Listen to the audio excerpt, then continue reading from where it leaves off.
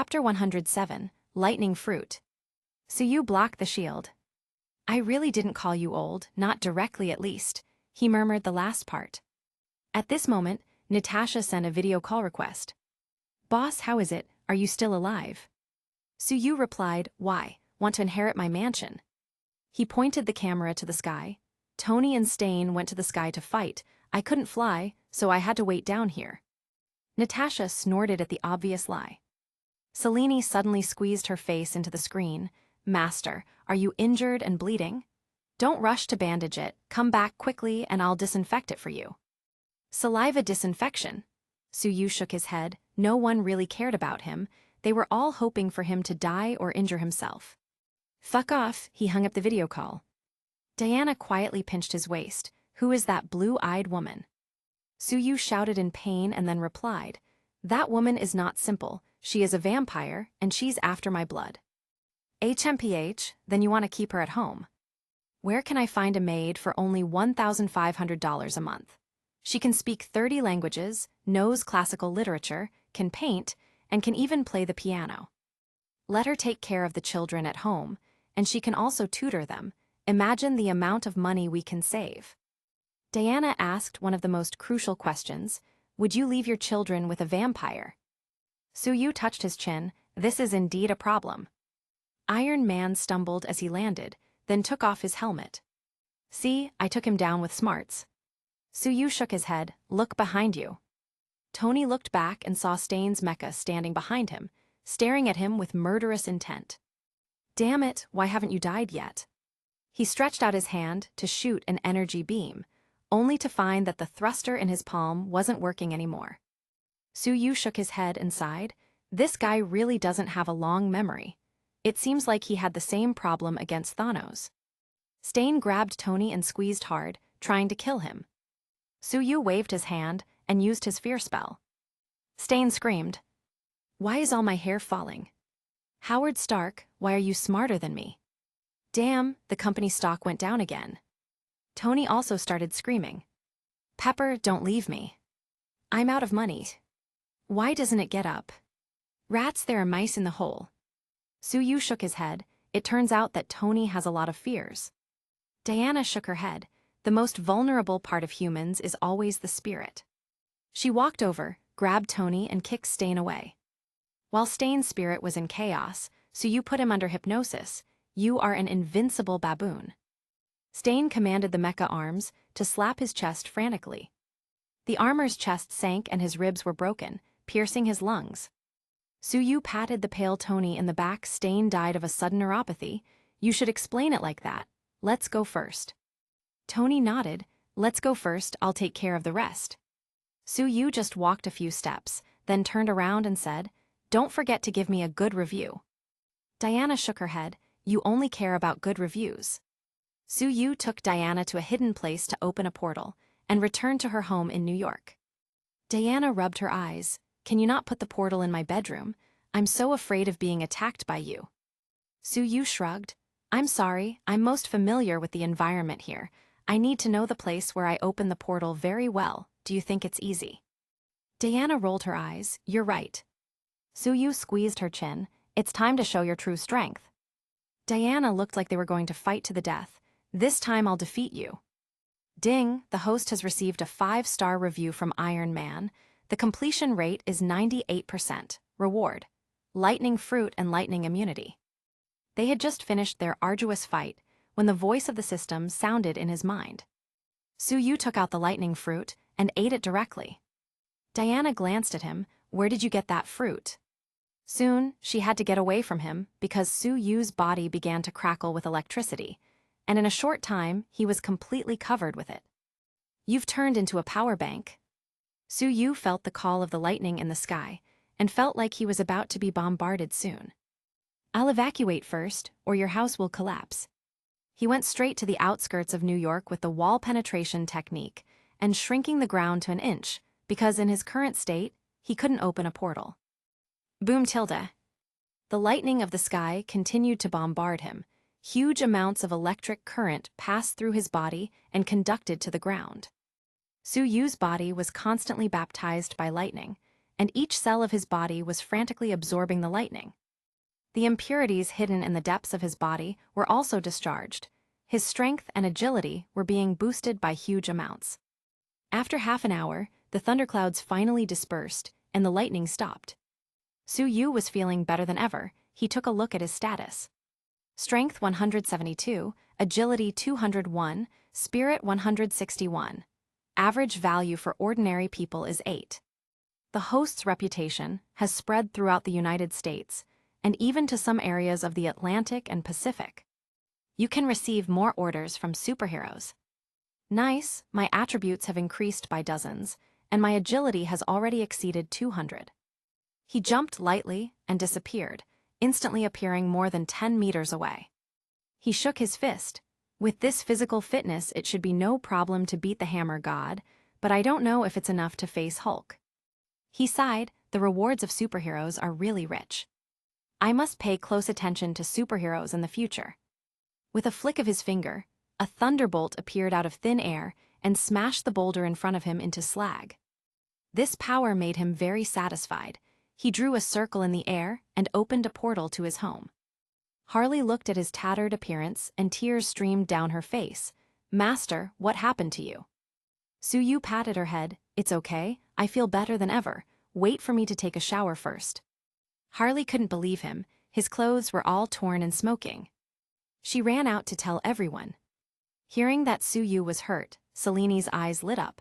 She kicked open the bathroom door and rushed in. Master, are you injured? Let me stop the bleeding for you. Su Yu screamed, Damn, get out of here. Chapter 108, Selene wants to drink bath water. Selene ran out blushing, and Natasha looked at her inquiringly. Selene murmured as she cleaned the drool from the corner of her mouth. No wonder he wasn't injured. His muscles are so perfect, and his blood smells even better now. Su Yu's blood, baptized by lightning, not only has radiant energy, but also has the power of lightning now, which made it even more attractive to vampires. Natasha. This guy's muscles are good-looking, but it's not enough to act like that. Selene ran away like a fly and came back with a pot. I want to taste his bath water. Natasha and Harley looked at each other. She is helpless. Who would have thought a woman with such a cold face would act like this? Su Yu finished his shower, wrapped a towel around his waist, and came out cursing. Even taking a shower is not safe these days. Selene, the repair fee for the broken bathroom door will be deducted from your salary. He turned around and saw the three of them looking at him with shining eyes, almost drooling. He looked down at his body and noticed that after being baptized by lightning, his muscles were indeed much more perfect. He pouted, Forget the two of them drooling, Harley. How many times have you seen me, and yet you still act like this? Harley muttered, I have a hunch that it feels different.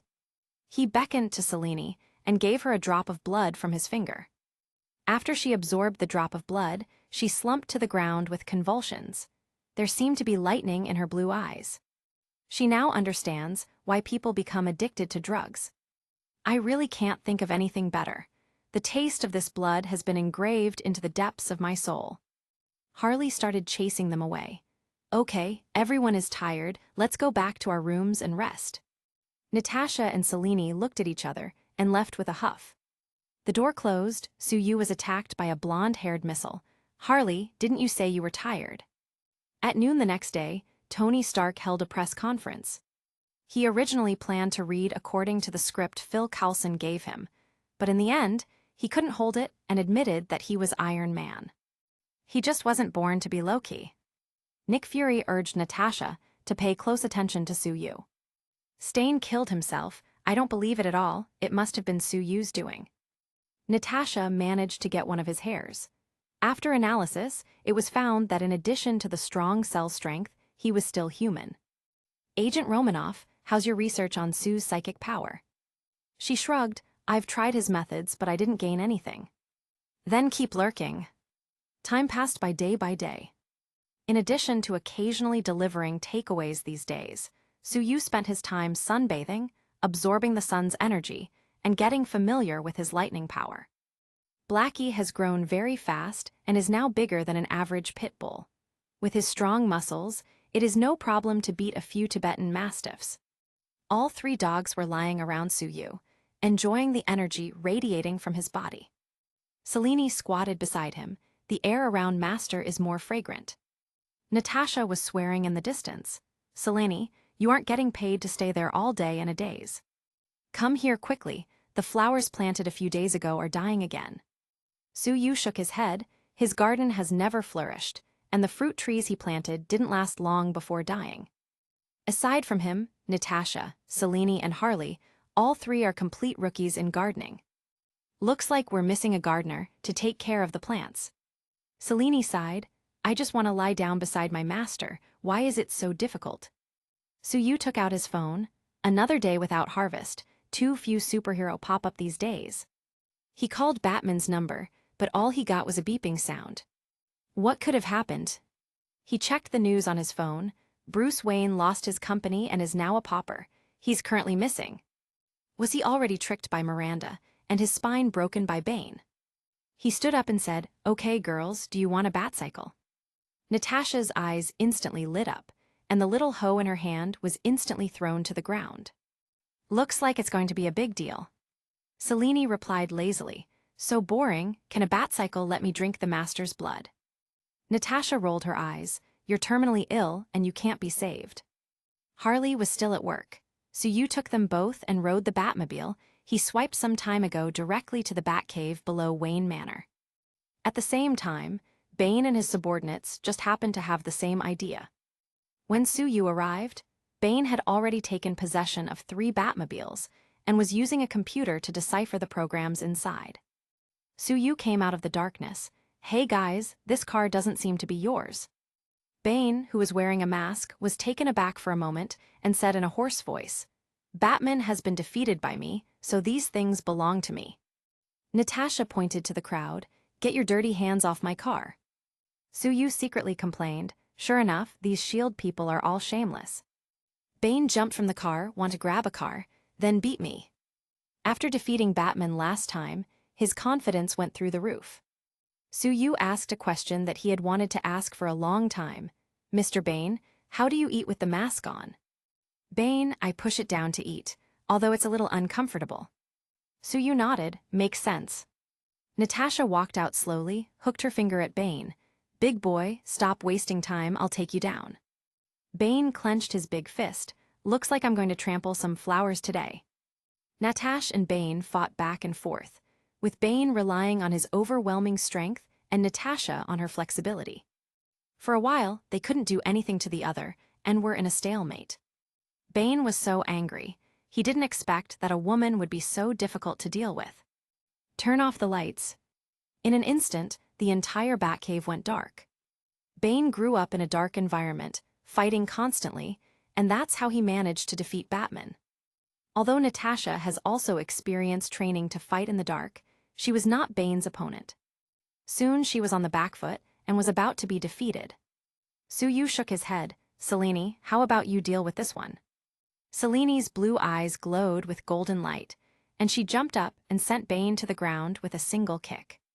Bane got up and retaliated, but Selene easily saw through him and caught his arm before throwing him over her shoulder. The night can be said to be the world of vampires, and after drinking Suyu's blood, Selene's strength and agility were easily crushing Bane. Boom tilde. Bane's strong body fell heavily to the ground, then he quickly asked his men to turn on the light. Selene glanced at Natasha, who was panting. With your skills, your salary is too high. Chapter 109, The Gardener Arrives. Natasha complained in her mind, I'm just a spy. I mostly rely on my brain and skills, not physical strength. Bane pointed to Suyu. If you have the ability, don't hide behind a woman. Let's fight head to head. Selene and Natasha looked at each other. Are this guy's eyes fine? Suyu clapped his hands. You are very discerning. You finally found the weakest among us. Bane looked at him. Men should be like me. Your legs are not even as thick as my arms, too weak. Really? Suyu stepped out with his movement technique, lightly rubbing Bane's face with his hand and backing away, all in a second. Soon Bane felt that something was wrong. His face mask was covered with chili powder. What's this? He screamed and roared in pain. Water, water, Bane felt that every time he breathed in, it was like being cut by a knife, and his face was soon full of snot and tears. Natasha and Selene looked at each other, too brutal. Seeing their boss in trouble, Bane's subordinates started shooting at them, but with a wave of Su Yu's hand, the bullets all fell to the ground before reaching their targets. Selene and Natasha returned fire with their guns, and they were very accurate, killing several men in no time. The screaming Bane was dragged away by some of his subordinates. Selene was going to chase them, but Su Yu waved his hand to stop her. "Don't chase the poor, let's pack up the spoils." Natasha jumped into a flying chariot and began to decrypt in order to gain control of it. But Su Yu pulled her down. "You can't even beat Bane, so you don't deserve it." He didn't want it to be taken by shield. He gave a batcycle to each of them and shooed them away. "Okay, you go back first." Selene, wearing a leather jacket and leather pants, stepped on the motorcycle with her long legs, and her sexy curves made Su Yu gulp down saliva. Natasha pouted, twisted her slender waist, lay on the batcycle, raised her butt, and said coquettishly, "Boss, how is it? Does it look good?" Su Yu waved and told them to get out of here already. He put away the other vehicles, opened a portal, and went to Selena's room in Camertage. "Dear cat, look what I brought you." He took out a batcycle. Selena stretched her waist. The wide robe could not hide her proud figure. "This thing is a bit outdated. Now I can travel by portals." She came over and touched Su Yu's abdominal muscles. "Hey, have you been working out recently?" She tore Su Yu's t-shirt. "Damn, these abs are really making me hungry." Su Yu waved his hand.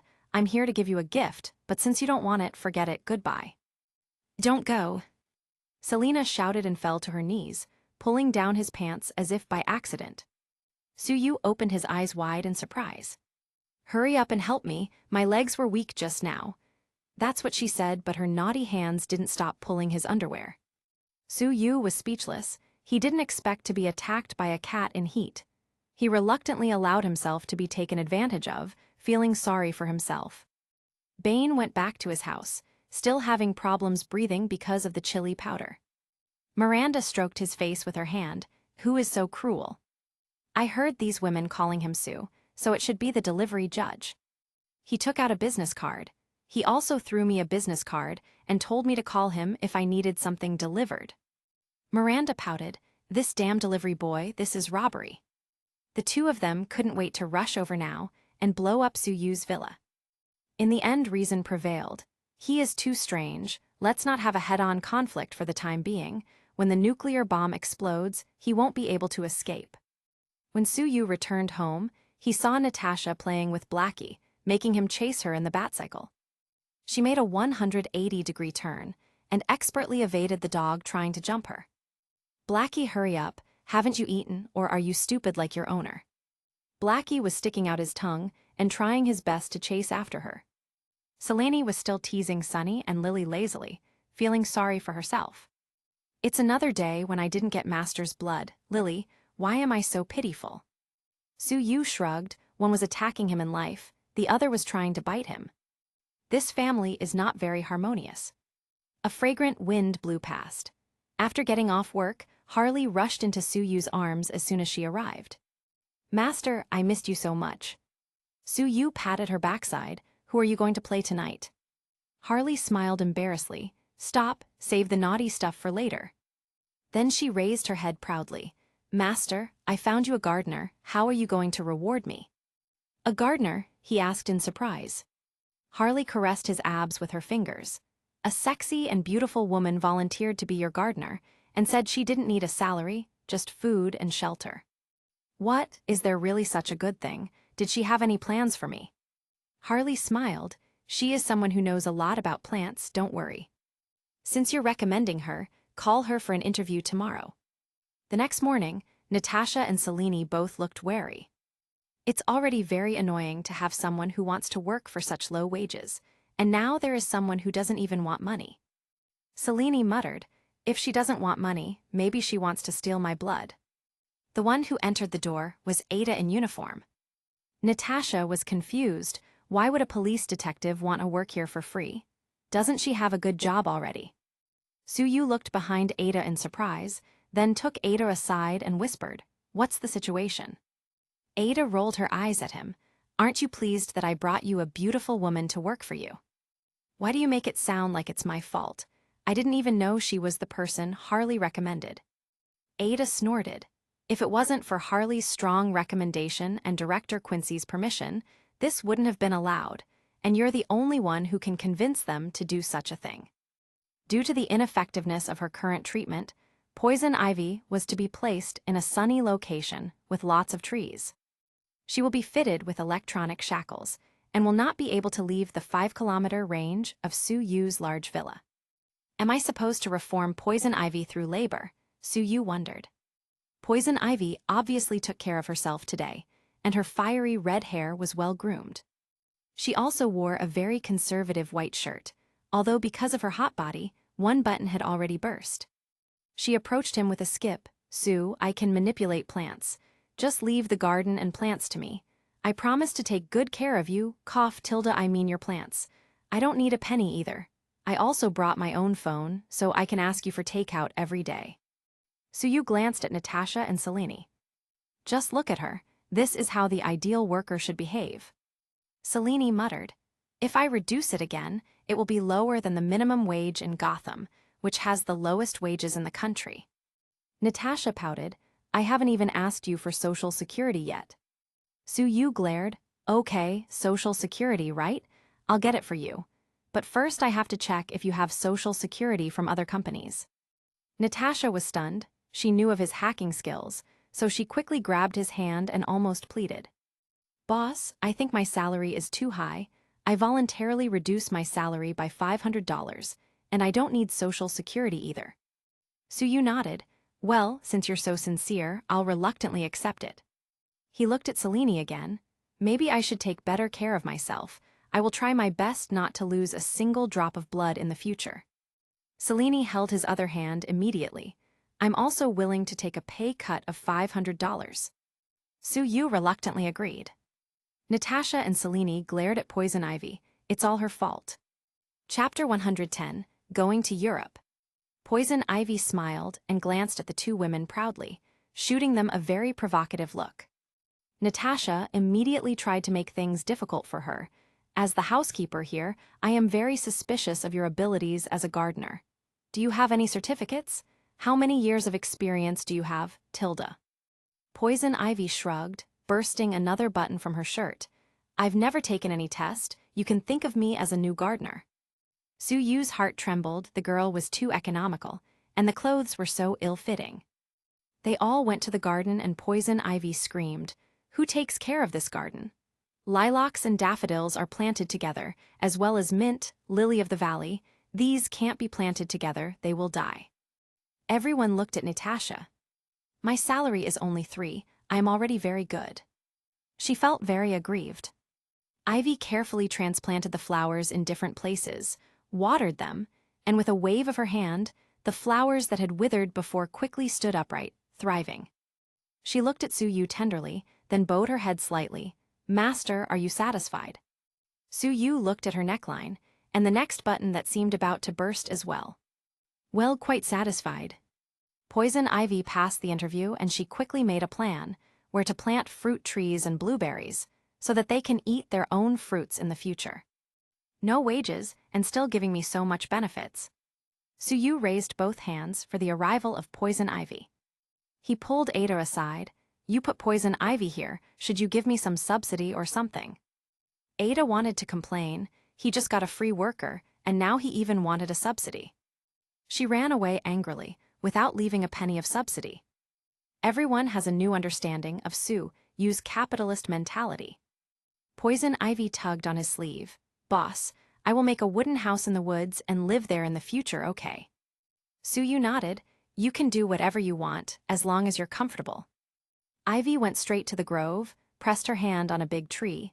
The vines began to shapeshift, and finally formed an exquisite wooden house on top of the tree. She waved her hand, and many flowers and plants were dotted around the wooden house, which looked very beautiful. Suyu went back to rest, and the system prompted that there was a takeaway order to grab. Ivy ordered, "She's really the ideal worker." He quickly went to pick the takeout, got into the woods with the bad, and arrived at Ivy's treehouse in a few steps. As soon as he entered, Ivy hugged him directly. "Sue, I just took a bath, is it fragrant?" Sue found that she was not wearing the white shirt anymore, but made clothes out of leaves, and the exposed waist and neckline was white and eye-catching. "Beauty, your takeaway has arrived." Ivy smiled. "I heard that you have obsessions and must absolutely get good reviews. Shouldn't you be trying to please me?" What can Sue say? The customer is God. He and Ivy had a heated discussion about botany that lasted for several hours. After testing, the quality of the treehouse was found to be a little bit poor, and it almost collapsed. Ivy buried her head in his arms. "Sue, in addition to loving plants, I will also love you with all my heart." Sue spent some more time with her, then staggered down the tree and sighed. "It turns out that free is the most expensive. Ivy's energy is something I didn't expect." Ding, the host has received a 5-star review from Poison Ivy. The completion rate is 100%. Reward: psychotoxins release. Spirit plus 20. 100% satisfaction. These psychotoxins can cause hallucinations. Poison Ivy once used it to control Superman. Used in conjunction with my hypnotic ability, not many people should be able to resist it, and it even gave me 20 points of spiritual power. Poison Ivy is really a treasure girl, with surprisingly good stamina. Sue teased his dogs. The sky was already getting dark. Selene stood on the phone by the pool, looking impatient. "Okay, don't bother me, I won't go back. I've hunted werewolves for 6 centuries, and I'm already tired. I live very well here, he treats me very well. Don't put Victor on me, he's going to sleep for a long time. I'll be here for 200 years unless my boss dies." Natasha suddenly appeared behind Sue. "Did you hear? She's at least a few hundred years old." "So old." Sue rolled his eyes. "Then how old are you? Are you still a virgin?" Natasha got mad. "I'm not such a casual person. You think I look like that, Poison Ivy? It's only the first day and she already seduced the boss." Sue said lightly, "But I was her first." Natasha glared at him fiercely. "I'm the woman you never dreamed of in your life." Sue shrugged and walked back into the treehouse, ignoring her, leaving her fuming behind. The next day, just when Sue came down from Ivy's treehouse, Selene approached him with a sad face. "Master, I'm going back to Europe." "What's the matter? Yesterday you said you would stay with me for 200 years. How long has it been?" Selene whispered. "You know I'm a vampire. A bastard named Craven is making trouble for me. I have to go back and deal with it." Sue thought about it. He has not been to Europe yet, and there are few takeout orders here recently, so he might as well try his luck in Europe. "I'll go with you." Selene was surprised, then a bright smile appeared on her face. That would be great.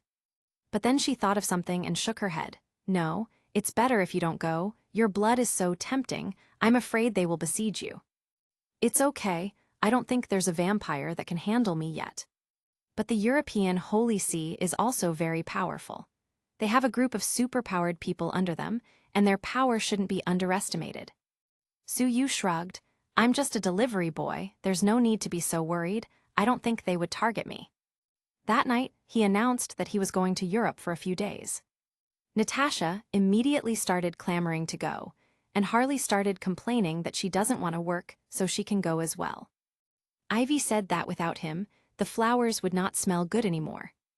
Sue was speechless. "Why don't I see how much you like me usually? Unfortunately, I can't take you this time. I'm going to be dealing with vampires, with sharp teeth, very terrifying." Selene showed her fangs. "Hey, I'm not that scary." In the end, Sue asked Harley to teach Natasha some ways to train her mental strength. "If you practice well, when I come back I'll teach you how to use hypnosis." Natasha smiled instantly. "Boss, I will practice hard." Harley asked for a designer bag. Poison Ivy asked for some seeds, and he agreed. "Try staying at home, there will be some trouble in Gotham. Watch out for Bane and Miranda." Natasha rolled her eyes. "Miranda? Batman's girlfriend? Why didn't you warn him in advance? What a good friend." Sue shook his head. "What do you know, if I warned him in advance, he wouldn't have slept with her. I'm such a good friend." Everyone almost fell down. This reason is really too good. Chapter 111. Selene's first boyfriend after 600 years. Gotham Airport. Selene took Suyu's hand and sniffed his neck happily. Suyu nudged her, keep a low profile. Selene is too beautiful, and many men pay attention to her, so she should be more careful of her actions. Suyu embraced her waist, marking his territory. The two got off the plane in Vienna. As soon as Selene got off the plane, she regained her cold mask. She had already discussed it with Suyu. He would pretend to be her blood slave to sneak into the vampire headquarters. Su, let's stay in Vienna for one night, and then take the train, okay? Suyu nodded. I'm just a blood slave, you decide. The two first booked a luxury hotel. Suyu has never been to Austria, so Selene acted as his guide. The Schönbrunn Palace, the Golden Hall, and so on, they toured the city leisurely. In the evening, Selene brought him to the flea market in Vienna. Su, there are a lot of good things here. I once came here to set up a street stall more than 100 years ago. Suyu was used to these kinds of conversations. This isn't the first woman around him who constantly talks about what she did hundreds of years ago. Grandma, walk slowly and don't fall. Selene hit his arm and pouted angrily. HMPH, you shouldn't call a woman old. Then you shouldn't mention what you did hundreds of years ago, he muttered, but seeing her getting angrier, he changed his tune. Okay, how can I make you forgive me? Selene's eyes lit up. A drop of blood, just a drop is enough. Suyu shook his head. Am I just a blood bag to you? The two continued to visit the market. Suyu bought some nice-looking crafts, packed up, and they went back to the hotel. However, some people noticed Selene's presence, and the news spread. The two returned to the hotel. Selene hummed in a charming manner. I'm going to take a shower first. Suyu took the opportunity to send a video call to Harley, and Natasha walked around in the video, intentionally or unintentionally. Hey Natalie, have you bathed the dogs today? She immediately rolled her eyes at him. Worry about me being lazy when you go out? Thank you so much. Then he chatted with Poison Ivy for a while and hung up. Selene came out from the bathroom wearing a bath towel. Her hair was wet and scattered on her shoulders, and her skin was crystal clear and very attractive. Suyu instantly felt his throat was dry and gulped down saliva. And when she dropped the towel, he couldn't hold back anymore and directly pushed her to the bed for a long talk. The two chatted enthusiastically all night, and Selene was especially happy when he finally let her get a few drops of blood from his finger. The morning sun shone in through the gaps in the curtains. Selene's head was resting on Suyu's arm, a lazy look on her face. I really don't want to move at all. Why don't we stay another day? Suyu caressed her shoulder with his hand as he held her in his arms. Well, since you don't want to move, I'll have breakfast first. What? In the afternoon, she took him to go shopping, and at night, they finally left the city. Selene held his arm with a happy look on her face. It turns out that it feels so good to have a boyfriend. I feel that I have lived in vain for the past 600 years. You are my first boyfriend. You smell so nice. Suyu held her chin. Are you talking about my perfume or my blood? You only found a boyfriend in 600 years. Don't you want to try a different one? Selene muttered, I definitely won't change you for anyone in the world, even if it kills me. You are my long-term blood ticket. I will die without you. Suyu. Passing the exit of a subway station, he suddenly felt a touch of murderous intent. Selene looked around. There are vampires here and werewolves. She instantly regained her noble and cold temperament. Let's go and see. Suyu also instantly changed his demeanor and started acting like her slave. Okay, I'll listen to you. The two walked into the subway station. The strong black man in the front is a werewolf, and they seem to be stalking the man in front of them, she whispered. Suyu saw that it was Michael, the male protagonist of Underworld, and he was being targeted by werewolves and vampires, which was quite unlucky. Selene, a vampire with a buzz cut, was surprised to find that Selena was also here. Hearing the shout, the black man looked back and recognized him as a vampire at a glance. He directly took out 2 small submachine guns and sent a burst of fire at this side. Suyu kicked the vampire, hugged Selene, and hid behind a pillar. Werewolves don't even bother to talk before attacking. Vampires and werewolves are deadly enemies. There's nothing to say. Selene pulled out 2 pistols from her waist and started shooting from behind the pillar. The male vampire looked at Su-yu with some doubts. "What are you looking at? Aren't you going to fight the werewolves?" Su-yu shook his head. The man couldn't figure out Su-yu's identity, so he didn't dare to refute him and started shooting at the werewolves. Su-yu shook his head again. Such poor marksmanship. He took out his Desert Eagle and shot the werewolves a few times. Boom, bang, bang, tilde. Although Su-yu's bullets are not specially made silver bullets, the Desert Eagle is very powerful and has no problem pushing the black werewolf back. The werewolf smashed the subway window and jumped directly into the tracks. The other werewolf was not so lucky. After being wounded by Su-yu, he was shot by Selene with a silver bullet, and it was a headshot. Selene looked back at Su-yu. "You're not hurt." Su-yu shook his head. Good, she was relieved, but at the same time seemed a little sad. This ambivalence made him mad, so he slapped Selena's beautiful behind. "What are you thinking? Didn't I feed you enough last night?" Selene smiled embarrassedly. "Who told you to have such tasty blood?" The male vampire was stunned. For hundreds of years, he had never seen Selene smile, and now she was smiling to an unknown man. "Could it be that this iceberg can also feel love?" he muttered. "But he's human." Selene shot him a glance. "You go back first." She pulled Su-yu and chased out after the werewolf.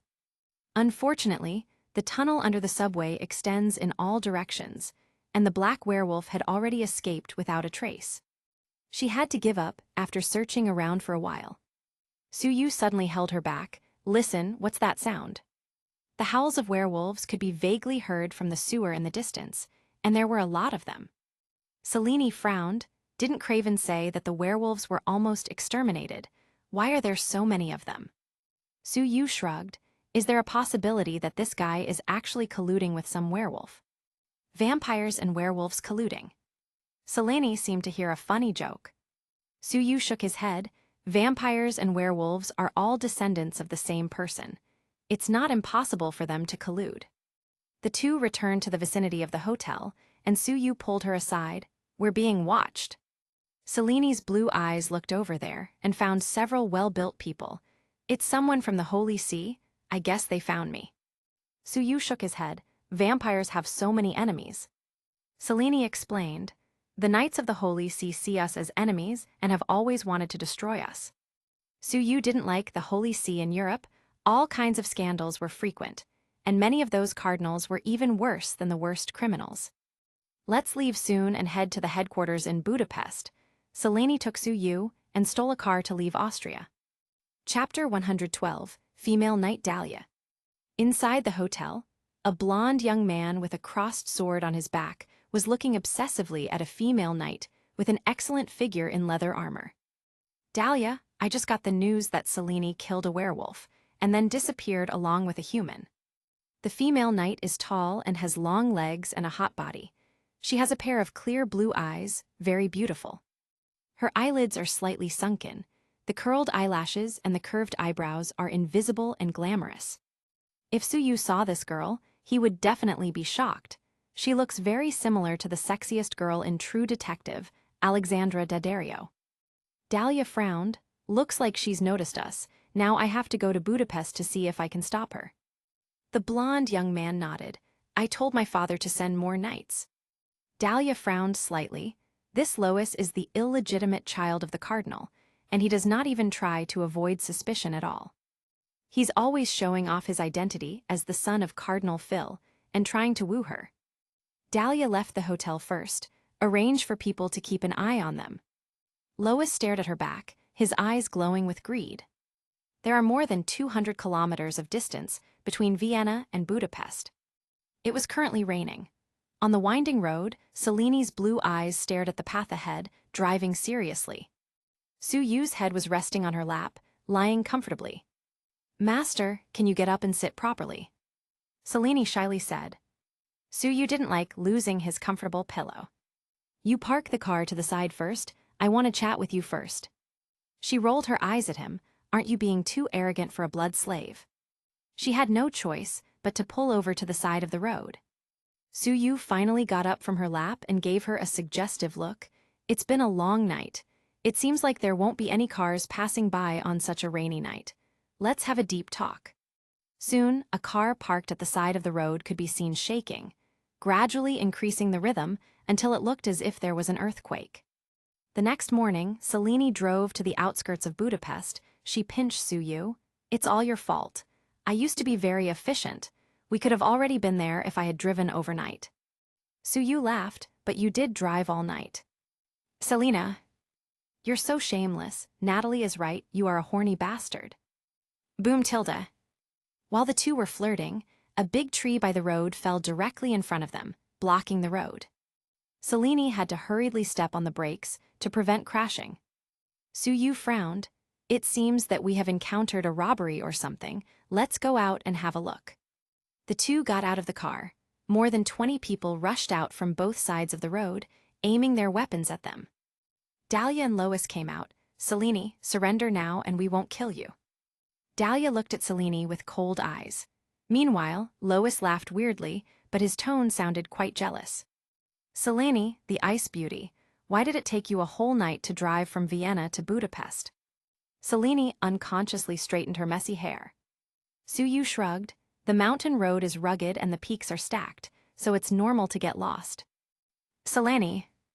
Dahlia couldn't stay calm anymore. She and Selene are old rivals, and now her rival was found doing such shameful things. She stared at Suyu for a moment. "Well, he's handsome, but so what?" Suyu smiled slightly. "Beauty, your eyes are very beautiful, like the eyes of a husky." Selene pinched him hard. "She is the enemy." Dahlia was bewildered. A blood slave dared to flirt with her, or is he making fun of her? Lois couldn't take it anymore. This is the woman he wanted. "Damn bastard, you're just a lowly blood slave. How dare you make fun of one of our knights?" Suyu shrugged. "No need to get so excited, I'm just complimenting her." Dahlia snorted. "Unfortunately, I don't know you, and it's better if you persuade your owner to surrender, otherwise both of you will be turned into a sieve." Suyu shook his head. "You wholly see people do things by such unscrupulous means. I am a person who lives in the sun. I wouldn't kill innocent people indiscriminately like you do." Lois pointed his gun at Suyu. "You heretic, I can see you don't believe in God at first sight. Since you choose to become a blood slave, I will arrest you, extricate all your secrets, and then burn you to death." Suyu looked at Lois and activated his psychotoxins and hypnosis. "What about you? What's your secret?" Lois was obviously caught in the hypnosis. His eyes blurred. "I am the illegitimate child of a cardinal, and I made 4 women abort my children." Suyu nodded. "I knew you were a scumbag as soon as I saw you. What other secrets do you have?" Lois' eyes turned fierce. "I wanted to chase Dahlia fairly, but she doesn't care about me. Does she think she can be so arrogant just because she looks beautiful? I have already bought the medicine I need to make her mine, hee." Dahlia was surprised. She knew he wasn't a good person, but didn't expect him to be so shameless. Suyu continued. "If you do, she will surely kill you." Lois snorted. "I don't care if she doesn't become my woman anymore. I'm also very violent after taking medicine. After I'm done, I will just dispose of her." Dahlia couldn't hold back and slapped Lois in the face, causing him to almost wake up, but Suyu quickly increased his hypnosis power to stabilize him. "Your nasolabial folds are festering, and you have an unclean disease." Lois scratched his itch with a pained expression on his face. "I have syphilis and gonorrhea. Nowhere to go to seek medical help without attracting attention." Suyu glanced at Dahlia. "Syphilis can be airborne, be careful within 1 meter," he lied smoothly. She was shocked and jumped 3 meters away directly. Then she remembered that she slapped Lois just now, and quickly took out a water bottle to wash her hands. Suyu threw her a bottle of medical alcohol he took out of nowhere. "Use this." "Thanks." She hurriedly thanked him, and suddenly thought, why is it so harmonious? They were supposed to be enemies. Selene suddenly interrupted. "Hee, the Holy See is really a place of filth. Even this kind of person can also join the knights." "Dahlia, you're not sick too, are you?" Dahlia's face turned gloomy. "Selene, when did you become a mouthpiece?" Lois woke up at this time, and he looked around blankly. What happened? He noticed that the people around looked at him in disgust, and they all were keeping their distance from him. The well-meaning Suyu explained, "You just said you were going to drug the female knight, and you also said you had syphilis. It's been a long time since I've met someone so honest, truly worthy of a member of the Holy Sea Knights. Lois was alarmed and then instantly turned furious when he realized whose fault it was. Damn wizard. He pulled out his cross sword and slashed at Su Yu frantically. Su Yu stepped back a single step to evade the wild swing, then swung his leg and kicked him more than 10 meters away before he hit a big tree and stopped, knocked out and foaming at the mouth. Everyone was surprised. This blood slave is so strong. Although Lois has a bad character, his swordsmanship and strength are still very good. Chapter 113, Dahlia's Delivery. Selene directly took down a few people with a flurry of bullets. Dahlia drew out her cross-sword, kicked the ground with her right foot, and flew towards Selene. Selene just happened to run out of bullets, so she drew out a short sword to fight with her. Everyone else was staring at Su Yu, and bows, firearms, and long swords were pointing in his direction. Su Yu shrugged, "I'm just a blood slave, why are you looking at me?" With a wave of his hand, the crowd around him hugged their heads and screamed, letting their weapons fall to the ground. Dahlia was taken aback. Damn, this is not a blood slave, this is the backer that Selene brought to protect her. Clang tilde. Selene took advantage of her distracted state and made a fierce attack to gain the upper hand. Dahlia, seeing that she was in trouble, suddenly shouted and the cross sword glowed with a white light, making her strength increase greatly, knocking Selene back. Selene retreated to Su Yu's side. "I'm hurt, give me some inspiration." Su Yu shook his head. She really didn't let go of any chance to cheat him out of his blood. He shoved his fingers into her mouth. "Consider it your reward for a good drive last night." Dahlia shouted loudly and rushed towards them. Su Yu pointed with his free hand, and his mental power violently attacked her. "I am your father." Dahlia was obviously taken aback and muttered, "Dad." "Well, dear daughter, didn't your mother tell you about me?" Su Yu smiled slightly, and Selene was speechless. "You scumbag." A white gem around Dahlia's neck suddenly emitted a glow, saving her from the hypnosis.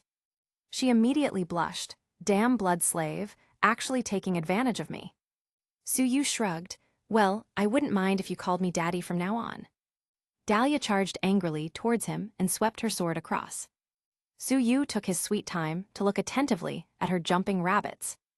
After that, he pulled Selene back, avoiding the sword just in time. His right hand suddenly stretched out, grabbed Dahlia's hand, and threw her out. She rolled a few times on the ground before standing up in embarrassment. She turned her head and saw that the annoying blood slave and Selene were already a dot in the distance.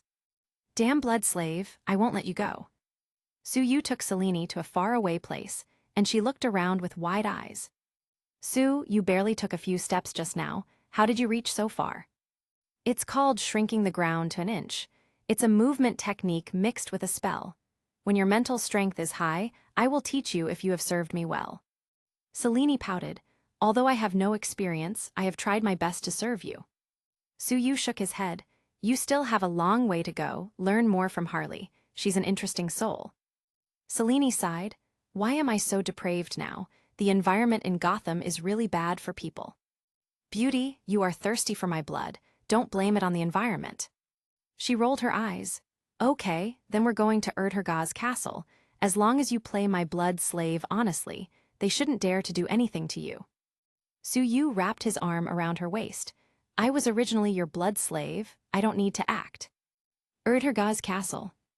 Many of the vampires here are just low-level vampires who hide in the castle during the day and drink blood for fun, and only go out at night since they don't have resistance to the sunlight. Selene pushed open the door and walked in with Su Yu. Several low-level vampires in the lobby screamed and hid in the shadows, afraid of burning because of the sunlight. Selene is back. "Wow, who's that guy behind her? He smells so good." Selene looked around. "This is my blood slave, only I can drink his blood. Whoever dares to touch him, I will kill them, no matter who." Su Yu shrugged. "So, stop drooling, it's so unsightly for the dignified vampires." The vampires were furious. This blood slave is so arrogant. But although they were furious, they didn't dare to do anything to him. Selene's status was second only to that of the elders. Selene brought Su Yu to a room. "You rest here, I have to find someone." Suyu nodded. Return quickly. I'll wait for you to warm the bed. Selene went to the weapon production department to discuss the UV bullets of the werewolves. Suyu was bored and took out his mobile phone to play. Oh, the system is already connected to the food delivery system here. There are orders available. Nice. Suyu opened the window and jumped down, took out the bat cycle and rushed out. A cathedral south of Budapest. Dahlia was currently sulking there. That blood slave is too much. The next time I meet him, I must purify him. Knock knock knock tilde. Someone knocked on the balcony window, startling her. She held the cross sword tightly in her hand as she approached the balcony. Who is it? Beauty, your takeout is here. It's local delicacies, cabbage pie, hash browns, and sausage. Dahlia was speechless. She did order the takeout, but does it require climbing the balcony? Moreover, this voice sounded a bit familiar, and when she heard it, she suddenly wanted to punch the owner. Suyu pushed open the window and jumped in, takeout bag in hand. Hurry up and eat it while it's hot. Although I'm not familiar with the road, it didn't take much time. Dahlia circled, drew her sword and pointed at Suyu. You, aren't you Selene's blood slave, want to poison me? Suyu shrugged. Blood slaves also have to live, in fact, I'm actually a full-time delivery boy. Dahlia suddenly felt a bout of compassion. Your blood gets sucked by vampires, and you still have to come out to deliver takeout.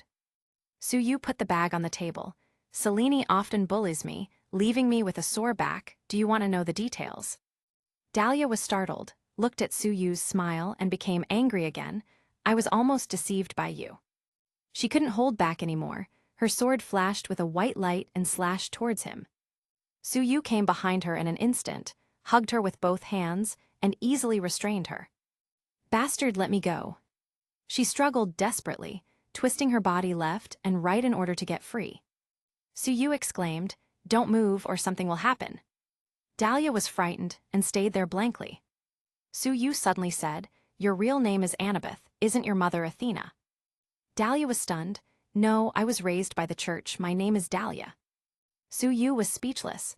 You, a Greek demigod, actually became a member of the church's knights. If Zeus knew, he would come out of his grave to strike them down. Whether Zeus is dead or not, Suyu really doesn't know. After all, the Norse god Odin is alive and well.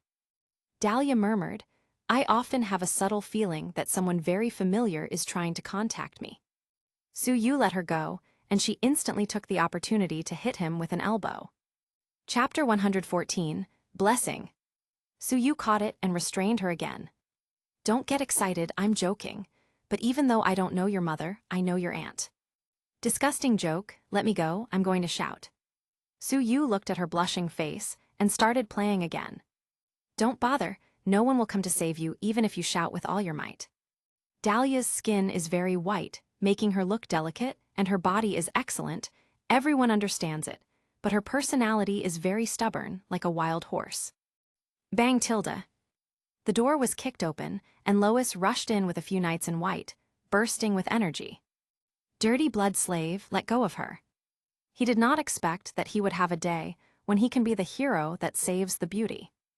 Suyu glanced at him. Is your syphilis cured, or are your ribs not hurting enough? Thinking of Suyu's strength, Lois couldn't help but hesitate. His ribs were still aching. Don't mess around, she's a knight of the church, God won't let you go. Suyu held Dahlia's snow-white swan neck in his hand. It looks delicious. Makes me want to take a bite.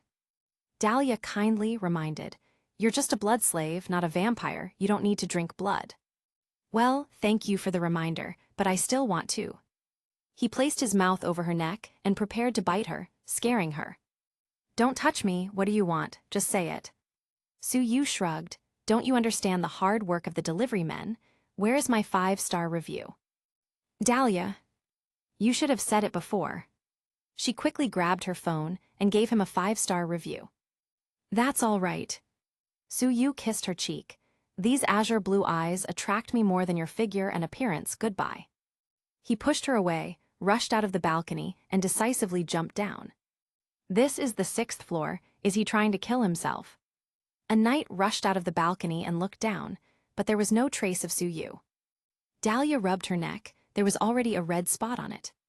Lois was feeling good about himself. He walked towards Dahlia and pressed his hand on her neck. "Are you hurt? Let me see." When Dahlia saw him, she thought of syphilis and jumped away. "I'm fine, thank you." Lois turned his head, his eyes gleaming fiercely.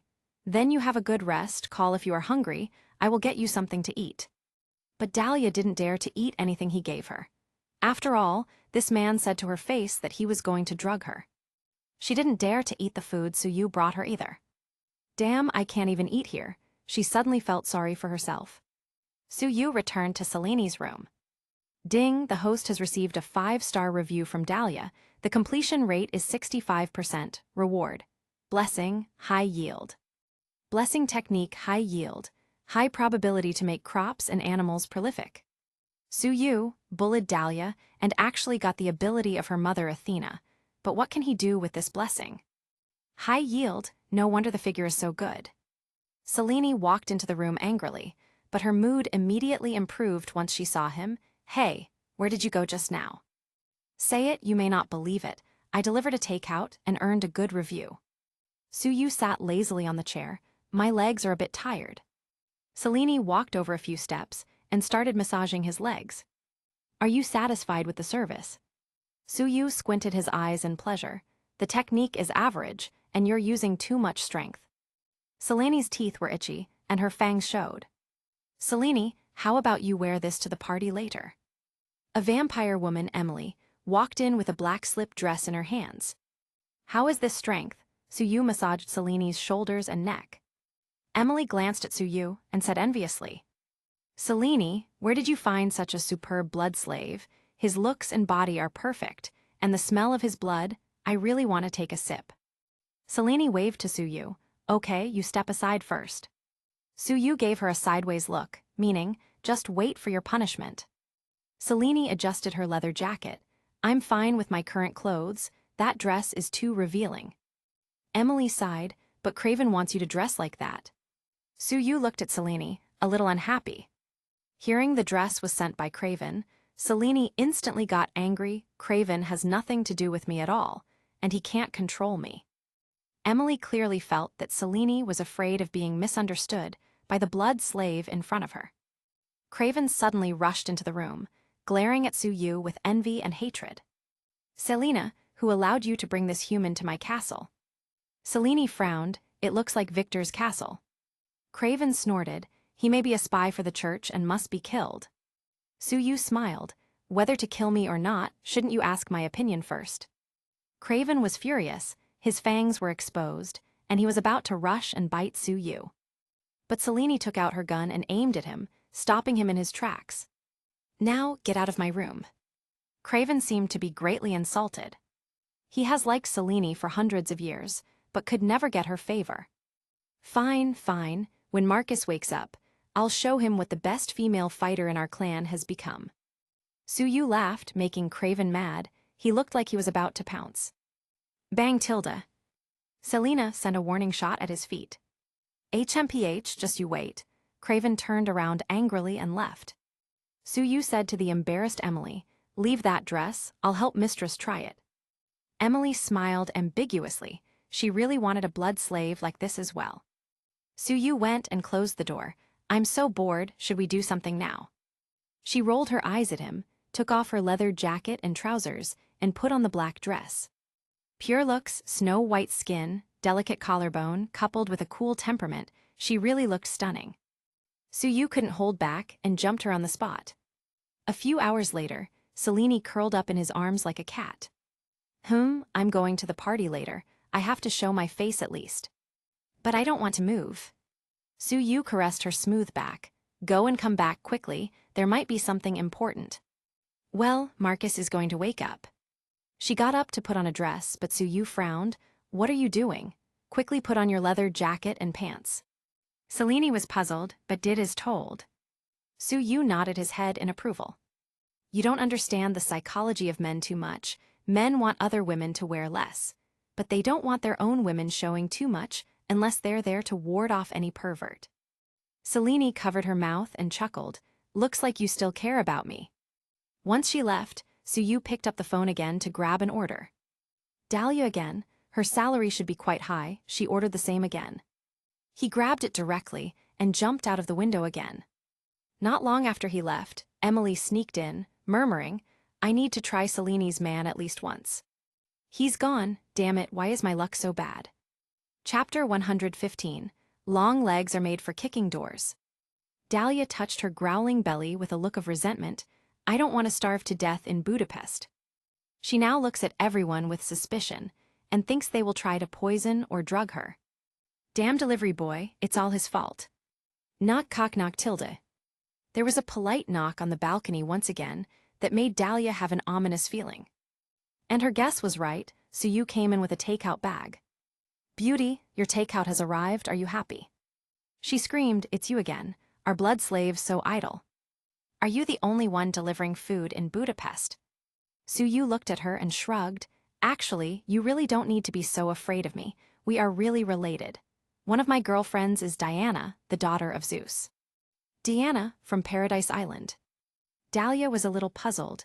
"Impossible, you're trying to fool me again, you are a blood slave. How could Diana be with someone like you?" Suyu sat down and started eating the takeout. "Well, this cake is very good." Dahlia secretly swallowed and glared at him. "HMPH, don't try to trick me into eating, I know what men are like." Suyu turned on his phone and sent Diana a video call. "Dear, did you miss me?" Diana rolled her eyes at him. "What, is today my turn?" Dahlia was bewildered. Are all blood slaves so well connected nowadays? Suyu laughed. "I'm a bit busy, let me introduce you to someone." He pointed the camera in Dahlia's direction. "This is the demigod daughter of Athena, the goddess of wisdom, Dahlia." Dahlia looked at the screen suspiciously. "Are you really Wonder Woman Diana? You really look like her." Diana shrugged. "It doesn't seem like it's any good to pretend to be yourself." The two chatted for a few minutes, and Dahlia was still a little confused. Diana reminded her, "Be careful of the delivery man, don't let him trick you, he's not a good person." Dahlia felt the same way, she felt like they might really be related. She suddenly asked, "Then why don't you break up with him?" "Diana, that's what makes him so scary." Dahlia looked confused. Diana changed the topic. "Although I don't know Athena personally, she is one of the 3 famous virgin Greek goddesses. So your biological mother may be someone else, but she should be closely related." Dahlia was even more confused. When she hung up the video call, there was a dull look on her face. "This is so hard, just who is my mother then?" Suyu finished eating. "I haven't eaten the whole day and I'm finally full. Please give me a good review." Dahlia touched her belly and her eyes narrowed in anger. "I followed you the whole day yesterday and still haven't eaten. After eating my takeout, you still want me to give you a good review." Suyu glanced at her chest. "You have considerable fat reserves, even if you haven't eaten for a day or two, it shouldn't affect you much." Dahlia held her sword in both hands and shouted loudly, "If you don't leave right now, don't blame me."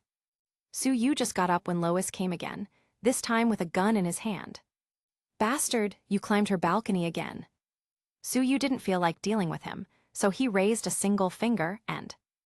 "Fear." Lois hugged his head and started screaming. "No, how did syphilis get on my face? I have no money, don't ask me for alimony." Dahlia's virginity was taken by the delivery boy. Dahlia's eyes opened wide. She angrily kicked Lois and looked back at Suyu coldly. "Just give me a good review and I'll leave, you know you can't beat me." Suyu shrugged, looking like a rogue. Dahlia took out her phone and gave him a 5-star review, and before she could scold him, she found that he had already disappeared. She felt like screaming and pulling her hair in frustration. She took a deep breath and talked to herself. "Have to stay calm, it's not a big deal, I won't order takeout anymore, just have to go out to eat." When Suyu returned to the castle, Cellini had already returned. "Where have you been?" "Delivered another takeout. You and Natalie's wages are so high that I can't take a rest." Dahlia's review just now gave him +3 strength, which is not bad. Cellini was speechless. "I really can't take another pay cut." "By the way, you didn't happen to deliver another takeout for Dahlia, did you?" "You guessed right." Cellini suddenly sympathized with her old rival. "Is she about to be broken? Has she collapsed already?" "Looks like she's almost there." Cellini suddenly remembered something. "Let's go, accompany me on a trip. I found out who the werewolves are tracking. it turns out that he lives in the south of Budapest. The two drove out of the castle, and when Craven got the news, he was furious. I have given a single order, she is not allowed to go out. And now she did just that and even took that blood slave with her. Anger and jealousy made him lose his mind. He ran to the corner to call the leader of the werewolves, Lucian, to tell him all about it. In a dilapidated apartment building, Michael's home. Selene kicked the door open and walked in casually. Suyu nodded. A woman with such long legs will never use her hands when she can use her legs. The two walked in. It was an ordinary room with very little furniture. Selene looked around casually, finding nothing special. Why are the werewolves tracking this man? Suyu looked out the window. This Michael is also a pitiful man, originally an ordinary person, living an ordinary life. However, because of his bloodline, werewolves have been chasing him around. The sound of the elevator opening came, and Suyu knew that Michael had arrived home. But he could also hear many heavy footsteps upstairs and downstairs. They were almost certainly werewolves. Selene also heard them, so she quickly drew her gun. Sue, be careful. Suyu nodded and walked out. Michael just walked to the door and noticed him. Who are you? What are you doing here? When he saw Selene, he recognized the girl who was shot at the subway station yesterday. Saving you. Suyu pointed his hand, and Michael fainted directly to the ground. Bang, bang, tilde. The ceiling was smashed, and several werewolves rushed towards them. Selene didn't show any hesitation, just lifted the gun and directly started shooting. There were many werewolves, both left and right, with their rough skin and thick flesh making them difficult to kill, so she was quite busy. With a wave of Suyu's hand, under the influence of his psychokinesis, the floor of the corridor, debris and wood flew up. Whoosh, whoosh, whoosh, tilde. The 7 or 8 werewolves surrounding them were all turned into pincushions. The elevator opened, and the werewolf leader Lucian came out. He was surprised to find that his men were already half dead. Roar, tilde. He is not even transformed, but his strength still surpassed that of ordinary werewolves. His strength proved to be impressive. After Selene shot him more than 10 times, she still didn't manage to hurt him much. No, this werewolf is very strong. Suyu pointed his finder and used the fear spell. Although Lucian has good physical defense, his magic resistance is 0. He screamed and rolled a few times, smashed the wall, and jumped downstairs. Suyu jumped off the building with Michael in one hand and Selene in the other. A dozen werewolves were chasing after them. With a wave of his finger, those werewolves fell to the ground one after another, foaming at the mouth and screaming. Selene's eyes were practically shining with stars. Sue, you are so powerful. Suyu reminded her, okay, let's get out of here first. Selene drove, Suyu was the co-pilot, and Michael was naturally thrown into the back seat. After driving a long way, Selene asked strangely, who was that fierce werewolf just now? Suyu glanced at her. Lucian, the werewolf leader, don't you know him? What? But Craven said he killed him. Selene turned pale in shock, turned the steering wheel wrong, and confused the accelerator for the brake, crashing into a snack bar on the side of the road with a bang. Seeing that Selene was fine, Suyu opened the door and walked out. A disgruntled woman holding a bowl of noodles screamed and cursed. Bastard, I've come out to eat, but you still won't let me go. Chapter 116, Dahlia orders takeout again. Suyu found out it was Dahlia and shrugged. It's really not my fault, I wasn't the one driving. However, don't you know that people who eat out are the natural enemy of delivery men? You're no good, no wonder you suffered this disaster. Dahlia rolled her eyes. Is it a sin to eat out? The owner of the snack bar screamed, I don't have insurance. Selene walked out and spread her hands. I don't have money either, and the car doesn't have insurance either. Suyu took out more than $10,000 and threw it to the poor man. That should be more than enough to pay for the damage. The boss nodded happily. It's definitely enough, and he can even take a vacation. Dahlia looked at Suyu with an incredible look. Aren't you poor and need to take time to deliver food? Why are you suddenly richer than me? Suyu shrugged. Delivering food is a hobby, and being a blood slave is the main business. Dahlia shook her head. So you're with her just for money? Selene leaned on Suyu's side. What's the matter? I'm so beautiful, so he's not at a loss, right? Dahlia pointed to her half-bowl of noodles that fell because of the crash and glared at Suyu. Shouldn't you compensate me as well? The boss said quickly, Girl, don't go too far, he has already given a lot. I won't charge you for what you have eaten, but don't try to take advantage. Dahlia really wanted to complain. Why is it that she's always on the losing side against this bastard? Suyu picked up Michael from the back seat. Okay, we still have something to do, so don't bother us. When you kidnap someone, it becomes my business as a captain of the Night Order. Dahlia remembered her identity, and realizing she didn't have her sword, she swung her fist at Suyu. He easily dodged, and her fist hit the concrete pillar and shattered a large piece of cement. The poor owner was about to cry. This girl is also a ruthless person. Suyu grabbed her by the collar, threw her out of the snack bar and onto the street. Selene wanted to fight, but was stopped by him. Okay, there's no point in fighting with the little girl. Let's get down to business first. He pulled her hand, took a few steps, and disappeared on the street corner. Dahlia, who landed on her butt, looked confused. I don't get it. He is so strong, so why is he willing to be a blood slave? Seeing that the owner was hesitating whether to ask her for compensation money, she decisively ran away. Michael woke up groggily. Looking around in confusion, he noticed that he was in a hotel room and suddenly remembered the events from before. And the two who caught him just now were looking at him quietly. He asked nervously, What do you want? I'm just an intern and I don't have any money. Suyu said lightly, You haven't remembered yet. Michael's head hurts. Some werewolf and vampire memories, don't know why I have them. Suyu waved.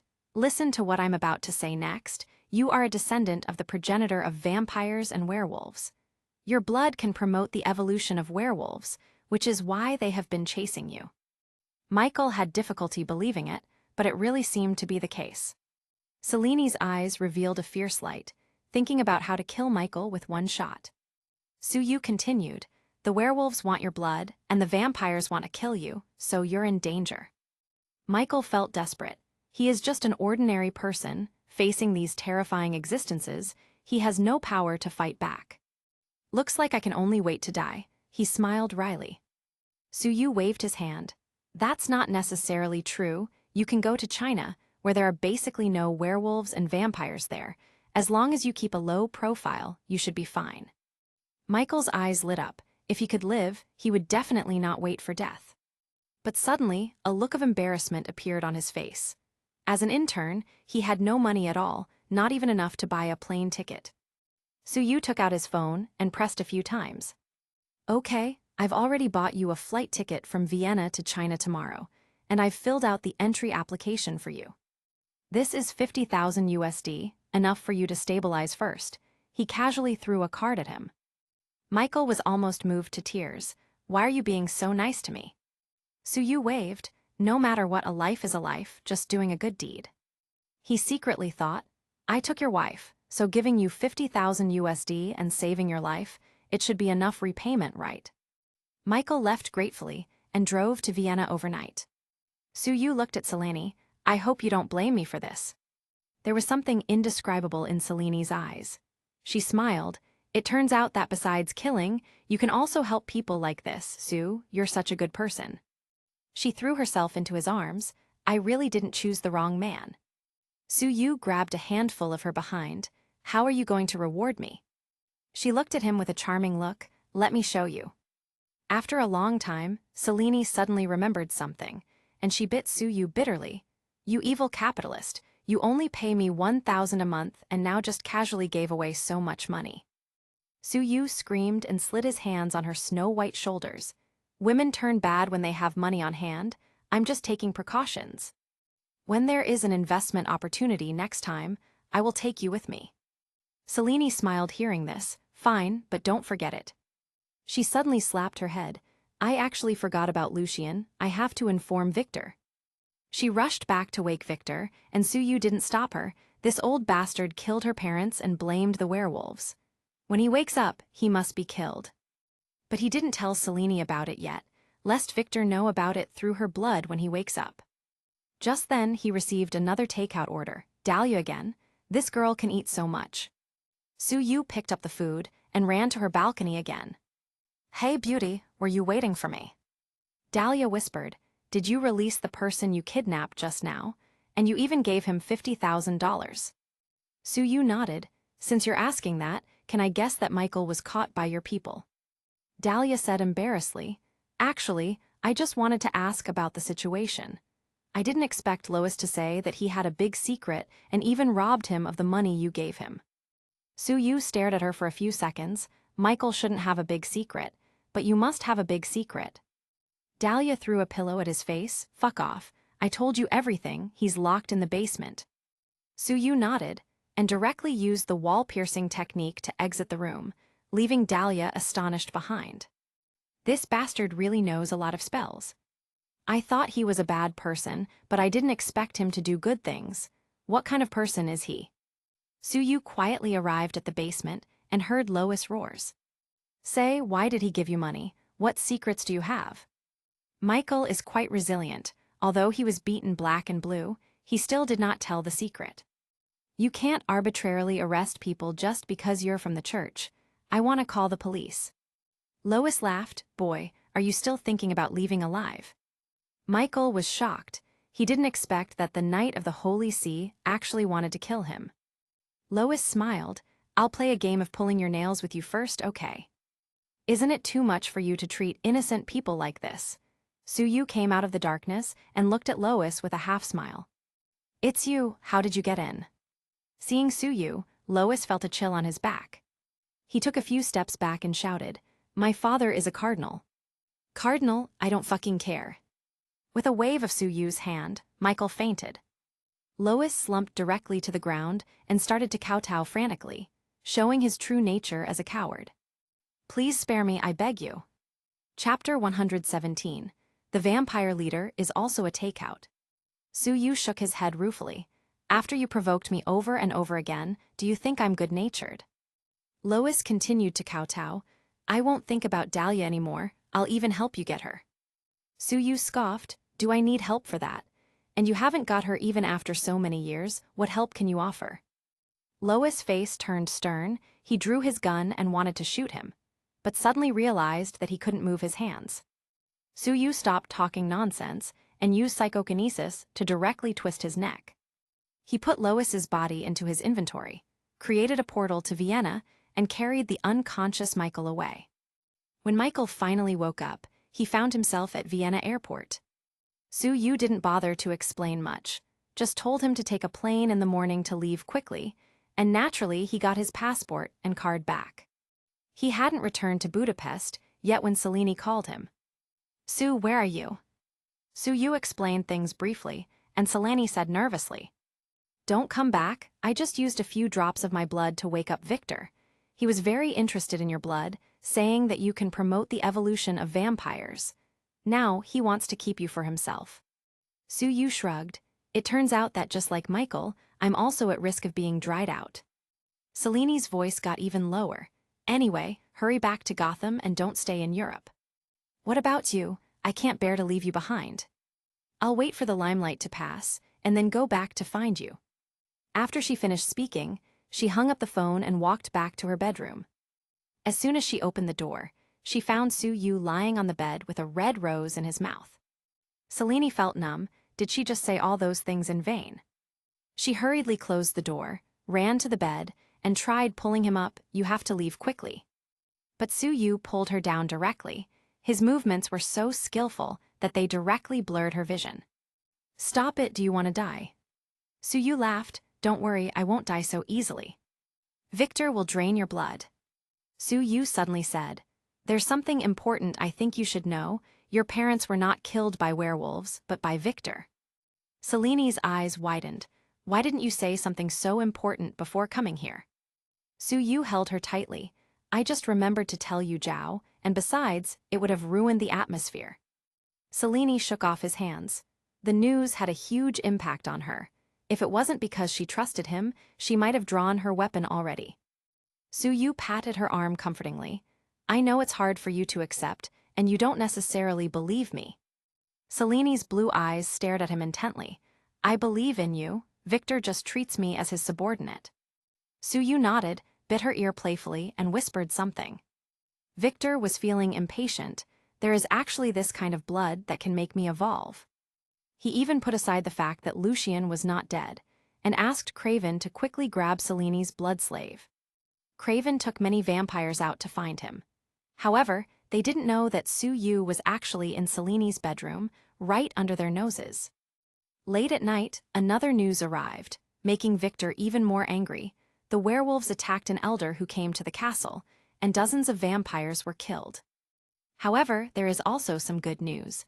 The werewolf stronghold was discovered, and Victor summoned everyone to exterminate them. Su Yu went with Selene in secret. Craven was afraid that the news of Lucian's survival would be exposed, so he pretended to need to talk to him and used silver nitrate bullets to attack him from the back. The wolf leader didn't expect this guy to be so shameless. Craven kicked Lucian's body. "I really killed you this time." There was a sound of gunshots outside. Understanding that Victor had already brought people to attack the werewolves, he turned around and fled in another direction. It's just that he didn't expect that Lucian wasn't dead yet. Werewolves and vampires were fighting fiercely. The underground passages extend in all directions, and Su Yu was leading Selene through them. His powerful mental strength allowed him to easily avoid the fighters on both sides.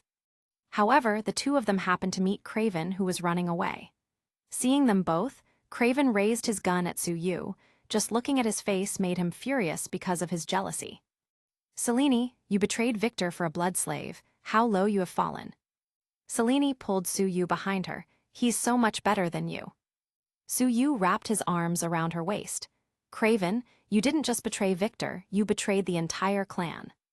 Craven snorted. "What do you know, under my leadership, no one has died in hundreds of years. But as soon as Victor woke up, so many people died. Selene, let me tell you a secret. Your whole family was actually killed by Victor. He has been out secretly killing people and drinking blood." Craven is very treacherous. He didn't want to tell her this for good reasons. He just wanted Selene to be shocked for a moment so he could make his move. Bang, bang, bang, bang, tilde. The gun in his hand started pouring bullets like crazy. Su Yu casually lifted his Desert Eagle and shot back. The bullets collided in the air and turned into hot iron lumps. Selene also reacted, pulled the trigger with her 2 pistols, and at least 7 or 8 bullets hit Craven. He vomited blood and fell to the ground. Looking at the dark muzzle of the gun in front of his face, he couldn't keep his composure. "Selene, I have been so kind to you for hundreds of years, don't kill me." Bang, bang, bang, tilde. Selene's answer was 3 bullets to the head. Su Yu nodded. The decisive Selene was a good girl only in front of him. He looked in one direction and noticed that someone was coming. Victor came out of the darkness with shining eyes. "Selene, my good daughter, you brought the blood slave, and killed the damn traitor Craven." Su Yu sneered. "Old monster, shamelessness also has a limit. You're just treating Selene as a substitute for your own daughter who was killed by you." Victor said lightly, "Well, what else do you know?" Selene stood in front of Su Yu and looked at Victor with complicated eyes. "Did you kill my family?" Victor glanced at the dead Craven. "He's causing me trouble even after death. Yes, your family was all killed by me, but I have been very good to you." Selene's eyes turned cold. "I'm just your killing tool, a substitute for your dead daughter." Victor shook his head. "Looks like we're going to clash as well. No matter what, thank you for the blood slave you brought." He kicked his right foot and swung his right hand toward Su Yu. He was going to drink his blood directly. Su Yu waved his hand and used his fear spell, causing Victor to fall to the ground directly from the air, holding his head and screaming. "No, Sonia, my daughter, I don't want to kill you either. Why did you have to get with a werewolf?" Su Yu walked over, put his foot on his chest, and directly broke his ribs. Before the effects of the spell faded, Victor was kicked a few times by Su Yu until he fainted. Selene was a little confused. "Aren't we going to kill him?" Su Yu shook his head. "Wait, I want to deliver him to someone." He carried Victor and took Selene to find the half-dead Lucian. Chapter 118, Wolf King Resilience. The moment Lucian saw Victor, he burst out with unexpected energy, biting Victor fiercely. Victor woke up at that moment and fought back desperately. Their centuries-long feud ensured they didn't hold back in trying to kill the other. Damn Victor, I'm going to avenge Sonia. Dirty werewolf, you killed Sonia. Lucien transformed into his werewolf form. His fangs and claws inflicted numerous wounds on Victor.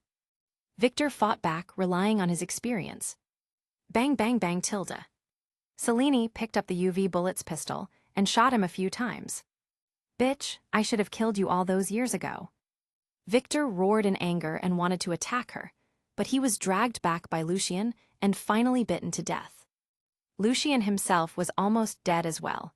He returned to his human form and looked at Su Yu with gratefulness. Thank you for allowing me to take revenge. After speaking his thanks, he fell to the side and breathed his last. Su Yu shook his head and sighed, may you rest in peace. Ding, the system has detected Lucien's gratefulness. The delivery completion is 100%, special reward. Wolf King's resilience and full moon empowerment. Wolf King's resilience accelerates the healing factor. As long as the heart is not destroyed, the user can recover. On the night of the full moon, strength and agility rise sharply. Su Yu, forget about resilience. Am I going to turn into a wolf on the full moon or what? Selene threw herself into his arms. Master, now I can stay with you forever. Su Yu caressed her hair. The full moon night will be a little harder for you in the future. Selene was bewildered. What does the moon have to do with anything? Su Yu burned Lucien's body to ashes and called Dahlia. The abandoned underground passage in the east of the city has a great gift for you. Dahlia brought her people and found that many werewolves and vampires died in the place. Hee, it really is a great gift. Even Victor and Craven died. She suddenly thought, this guy won't make too many demands on me for giving me such a big gift, right? Su Yu and Selene returned to the castle and saw that this place had turned into a purgatory on Earth, and every vampire present was killed. Selena murmured, who could have killed them all? Although she is not friends with these people, it still makes her a little uncomfortable to see such a scene. Su Yu looked at the roof. Maybe it's some guy who just woke up hungry. Boom tilde. There was a big hole in the roof, and the real ancestor of vampires, Marcus, flew down. He had fleshy wings on his back, and he looked like a bat. Selene, the blood of your blood slave smells so good. Selene looked at him. You killed all these people. Why? Marcus laughed. For the first time in so many years, I am so free. Victor is dead, and no one can bind me anymore. These people who helped Victor, they should all die. You are the same. Su Yu pointed his hand, and his psychokinesis directly bound Marcus. Did you know that the villain died for talking too much? Marcus's expression changed. He didn't expect that Selene's blood slave was so powerful. He struggled hard, but no matter how much strength he used, he just couldn't break free. Selene took out a pistol, and bullets poured frantically on Marcus. It didn't take long for him to be turned into a sieve. With a wave of Su Yu's hand, flames enveloped Marcus and burned him to death. Selene's expression looked a little lonely. Every vampire here is dead except for me. Su Yu hugged her. It's all right. It will be fine as long as you have me. I just need to make you tired every day. That way you won't have time to think about other things. Selene rolled her eyes at him. I am looking forward to it. Su Yu pulled her to leave, but Selene stopped him. After so many years of accumulation, I am the only one left, so I should take all I can away. Su Yu's eyes lit up. In other words, you're going to be a super rich woman soon. She nodded. Maintaining dozens of you is just a drop in the bucket. Selene took all the house and land deeds, as well as the key to the bank safe. Then Su Yu set the castle on fire, and Erdhergaz became history. Selene first needed to deal with the fixed assets in Budapest and Vienna. Meanwhile, Su Yu grabbed another takeout order from Dahlia, but this time it was huge, hundreds of burritos. How hungry is this girl? Su Yu took the takeout and delivered it to the address. When he arrived, he realized it was an orphanage run by the Holy See. Dahlia was currently playing games with some children. Su Yu looked at the jumping headlights. Sure enough, such a girl is very loving. He went in with the food. Beauty, your takeout is here. Dahlia didn't seem surprised to see that it was Su Yu who delivered the food again. She turned to the children and shouted, Kids, the food is here. The kids rushed over and surrounded Su Yu. making him feel overwhelmed. Dahlia took pity on him and took the food from his hands, then patiently distributed it to the children. Su-yu took out a tissue and naturally helped her to wipe the sweat off her forehead. A thin little girl giggled, "Sister, is he your boyfriend?" Dahlia sighed, "Unfortunately, he is the enemy." Su-yu blinked, "Whether I am your enemy or not, it is not up to you." Dahlia rolled her eyes at him and continued to distribute the food to the kids. After she was finished, Su-yu approached her and whispered, "How was the gift last night? It should be enough for you to get a promotion and a salary increase so you can marry a rich and handsome man." Dahlia shook her head. "Unfortunately, I can't marry you. Most of the credit has been robbed by the local chief Bishop Combs. I'm also going to be held accountable by Cardinal Phil for the disappearance of Lois." Su-yu patted her shoulder. "I knew that you had plans for me. It seems that you have no background in the Holy See. Why don't you come with me?" Dahlia snorted. "My aunt already reminded me not to get on your pirate ship." Su-yu shrugged, "But your aunt is very happy with me." "Hey, you're together with a vampire. Hurry up and leave, don't implicate me." Su-yu looked around and saw a middle-aged priest staring at him with a bitter look. "The priest here doesn't seem to be very friendly. Do you want me to help?"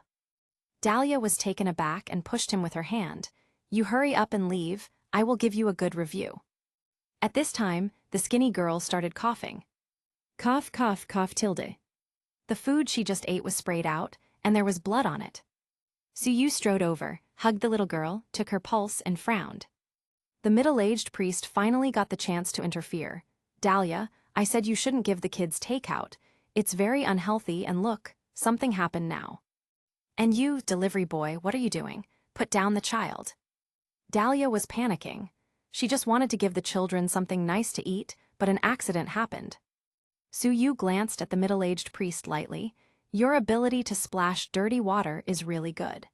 This child has been sick for several days, and you haven't gotten her any treatment." The little girl suddenly trembled with fear. "Father, I'm not sick, don't send me away, woo-woo." She burst into tears, looking terrified. Su-yu felt that something was wrong. Normally, even if a child was afraid of injections and medicines, they wouldn't be so scared. Chapter 119, Tony Wants to Poach Dahlia. Su-yu used his mental power to soothe the little girl. "What's your name?" "Emily," she said softly. "If you are sick, you need to take injections and medicines. You don't need be afraid." Emily shook her head wildly and started sobbing. "No, I'm not sick. All sick children were taken away and never came back, woo-woo." The middle-aged priest was shocked. "Emily, what nonsense are you talking about? They all went to therapy." Dahlia also realized that something was wrong. "Father Sean, what's going on?" Sean coughed. "Dahlia, this is a matter of our parish. Those children died of serious illness." Su-yu stared at him. "I don't believe you." Sean's eyes widened. "Mind your own business. You can't meddle in the Holy See's matters. You're just a food delivery man." Su-yu hypnotized him directly and questioned him. "What happened?" Sean's eyes blurred and he paused. "The money donated to the church is divided by the bishops, so the funds for the orphanage are very tight. The sick children are gathered together, and those who can't bear it are buried hastily." Dahlia's eyes were almost shooting fire from anger. "I remember there are a lot of donations from all over the world. Why can't you even provide the children simple medical care?" Sean continued, "Bishop Combs used his children to get more donations, but he didn't want to spend a penny on the orphanage. We have no choice." Su-yu shook his head. "There's always a choice, you just choose the easy way." Sean didn't look good. "We just took a little money, but most of the money was taken by the people above. I want us to take care of these orphans who are left alone. So if they get sick, you don't care about them anymore." Dahlia's tears flowed out. She was also an orphan before, and she felt even more empathy for these children. They had no recourse but you. It was your duty to care for them, and you treated them like this. She kicked Sean to the ground angrily. Su-yu held her back. "Wait until I finish questioning him." "Where did you bury the children?" Sean murmured, "In the garden in the back mountain." Su-yu recorded all of Sean's words on video, and then called the police directly. Dahlia couldn't hold back anymore and beat Sean violently. The other clergy in the orphanage rushed to inform the bishop. Soon, Bishop Comys arrived with dozens of clergymen, including a dozen armed knights. The gray-haired bishop glanced angrily at the corner of the garden that had been dug up, and growled, "Dahlia, what are you doing?" Then he turned to the knights he brought and ordered, "Stop them now." Dahlia kicked away the people who came over and said sternly, "Whoever dares to obstruct the excavation today, they will have to deal with me first." Bishop Comys looked nervous. "Dahlia, are you trying to betray the Holy See? You will be severely punished." But Dahlia was unmoved. If there was a God, he wouldn't let these things happen. Comys glanced at a few people around, who looked at Dahlia as if she was an heretic for daring to question God's existence. "Go together, take them down." Suyu pointed at Comys with his phone camera. "Bishop, don't get so excited. Come and say something to the world. They're eagerly awaiting for it." Comys was surprised. The whole world could see him. Suyu shrugged. "There's a thing called live broadcast. You old bones haven't heard of it." Comys quickly changed his face and turned into a kind old man, making Suyu speechless. "Wow, how can you change your face so fast? Have you been practicing in front of the mirror?" "But it doesn't matter. There are millions of people watching already." Comys wanted the Holy See to suppress the matter, but was frightened by the number of viewers. In California, Jarvis informed Tony about the broadcast. He donated a rocket and typed, "I'm really blind, donating so much money to the church every year." "Hit girl who skipped classes again. Just you wait, old man. I will use a knife to cut your body into thousands of pieces." Harley at work. "Dear, bring the old man over to Arkham. I can arrange for him to stay with Killer Croc." Lonely poison ivy in the treehouse. "This old man is the most suitable for flower fertilizer. He's a gigantic piece of shit." Black Widow, that's it. Hurry up and hypnotize him already, make him kneel down and expose all his crimes. Penguin, friend, pay attention to safety. Gotham needs you. Don't be persecuted by the church. They love to burn innocent people. When Suyu's mental power hit, Father Sean started digging the hole even faster. Soon Sean murmured, "Right here." Dahlia saw that there were some bones and corpses inside, and the stench rushed out. Suyu checked it and found that there were kids who died of measles, whooping cough, but also common laryngitis and simple infections. These bastards, many diseases are actually easy to treat. Sean nodded. There are several more places like this. Comys yelled, "Sean, how could you do such a thing? We will have to punish you seriously." When Sean heard this, he didn't need Suyu hypnosis anymore. He jumped up from the pit on his own volition and attacked Comys. "You just gave me a bit of money, and now want me to take the blame. I'm not a temporary worker." With a wave of Suyu's hand, several more people were hypnotized and started digging in different corners with shovels. The others tried to stop it, and were knocked to the ground by Dahlia. Seeing a woman fighting directly added a lot of heat to the broadcast chat room. "So beautiful and cool. The headlights are so dazzling. Such a girl with a sense of justice, consider me a fan." Tony directly sent several big rockets. "Sue, this girl is so heroic and valiant, I still need a female bodyguard here, with an annual salary of 1 million. Nick Fury was already thinking about how to recruit her to S.H.I.E.L.D. Sue, you didn't expect that many people wanted to steal her, even before he could get his grubby hands on her.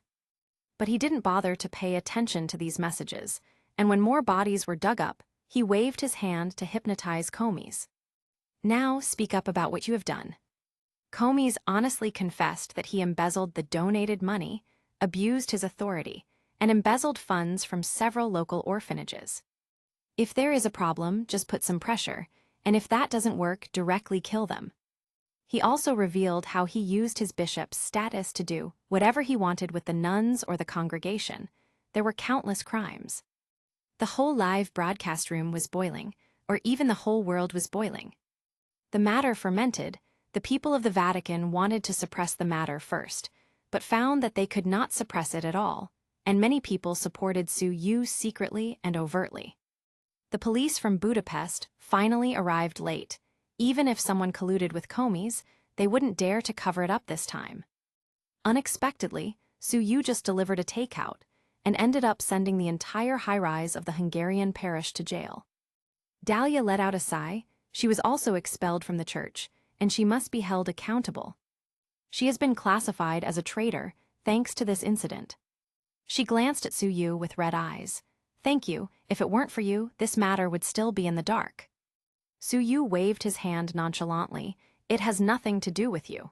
Since I noticed something like this, I naturally had to expose it. Dahlia sighed again. I may be secretly disposed of by the Holy See for my participation in exposing this. Suyu patted her shoulder. If you're worried, come to Gotham with me. No one can hurt you there. My family still lacks a nurse. And the monthly salary is as high as 3,000 USD. Dahlia rolled her eyes. You have a top-ranked millionaire in your live broadcast room who seems to want to spend millions to invite me to work for him. Suyu shook his head. How can you believe this? Otherwise, there would be no housekeeper in my family who can speak 8 languages, and the salary is only 3,000. Dahlia thought about it. Forget it, since I can't go back to the church, I will follow you first, at least to see my aunt. Suyu looked at her, but you have to do one thing now. What? Are you asking me to buy the plane tickets? No, give me a good review. Chapter 120, Smear Campaign. Dahlia rolled her eyes again and muttered, how can someone be so obsessed with something like reviews? Suyu approached her and looked at those beautiful blue eyes. Don't be curious about me. That's the beginning of romance, Tilda. She snorted and gave him a 5-star review. HMPH, men only slow down the speed at which I draw my sword. The voice of the system sounded in Suyu's mind. The host has received a 5-star review from Dahlia. The completion rate is 100%, and the reward, Radiant Energy Eye. Radiant Energy Eye. Gather radiant energy in your eyes and bombard the enemy. This radiant energy eye should be similar to Superman's heat ray. It seems that the more people I send to jail, the more rewards I can get. Suyu was thinking about how to keep exploiting the church for rewards. Dahlia was a little confused. Why is he so happy? I really don't understand. Isn't it just a good review? Suyu directly donated money to several local orphanages with a good reputation and helped to transfer these orphans from the church. Sick children also received prompt treatment. After seeing all this, Dahlia's eyes looked at him differently. I used to think that you were just a powerful blood slave, but now it seems that you have a good heart. Suyu shook his head. I'm just a scumbag, many people know that. Dahlia whispered, that makes you a loving scumbag. Suyu has good ears, scumbags can be loving. He and Dahlia reunited with Selene. Selene rushed over once she saw him. Master, I didn't expect that in one day you brought the whole Hungarian parish down. This is something we haven't managed to do even after hundreds of years. Suyu patted her buttocks. So, how are you going to treat me later? Selene replied smoothly, do we have to wait? Dahlia rolled her eyes. These people are shameless. Selene pretended to only notice her at this time and pushed Suyu behind her. Dirty Holy See lackey, what do you want to do? When Dahlia heard these words before, she would immediately refute them, but now she feels that the words seem to fit quite well. She suddenly felt lonely. I am no longer a knight of the Holy See, to them I'm just a traitor. Selene unexpectedly didn't mock her. I also lost my clan, but at least I'm a rich woman now. Dahlia paused for a second. I even had my bank card blocked by the Holy See, and I can't get my salary from the past. Selene nodded. Then you are miserable. Dahlia kept saying, but I have found a new job, which is to be the bodyguard of the Sue family, with a monthly salary of 3,000 USD. After speaking, she gave Suyu a blank look, silently complaining about the low salary. What? Selene was like a cat whose tail was stomped. You can actually get 3,000. I only get 1,000 a month. Dahlia suddenly felt that the salary was all right. She gave Suyu a wink. I have to say, you still have a good eye. Suyu's waist was pinched by Selene several times. Sure enough, employees shouldn't discuss salaries, because in the end, it's the boss who suffers. Selene, you took all of your clan's property, and now you have more money than me, so why bother? But Selene was still upset. It's not about money. Do you think I am worse than her? My body is well proportioned and my appearance is perfect. Suyu shrugged. She does have more fat reserves in her key areas, but that's not the point. Well, I can also raise your salary to 3,000. Are you happy now? Selene snorted. It's not my fault that she's fat. Dahlia wanted to attack her, but Su Yu stopped her. So she had no choice but to use words to attack her. She looked at Seleni's leather jacket and pants. After fighting with you for so many years, I've always had a question I wanted to ask. Selene leaned against Su Yu's arms. Just ask away. Since you wear tight leather pants all day, how do you solve the problem of farting? Does it inflate the pants? Selene's eyebrow twitched. I'm not like you, eating like a pig, I don't fart. Su Yu laughed. I didn't know female knights could be so funny. Selene took his hand and dragged him away to let off some steam. Su Yu unexpectedly benefited from her anger as she put extra effort to drain him completely. The entire Holy See was saddened. The Pope, who was over 80 years old, came out to apologize and won a lot of sympathy points as he talked with tears streaming down his face. He said that he wasn't aware of such things happening, or else he would have intervened personally.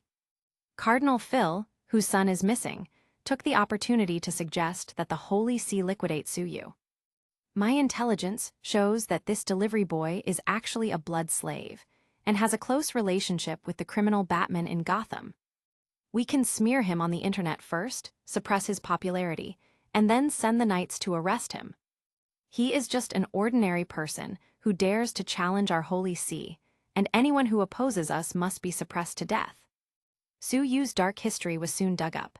They found a lot of misdeeds on online forums.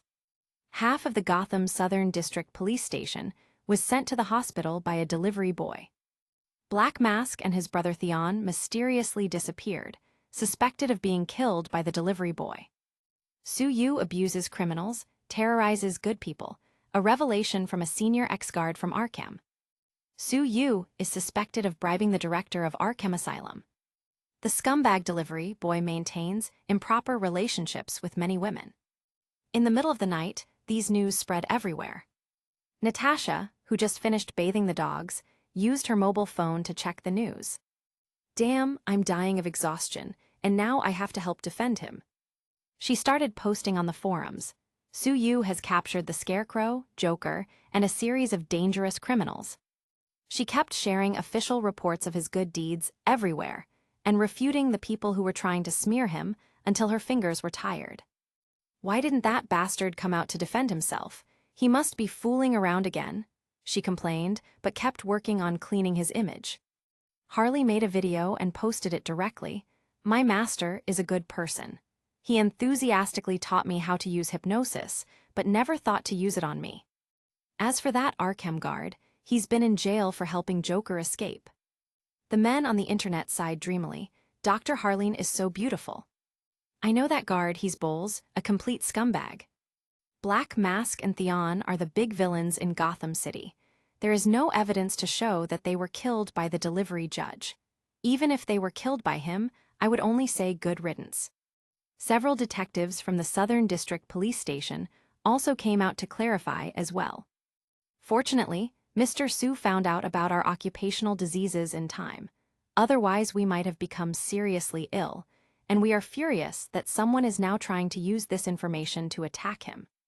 When netizens learned the facts, they supported Su Yu and pointed their finger at the church. The Holy See itself is full of shit, and it actually wants to smear a good man's name. After getting to know him and his deeds, I have become a fan. How can such a handsome man be a bad guy? Cardinal Phil complained. How could it be? Not only did we not manage to smear his name, but we actually helped to make him more popular. HMPH, I still have more information. I refuse to believe I can't do this. Chapter 121.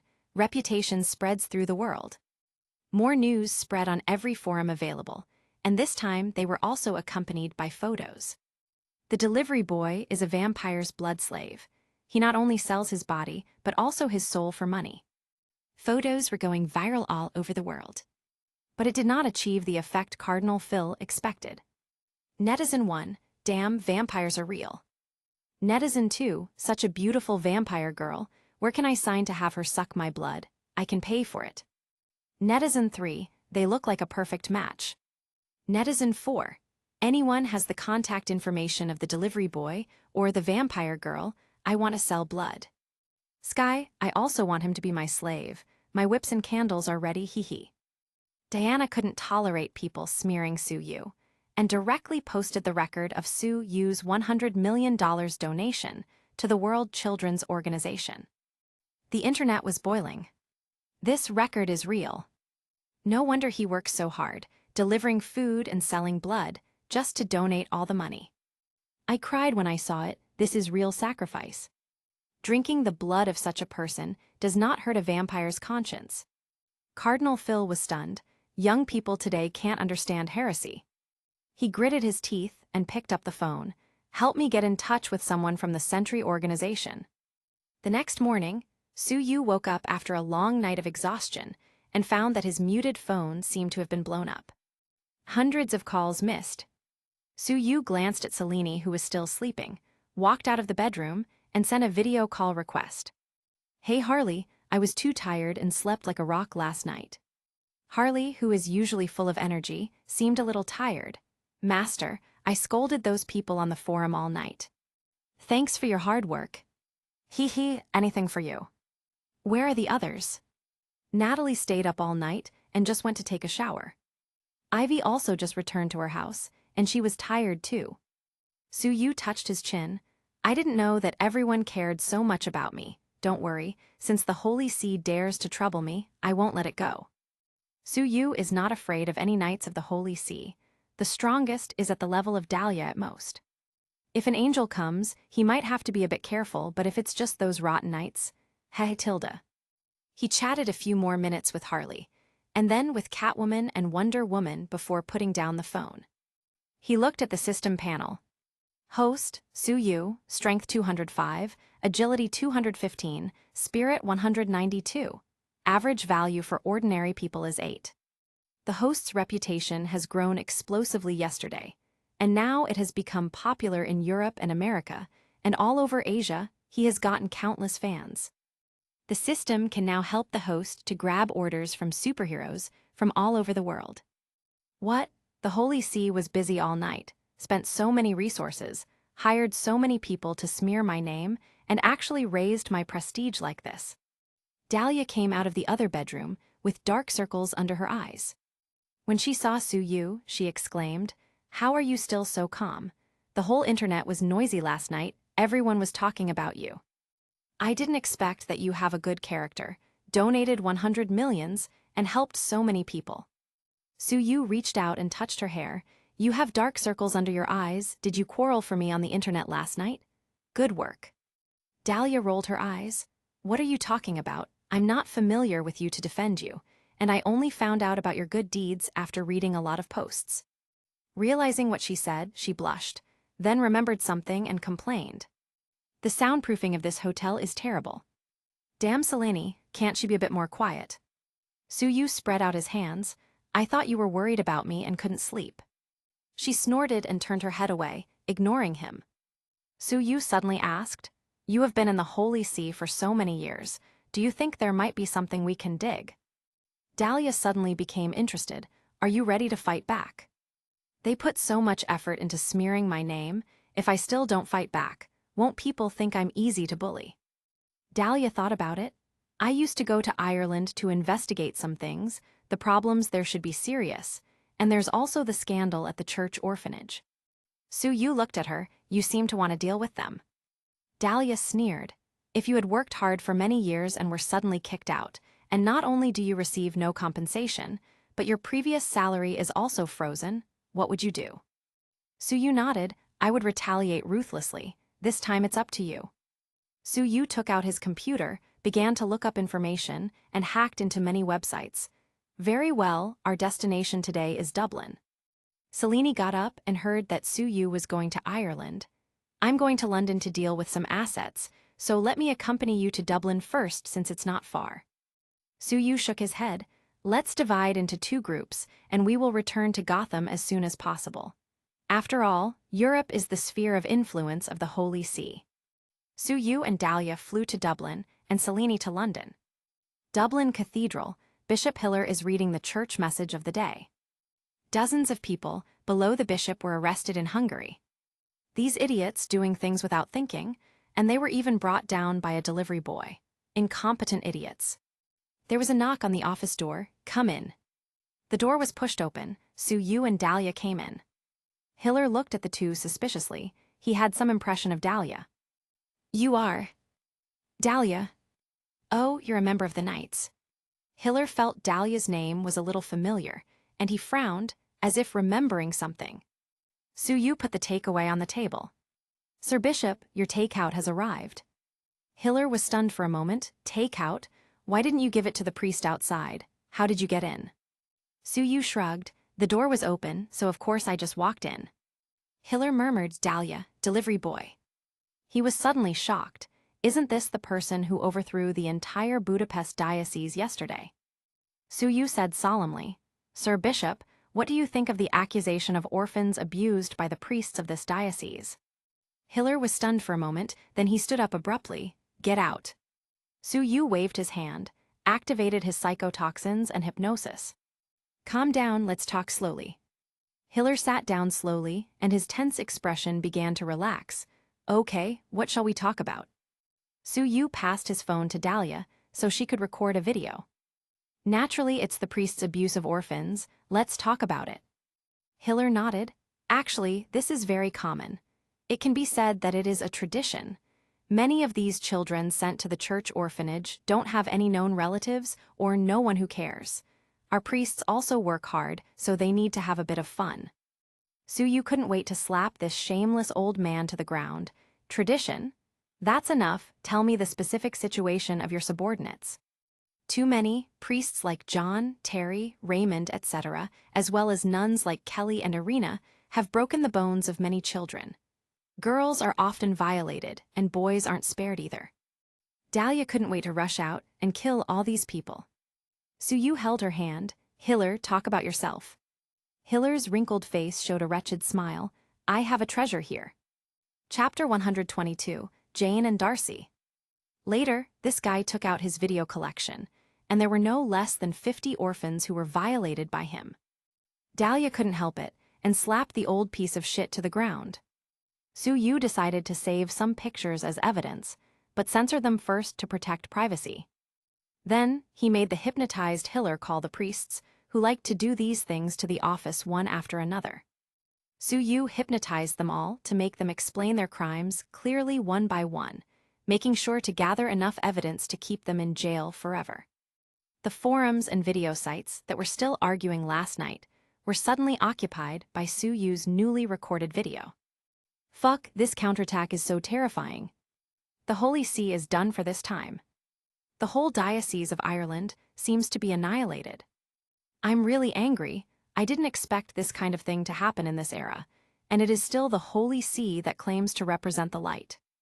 I was a victim of theirs as well when I was a kid, but unfortunately, there was no way for me to ask for help at that time. The Pope also said yesterday that these things are just an isolated phenomenon my ass. The old man hasn't woken up yet, so hurry up and spread the word. Let's see how he plays this time."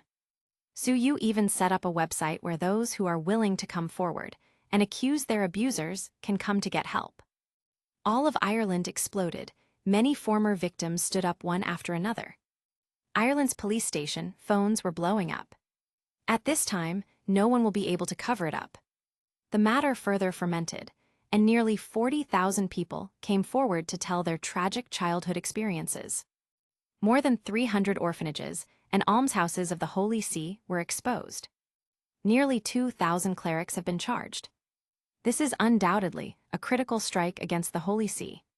Faced with the huge amount of compensation, the Diocese of Ireland will probably be going bankrupt. You must know that Ireland is a very stable parish of the Holy See, and now it is facing an almost complete collapse of faith.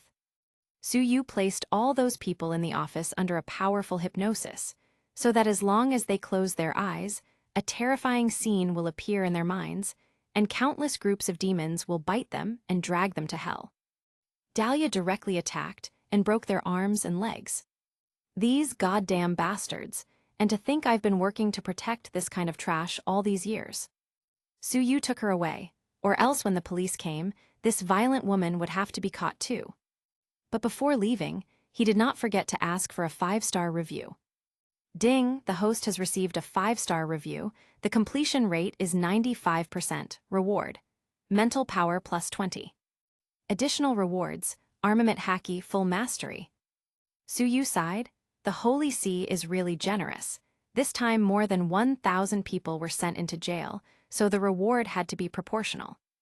The two went straight to London, where Selene was still busy dealing with her new assets, so instead of bothering her, Dahlia took Suyu for a drink. It feels so liberating. I have been a church knight for so many years, and I have never felt so free. Dahlia happily drank a big glass of beer. Her husky-like eyes stared at Suyu, the corners of her mouth pouted slightly, and she looked so beautiful. The men who came to drink were all checking her out. Suyu fixed her messy hair. Just how old are you?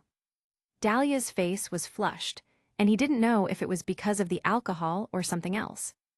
I started going out on missions when I was 15 years old, and I have been a knight for 10 years, killing thousands of monsters. Only 25 years old?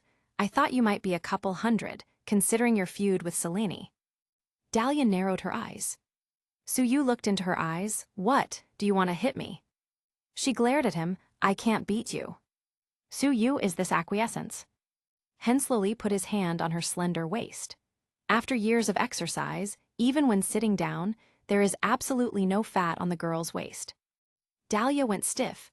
Apparently no man had ever put his arms around her waist. While drinking, she whispered, if you don't take that hand away, I will crush it. Suyu smiled mischievously. Beauty, don't be so nervous. Why is your face so red? Dahlia's face got even more red. Who says I am nervous? Suyu pointed to the glass in her hand. You seem to be drinking my beer. What? She hurriedly put down the glass and hit Suyu with her elbow in anger. Scumbag. Suyu laughed. Teasing a girl with such a good figure, but with a pure and innocent personality, was really fun. Dahlia pouted and cursed. I'm going to tell my aunt. Suyu, this is not good. Diana has a bad temper. Dahlia smiled proudly, as if she had finally discovered his weakness. Suyu took out his phone and checked for orders. Hey, got a takeaway order from Oxford University. Gotta grab it. Dahlia excitedly said, let's go, we'll send some Oxford University teachers to jail. Suyu flicked her on the head. Just what are you thinking about? It's a takeout ordered by 2 girls. Oxford University, Department of Astrophysics Laboratory. Darcy touched her hungry, flat stomach. I'm starving to death. Why hasn't the takeaway arrived yet? The innocent-looking Jane Foster wrote and recorded data seriously. Aren't you afraid of getting fat? Can't you just focus on research? Darcy laid flat on the table. I'm just an assistant. I can't help much with this part of the research. Maybe I should just take a look at my male god. Male god? When did you have a male god? Just yesterday, Sue. The delivery boy who overturned the Hungarian and Irish parishes is not only super handsome, but also has a strong sense of justice, and seems to be very rich as well. Jane nodded. Well, he's really good. He doesn't seem to be afraid of retaliation. I didn't expect the Holy See to be so dark. Darcy sighed. God, can you make a handsome man fall from the sky? Jane smiled lightly. It may be an alien if he falls from the sky. There was a knock on the laboratory door and Darcy's eyes lit up. The takeout is here. She took a few quick steps and opened the door of the laboratory. What? She screamed, oh my God. Suyu looked at her with a smile. I didn't expect the customer to be such a beautiful woman. Darcy looked like she was about to faint. Jane, the male god, smiled at me. Immediately she became nervous again. Jane, have you done something illegal for scientific research funding? He is going to send us to jail. Suyu was bewildered. Is his reputation really like this? Jane came over suspiciously, and when she saw the handsome Suyu, her eyes lit up. Wow, it's really Sue. Darcy gritted her teeth as if taking a difficult decision, and pulled Suyu into the laboratory. Even if you send me to jail, I can't suffer for nothing. She directly started caressing Suyu's abdominal muscles. Wow, Jane, 8-pack abs, they're so hard. Jane blushed. It was really hard to have such a shameless friend. She smiled awkwardly at Suyu. Sorry, she has a mental illness. Suyu passed them the takeout bag and smiled. Her character is very cheerful, and beneath her uninhibited appearance is a kind heart. Darcy threw herself directly into his arms, squeezing her chest against his body. Sue, you know me too well, let's find a quiet place to chat, okay? Jane was seriously doubting her choice of friends. This best friend is really good. Seeing a handsome guy, she immediately took the initiative to attack, not leaving any room for her.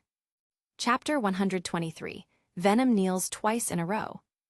Darcy and Sue Yu were chatting and flirting, while Jane would interject a few words from time to time. Sue Yu looked at the laboratory equipment. Your equipment seems a bit old. Jane sighed, insufficient funds, we can only use what we have. Sue Yu took out his mobile phone and donated $10 million directly to Jane's laboratory. Just tell me if it's not enough. Darcy's eyes were full of stars. Sue, are you planning to take care of me or to take care of us? Jane is also full of goodwill towards him. A handsome guy with a sense of justice and a lot of money, who wouldn't want him? She brushed her hair behind her ear. This isn't good, I'm a physicist after all and have my own pursuits. Sue Yu looked at Jane with a half-smile. This girl just seems to be playing hard to get. He smiled at the two of them. Don't think too much, I'm just funding your research, and I may ask you for help someday. Jane also smiled. No problem, if you need anything, come to us anytime. Sue Yu blinked. Anything I need. Jane blushed at the implication. Darcy pounced again. I'm just an assistant. You can ask Jane about research and stuff, but I can help you with life problems. After speaking, she touched Sue Yu's 8-pack again, with an intoxicated expression on her face. Jane was speechless. Darcy, we are scientists with pursuits. Darcy rolled her eyes. That's you. I just want to open a small shop and wait to die, or find someone to take care of me. Sue Yu nodded. This girl is so real. Darcy gave him a good review, which gave him a bonus of +3 strength, which isn't bad. He said goodbye to them and walked outside the university. He found that Dahlia, who was waiting for him outside, was being entangled by a somewhat strong-looking man. The two had already started fighting, but fortunately it was dark and no one was around. Where's the delivery boy? Dahlia snorted. You still want to find Sue when you can't even win against me. The man was angry and instantly transformed. He turned into a huge black humanoid, with a big mouth and a row of uneven, sharp teeth. A low voice rang out, will a beauty taste better? Sue Yu was taken aback. Isn't this loser Venom? Dahlia took a few steps back. She thought the opponent looked a little disgusting. Don't mess around, Sue won't let you go. Venom laughed loudly. Our target is him. Eddie will get a bounty of $5 million. While I will eat the delivery boy as if he was a takeout, I'm so creative. I heard you wanted to eat me. Sue Yu walked out of the darkness and said lightly. Venom turned sharply and looked at him. Hey, you feel a little familiar. Sue Yu stimulated the power of riot in his body. Boy, you don't know who I am. Venom knelt directly, his knees buckled, his body trembled in fear. Boss, I was wrong. Eddie complained, what the hell? Venom, you piece of rubbish, didn't you say that you are the boss? Venom's strong body just now seemed to be deflated. I was just bragging. I'm one of the weakest beings on our planet, otherwise, how could I match you so well? Sue Yu nodded, truly a pair of losers. Dahlia went to Sue Yu's side. What's the situation? How can this thing be afraid of you? What relation does it have with you? Sue Yu shook his head. I killed one of his bosses before and absorbed it, so I can exude a similar presence if I want. Having said that, he pulled her into his arms. Are you afraid? Let me give you some warmth. Dahlia threatened, I'm going to tell my aunt. Venom asked cautiously, you killed Riot. Sue Yu nodded. Venom continued to speak cautiously, then the rest of the Clinter. Do you have contact with them? Sue Yu shook his head. They're not beautiful women, why would I keep contact? Venom instantly felt that everything was fine again. He stood up, his mouth wide open. Haha, you two should be delicious enough to eat together. Dahlia looked at Venom's bloody mouth, hid behind Sue Yu, and said timidly, Uncle, you promised to take care of me. Sue Yu paused for a second. Is this a role playing? It seems interesting. He slapped her butt hard. As your uncle, I also have the right to punish you if you don't behave. Seeing them busy flirting, Venom got mad. Stop ignoring me. He jumped and rushed at Sue Yu. But Sue Yu pointed his hand and directly used a mental attack. Eddie screamed again and again. I can't even pay next month's rent. Bastard inside, don't eat my organs. Annie, don't leave me. Suyu shook his head. It's really a sad life. No money, his girlfriend left him, and he's all the time worried about being eaten by an alien. Tilda, Eddie, you idiot, why are you crying? Venom talked directly into his mind. I don't want to either, I just got emotional all of a sudden. Eddie continued to scream and cry. Venom suddenly thought, it's a psychic attack. He immediately laughed. Unfortunately, this thing is of no use to me because I have no brain or heart. Suyu replied, is this something to be proud of? You still have to kneel in front of me. Venom laughed, Riot is dead, low-level creatures like humans are nothing but my rations. Whoever comes now, don't even think about me kneeling. Suyu nodded, it seems like it's time to put him in his place. He waved his hand, and a fire dragon tens of meters long burst out into the sky, turning the sky red. The fire dragon roared a few times, hovered at a low altitude, and was about to pounce on Venom. Bang Tilda. Venom knelt down decisively. With that scorching temperature, Venom is sure that he will never be able to withstand it, so he has no choice but to kneel. As long as he can live, anything is acceptable. Suyu said lightly, didn't you say you wouldn't kneel to anyone? Venom grinned very embarrassedly, revealing his white fangs. He felt that he was about to be set on fire, and what his species feared the most were sound, waves, and fire. Dahlia wondered, why is he so afraid of fire? Suyu explained to her. The ancestor of his race is a sword that was made with a piece of a god. You should know the forging process of swords. Dahlia was a little puzzled, bash and burn it. Suyu pulled her over and gave her a smooch on the cheek. Smart, so they are genetically afraid of fire and certain sound waves. Dahlia. Venom was still kneeling on the ground. Originally, he wanted to run away while the couple was busy showing their affection, but found that the fire dragon kept staring at him, and his legs went weak. A laugh, followed by a sleazy voice, came out of the darkness. Sorry to interrupt your lovey-dovey time, but I came for my pocket money. Don't worry, bro, I can take care of her for you after your death. Chapter 124, Polaris Care. Suyu didn't need to look.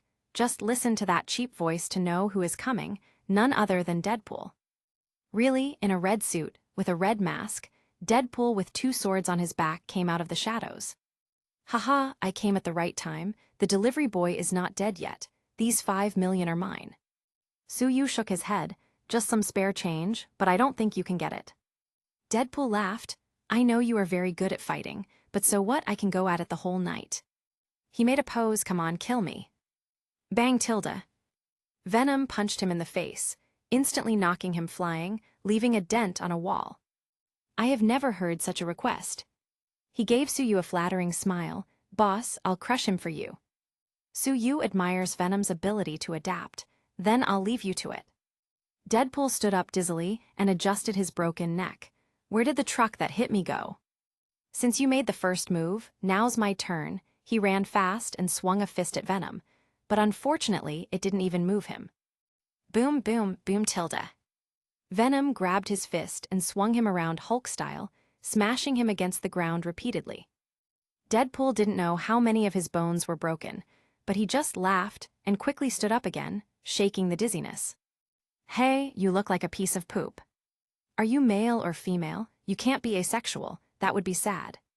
Shut up already. Venom rushed to beat Deadpool again. After a series of blows, Deadpool lay on the ground all broken, but still wouldn't shut up. Eddie was already gasping for breath. Slow down first, I'm dying of exhaustion. Deadpool smiled and pulled out the two swords from his back. Now's my turn, baby. Venom didn't seem to care at all. With his regeneration, it wouldn't take more than a second to recover from a cut. Whoosh Tilda. Deadpool slashed Venom's arm. Both Eddie and Venom screamed simultaneously and noticed the wound wouldn't heal at all. Deadpool laughed. If you didn't know, these swords of mine are made of a special alloy, which can suppress healing factors. He jumped up proudly and prepared to finish Venom off with another slash, but with a wave of Suyu's hand, the two swords detached from Deadpool's hands and flew into his hands. Suyu likes these swords quite a bit. The most underrated weapon, capable of suppressing healing factors, this is a deadly weapon for many heroes, and they're quite sturdy as well. In some Marvel universe, these swords directly cut off Wolverine's head. You must know that Wolverine's cervical vertebra is made of adamantium, which is almost indestructible. And because of the suppression of the healing factor, Wolverine was killed just like that. Deadpool looked at his now empty hands. Wait, I don't want to fight anymore. Boom tilde. He was blown away by Venom again. Looking at the two wrestling together, Dahlia rolled her eyes. I have to say, these 2 or 3 are so cheap. Suyu nodded, then he waved the 2 swords in his hands. How is it? Do I look more handsome with swords in hand? Well, the swords are beautiful. While the two were talking, Venom and Deadpool scrambling together seemed to have come to an agreement. The two scuffled and rolled, getting closer and closer to Suyu. When they rolled 2 meters away from him, the two quickly separated. Deadpool decisively attacked Suyu, but Venom had higher pursuits. He directly left Eddie's body in order to possess Suyu. Bang, bang tilde. When the two were 1 meter away from Suyu, they hit an invisible wall. Can't you see that I'm busy flirting? Suyu got mad at being disrupted, and he swung his arm covered in armament haki, sending a shockwave that blasted the two directly out. The shockwave penetrated into the bodies of both of them, blasting their internal organs into a mess, well, Deadpool's organs. Venom was knocked into the air by the shockwave, and then bitten by a fire dragon, and the extremely high temperature ignited him instantly. Both of them screamed in pain, so you walked towards Deadpool with a sword drawn. The sword that can suppress healing factors, or you who can recover from nearly anything, I wonder who is stronger. Deadpool directly knelt down. Brother, I was wrong, forgive me. I'm also miserable. I'm so ugly now, I don't dare to meet people without the mask on, I don't dare to meet my girlfriend. What if I have been cuckolded already? Venom's eyes lit up, seeing a chance to save his life. Boss, I'm miserable too. My girlfriend in my homeworld may have already started a family with someone else. Suyu waved his hand, the fire dragon disappeared, and Venom fell to the ground still smoking. Suyu looked at the two. I usually don't give second chances to those who try to kill me, but today I'm feeling generous, I will spare your lives, and even give you 1 million if you kill Cardinal Phil. Boss, that's a cardinal of the Holy See, only. Deadpool tried to negotiate for more benefits. Venom also joined the counterbid team, not to mention that 2 people have to divide the money. Eddie interjected quickly, it's 3 people. Venom and Deadpool looked at each other, and mutually decided to ignore Eddie. Really? Too little. Well, you guys continue to try to kill me, let's see if you can earn those 5 million. Suyu raised his voice and prepared to deal with them. The two quickly changed their tune, it's just a cardinal after all. Deadpool looked at the swords in Suyu's hand. Boss, without weapons, my combat effectiveness is greatly reduced. Suyu returned one of the swords. Okay, but I'll keep the other to peel fruits. Hurry up to complete the task, and I'll give you money after it's done. Deadpool and Eddie looked ashamed. Boss, can you give me some travel expenses? Our credit cards are maxed out.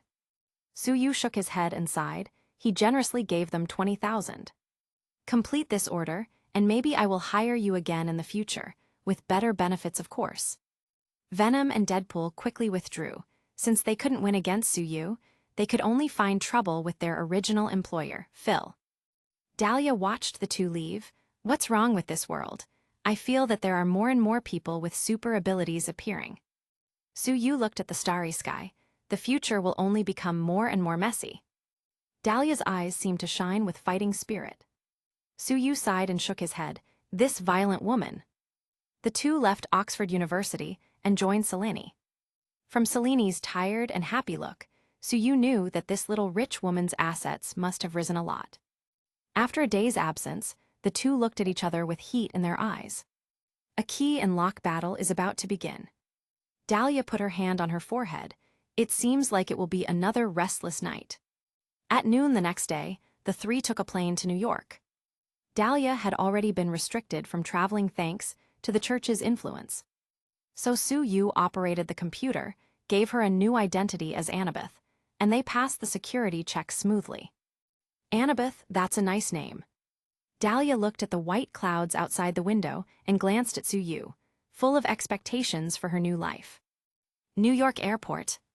Suyu's plane had just landed, and more than 24 sentry staff in suits had already been deployed.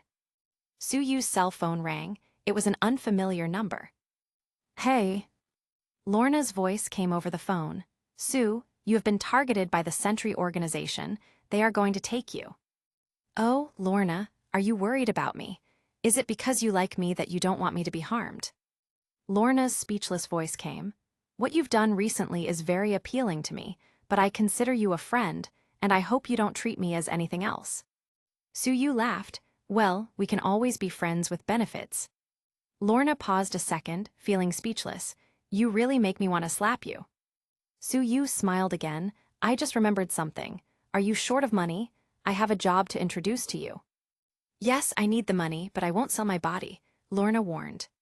It was Suyu's turn to be speechless. Don't worry, I will only use your powers. Chapter 125. Inviting police and criminals to barbecue. Dahlia muttered, another woman. Suyu hung up the phone and laughed. Why is there a sour smell in the air? Dahlia blushed and strode forward. Selene was still holding Suyu. Stop bullying her. Suyu snapped a picture of her. I seem to like to bully you more. As soon as the three of them took their luggage, they were surrounded by people from the Sentry organization. One of the middle-aged men showed their documents in a tough tone. I'm Bari, the field captain of the Sentry organization. The three of you are suspected of using your powers to create chaos. Come with us. Suyu looked at Bari. I don't know your organization, never heard of it. Do you even have the authority to arrest people? Bari made a look, and more than 20 people gathered around them. Dahlia and Selene were ready to beat them, but with a wave of Suyu's hand, they were all put under hypnosis. You are all lovely puppies. More than 20 people, including Bari, lay on the ground one after another, walking on all fours like dogs. Everyone around was shocked to see such a scene. I thought they were serious people, but it turned out they were performance artists. Then a kid's plush toy was snatched by one of the puppies, and they all began to fight for it, tearing it apart, making the child cry. Suyu grabbed Selene and Dahlia's hands and took them away. The top of the Sentry organization, Holly, who has a good relationship with Cardinal Phil, was furious when he heard the report of the restored Bari. Damn mutant, he must be captured and studied. He hung up the phone and called Phil. Old friend, my subordinates have made a fool of themselves this time, but you didn't say that he was so difficult to deal with. Phil knew this guy was asking for more benefits. Old friend, if you can deal with him, I will owe you a big favor. Holly was going to say something, but Phil's scream came from the other end of the phone. Hello, Phil, what happened? 10 seconds later, an annoying voice answered. Sorry, your friend can't answer. He's currently in hell being screwed. Then another voice came. Cardinals are not tasty either, too much oil. Holly. He could just imagine what happened to his old friend. Sue's power is so strong. He hastened to call a meeting. Suyu quickly gave Venom and Deadpool $500,000 each. However, he found that the land, sea, and air routes to Gotham had all been cut off. Bane has taken control of Gotham. Selene looked at him. What should we do? Are we forcibly breaking through? Suyu shook his head and took the two to a remote corner. Okay, it's time to show the real technology. He put on the sling ring, constantly drawing circles in the air, and a portal surrounded by sparks appeared out of nowhere. Suyu made a gesture. Ladies, welcome home. Selene and Dahlia walked into the portal in amazement. Dahlia murmured, with this technology, how much transportation costs can be saved? Harley was chatting with Poison Ivy. Hearing the sound coming from the bedroom, she rushed like the wind. Master, you are back. She directly jumped into Suyu's arms. Huh, Harley, you're getting fat. Harley was instantly unhappy and pouted. She glanced at Dahlia, and she is. Dahlia introduces herself. I am a bodyguard hired by him with a high salary. Harley rolled her eyes. He must have tricked you into accepting a low wage. She looked at Dahlia up and down, focusing on her chest. Well, I won't worry about children's nutrition in the future. Dahlia. Poison Ivy also rushed over. Sue, you're finally back. I was feeling so empty and lonely. Sue Yu comforted her for a bit, then went to play with the dogs. Huh, what about Natalie, still sleeping in? Harley quickly explained, the situation in Gotham is tense. Natalie went out to help Ada. Can she do that as well? Sue Yu shook his head. Tell me about Gotham. Harley nodded. Most of the police is trapped in the underground tunnel. Bane opened the Black Gate prison, and now the important strongholds in Gotham City are all controlled by criminals. He also made a nuclear bomb and placed it in a truck that is always moving, and the military doesn't dare to attack it. Sue Yu nodded. What do you think about the rest of Gotham's gangsters? Penguin has been looking for you a few times. The Elliot and Kane families have been looking for you as well. Sue Yu was a little stunned. Harley looked at him with shining eyes. You still don't know your influence in Gotham, you caught Joker. Forget the Scarecrow and Black Mask. Even the Holy See has been dealt a huge blow by you. Who is more powerful than you in this city? Sue Yu nodded. Okay, you contact the Penguin and the others. Let them come to our house for barbecue tonight. Sue Yu picked up the phone and called Natasha.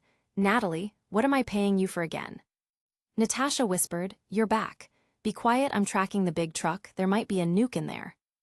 Okay, stop talking nonsense, and ask Ada to come over for a meeting tonight. Tell Gordon as well. Sue Yu hung up and called Tifa to invite her as well. Finally, he called Batman, and after the busy tone, he finally answered, Hello, Sue. Are you back?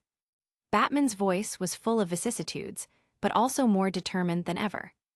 Brother, I feel like you're reborn. Well, I just climbed out of the Deep Well prison. Sue Yu nodded secretly. Batman's spirit was sublimated after this incident, and his willpower was stronger than Superman. Poison Ivy's psychotoxins can control Superman, but not the determined Batman. Come to my house for barbecue tonight. Batman was taken aback, but still agreed. That night, Harley, Poison Ivy, Dahlia and Selene were all busy preparing the food. Blackie, Sunny and Lily were running around Sue Yu playfully. Dahlia complained, why are you playing and we have to do everything? Sue Yu shrugged. In the animal world, have you seen male lions hunting? They're all just ready to eat while the females hunt. Besides, I've already made secret seasonings for you. Just smear them on the meat and everything will come out fine. HMPH, you really consider yourself an emperor? Dahlia turned her head and saw that the other three seemed to have no opinion and were diligently working. Did I join the wrong group? Soon, the guests arrived one after another. The fat penguin came with the bald victor and several bottles of good wine. Sue, you're finally back. Gotham is going to be ruined by that lunatic Bane. Sue Yu patted his shoulder. Don't worry, since I'm back, I won't let a lunatic ruin the city. Penguin looked at the four beautiful women and felt a bit jealous. The Elliot family had important things to do and couldn't send anyone. The old Kane family, Batman's mother's family, sent a hot girl with red hair. She stretched out her hand and introduced herself, Catherine Kane. Sue Yu nodded and held her hand. The Kane family is really good looking. Are you Bruce Wayne's cousin? Chapter 126. A large gathering of women in leather clothes. Kate smiled and nodded. My incompetent cousin, poor fool, was tricked by a woman this time. Sue Yu shook his head. Anyone could be fooled someday who hasn't met a few scumbags. Kate giggled. Then how many scumbags have you met? Sue Yu looked at Natasha, who had just entered the door. Isn't there a scumbag here? Natasha's ears twitched, and she glared at him. Sue Yu then greeted Gordon and Ada, who entered after her. You two have worked hard. Gordon sighed. Apparently not hard enough, I feel ashamed. I have a lot of responsibility for Gotham falling like this. Sue Yu looked at his white temples. Don't carry too much weight, you've done well enough. Then he put his arm around Ada's waist. You are losing weight.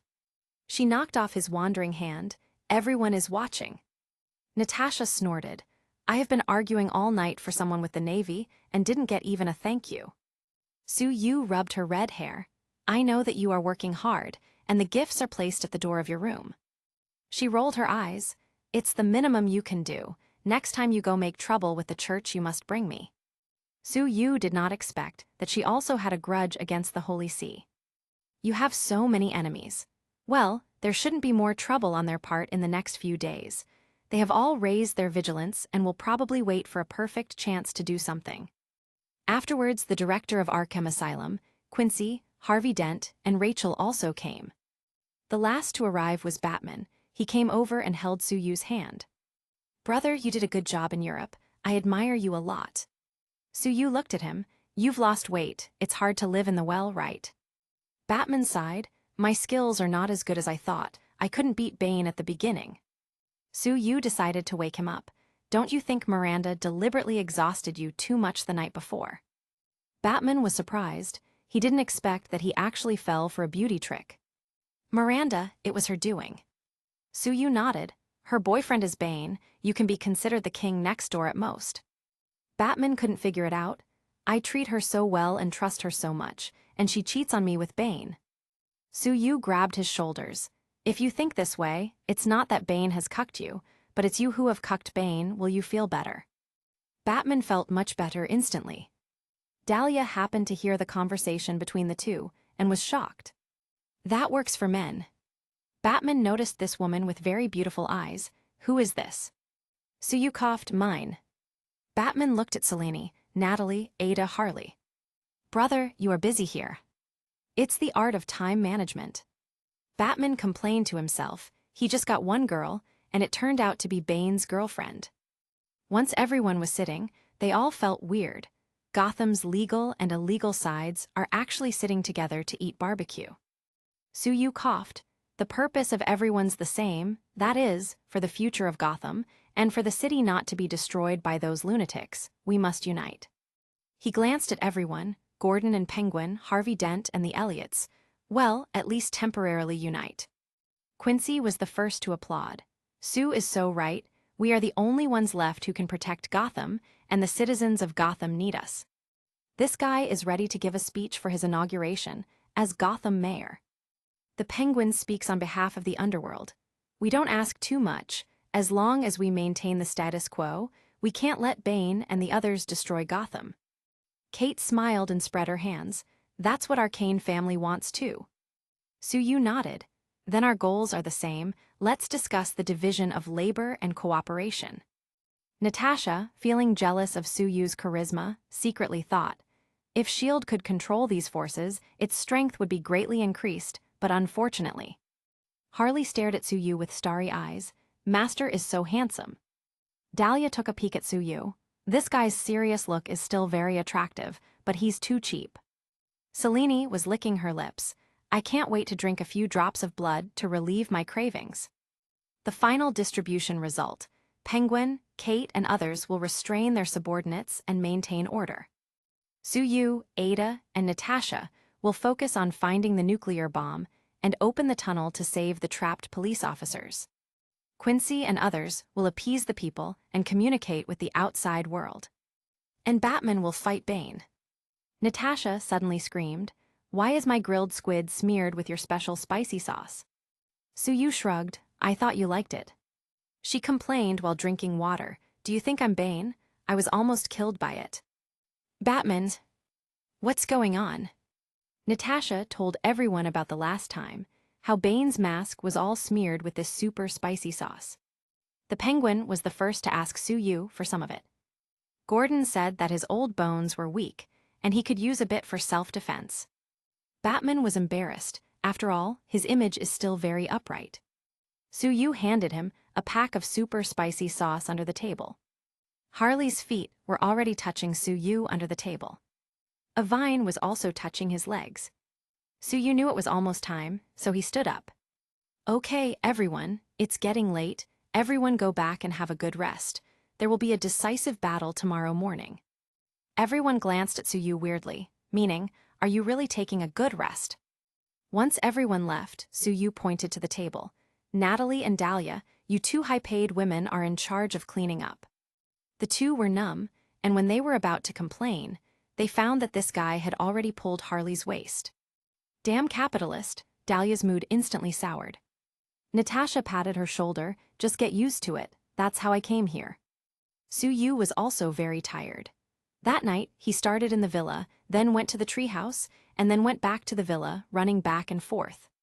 At 4 in the morning, Suyu gathered the crowd. Girls, it's time to save people. 4 Batcycles were parked on the lawn. One for Selene and Dahlia. One for Harley and Ivy. One for Natasha and Ada. Natasha looked at Suyu, who was sitting alone. Did you change your ways? Started to enjoy loneliness. Suyu shook his head and made a phone call. Kitty Cat can come here.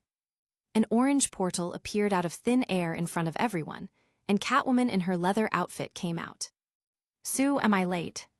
Suyu patted his back seat. You're right on time, come up. But Catwoman lifted her long leg and sat directly in front. You hug my waist obediently. Natasha felt envious and jealous. A portal? If I learn how to use something like this, how many times will my salary in S.H.I.E.L.D. be doubled? Dahlia felt a great sense of crisis. Why are they all in such good shape? Natasha started trying to get information. Selena, where are you studying art exactly? Are they still accepting people? Catwoman put her hand to her mouth and made a hush sound. Now is not the time to talk about this. Sue called me back to win the Citizen Award. Suyu looked around. Catwoman, Black Widow, Selene, Dahlia. They were all in sexy leather clothes. Everyone, life must have a sense of ceremony. Our team needs a name. Let's call it the Lion's Pride. Everyone rolled their eyes. Scumbag. The 4 motorcycles were divided into 4 lanes and rushed out. Chapter 127, Suyu's Sacrifice. Catwoman was driving the bike while Suyu hugged her waist tightly. Camertage's food is a bit poor. Your waist is thin again. Catwoman's hands trembled, and she almost hit a lamppost. Stop playing around, don't you see I'm driving a bike? Also, talk to the Ancient One. Camertage's food is so bland. Suyu nodded. Okay, next time I'm there I'll have a chat with her. Catwoman muttered, I really don't know why the Ancient One is so kind to you. Could it be that you too? Suyu stopped her by pinching her. Just what are you thinking? Stop your thoughts right there. Catwoman screamed, and the motorcycle went faster. The two quickly blasted the exits of several underground passages, and the trapped police officers were released one after another, and they all rushed towards one place, the City Hall. The 4 motorcycles gathered together again. The entire City Hall was in chaos at this time. There were criminals and policemen fighting each other everywhere. Suyu felt like he just stepped into a school-level gang fight. Obviously, they all have guns, so why aren't they using them? This should be the biggest gang fight Gotham has ever witnessed. The most attention-grabbing fight in the whole group was that of Batman and Bane. After the 2 people fought each other on the steps of the City Hall, they scuffled to the side of huge amounts of stone pillars. Bane roared, You can't beat me. You're a loser. Batman uncharacteristically yelled back, You should know why I lost. If you hadn't forced Miranda to consume so much of my physical strength at night, would I have lost? Bane was stunned, his head turned green instantly. What? You and Miranda? Batman wondered, You didn't know. Bane exploded with power in an instant and lifted Batman from the neck. If I had known, I would have killed you long ago. Why would I just break your spine? With the power boost of his overwhelming anger, Bane actually defeated Batman again. Suyu wrapped his arms around Catwoman's waist. See, don't do that to me in the future. Maybe I'll destroy the galaxy in my anger. Catwoman rolled her eyes and looked at the other women around. Then our combined power is going to destroy the universe. Everyone nodded, agreeing with what she said. The situation over there has changed again. Batman touched the super spicy sauce on his waist and smeared it directly on Bane's face. What? Not again. Bane threw Batman out, holding the mask on his face with both hands, screaming mournfully. So you couldn't bear to watch it? Sorry. Natasha rolled her eyes. Wasn't it you who opened Pandora's box? Batman slammed Bane into the wall, then punched him repeatedly until he was unable to fight back. Detonator, hand it over. He looked at Miranda, who just appeared. Don't worry, I have controlled Bane. You will not be coerced by him again in the future. Miranda walked over silently and stabbed Batman with a small knife in the waist. This armor is bulletproof and dog-proof, but unfortunately not stab-proof. Batman was immediately angry. Why? Harley whispered, It seems that Bane's tool is better, and he conquered Miranda's heart or body. Harley, this is a serious scene. Don't joke around, but maybe you're right. Harley stuck out her tongue cutely. Miranda helped Bane clean the mask and said, "I'm the kid who crawled out of the well, and Bane has been through so much for me." Batman laughed bitterly. "It turns out that I am the third wheel." Miranda took out the detonator with her left hand. "Today we'll witness the biggest fireworks in Gotham City's history." Batman reached out. "Stop it, don't do it." Miranda smiled. "It's great to have you with me." She pressed the button directly, but unfortunately for her, there were no fireworks outside. Suyu shrugged. "It's a pity. It seems like God doesn't want you to have your wish come true." He had already destroyed the detonator with psychokinesis. Murata glared at Suyu angrily. "Damn delivery boy, I'll kill you." She picked up the gun from her waist and was about to shoot him when Catwoman kicked her gun away with her long leg. Selene didn't want to fall behind and kicked Miranda to the ground. Poison Ivy waved her hand, and a vine rushed out, entangling Miranda. Then Natasha stepped forward and slapped Miranda in the face. "I really hate cheaters, they're the absolute worst, scum of earth." Ada told Suyu, "She beat someone else and scolded you at the same time." Suyu shrugged nonchalantly. "Impossible, absolutely impossible." Miranda was bleeding from the corners of her mouth and laughed wildly. "It doesn't matter if you destroy the detonator, there are 11 minutes left, the nuclear bomb will still explode, and you all will die." Everyone was shocked. Batman rushed out instantly. Suyu immediately assigned tasks. "Harley, Ivy, Ada, the three of you watch them, the others come with me." When Suyu and the others arrived, Batman had stopped the truck carrying the nuclear bomb, but the bomb seemed out of control. Lucius Fox, who was helping to defuse the bomb, sighed. "There's no way out. This nuclear bomb will explode in less than 10 minutes. Catwoman walked over and looked at it. Lucius' eyes lit up in admiration. "Batman, is this your girlfriend? You're so lucky."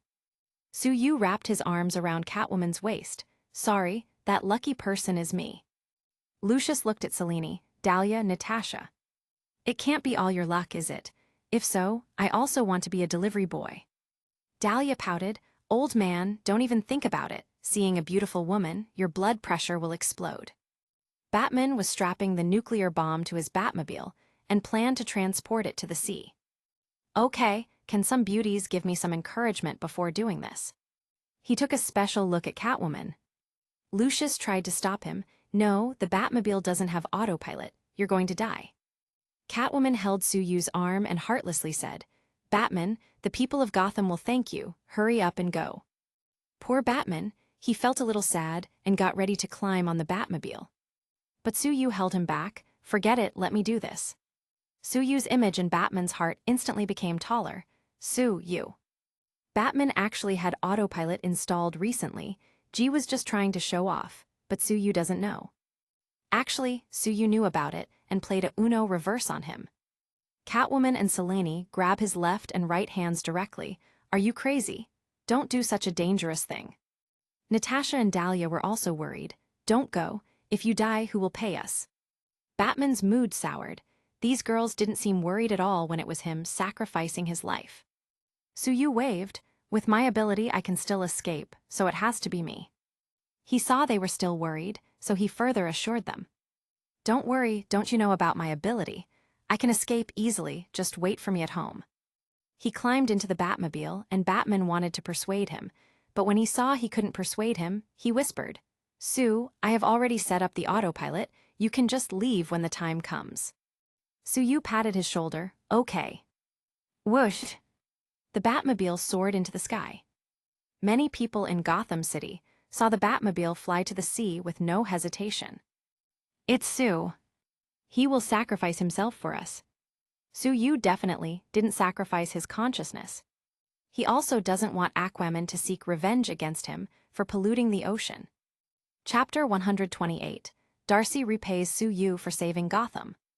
After he flew a certain distance, he summoned a fire dragon, put the Batmobile into his inventory, and opened a portal to Jane's laboratory. The fire dragon continued to fly forward for a while, and then simulated the explosion of a nuclear bomb. As for why the power was so small, and there was no nuclear radiation, who cares? It's just a ceremony. Oxford University, Jane's laboratory. Seeing Suyu appear out of thin air, Jane and Darcy were stunned. Suyu waved his hand. It's too late to explain. He pointed to the nuclear bomb device behind him. It's a nuclear bomb, and it's going to explode in 5 minutes. It's up to you. Darcy quickly pulled his hand to run, but Jane said lightly, "This nuke can blow up most of London. Where can you run to?" Darcy cried, "Then what can we do?" Jane walked over to check the equipment. "I should be able to handle it." Suyu also gave it a try. If Jane couldn't handle it, he had to open the portal and throw the nuclear bomb into no man's land in the wilderness. 3 minutes later, Jane wiped the sweat from her forehead. Okay, temporarily diffused. She rolled her eyes at Suyu. "Your donation is not easy to earn. I don't think my heart can stand another nuclear bomb." Darcy sighed in relief. "I thought it was over." "Sue, you must soothe my wounded little heart." She grabbed his hand and placed it on her chest. "Listen, my heart is beating so fast." Suyu was speechless, but his hand was honest and instinctively squeezed a few times. After a while he laughed. "I'll invite you to a nice dinner then." Jane asked solemnly, "Sue, where did this nuclear bomb come from? You need to explain." Suyu looked for Gotham news on his phone and showed them. "I got it from Gotham. Some madwoman was trying to blow up the city." Jane and Darcy read the news. The delivery boy sacrificed himself to transport the nuclear bomb to the sea. He sacrificed everything for Gotham. The search and rescue team did not dare to look for him yet, afraid of nuclear radiation. Suyu's image in the hearts of the two instantly became taller. Jane's eyes became more radiant. "Sue, you impress me. You are so stalwart." Darcy started directly. "On behalf of the citizens of Gotham, I promise to use myself as repayment." Jane rolled her eyes. Darcy always got ahead of her. As a pure girl character, she suffers too much. Suyu first made a video call with Harley and the others, reported that he was safe, and reassured everyone. "I still have to deal with the nuclear bomb. I will be back in a day or two. Then you have to pay attention to safety." He then invited Jane and Darcy to a top restaurant for a meal in order to compensate them for the scare. After eating and drinking, Jane said that she needed to modify the nuclear bomb to stabilize it. Darcy invited him to their rented house to sit and have a cup of coffee. Unexpectedly, this coffee lasted the whole night. A day later, Jane handed over the modified nuclear bomb to him. "Well, as long as you don't press the button, this nuclear bomb won't explode in the next 100 years. Suyu didn't plan to pass the nuclear bomb down as a family heirloom, so he didn't worry about what happened in 100 years. Jane pulled his sleeve. "Sue, I helped you so much. Can you tell me how you got from Gotham to our lab all of a sudden?" Suyu pointed to his face. "Give me a kiss and I'll tell you." He was expecting a kiss on the cheek, but Jane boldly grabbed his head and gave him a passionate kiss. "Okay, you can tell me now." Suyu's hand drew a circle in the air. The portal slowly appeared and then he stepped out. "That's it, I'll play with you next time." Whoosh tilde. The portal was gone. Jane's eyes widened in amazement. This is a space portal. Oh my God, how can science explain it? Forgot to tell him we're going to Texas for research soon. Darcy cried, "No, we still have a lot of moves that we haven't tried." When Suyu returned home, he thought everyone would be worried about him, but he heard the sound of the girls playing poker. Dahlia screamed, "Damn, I haven't even got my salary and already owe $1,000. Harley's triumphant voice came, "I may not be as good as you in fighting, but playing poker, hee hee." Only the dogs were loyal and ran out, circling around Suyu. "Girls, I'm back. Aren't you going to greet me?" Selene rolled her eyes. "You are the hero of Gotham, the one who ran with the nuclear bomb. Do you even care about our feelings?" Ivy touched her heart. "Even now, I'm still terrified and my poor heart hasn't calmed down." Suyu walked over. "Let me hear it."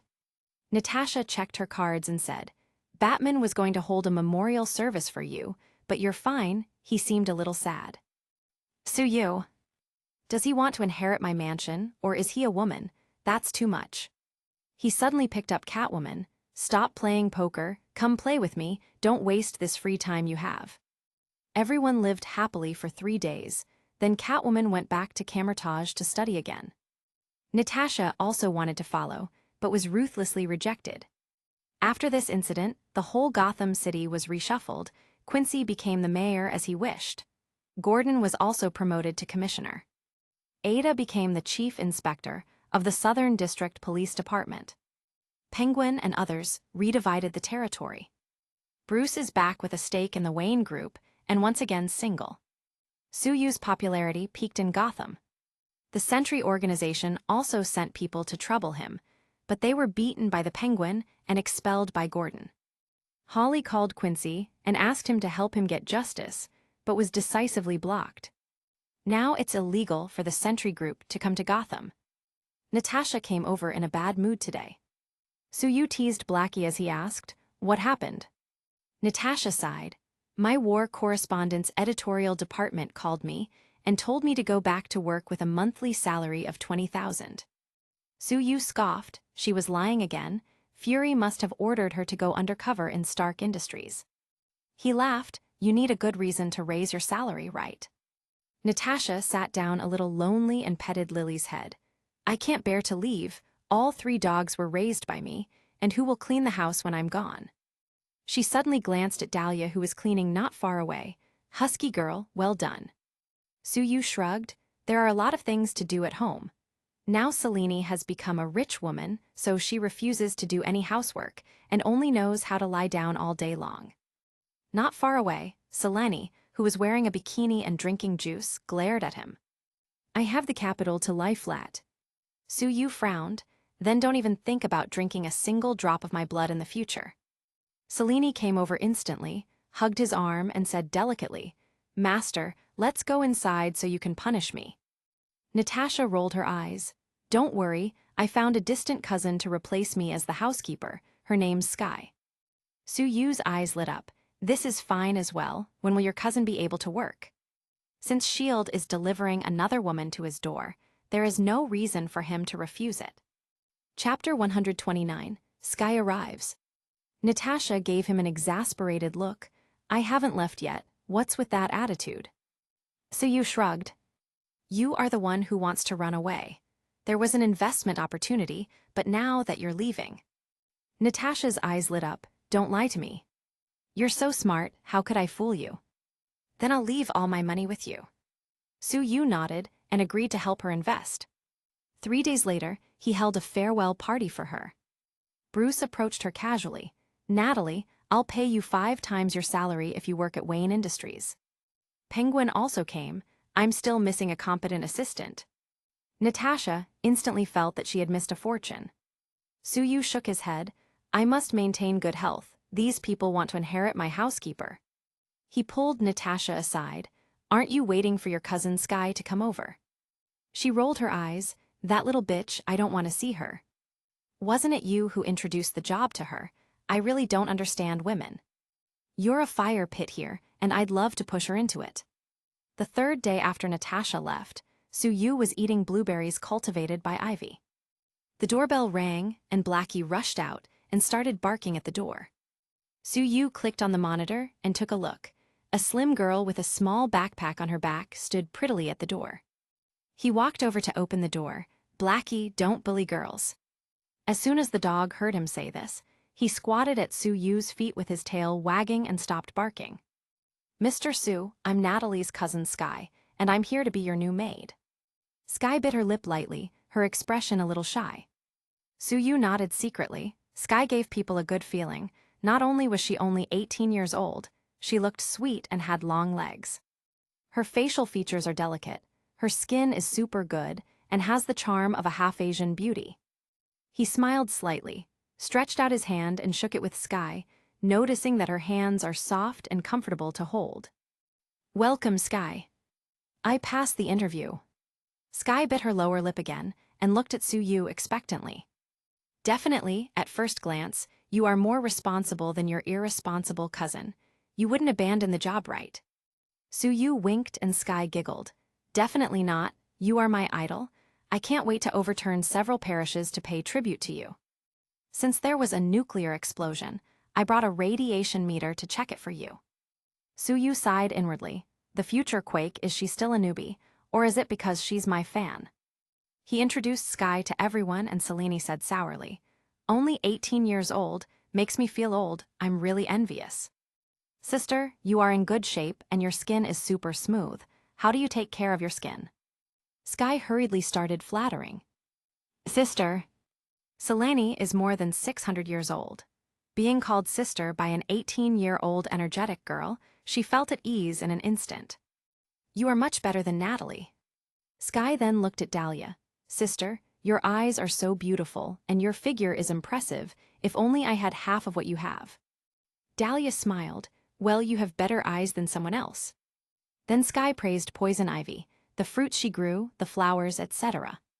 Everyone accepted her instantly. Suyu nodded secretly.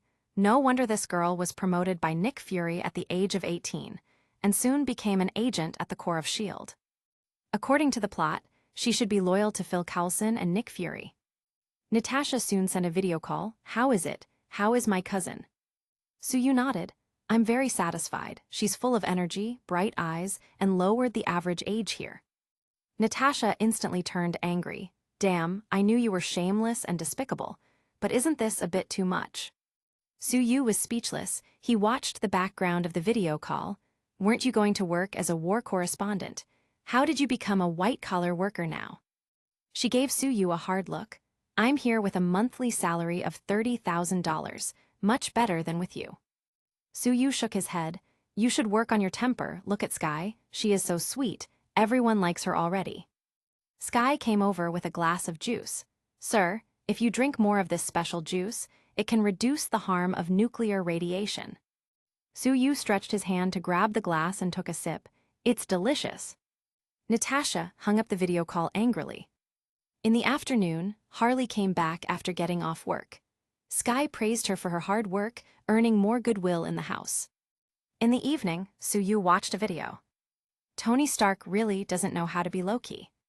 In the video, Iron Man fell from the sky, landed in the center of a bunch of beauties, and they started dancing. The fans below screamed wildly. Suyu couldn't help but complain. It feels very much like Captain America's art troupe. They won't be the same crew, right? He looks bad, looking at that face. It's almost useless to keep drinking chlorophyll. Harley stretched out her hand from under the covers and wrapped her arms around him. Leave him alone, let's continue to study human psychology. After a few days, Suyu received a subpoena from the United States Senate. Outrageous, to slander a delivery boy with possession of nuclear weapons. Suyu didn't want to pay attention, but Tony called and said that he was going too, so he decided to join in the fun. Maybe he could get some rewards as well. Washington's Senate. Suyu arrived along with Sky and a few takeout bags. Boss, why didn't you bring the others but brought me instead? Sky asked shyly. Harley is going to work, Selene is a vampire, Dahlia is still wanted by the Holy See, and Poison Ivy is still serving her sentence. It seems that the only one I can bring out is you. Suyu shrugged. Sky. It turns out that it's just me who is the most innocent. Suyu shook his head. No, it is said that having the company of a young woman will make you feel younger, but I don't believe it, so I will use you as an experiment. Sky bit her lip and whispered, It's probably true, it's just that we're not close enough. The two were stopped by guards. Sir, takeouts are not allowed here. Suyu shrugged. How did you know that I was delivering food? The guard rolled his eyes. Maybe if you take off your delivery clothes, I wouldn't have noticed. Suyu took out the subpoena, who stipulated that delivery boys can't be summoned here. The guard let Suyu in, with a bewildered look on his face. Another guard suddenly told him, You don't pay too much attention to the news, right? He is the delivery judge Sue. I'm looking forward to seeing who he sends into jail today. Chapter 130, Taking Down a Senator. Suyu walked into the hearing hall and first delivered a takeaway bag to Tony, who was chatting with Colonel Rhodes. Wow, the burger is still hot, Tony laughed happily. Suyu shook his head. Your face is so pale, and it seems that the poisoning is very serious. As an important shareholder of Stark Industry, I am very concerned about it. Tony's good mood deflated in an instant. Rhodey rolled his eyes. I really don't understand the hobbies of you rich people. One likes to wear armor and work hard, and the other likes to deliver food. Suyu handed him his takeout bag. Just remember to give a good review. Rhodey. Tony's eyes lit up when he saw Sky beside Suyu. Oh, such a beautiful girl. Hello, I'm Tony Stark. Sky smiled slightly. Hello, Mr. Stark, I'm Mr. Sue's maid, the close-fitting kind. Rhodey and Tony looked at each other. Lucky bastard. With 2 more takeout bags in hand, Suyu walked straight to the stage and handed them to the plump Senator Stern and the Hammer Industries boss Justin Hammer, who was chatting with him. Stern looked unhappy. You could have just left it with my assistant. Suyu shook his head. I like to deliver it personally, otherwise who will give me a good review? The corner of Stern's mouth twitched. Since he wanted a good review, he'll give him a bad review later. Justin also chimed in. Don't you know where this is? How did you get in? Suyu shrugged. I received a summon. The two were stunned for a moment. Oh, it's you. You are that criminal with the nuclear weapons. Suyu was too lazy to talk nonsense with these 2 people, and they wouldn't give a good review based on their posture. Sky held his arm. Boss, what if they don't give good reviews? Suyu patted her hand and said lightly, It's all right, I'm not a petty person. Sky snorted and secretly thought, I heard Natasha say that he is vengeful and is incredibly petty. Is it slander? The hearing officially began. Suyu sat next Tony. The first is the case of Iron Man. Senator Stern, could Mr. Stark listen carefully to me? Do you have a special weapon? Tony, no. Stern, we have proof. Tony, that's a high-tech prosthesis at best, not a weapon. Stern, we think you should hand over the armor to the military, for the benefit of the people of the United States. Iron Man, I am Iron Man. Do you want me to work for you? You can't afford to pay. Stern then called Justin Hammer out, who started talking nonsense and attacking him. In response, Tony played the experimental video of Hammer Industries, which clearly showed how the soldier testing the armor was directly twisted and broke his waist. Justin's face darkened. Just so you know, the soldier is still alive. Suyu sighed. Poor soldier, he must have accumulated a lot of bad luck to end up helping with Hammer experiments. Iron Man's hearing was naturally fruitless, so Stern took aim at Suyu.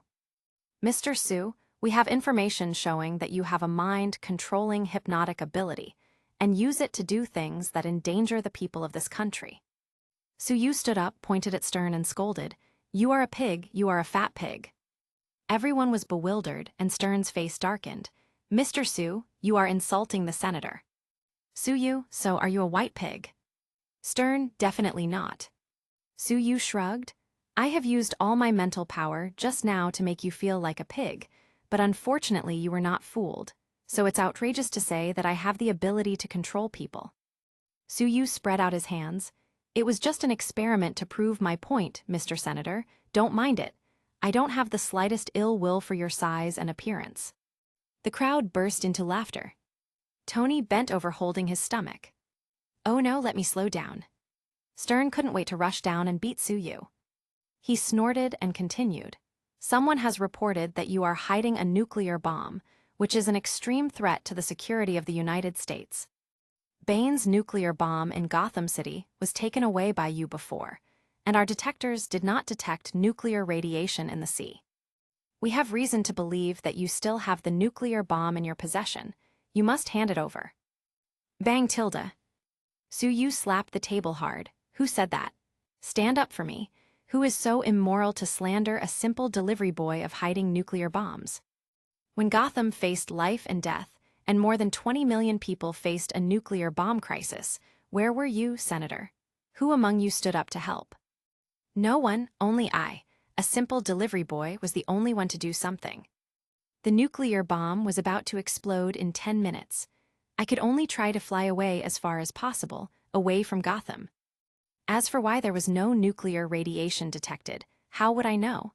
I'm just a delivery boy. Maybe it was a fake nuclear bomb, or maybe you haven't found the right place. Sky stood up suddenly and cursed. Sue almost sacrificed his life, but you want to repay him by slandering him. Heroes shouldn't be humiliated. Shameless politician. Sky complained for a while, and everyone in the hall became emotional, and they picked up things and smashed them on the stage. Damn politicians. Go to hell. Stern was hit by a rotten egg and several tomatoes. Suyu nodded secretly. It's no wonder that Sky developed very quickly in the later stage. She's quite good at grasping people's emotions and seizing opportunities. Tony felt envious. You're not a bad assistant at all. You are bold and careful, and the most important, you are beautiful. An assistant reminded Stern in a low voice. Sue Yu's approval rate is very high, and the people on the internet are already scolding you badly, saying that they want to start a petition to impeach you. Stern looked at Sue Yu with hate. Damn delivery boy. Sue Yu suddenly asked, Senator, did you remember to give me a good review? Stern yelled, shut up, definitely a bad review. He rummaged through his pockets for his phone, intending to give Sue Yu a bad review right away. A black phone suddenly appeared in Sue Yu's hand. I found a mobile phone on the ground just now, and I was going to open it to find the owner, but I didn't expect to discover such a big secret. Everyone paid attention. Looks like it's the senator's phone. He won't do dirty things like those bishops, right? Sue Yu asked for Tony's help to put the data of the mobile phone on the big screen. There were many intimate photos of the senator and some young women on it. The crowd was in an uproar. These women are all working in the Senate. Sue Yu shrugged, sorry, I didn't mean it, wrong folder. He clicked on a video. Stern looked like a different person, with a gloomy face, and said viciously, you guys help me kill Silver. He actually wants to replace me. Rest assured, I will facilitate your infiltration into the United States military and SHIELD. After speaking, Stern's face turned straight. Hail Hydra. The crowd was in an even bigger uproar. Hydra. It turns out that Silver was killed like this. Sue Yu explained for those who didn't know. Hydra is a Nazi terrorist organization from World War II that does all but good things. It was believed they were destroyed with the help of Captain America, but apparently not. Sky's face also changed greatly. She didn't expect this nasty senator to be a member of Hydra, and he even helped people infiltrate SHIELD. Stern was going crazy. Turn off the video, it's all slander. Sue Yu shrugged and showed some transfer records. This is provided by an enthusiastic netizen. It seems to be a record of you receiving stolen money. Also, don't get excited, these materials. I have already sent them to SHIELD, the Ministry of National Disasters, etc., and also put them on the internet for everyone to see. Tony marveled. Wow, that's awesome. You came to a hearing and ended up bringing down the senator. Stern's eyes darkened and he fainted. Sue Yu turned his eyes at Justin. You don't seem to have given a good review yet. Justin's hair stood up, quickly took out his mobile phone, and gave Sue Yu a good review with trembling hands. Sue Yu shrugged. We could have prevented all this if only he had given me a good review. Everyone was shocked. He did all this just for not giving a good review, so terrifying. Sky broke out in a cold sweat. This boss is really too petty. Chapter 131, Polaris as a Doctor. The news quickly fermented online. Natasha complained while she went to work. Damn, he gave Sky such a big credit as soon as she arrived. What about me? I spent all that time working for him and didn't get much benefits. Is it because she's young? She felt that the salary of $30,000 was not very appealing anymore. Nick Fury groaned. It turns out that SHIELD has been infiltrated by the long-thought-destroyed Hydra, and I didn't know it.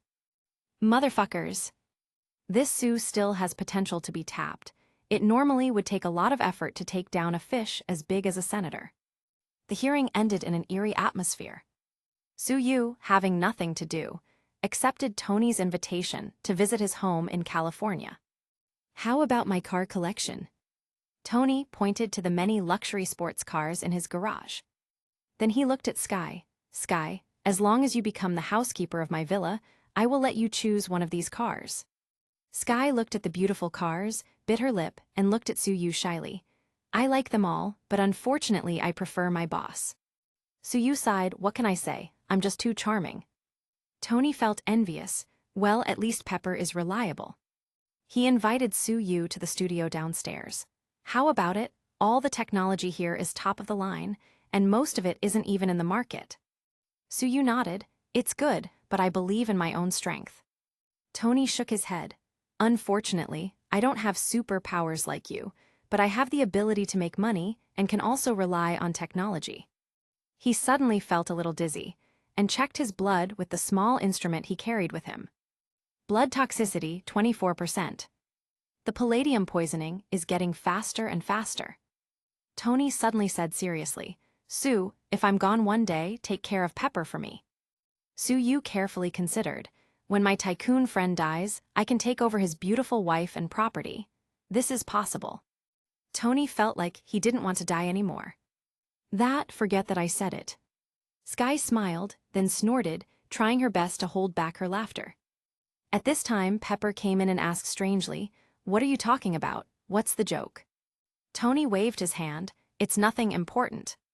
That night, Tony named Pepper as the new CEO of Stark Industries. Soo Yu raised a glass to congratulate the surprised Pepper, hooked his arm around Tony's shoulders, and led him aside. "I have a way to make your heart no longer threatened by shrapnel, but you can't continue to use palladium." Tony was stunned at first, then turned ecstatic. "Really? You can do this? When can the shrapnel be taken out?" Soo Yu took out his phone and sent Lorna a video call. "Hey, how are you?" Lorna rolled her eyes. Isn't this the man of the hour, to overthrow a senator so casually? "I'm going to take a dozen mutants to Gotham. Please take them in." Soo Yu laughed. "Do you want to make money?" Lorna warned, "I won't sell my body." Soo Yu pouted, "Stop dreaming, I never spend money on women." Lorna was not happy. "You're too much, come here, I'm going to smash the Iron Bridge of New York on your head." Soo Yu smiled. "Okay, where are you? I'll find you later, I have a job for you to do." Lorna made an appointment with him and hung up the video call. Tony muttered, "It will take some time to fly from here to New York." Flying, such a primitive method of transportation. Soo Yu's hands constantly made circles in the air, and a portal flashing with electric sparks appeared in front of everyone. "Sky, wait for me here." Soo Yu stepped out and disappeared. Pepper covered her mouth with her hands in surprise. Is this a portal?" Sky's eyes were shining, so cool. Tony pouted, "Damn, he's showing off again." New York Central Park. Lorna waved her hand, "Sue, this way." Soo Yu walked over and looked at her up and down. Her green hair and green eyes never failed to fascinate him. "I haven't seen you for a long time. How come you have become even more beautiful again?" Lorna smiled. "Your mouth is covered in honey, no wonder you can deceive so many beauties." Her green eyes looked at him intently. "I just watched your video, only for not giving a good review, you even brought down the senator, so domineering." Soo Yu smiled. "I found a job for you, to help Tony Stark take out the shrapnel around his heart. He is very rich. You will definitely become a little rich woman this time." Lorna frowned. "I definitely want to earn money, but I don't know if I can save him. At most, the shrapnel from the muscles can be taken out, but it's too dangerous to mess with the heart." "It doesn't matter, I will help you with a silver needle, and you don't need to directly extract the shrapnel, just turn it into powder and expel it from his blood." Lorna's eyes lit up. This should be possible. Suddenly, "Lorna Dane, you are arrested, raise your hands and surrender." Sentry Organization agents surrounded them. Soo Yu wrapped his arm around Lorna's waist. "You have a lot of enemies." He stepped forward, and they disappeared. The two arrived to a remote corner. Lorna stared at him without blinking. "You are indeed a mutant." Soo Yu spread out his hands. "I can't explain it, I don't know." "HMPH, you tricked me before, now I'll get the interest back." She suddenly hugged him and kissed him hard. 5 minutes later, Soo Yu interrupted her breathlessly. "Wait a minute, we still have business to attend." A few minutes later, he opened a portal and dragged Lorna to Tony's villa. He dropped a bag of hamburgers. "Are New York burgers any better?" Tony's eyes lit up seeing the bag, then lit up even more seeing the beautiful woman. Lorna's smoky makeup, paired with her green hair and green eyes, are rare. This cool style is irresistible. "This beauty is my primary doctor today. Nice. Pleased to meet you, I'm Tony Stark, Iron Man as well." Lorna smiled. "Iron. She seems to be his natural enemy." "Lorna Dane, you can call me Polaris." Tony nodded. "Sure enough, beautiful women's names are very nice." Pepper quipped from the side. "Lorna, what color is your lipstick?" "It's so pretty, it's the same color as the hickey on Sue's neck." Tony was taken aback. "Damn it, another one." Soo Yu shrugged. "Actually, I'm the passive one here." Lorna said, "It all started with a protection mission." After they heard the complete story, they all had a new understanding of Su-Yu's shamelessness. Tony said kindly, "Lorna, you can still get out of his clutches." Lorna shook her head. "Forget it, that's it, with him as a shield, I can use him to block all kinds of toads." Tony felt like he was hit with an arrow. Pepper bent over laughing at him. Su-Yu nodded. Lorna's tongue is as sharp as always. After teasing Tony some more, Su-Yu decided it was enough and said they should start the surgery. Tony looked at Lorna. "Miss, which medical school did you graduate from? Which hospital do you work in?" Lorna said lightly, "I'm not a medical student, I work part-time in a construction company." Tony was immediately alarmed. Chapter 132, Sky Climbs the Balcony. Su-Yu comforted Tony, "Don't worry, I'm here." But Tony was still worried. "You can fight, and can even use hypnosis, but performing surgery, I really haven't seen you do it." Su-Yu whispered, "Don't worry, if you die, I'll have to take over Pepper and the company, it's too tiring." Tony felt numb. "If you say that, I'm even more afraid." Lorna smiled softly. "Stop scaring him, don't worry, it's just a small operation. Do you know who my father is?" Tony was at a loss. With a flick of Lorna's hand, the Iron Man battle suit floated lightly. "Magnet." Tony was surprised. This is definitely the natural enemy of his suit. Lorna explained the process of the surgery.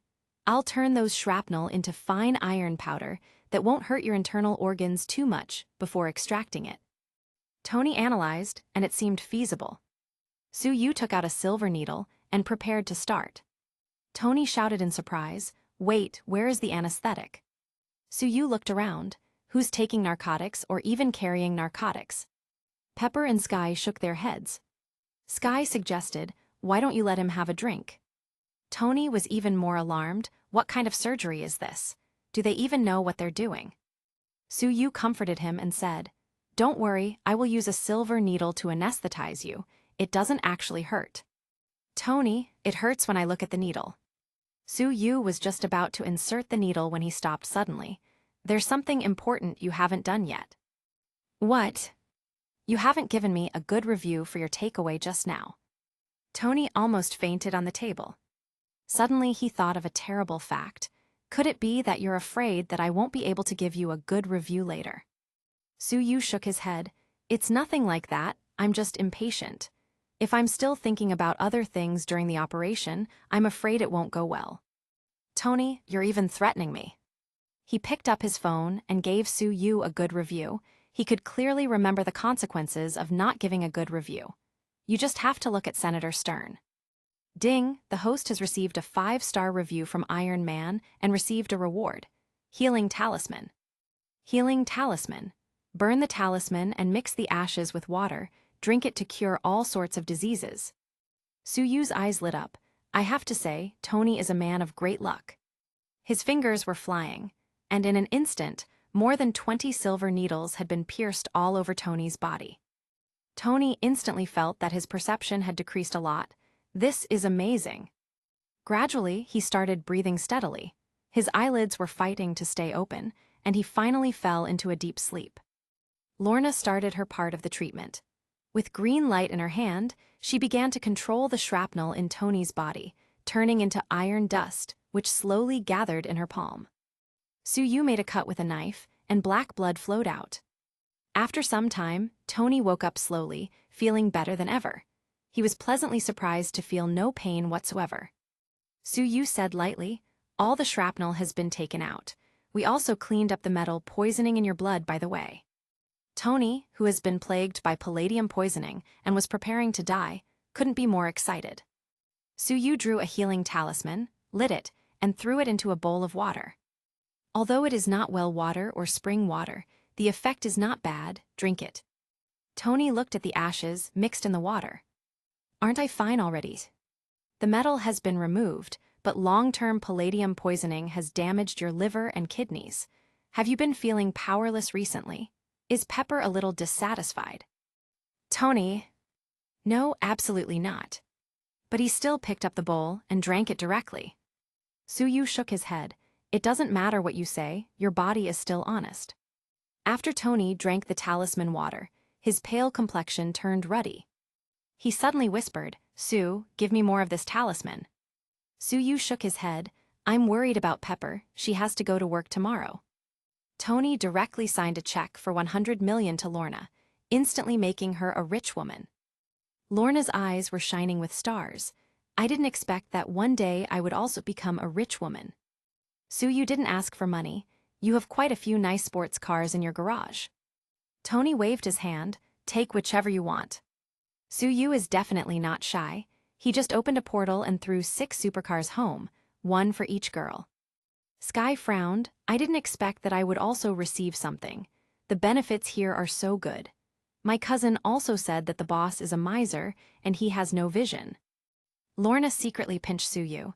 "Look at you, already deceiving the little girl." Suyu wrapped his arms around her waist. "That's called charisma. Would you like to keep doubling your money?" Lorna's eyes lit up. She instantly changed from queen to maid. She said softly, "Sue, you are as dazzling as the stars in the sky. Come on, tell me." Suyu nodded.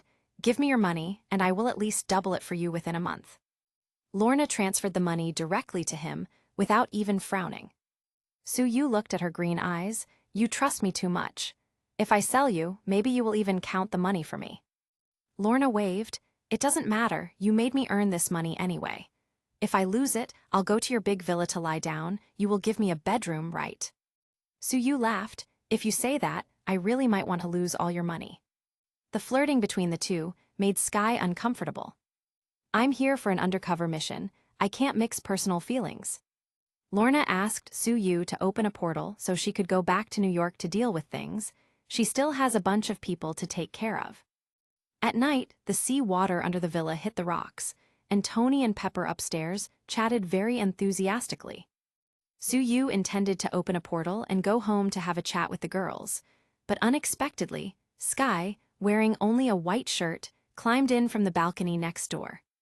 Suyu was surprised. Are all the girls so brave now? Sky climbed his bed and crawled towards him. "Boss, you look uncomfortable. Should I help you relax?" Suyu sighed. "Ah, this is the life." The next morning, Suyu gave Tony a checkup. "Your body is almost in good shape. You should pay attention to physical exercise in the future. You should restrain yourself a bit the next few days. It seems like you went a bit overboard last night."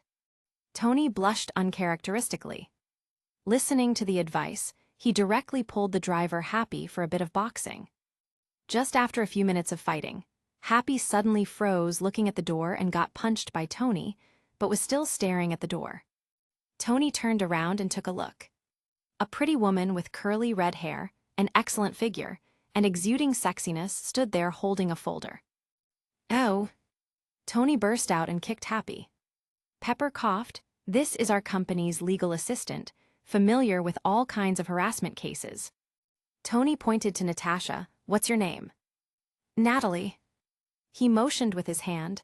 "Come to the ring, I'll sign them here." Pepper glared at Tony. Natasha took the documents and walked into the ring, her blue-green eyes staring at Tony without saying a word. Tony screamed secretly, "This seductive fox." "What's wrong?" Tony felt a little embarrassed. Suddenly, Suyu walked in with Sky. "Tony, who is this beauty?" When Natasha saw Suyu, she complained secretly, "Damn, why is he here?" Suyu ignored the threat in Natasha's eyes. "To be honest, she looks a bit like the maid in my house who ran away, and she took a Batmobile with her." Tony waved his hand quickly. "Sue, this is my legal assistant. Your approach is so old-fashioned."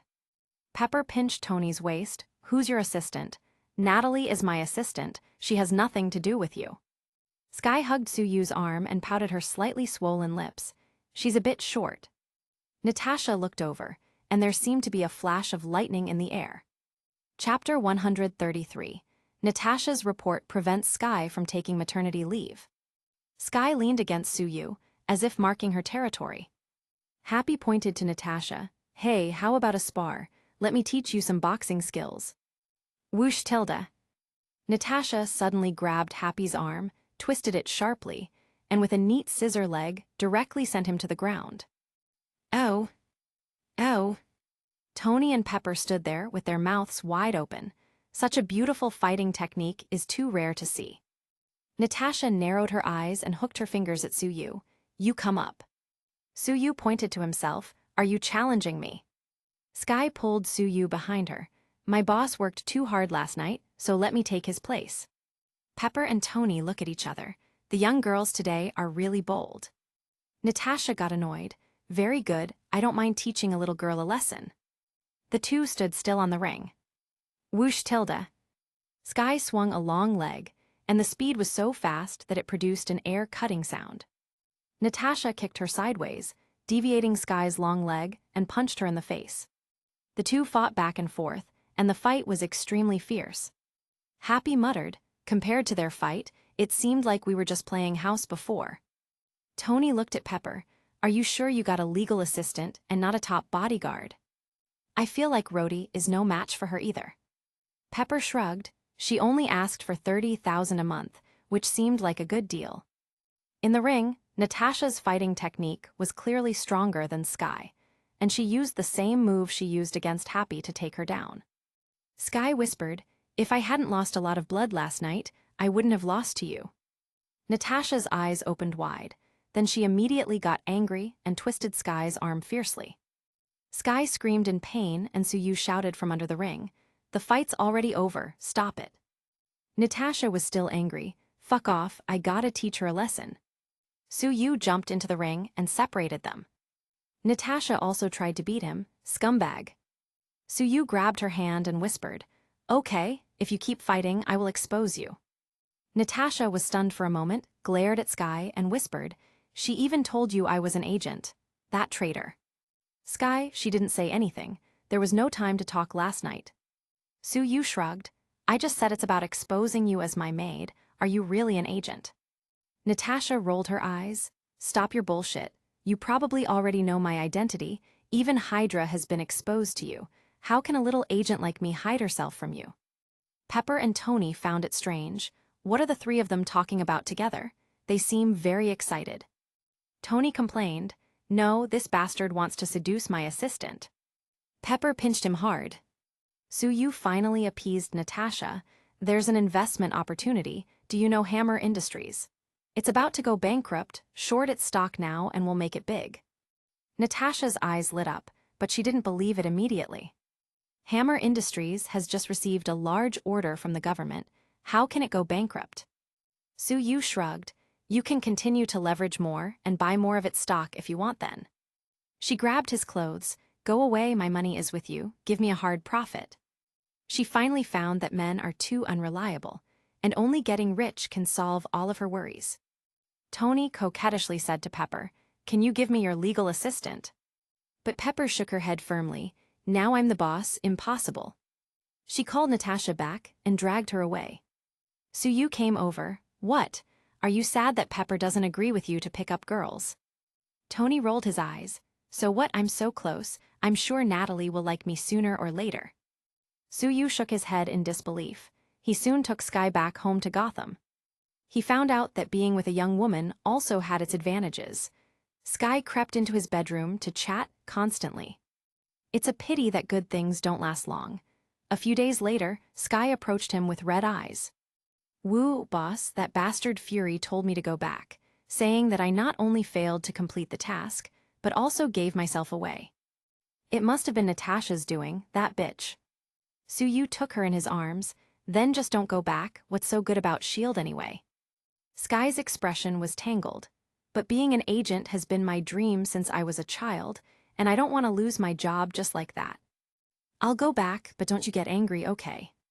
Suyu shrugged. I'm not angry, but it depends on your performance.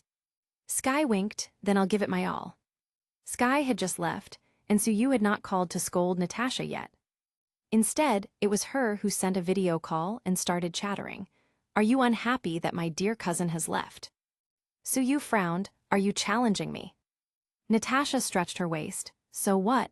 I just ordered a takeaway, but you can't deliver it. Suyu looked at the background behind her. Are you in Europe? Do you really think I can't go?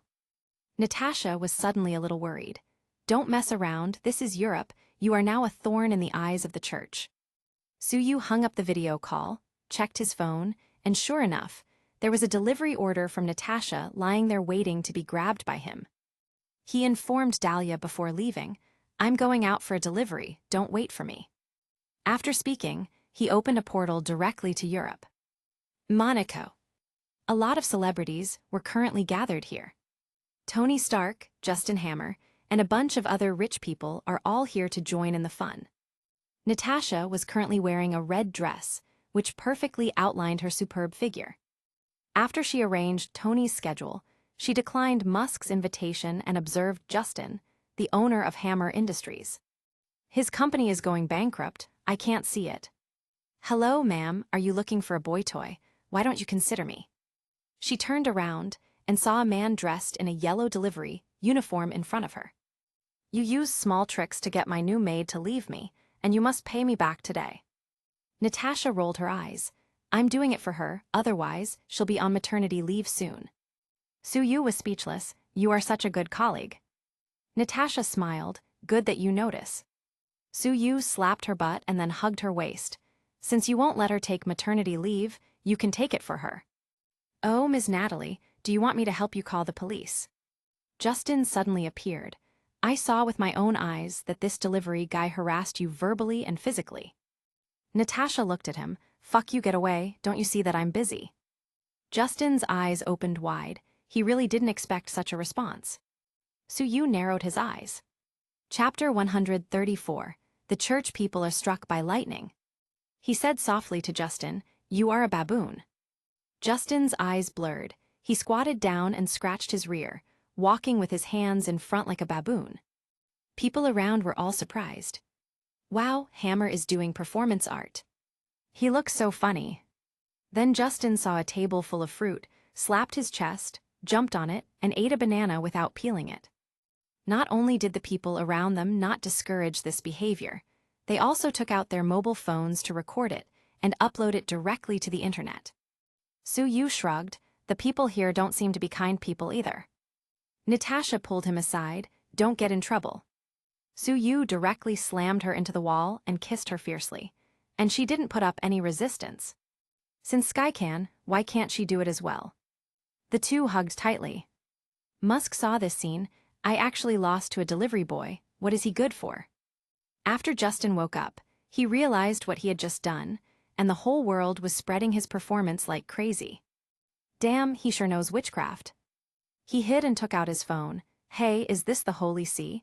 I have important information." Meanwhile, Suyu took Natasha directly to a nearby luxury hotel, and the two of them didn't bother talking nonsense, directly attacking each other, frantically peeling off their clothes. After a long time, Natasha was wrapped in the sheets, revealing just her smooth shoulders. "What's wrong with me? Is it because of your hypnotic ability?" Suyu rolled his eyes, trying to shirk responsibility. "You were perfectly sober just now, it's just that you seemed a bit too unfamiliar with your actions. Are you sure you're the famous Black Widow?" Natasha frowned. "Asshole, I don't sleep with men before killing them, I'm gonna kill whoever started that rumor." Just at this time, Pepper called and shouted through the phone, "Natalie, where are you? Tony's gone crazy, he's planning to race the car himself." "I'll be there soon."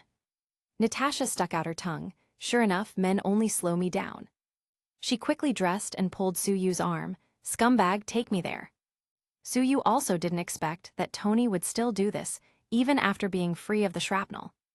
This idiot really doesn't know how to be safe. Is it that he can't use the reactor anymore? Safe. Natasha rolled her eyes. "Don't be such a hypocrite, as if you knew what staying safe meant." Suyu was on fire and pulled her over again. "Bold maid, I guess I will have to punish you." Natasha was trapped. "I have work to do." "There's no hurry, it's just racing. It's not like he's going to meet some terrorists." Natasha paused and thought about it for a moment. "Well, I don't know how long this work will last. Let's just enjoy the moment." The two eventually returned to the racetrack. Natasha looked at Ivan Vanko, who was in the middle of the racetrack, swinging two lightning whips. "Did he really meet a terrorist? You're such a jinx." Vanko waved the electric whip in his hand and directly cut a racing car in half on the track. Pepper just happened to be rushing to the track, with Happy to deliver Tony his portable armor. Natasha pulled Suyu and chased after her, her brows furrowed. It hurt to run. Suyu directly picked her up and walked to the Rolls-Royce in one step. Then he handed a pistol to Natasha. Although this guy looks fierce, in fact, there are many loopholes in his armor. Just a few shots can easily take him down. Natasha got into the car and asked, "What about you?" Suyu pursed his lips and looked at the hundreds of armed priests who were rushing over in his direction. "I'll take care of these first." Happy kicked the accelerator and rushed towards the track. Suyu stood there for a while. Hundreds of priests armed with swords, crosses, or firearms surrounded him. A gray-haired old man, guarded by several armored knights, roared at Suyu. "Heretic, you shelter vampires and rebel against the Knights of the Holy See. You used your witchcraft to slander our bishops and sent someone to assassinate the cardinal. This time I will destroy you on behalf of God." Suyu shrugged. "So I already committed so many crimes. How come I didn't know? By the way, who are you?" The old man held a cross high. "I'm Bishop Marshall of Monaghan." The sunlight reflected by the cross was a bit dazzling, so Suyu had to block it with his hands. Marshall thought his cross had worked. "The monster was hurt by me. Everyone get ready." In an instant, dozens of crosses surrounded Suyu, gleaming, almost blinding his eyes. The movement here attracted even more attention than Vanko in the racetrack. The church people seemed to be surrounding a man. "Hey, isn't that the delivery boy Sue?" The hatred between the Holy See and him is really big. Suyu shook his head and said loudly, "Your Holy See is really good enough. The terrorists are close at hand, but instead of eradicating them, you are besieging me, an unarmed good citizen." The surrounding bystanders nodded at his words. Why is the Holy See like this? Is it because he exposed too many of their scandals? Marshall said sharply, "Let's go together and kill him." The crowd swung their swords to kill Suyu. Suyu shook his head lightly. "You're going to be struck by lightning if you keep acting like this." Marshall sneered. As long as he killed Suyu, he would be able to become the bishop of a whole region, maybe even a cardinal. Boom tilde. Dark clouds suddenly appeared in the clear sky, and white lightning struck straight down. With Suyu as the center, the more than 100 priests who surrounded him fell to the ground screaming in pain. Especially those who held their crosses high, they were especially conductive. Boom, boom, boom tilde. A few more lightning strikes fell.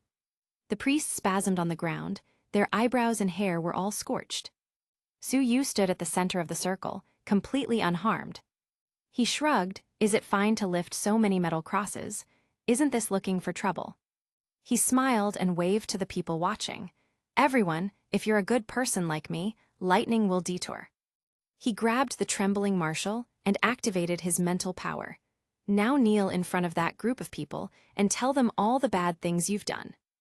Marshall began to tell how he secretly ruled the nuns, misappropriated the property of the church, and used his status as a bishop to bully men and women. Everyone immediately posted his confession on the internet.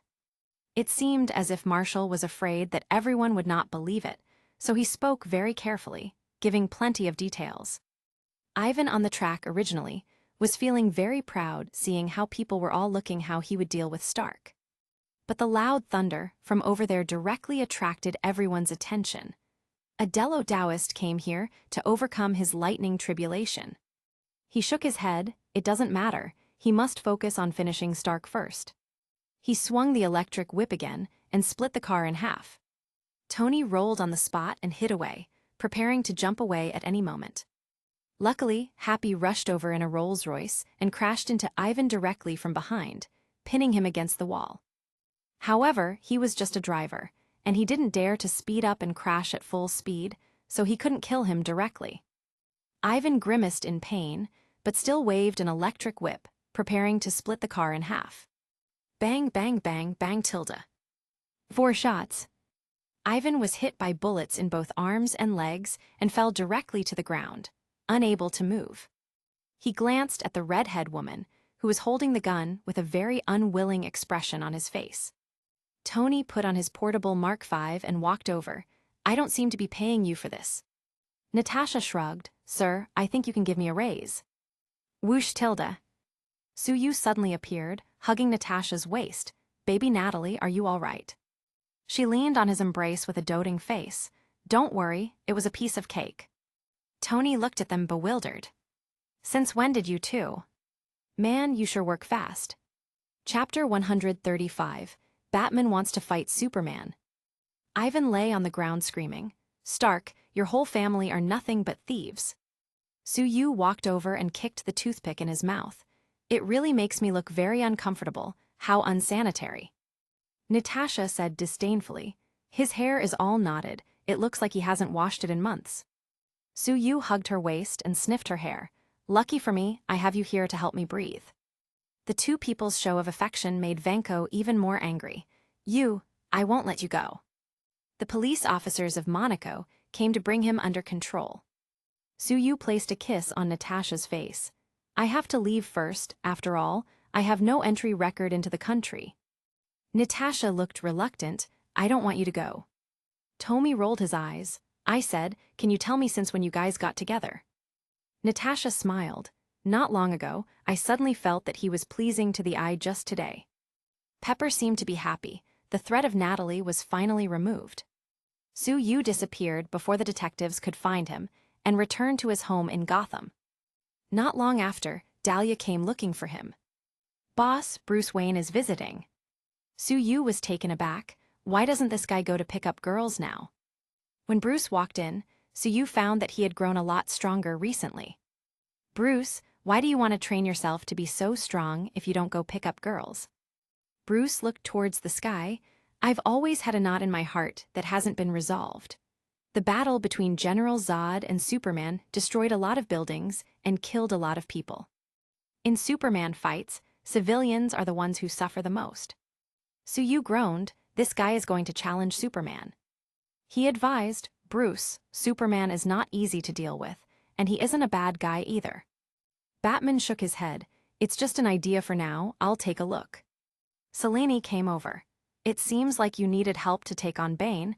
Isn't it a bit too ambitious to go against Superman?" Bruce frowned, then said solemnly, "Everyone has weaknesses, and the weakness of Kryptonians is kryptonite." Su-Yu agrees with this. With Batman's financial resources, it is only a matter of time before he gets his hands on some kryptonite.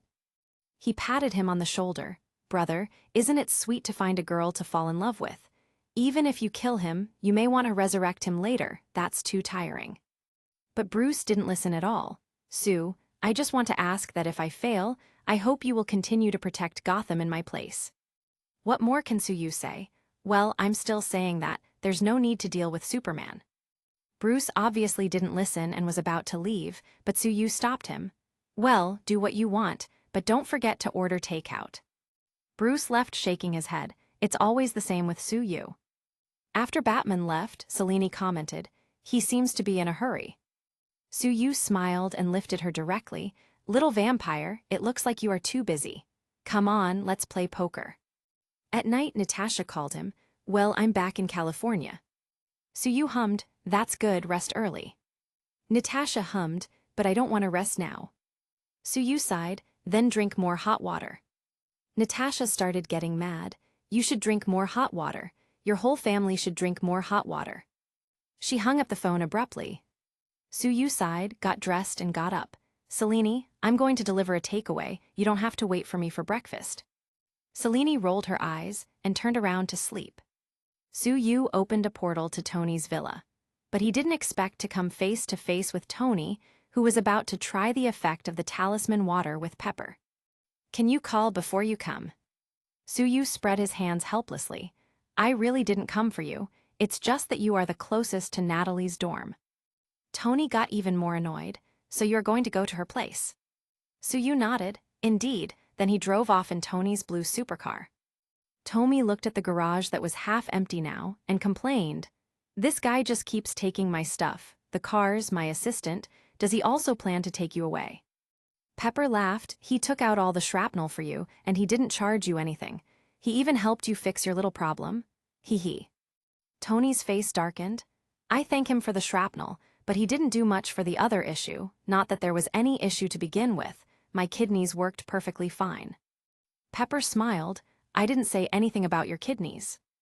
Su-Yu drove at a leisurely speed on the road by the sea. Although Iron Man doesn't do much right now, He has paid so much for the Marvel world that he feels there's really no need to collect money for helping him once in a while. Natasha was currently complaining in the single dormitory of Stark Industries. Men are all idiots. I feel like an idiot as well for falling for him. She looked at her perfect figure in the mirror. There's no reason to lose to that little girl Sky. Is it because she is young? Suddenly, Suyu walked in from the balcony and smiled. Ma'am, your takeaway has arrived. Natasha looked at his empty hands blankly. Well, you're looking at it, I'm the takeaway. Natasha finally smiled. Bastard, what took you so long? She jumped at him and wrapped her legs around his waist. Suyu sighed. Tonight is destined to be a sleepless night. Fortunately, the next day was the weekend. The next morning, Natasha was lying on the bed, not wanting to move a finger. Monster, Stark has a party tonight. Do you want me to go limping? Suyu snapped a picture of her with his phone. Who was it that asked for another round? Natasha suddenly screamed, Damn it, I forgot to report to Fury last night. Just at this moment, her cell phone rang, speaking of the devil. She directly pressed Suyu into the quilt, exposed her head, and accepted the video call. Hey boss, no rest on weekends. Fury was speechless. Agent Romanoff, what's the matter with you lately? You look like you can't wake up. You haven't reported what happened in Monaco yesterday. And why is your face so red? Natasha kicked under the quilt. It's nothing, it's just that I've had a cold for the past 2 days. She briefed Fury about what happened yesterday. Her face was getting redder, and her voice was starting to raise. Fury frowned. It seems that your cold is very serious. You should take some medicine. Also, that guy Sue is not a good person. You have to pay attention. Don't be like that little girl Sky, who is so easy to be deceived. Natasha nodded. Don't worry, boss. I'm a senior agent, not the kind of cute newcomer who can easily be tricked, especially by a scumbag like Sue. What? She screamed suddenly and tried to cover it up. Boss, I have a cramp in my foot, let's stop talking. She quickly hung up the video call. She blushed and lifted the bedsheet as she cursed. Bastard, do you want to kill me? Suyu gave her a cheeky smile and kept working between her legs. At the other side, Fury shook his head. She's been acting a little weird lately. Oh, forgot to ask her if she wanted to short the Hammer Industries stock. He called again, but it was busy and couldn't get through. Chapter 136, Fury finds out. After being almost discovered by Fury, Natasha naturally fought to the end with Suyu, but unfortunately lost the battle. It's over, I won't be able to dance at tonight's party. Natasha moved her fingers with a tired look on her face. At night, Tony's villa was full of people. Many blonde girls were surrounding a man. Sue, can you help me read my palm? Sue, others say I have great ambitions. Can you help me see it? What's your phone number? Can you deliver me takeaway at my bedroom tonight? Suyu laughed. Everyone, I will help you all one by one. The one with great ambition will come first. Tony rolled his eyes. Isn't this supposed to be my party? Rhodes was also feeling jealous. Why are all the chicks surrounding him? He isn't even that handsome.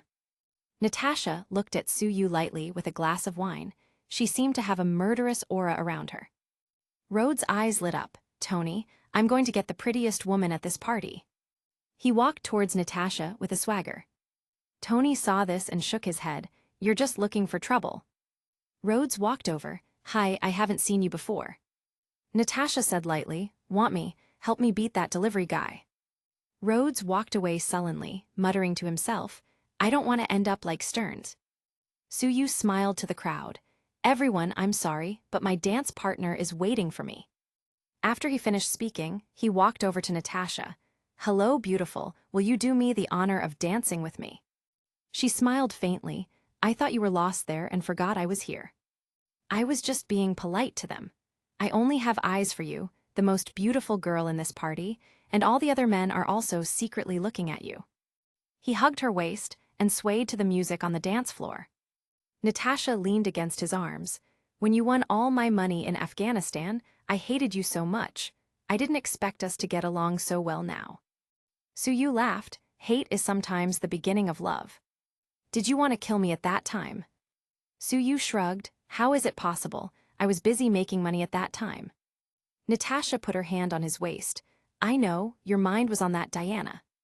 Su-yu shook his head. Don't underestimate Diana. They were suddenly interrupted by a low sound and saw that Iron Man was having fun again over at the side. Although he took out the shrapnel from his heart and his life is no longer in danger, he was still depressed because if he continued to use the arc reactor, he would still be poisoned by palladium. He put on the armor and was having a good time with a group of young ladies, destroying wine bottles with energy cannons and bombarding watermelons. Pepper was really angry. The depressed Rhodes was also quite angry. Such an important battle suit is actually being used in such a way.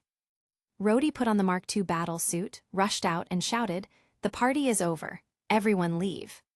Su-yu frowned. If this guy can't get a girl on his own, he's going to ruin the party. In fact, this battle suit was given to him by Iron Man. Otherwise, if any thief can sneak in and wear the battle suit, it would be too much of a joke. It is also an explanation for the military, so as not to be bothered all the time. The others were scared out of the hall. Tony looked at Su-yu and Natalie, who were not moving. Well, at least I still have some friends who don't abandon me on my birthday party. Rhodes frowned. Now that he put on the battle suit, he instantly felt invincible. Sue, hurry up and leave, or I will have to use force. Su-yu doesn't care about a plastic friend like Rhodes. Rhodes, I just developed a relationship with Natalie, so it's not good for you to interrupt. Rhodes walked towards him, looking like he was going to forcibly expel him. Whoosh tilde. He swung a fist, and Su-yu pulled Natasha behind him and sent a punch as well. Boom tilde. Flesh and steel collided. Rhodes flew straight out, smashed the wine cabinet behind him, and spilled the wine on the ground. Tony shook his head. Hey, that's my wine. Natasha felt that her fighting posture was a bit redundant. With Su-yu here, there was no need for her to act. Rhodes was furious and used the propulsions to charge directly towards Su-yu. Su-yu decided to try armament haki. A single punch with internal destruction was all it took. Even before Rhodes could reach him, he was sent flying back upside down. He lay on the ground with his helmet on and started vomiting.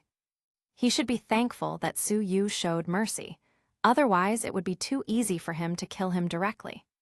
Tony had a glass of wine on his hand, sipping leisurely. Only the mask of the suit had been removed. Rhodey, you have to accept your fate. Even with the battle suit, you are not his opponent. Rhodes laughed bitterly. Should have told me sooner.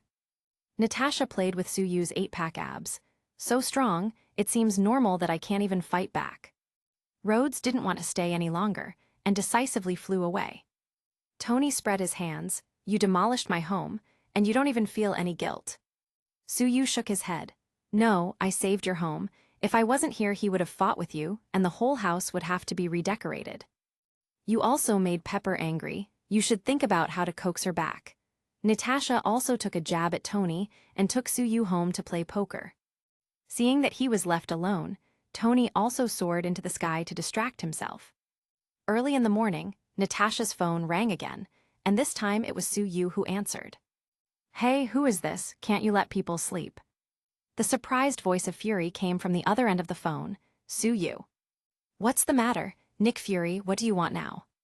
Did Natasha Romanoff tell you about me? Didn't she say she won't be deceived by you? First Sky and now Agent Romanoff, what's wrong with the world? Fury's mood collapsed instantly. Su-yu kindly advised, don't worry, aren't there still Maria Hill and Barbara Morse? Fury was taken aback. Are you targeting our female agents? Su-yu answered, you know what? It sounds like a good idea, I still need to work hard. You're too old, don't be so angry. Love is free, you care too much about control. Fury got angry. Boy, don't be arrogant just because you have powers, S.H.I.E.L.D. still has trump cards. Su-yu laughed, it can't be your cat, right? Fury coughed, definitely not, a superwoman who can surely take you down. Su-yu pouted, you can't even get in touch with her. Fury got even more angry. Believe it or not, I will transfer Sky and Romanoff to a place you'll never find them again. Su-yu hummed, then I'll use a loudspeaker in the gate of S.H.I.E.L.D.'s headquarters and tell everyone that your eye was blinded by a kitten. Fury lowered his voice instantly, you even know that. So it's true, If you don't want your glorious image to collapse, be honest with me. Fury coughed, his tone softened. You should also be a little more low-key. It's hard for me to do it too. Tell Romanoff to wait at the donut shop by the airport. Suyu hung up the phone and muttered, he gave in so easily. It doesn't feel right. The tired Natasha woke up at this time. Who did you talk to on the phone just now? Suyu caressed her smooth back with the palm of his hand. It was your boss. He tried to threaten me, but I dealt with him already, so don't worry. Natasha woke up instantly. That means he knows about us. It's over, it's over. Suyu comforted her. Don't worry, I know Fury's big secret. He can't do anything to you. Natasha was taken aback. Is he a Skrull, or is he part of Hydra? Suyu rolled his eyes. It seems that this boss of yours is not very popular. Natasha drew circles with her fingers on his abdominal muscles. Dear, tell me. Suyu lay flat on the bed with his hands behind his head. It depends on your performance. Chapter 137. Polaris is coming to seek refuge. When Natasha drove her supercar to the airport donut shop, it was already 7 in the morning. Tony, who spent a night outside in his Iron Man suit, was chatting with the one-eyed Fury over coffee. I don't want to join your Superboy band. The old fox Fury laughed. Yes, you do everything by yourself, and what's the result? Tony shrugged. I've had worse experiences before. The big deal was to go back and keep running my business. Suyu walked in, holding Natasha's waist. You don't need to go back. The company is doing very well with Pepper in charge. As a shareholder, I don't like an unprofessional operator like you being in charge. Tony's eyes widened, and it wasn't because of Suyu, but because he saw Natasha in an agent's suit, and he understood instantly. Natalie, you're fired. She looked indifferent. My boss is Miss Potts, and I think the days of double pay will last for a while. Fury said, Tony, this is Agent Romanoff, one of my best agents. Tony put his hand on his forehead. How many agents are there around me? Sue, are you one of them too? Suyu waved his hands. Impossible, they can't afford me. I'm only interested in S.H.I.E.L.D.'s female agents. Fury got angry and stood up abruptly. Sue, you're going too far. Suyu said lightly, the legendary primordial devourer is actually. Fury changed his face in seconds. Haha, our S.H.I.E.L.D.'s female agents are excellent. It's normal for you to like them. How to calculate, you are like our S.H.I.E.L.D.'s son-in-law, one of our own. Natasha and Tony looked at each other. There must be something going on here. Sue has Fury's handle. Natasha complained in her mind. This horny bastard, I've already tried my best, and he is still not satisfied. Fury continued to talk to Tony. You're my problem now, but my world doesn't revolve around you. There are bigger problems out there that I have to deal with. Suyu was taken aback. Did the hammer fall? Fury glanced at Natasha in disappointment. Why did you tell him everything? But Natasha was just as surprised. What the hell? I didn't have time to talk at all. Tony looked wide-eyed. Is he also drinking that talisman water? Suyu embraced Natasha's waist. I have more than one insider. Stop slandering Nat. Fury. Agent Hill or Barbara. He now sees everyone as Suyu's women. It seems that I will have to put a male agent in charge of this matter. Natasha pinched Suyu hard. Besides Sky, what other bitch is there? Tony felt depressed. Can you stop showing your love in front of me? I just broke up with Pepper. If I want to continue to be Iron Man, I have to find a replacement element for Palladium. But unfortunately, even after simulating all the known elements, none of them works. Suyu helped fix Natasha's curly hair that was a bit disheveled. This universe is so big, you can try unknown elements or see what your father left you. Fury glanced at Suyu and secretly thought, this guy seems to know everything. Fortunately, he is not an enemy for now. Suyu said lightly, stop staring at me like that, it's really creepy. Fury. Everyone went back to Tony's villa. The people from S.H.I.E.L.D. came with a suitcase. Tony, this is from your father, who is also one of the founders of S.H.I.E.L.D. I'll leave Phil Coulson watching you. Fury dropped those words and withdrew. Suyu also left. I have people waiting for me at home to eat lunch, I'll leave as well. Tony looked at the demolished home, then looks at Coulson. Well, why don't you go to get me a cheeseburger and Coke? Coulson smiled softly. As soon as the delivery boy left, you want to treat me like one. My job is to watch you, and if you're trying to leave, I'll stun you and watch you drool on the floor. Tony thought this guy is telling the truth, because he seemed a bit eager when he said it. Gotham City. When Suyu returned home, Dahlia had just finished cooking lunch. Did you come back because of the smell? Suyu sniffed her neck. It smells delicious. Dahlia blushed and ran away. Harley came over with a magazine. Master, you're bullying her again. Isn't it too much? You should come to me if you want to bully someone. Suyu was considering whether to eat lunch or eat this provocative psychiatrist first. Blackie started barking frantically again. Is there another guest? Suyu checked the surveillance with his cell phone. Lorna is here. She also brought a man along. He went out to meet them at the gate. Lorna, you're just in time, I just arrived. He gave Lorna a big hug, and the man next to her frowned. Lorna introduced with a smile. Sue, this is Marcos, a member of the mutant organization. Marcos, this is Suyu, my good friend. Suyu showed a crooked smile. Just good friends. Lorna rolled her eyes at him. Can't you be serious? Marcos frowned, took a step forward, and blocked Lorna behind him. Mr. Sue, our mutant base is planning to move to Gotham, and Lorna wanted to inform you. The meaning is obvious. Lorna thinks it is necessary to find Suyu, but this guy thinks it is completely unnecessary. Suyu also knew him, Lorna's boyfriend in the original plot, but in the end, their ideas were different, so they separated. Since this man isn't going to be friendly, then he definitely won't be friendly either. Really? So you don't need my help then, is it all right? Marcos nodded. Indeed, I don't think it's necessary. After that, he planned to ask Lorna to leave with him, but Lorna shook her head. You should meet them first. I still have something to talk to Sue about. Marcos was taken aback for a moment. He didn't expect Lorna to choose to stay. So his hostility towards Suyu got even worse. Woof woof woof tilde. Blackie started barking at him, baring his fangs, and even tried to bite him. Marcos was so angry, even dogs dared to bully him.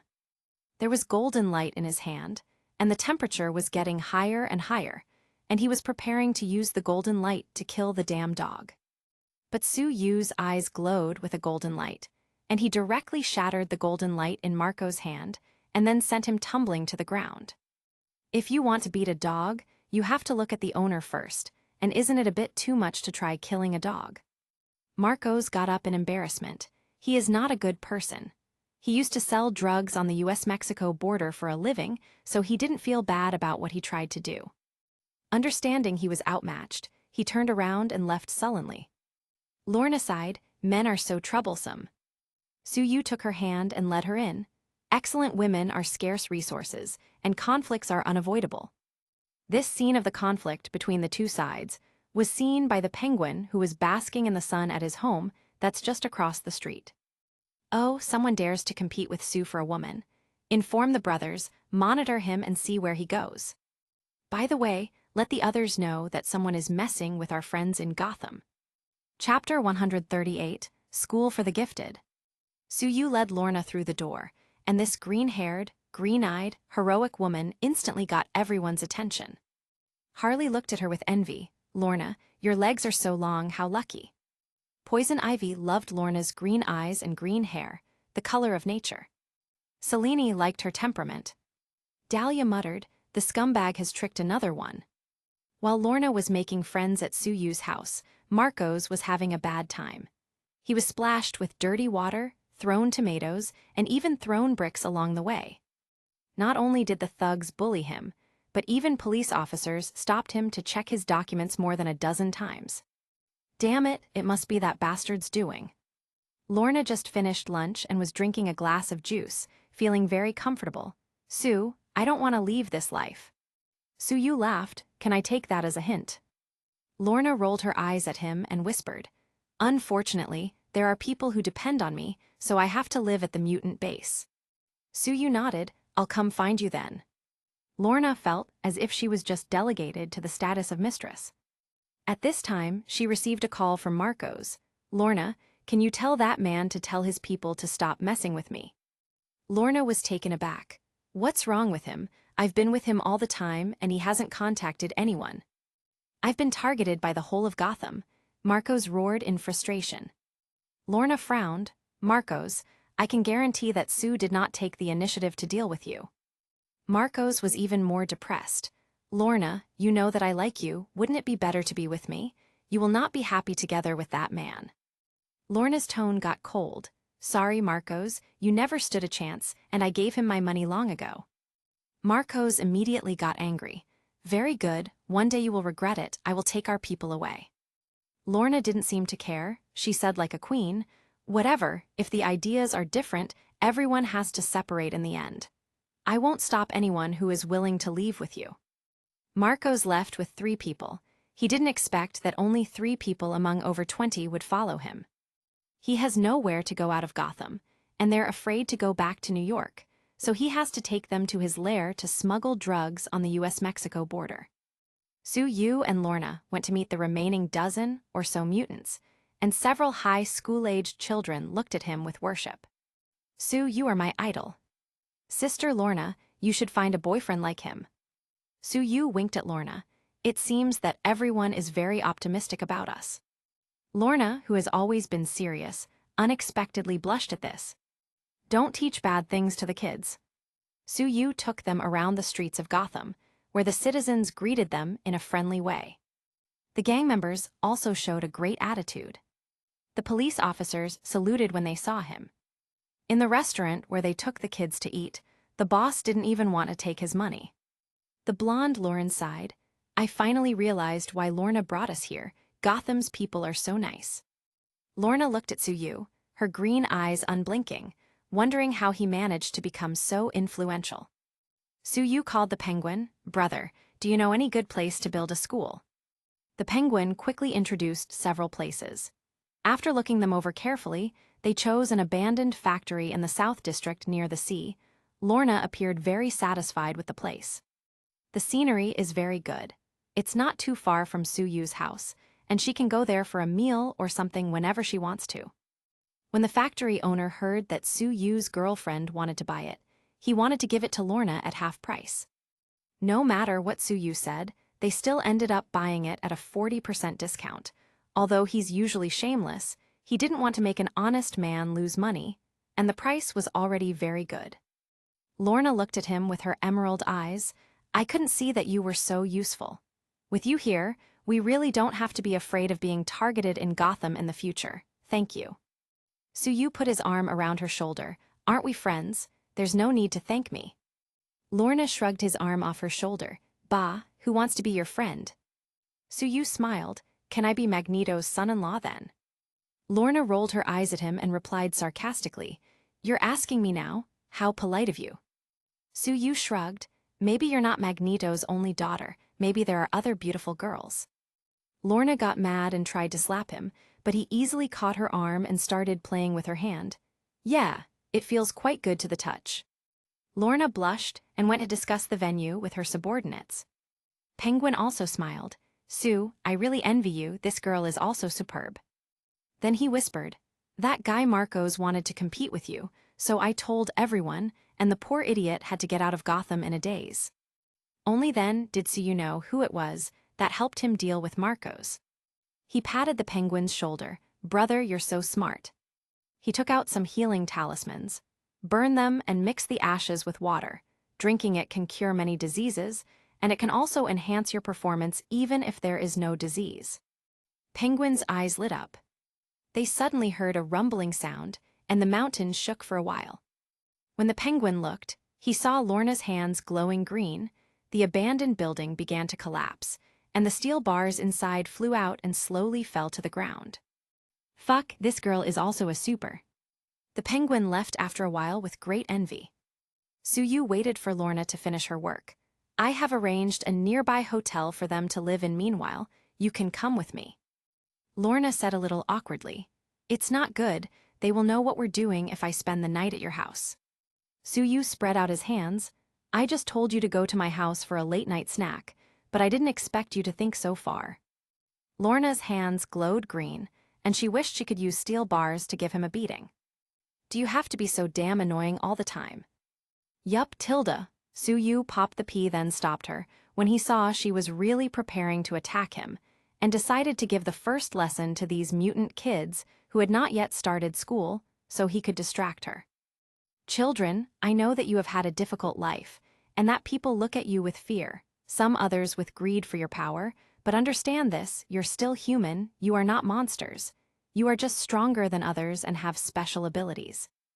But you have to know that the bigger the ability, the easier it is to get lost in the power. I won't tell you not to use your powers, that would make me a hypocrite, but at least try to be the kind of person who doesn't hurt innocent people. Some girls looked at him adoringly. Sue, we will be like you in the future to protect the people and fight against evil. Su Yu encouraged them with a few words and then changed the topic. Okay, I'm quite hungry, let's go, I'll treat you. Su Yu naturally took Lorna's hand and she didn't struggle, but instead smiled slightly and looked at the sunset in the distance. After dinner, they took the kids to the hotel, and then Su Yu took Lorna's hand for a walk on the beach. So, what are you going to name the school? Lorna thought about it. How about Suna's School for the Gifted? Suna. Su Yu laughed. He immediately noticed that she mixed their names for this. Lorna pinched him hard. Don't laugh. Then she sat on the beach, feeling a little confused. Sue, do you think I should be like Magneto or Professor X? Magneto is too extreme, and Professor X is too much of an idealist. I feel that you have to show your fangs, but also stick to your heart. Lorna leaned against his arms, silently engraving these words in her heart. Chapter 139, Polaris, Can Having Children Improve Your Strength? That night, Su Yu gave this cold-looking Polaris a hard lesson. Although Lorna has a rebellious spirit, she has no experience and lacks physical strength. Afterwards, Lorna didn't even want to move a finger, and she curled up in Su Yu's arms like a cat. I'm so tired. Su Yu stroked her green hair. Actually, I know a way to improve your powers. Lorna's eyes lit up. Can I be an Omega mutant too? Su Yu nodded. I don't know if it can help you reach the Omega level, but your strength should definitely improve a lot. Lorna showed a rare coquettish expression. Sue, tell me now. Su Yu shrugged. It's as simple as having a baby. Lorna bit him hard. I thought you were being serious. Su Yu screamed. Really, I didn't lie to you. Lorna rolled her eyes at him, then turned her head aside shyly and muttered, then better start working hard. What else can Su Yu say? He has to do his best to help her become stronger. Lorna has been busy with the construction of the new school these days. Poison Ivy sent her a lot of plants. Harley did psychological counseling to the students. Selene only has money now, so she donated a sum of money. Dahlia has no money or skills, but the demigoddess has the strength to help Lorna move a lot of boulders. Bruce Wayne came over to take a look and also gave a donation.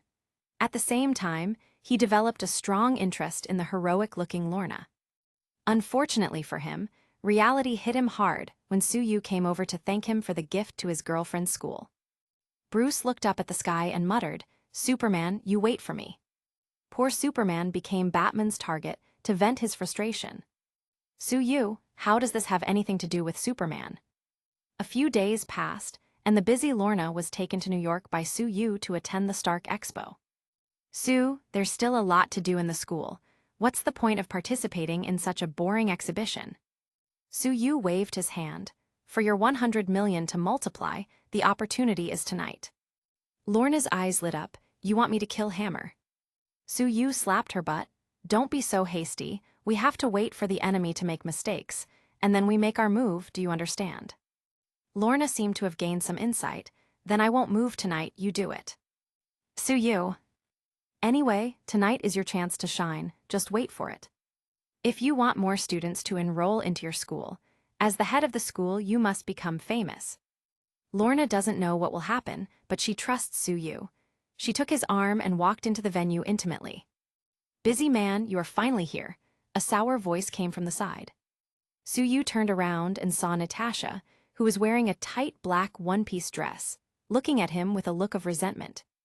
Pepper warmly greeted Lorna. Lorna, thank you for your help last time, you really saved Tony. The two started chatting, and Su Yu took the chance to wrap his arm around Natasha's waist and said in her ear, What are you complaining about? I was with you just last night. Natasha glanced at the tall Lorna. Your girlfriend today doesn't seem to be me. She's in such good shape. Suyu shrugged. I can testify that your body is absolutely perfect, and your skin is just as good. Today I brought Lorna for business. She is our bodyguard today. Bodyguard? Natasha was a little suspicious. With my skills, who can I deal with? Suyu shook his head. What if instead of people, it's a bunch of machines? She looked at him suspiciously. HMPH, you better not be lying to me, or I will kick you out of bed tomorrow morning. Suyu. I'm looking forward to nothing happening tonight, but are you sure you have the strength? Natasha rolled her eyes and went to chat with Lorna enthusiastically, not showing any of the jealousy she had just shown. Suyu snorted. Women are indeed the most complicated creatures in the world. The four sat on the VIP seats. Soon, with the sound of the music, Justin stepped on the stage doing a moonwalk and walked onto the center with a smile on his face. Suyu made a review. His old dance moves are not bad. Lorna frowned. This guy looks so cheap. Pepper almost spat out. I really want to kick him down. The whole expo is being downgraded just by his presence. Natasha whispered in Suyu's ear. Help me teach him a lesson, and I will go down on you next time. Suyu's eyes trembled. Dealing with the villain is my duty. I would have done it anyway. But since you've offered such a tempting reward, you leave me no choice. With a wave of his hand, Suyu's voice sounded like a whisper in Justin's ear. You are a turtle. Justin's eyes blurred, then suddenly threw himself to the ground and started crawling on all fours like a turtle, moving his head up and down. The crowd in the audience was in an uproar. It's starting again. He played a baboon last time. The hobbies of rich people are really weird. Look, he's so intoxicated, his tongue is sticking out. Some people in the audience picked up the food in their hands and threw it up onto the stage. It took a few minutes for Justin to regain his sanity. He got up angrily, looked around, and finally saw Suyu. It must be him. But at this time, the event was more important. He carefully avoided a banana peel and silently endured the humiliation. Our soldiers were constantly bleeding until Iron Man came along. But unfortunately, he was unwilling to disclose his advanced technology that could have helped protect our country and save countless lives. However, the major newspapers are now in big trouble. They will not have enough ink for what's coming. Suyu nodded secretly. The time is coming. Justin exclaimed, Today I would like to introduce to you the new members of the United States military, the Hammer drones. Rows of unmanned steel battle suits appeared on the stage, and the fully armed image was still very impactful. There were roars of approval and applause under the stage. Natasha pinched Suyu. That's it. Didn't you tell me he was going bankrupt in a few days? Lorna's hand flashed with green light. He has to go bankrupt. These things are a pile of scrap metal in front of me. Suyu quickly scolded the two women who were about to go crazy for money. Can you be a little bit patient? Just wait and see. The two sat back sullenly. Dozens of unmanned battle suits appeared on stage, and Justin was getting more and more irritating, his face full of smugness. My last introduction is a prototype developed by Hammer Industries, manned by Colonel Rhodes. Using the original Mark II, they painted it and covered it with weapons, with a big machine gun mounted on its shoulder. They had never seen such a shameless man. Pepper was about to explode. Rhodes also felt embarrassed. Suyu couldn't stand it any longer and waved his hand. You are a robot dog.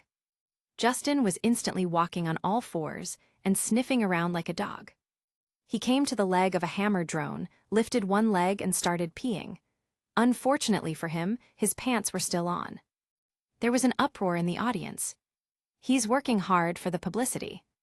Gotta give it to him. After this, he will definitely be the #1 in the hot search.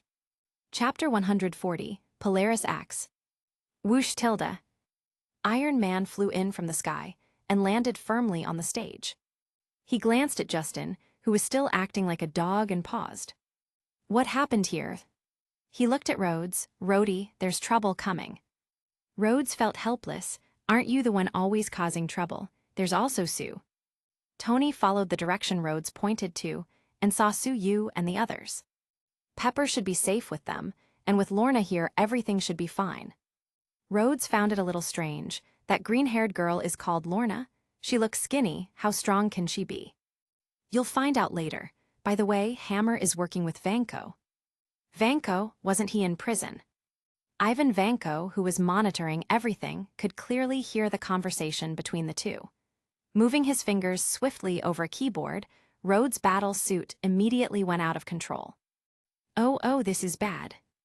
Rhodes' battle suit shoulder gun aimed at Iron Man, and all the Hammer drone's weapons were also aimed at him. Tony, go, I'm locked. Tony knew it was Vanko's doing and flew straight into the sky. Vanko controlled Rhodes, suit in half the Hammer drones to chase after him. The other half was left behind to settle a score. Apparently, he still remembered the previous grudge against the redhead that shot him and the guy who kicked him. The crowd screamed and ran away disorderly. Lorna's hands glowed green, and she waved violently at the Hammer drones that rushed over. Crack tilde, crack tilde. The few drones that rushed in front directly fell apart. The ones at the back also started smoking. With a wave of Su Yu's hand, he destroyed a few drones with psychokinesis. Upon seeing Lorna's actions, Natasha was stunned. She's a mutant. She can control metal. Su Yu kept her behind. Do you know who her father is? Who? Magniot. Natasha sighed. That makes sense. Vanko, who was hiding in Hammer Industries, was stunned. What kind of power is this? He refused to believe it could end just like this, and sent more battle suits to rush over. The green light in Lorna's hand became more and more dazzling, and the drones that rushed over one after another all shattered on the way. The people who were running away in a panic stopped. Is she a goddess? Who is she? She's with Su. Su Yu shook his head. Weren't they all running like headless chickens just now? Vanko found that there were too few drones left, so he commanded them to shoot from a distance. Lorna slammed down with both hands, and the bullets all fell to the ground. Instead of retreating, she advanced toward the dozen or so flightless Hammer drones left on the ground. The delicate woman, ruthlessly tearing everything apart with waves of green energy, instantly mesmerized the crowd. A lot of people put this scene on the internet, and Polaris' popularity instantly skyrocketed. Aside from the drones sent flying after Iron Man, the ones on the ground were all easily destroyed by Lorna. This is something Vanko never expected. That's cheating, he angrily hammered the table. Justin just happened to wake up just now. Just as he was about to start cursing, he found that the place was almost in ruins, and all his Hammer drones had become a pile of scrap metal. That green-haired girl that came with Su Yu, with her hands radiating a green light, was further destroying the battle suits that hadn't been completely torn down. No, stop it, damn, you ruined my drones. He wanted to rush over to fight Lorna, but Natasha intercepted him and kicked him to the ground, then directly captured him. Who's doing this? Who controls these battle suits? Justin screamed in pain at having his arm twisted. Ah, it's Ivan Vanko. Where is he? Natasha almost broke Justin's arm with one push. Ah, in my company's R&D building. Justin screamed and screamed. These women are so powerful, he can't afford to offend them. Su Yu looked from the side with a smile. Natasha kicked Justin away and glanced at Su Yu. I'm going to Hammer Industries. Su Yu explained to Lorna, be careful and protect Pepper. Lorna was having a good time. Then she looked around and saw she had already finished dealing with the drones and pouted. But when she looked at the ones in the sky, her eyes lit up. Suddenly, a child with an Iron Man mask came by. Sister, you are amazing. You are a perfect match for Iron Man. Pepper suddenly thought that this child is not cute at all. Su Yu's mouth twitched. What is this little Spider-Man thinking? He slapped him behind the head. Hey kid, are you blind? Don't you see that she is my girlfriend? Peter angrily raised the flashlight in his hand at Su Yu. That slap hurt. Have you finished your homework? Does your aunt know that you sneaked out alone? Won't you be punished when you return? Su Yu's continuous words almost made the kid cry. Natasha shook her head and sighed at his pettiness. At this time, you still have the heart to bully a kid. She took his hand and started pulling him away, but Su Yu pulled her into his arms. What are you doing? We're going to Hammer Industries to catch Vanko. Su Yu shook his head. You're not going to drive, are you? He turned his head back and said, Lorna, be careful, look after Pepper. These drones have self-destruction devices. Get away as soon as possible. He embraced Natasha's waist, and the radiant energy covered them both. Whoosh tilde. The two flew straight into the sky. Pepper sighed.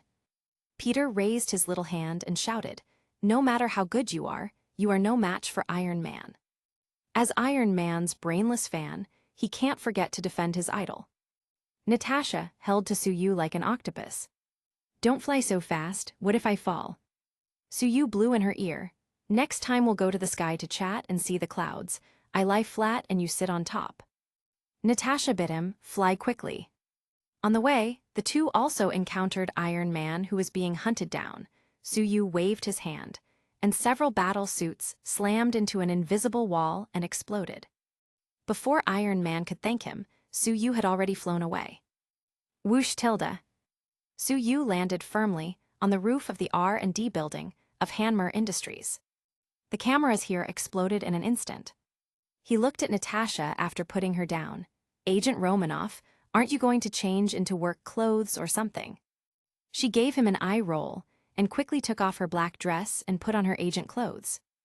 Black and lace, who can resist this? Suyu sighed, to be honest, I'm suddenly hungry. Natasha threw him a wink, let's catch Vanko first, then we can have some fun. The two rushed downstairs, ignoring the guards that fell to the ground screaming with a wave of Suyu's hand.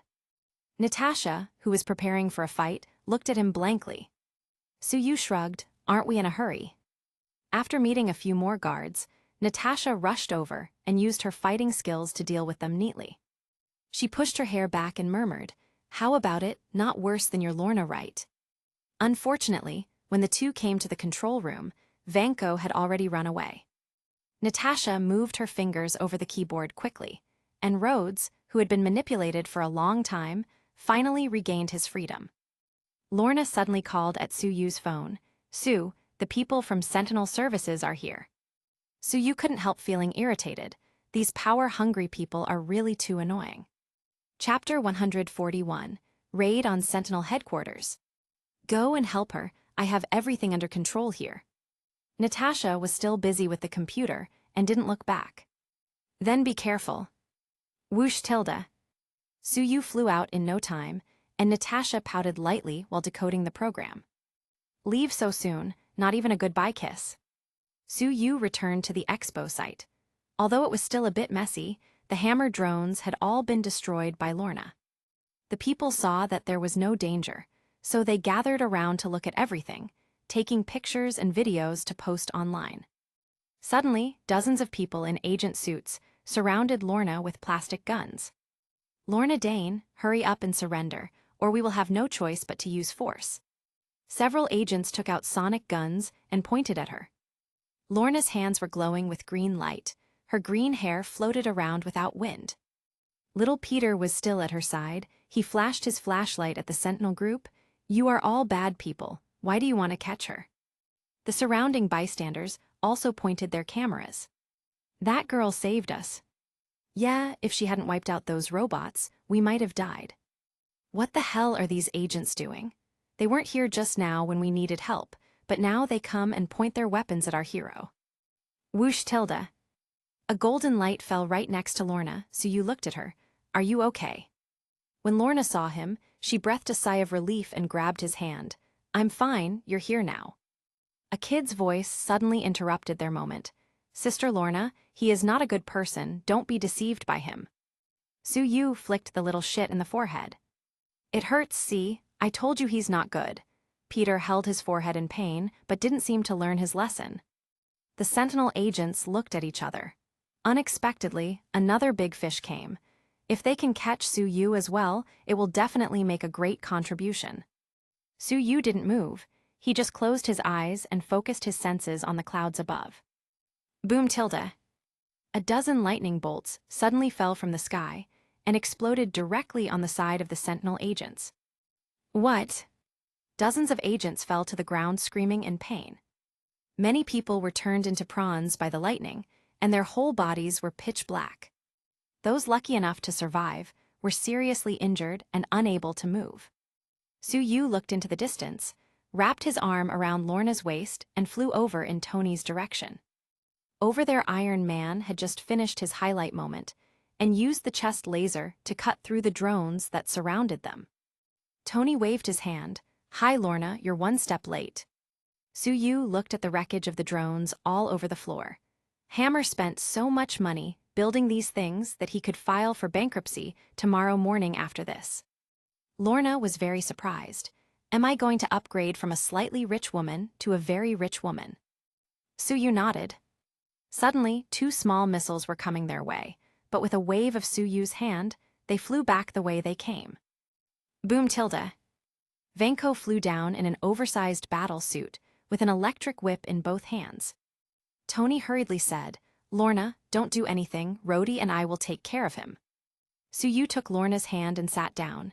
"Dear, why is it that the villain's armor is always stronger?" Lorna leaned on Su Yu's shoulder and whispered, "Who knows, I don't care, it's still just scrap metal to me." In the field, Vanko was relieved to see that Lorna had no intention of taking action. His goal was to seek revenge on Stark. As long as it was achieved, he didn't care about anything else.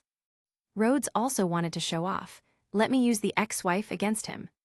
The shoulder of his battle suit opened, and a small missile was fired at Vanko. Ding tilde. Unfortunately, the ex-wife did not explode, but after the impact, it fell to the ground and was extinguished by running water. Vanko looked at him blankly, and Rhodes' face darkened. Hammer said it was his best weapon. Tony nodded in understanding. Hammer Industries product, that makes sense. Su Yu spread out his hands. "It's called the ex-wife, how can you expect her to help you?" Everyone seemed to share a rare moment of mutual understanding.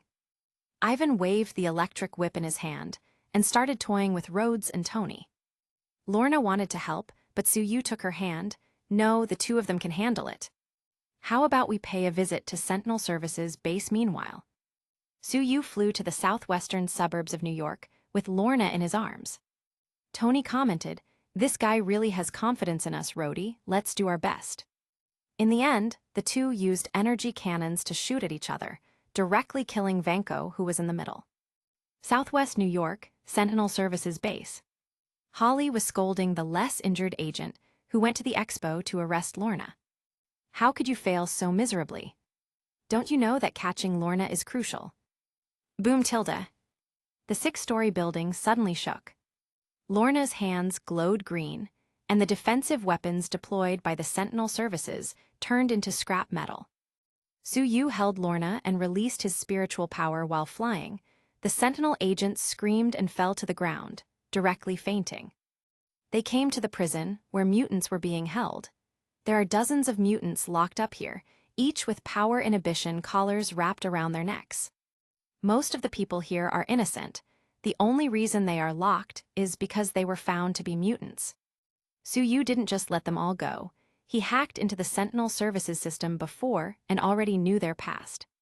There are 8 people who use their powers to rob and harm others, so he wouldn't bother saving these kinds of people. With a wave of his hand, these 8 people all directly fainted, while the other 20 or so mutants' collars all opened and fell directly to the ground. "Okay, you're free now." Many of these people are very young and were a little dazed. "Where can we go? Our families treat us like monsters." Lorna offered them an olive branch. "I run a special school in Gotham. You can go there. The Sentinels don't dare to go there, so your safety is no problem." Everyone was shocked when they recognized her. "She's Polaris. I have a friend who said she takes good care of other mutants. And he is Su Yu. He is the pride of mutants. He has dealt several blows to the Holy See. Su Yu doesn't know if he's a mutant or not, but it doesn't really matter." Most of them decided to join Lorna's school. Su Yu's hands kept drawing circles in the air, and a portal appeared in front of everyone. "Welcome to Suna School for the Gifted. Let's go first." Everyone was stunned. This stable long-distance portal is so strong. Su Yu asked Lorna to go there first, since she had to make arrangements for the new students. Lorna whispered, "What else are you going to do?" Su Yu pointed to the laboratory. "I'm going to make everything here public." Lorna gave him a big kiss. "Su, you are my hero, be careful." Su Yu whispered in her ear, I want a hero welcome when I go back. Lorna glanced at him amorously before leaving. After everyone left and the portal closed, Suyu rushed into the laboratory and instantly got furious when he saw the things inside.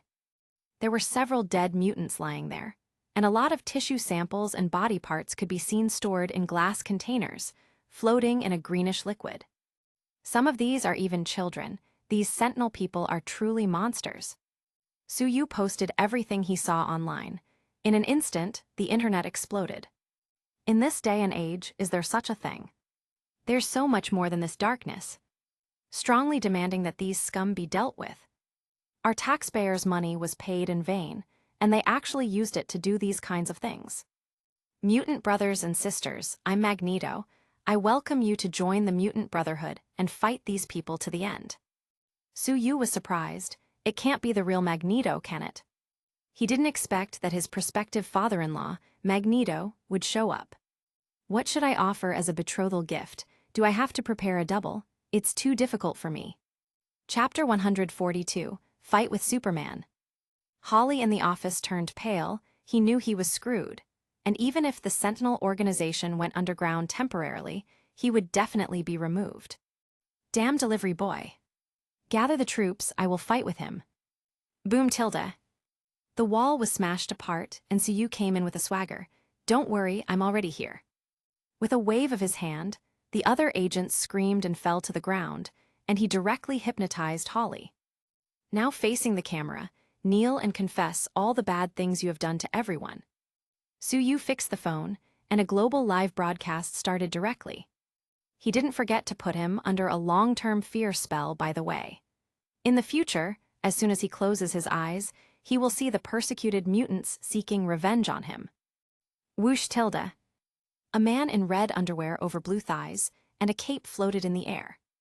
Suyu saw that Superman, the patron saint of New York, had arrived. Sue, you are going too far. Superman looked a little annoyed at the collapsed buildings around him, and the burning rooms. Today, he was busy spending time with Lois, which caused him to miss the battle at the Stark Expo. And now he was just flying around in the sky and came across this sight. Suyu ignored Superman and instead made two Sentinel executives kneel in front of his cell phone to confess their guilt. Superman frowned and rushed over, intending to catch Suyu.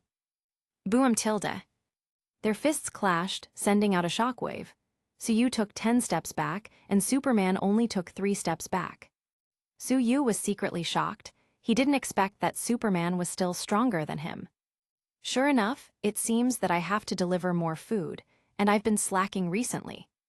Originally, netizens were watching the high-level confession of the Sentinel organization, but seeing Suyu and Superman facing each other, they were instantly distracted.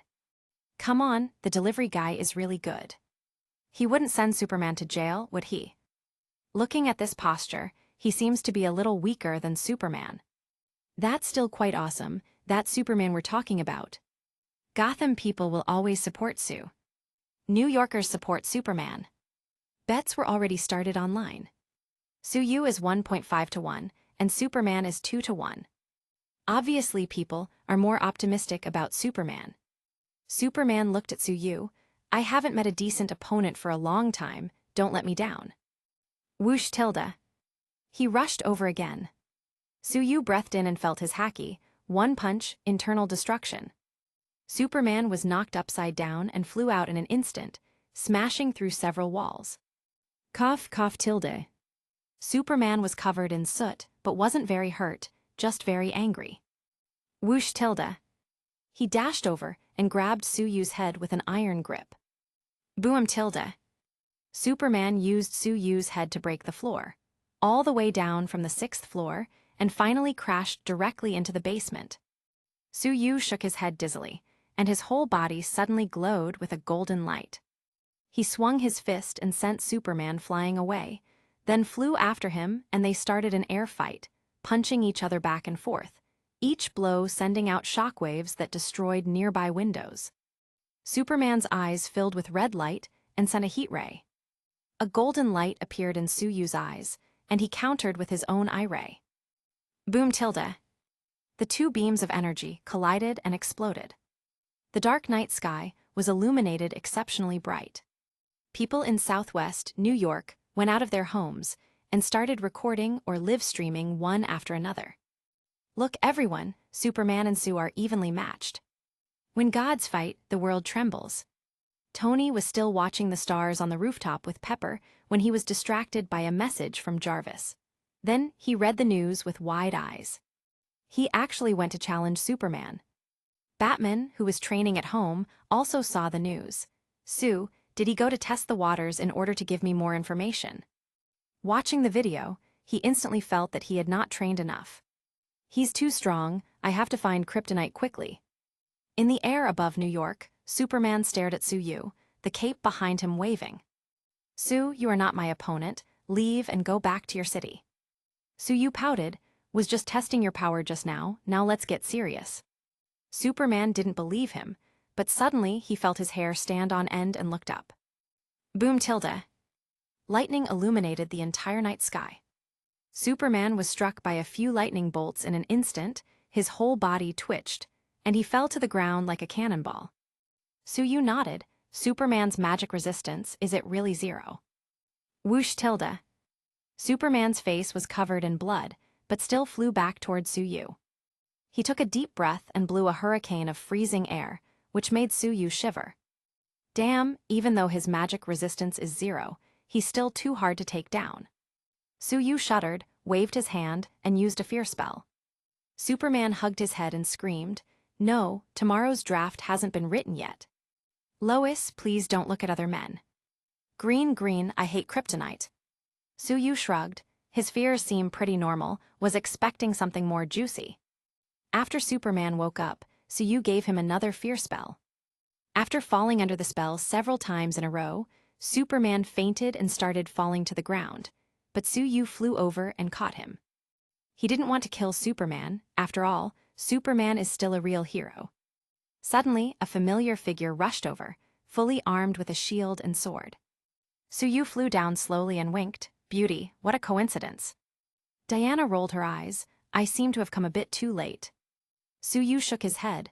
Don't worry, everything's fine. After I'm done here, I'll go with you later. Diana glanced at Superman being held like a princess by Sue. She teasingly asked, are you planning to take him to pick up soap? I didn't expect you to be such a person. Sue's face darkened. Wait a minute. He flew into the sky covered with golden light and went directly to the outside of the Earth. He put Superman in space and let him bath in the sunlight. After he charges, he should be fine. He flew back again, grabbed Diana's waist, stepped out and disappeared in an instant. Diana muttered, I came to help, not to be flipped. Sue spoke teasingly, does the armor look a bit tight? Have you gained weight recently? Let me help you lose it. In this battle of the century, Sue won the battle with fear. Citizens of Gotham went out to the streets to celebrate. He beat Superman. Many people watched the video of the fight with enthusiasm. Lorna thought the New Mutants would be more difficult to manage, but when these people saw Sue's performance, they were super good in front of her. There's no way, who told her boyfriend to be so powerful? Far in the Southwest, Fury's eyes widened. He is actually so strong.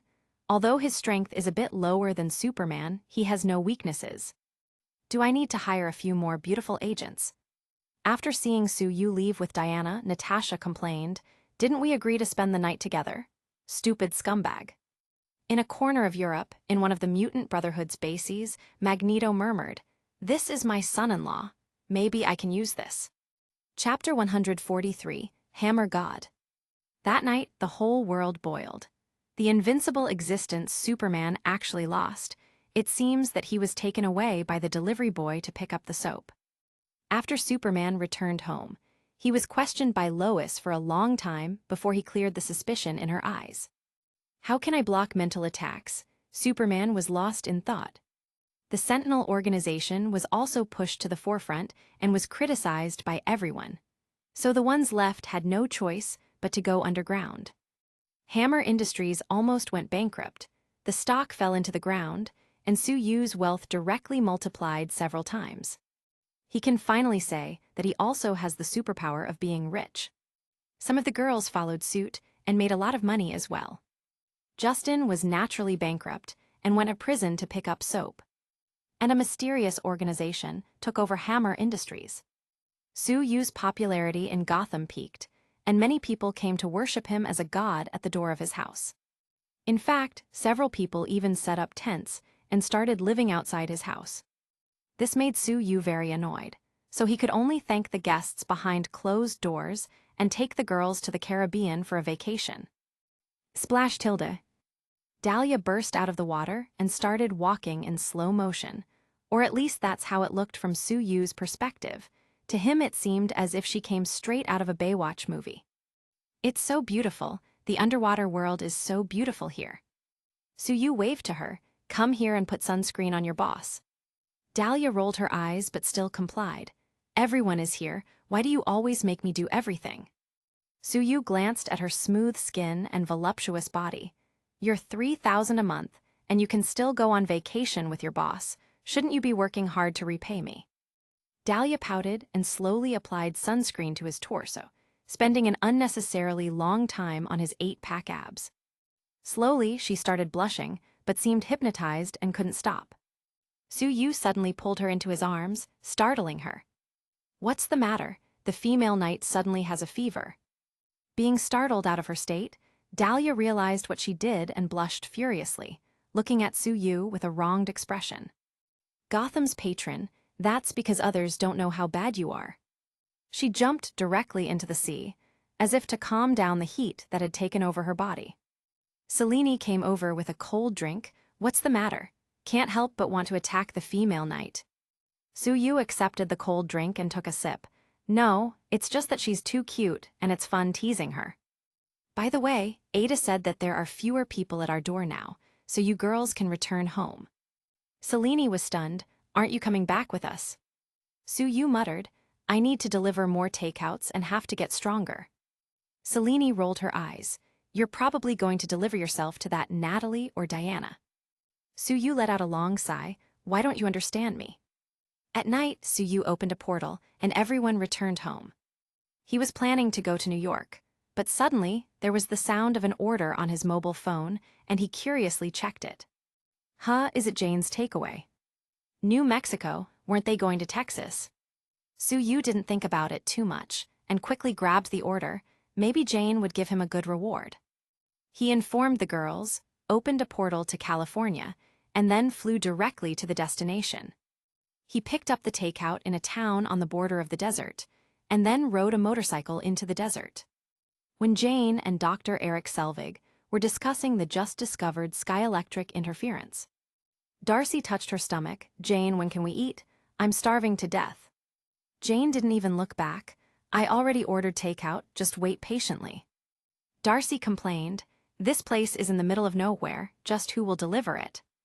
Jane then remembered that the address she wrote seemed to be a temporary residence in the town and realized her mistake, so she took out her phone to check. Hey, someone has already taken the order. Then Darcy pointed to the headlight not far away. Look there, it seems to be a motorcycle. The delivery guy is so good, he can even find us here. Jane frowned. This is the border. Someone coming out at night in this place is more likely to be a drug dealer. Darcy was startled and quickly took out her stun gun for self-defense, holding it tightly in front of her. The motorcycle really came in their direction. Eric shrugged. Don't look at me for protection. I'm a scientist, I can't fight. Darcy suddenly yelled to the sky, Sue, come and save me. The motorcycle came near their truck, and Soo-Yu came down with a takeout bag. Beautiful ladies, your takeout has arrived, and he opened his arms as if presenting himself.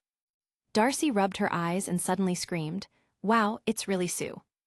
She got out of the truck quickly, rushed over, and after some rubbing, well, it's indeed the 8-pack abs, yes, Jane. Look, it's really Sue. Soo-Yu was speechless. This girl doesn't look at his face to recognize him, but instead touches his abs. Jane straightened her messy hair, walked down the truck, and smiled sweetly. Sue, I didn't expect it to be you. I watched your fight with Superman, you are so strong. Darcy almost melted in Soo-Yu's arms and said softly, it's a pity that you can't understand what's his more powerful part. The corners of Jane's mouth twitched. Her pure image is really too disadvantageous. The bold Darcy already got to taste the goods, and she hasn't even touched these juicy abs. Eric also got out of the truck, very excited. Sue, are you that Sue? Tell me, did you really take Superman to pick up soap? Sue Yu had a black line on his face. This scientist is very rude. No wonder he was controlled by Loki in the future. No, I'm not interested in that sort of thing. While they chatted, the sky in the distance appeared strange, flashing with a strange light. Sue Yu secretly thought, is there such a coincidence? The Bifrost, is the hammer god coming? Jane was super excited and jumped up and down like a kid in a toy store. Quick, let's get in the truck and rush over. Darcy pulled Sue Yu into the truck, sat directly in the driver's seat, and started driving towards the light. The sand in front was flying all over the sky, and a multicolored light in the center hit the ground, producing a shockwave and stirring up even more sand. Darcy tried turning the steering wheel in a panic. My Sue just arrived, I haven't enjoyed it yet and don't want to die. Jane quickly grabbed the steering wheel and helped to turn it. Boom tilde. A humanoid was hit by the truck and flew away. Sue Yu made a face, ouch, that must have hurt. Jane took a deep breath and then decisively shifted the blame. Darcy, you bumped into someone. Darcy quickly said, no, you bumped into someone. The two got out of the truck in a panic, but Darcy didn't forget to grab Sue Yu's hand. Sue, if that person dies, take me to Gotham, I'll be your maid and never go out again, and I'll be drunk every day. Good girl, you already figured out what to do next. Sue Yu had to give her a thumbs up for her ambitions. Jane lowered her head to check the man they just crashed into for injuries. Please don't die. Just after being expelled by Odin, Prince Thor, who was still out of it after traveling through the Bifrost and successively being run over by a truck, looked at Jane blankly, with a slightly dumb smile on his face. So beautiful. He stood up staggeringly and suddenly shouted while extending his right hand, Mjolnir. But upon seeing that nothing happened, he shouted with a bit of despair, Mjolnir, where are you? Sue Yu nodded, this guy is indeed the hammer god. The exiled god shouted to the sky, Father, Heimdall, brother, take me back. Naturally, there was no response. He looked at Darcy and growled, where's this place? Tell me. New Mexico, are you drunk? Darcy was a little scared and held the stun gun, pointing at the weird man. You intend to use such a small weapon against me. Thor felt despised and walked towards Darcy angrily. Pop, TZZZT tilde. Darcy pulled the trigger directly, and the stun gun directly knocked the poor idiot to the ground. Sue Yu rolled his eyes and muttered, the irony. The god of thunder was stunned by a stun gun. Chapter 144, Thor's Existential Crisis. Darcy made a silly laugh. Sue, how is it? I'm pretty good at shooting, right? Sue Yu muttered, first you run him over, and then you shoot him, remember me not to get on your bad side. Jane and Eric planned to take Thor to the hospital, so Sue Yu picked him up like a garbage bag, threw him into the truck, and everyone returned to the closest town. The nurse doing the registration asked, what's his name? Jane thought about it with a finger in her cheek, I don't know. What's your relationship? Jane waved her hand, it doesn't matter. Darcy interjected, you knocked him out. Jane rolled her eyes, it's you who knocked him out. Thor happened to wake up at that moment, and found a man in a white coat holding a needle and about to stab him in the arm. What are you doing? The doctor smiled harmlessly. Don't worry, I'm just drawing some blood for some tests. Boom tilde. The hammer god sent a punch and knocked the doctor to the ground. How dare you hurt the son of the Allfather? You dare steal the precious blood of a god. Several medical staff came directly to hold him down. Although the exiled god has lost his divine power, his physique is still impressive, and he frantically broke free from the hands of several people.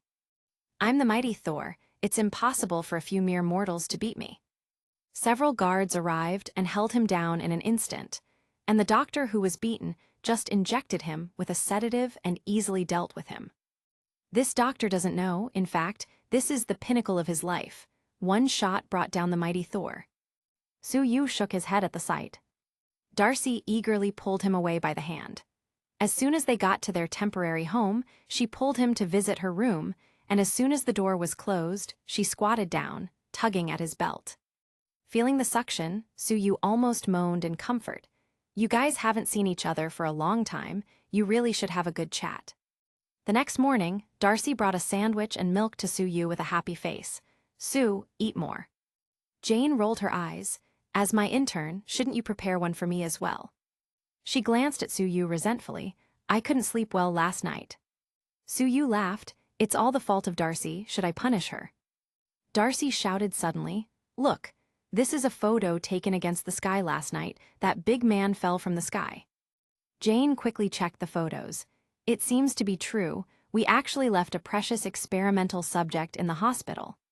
She pulled Suyu and ran. Quick, we can't let the test subject run away. Darcy was chasing after them with a slight limp. Hey, that's my man, and interns have human rights too, wait for me. Eric complained. I couldn't sleep well all night and now I'm expected to run? I'm too old for this. After arriving at the hospital, the doctor told Jane that the man not only did not have medical insurance, but also ran away, so she should settle the bill. Jane's doe-like eyes blinked innocently as she checked her empty wallet and then started sweating. Seeing her like this, Suyu paid for her. Tiredly holding her waist from running so much, Darcy hugged Suyu's arm and started. Hey, having a rich boyfriend is much better than being a scientist. Jane scolded the little bitch secretly and rushed out of the hospital again. Getting into the truck, Jane anxiously said, What should I do? Such an important subject was lost. Eric analyzed, this guy doesn't have a car. It's hard for him to get away so fast, so let's look in the town first. Jane backed up a little irritably, ready to leave the hospital. Bang tilde. The rear of the truck hit a person, and everyone got out of the car to see that it was the same man from last night. The female driver Jane shrugged and smoothly shifted the blame. You shouldn't let me drive in the future. It's your fault for letting me. Suyu patted her shoulder comfortingly. It's okay, at first glance, it's clearly this man's fault. He lifted Thor into the truck again. Back at the rented home, Thor woke up and asked in a daze, Who hit me just now? Jane handed a bill to him. We suspect that you were trying to scam us. Please settle your medical bills. Thor instantly got angry. I'm a prince of Asgard. It's impossible to owe any medical bills. Looking at him, it's obvious that he doesn't even have a dime, and he doesn't intend to pay. Darcy stood beside Suyu with a ferocious arrogance. Hey, if you keep acting like that, my boyfriend will beat you. Thor sneered, a mortal. I can take 100 with a single hand. Jane muttered, You were brought down by a mortal doctor last night. As a delivery boy, Suyu is not at all interested in such a poor customer who clearly can't order takeout. Thor doesn't even have a mobile phone. As for money, not even a penny. Without a mobile phone, it means that he basically can't order takeout. Just when Suyu was thinking about teaching this guy how to use a phone, Thor walked and stood in front of him. Let's fight, let me see the strength of Midgardian warriors. Jane and Darcy looked at each other. This man really had good eyes. He casually found someone who seemed to be the strongest person on earth to be his opponent. Suyu shrugged and asked casually, How do you want to do this? Thor took off his t-shirt, revealing his big-toned muscles. Let's compare our muscles first. Suyu also took off his shirt, revealing his perfectly defined torso. The lines of the 8-pack abs looked much more perfect than Thor's. Thor. Impossible, I have the best-looking muscles in Asgard. Suyu spread out his hands, causing his muscles to tense. I'm only average on Earth. The hammer god felt a little discouraged. He glanced at Jane, not wanting to lose in front of her. Let's punch each other to see who's more powerful. You can hit me first. Suyu shook his head. You go first. Thor got annoyed. This mortal is looking down on him. Okay, then I'll hit you first. He punched him in the stomach with all his might, but unfortunately for him, Suyu didn't even move, but instead, Thor was bounced 10 meters away, knocked over 2 tables, and fell to the ground in embarrassment. Darcy rushed over and caressed Suyu's abs. Does it hurt? Do you want to go back to the room and have me rub it for you? Suyu looked at the big sun outside. In broad daylight, are you so thirsty? Darcy shrugged shamelessly. With this heat, isn't it normal? Thor lost his strength and tried twice to get up. His right hand was still paralyzed. He secretly thought, Are Midgardians so strong nowadays? He coughed. My divine power has not recovered yet. Otherwise, I could summon lightning and easily defeat you. Jane and the others felt that he was just bragging. If you're so powerful, how come you were easily knocked down by a stun gun? Thor. I can't explain it. The reason is very complicated. As long as I get my hammer back, I can even soar through the sky. Darcy took out her phone and played the scene of Sue Yu and Superman fighting. See, Sue can summon lightning without a hammer and fly directly into outer space, can you? Thor was surprised, so strong. He watched the video. This transvestite in underwear seems to be really strong too. All right, Sue Yu admired this guy's boldness. Calling Superman a transvestite? Are there even transvestites in Asgard? Darcy continued to show off her man. Can your whole body glow? Thor shook his head. Can you shoot energy beams from your eyes? Thor shook his head again. Then do you know how to use hypnosis? Can you mind control your opponents? Thor began to doubt his life. Is it so hard to live on Midgard? He suddenly thought, if Sue is an average Midgardian, wouldn't Loki and I be at the bottom of society here? Father said that I could be considered strong in the universe. Was he fooling me?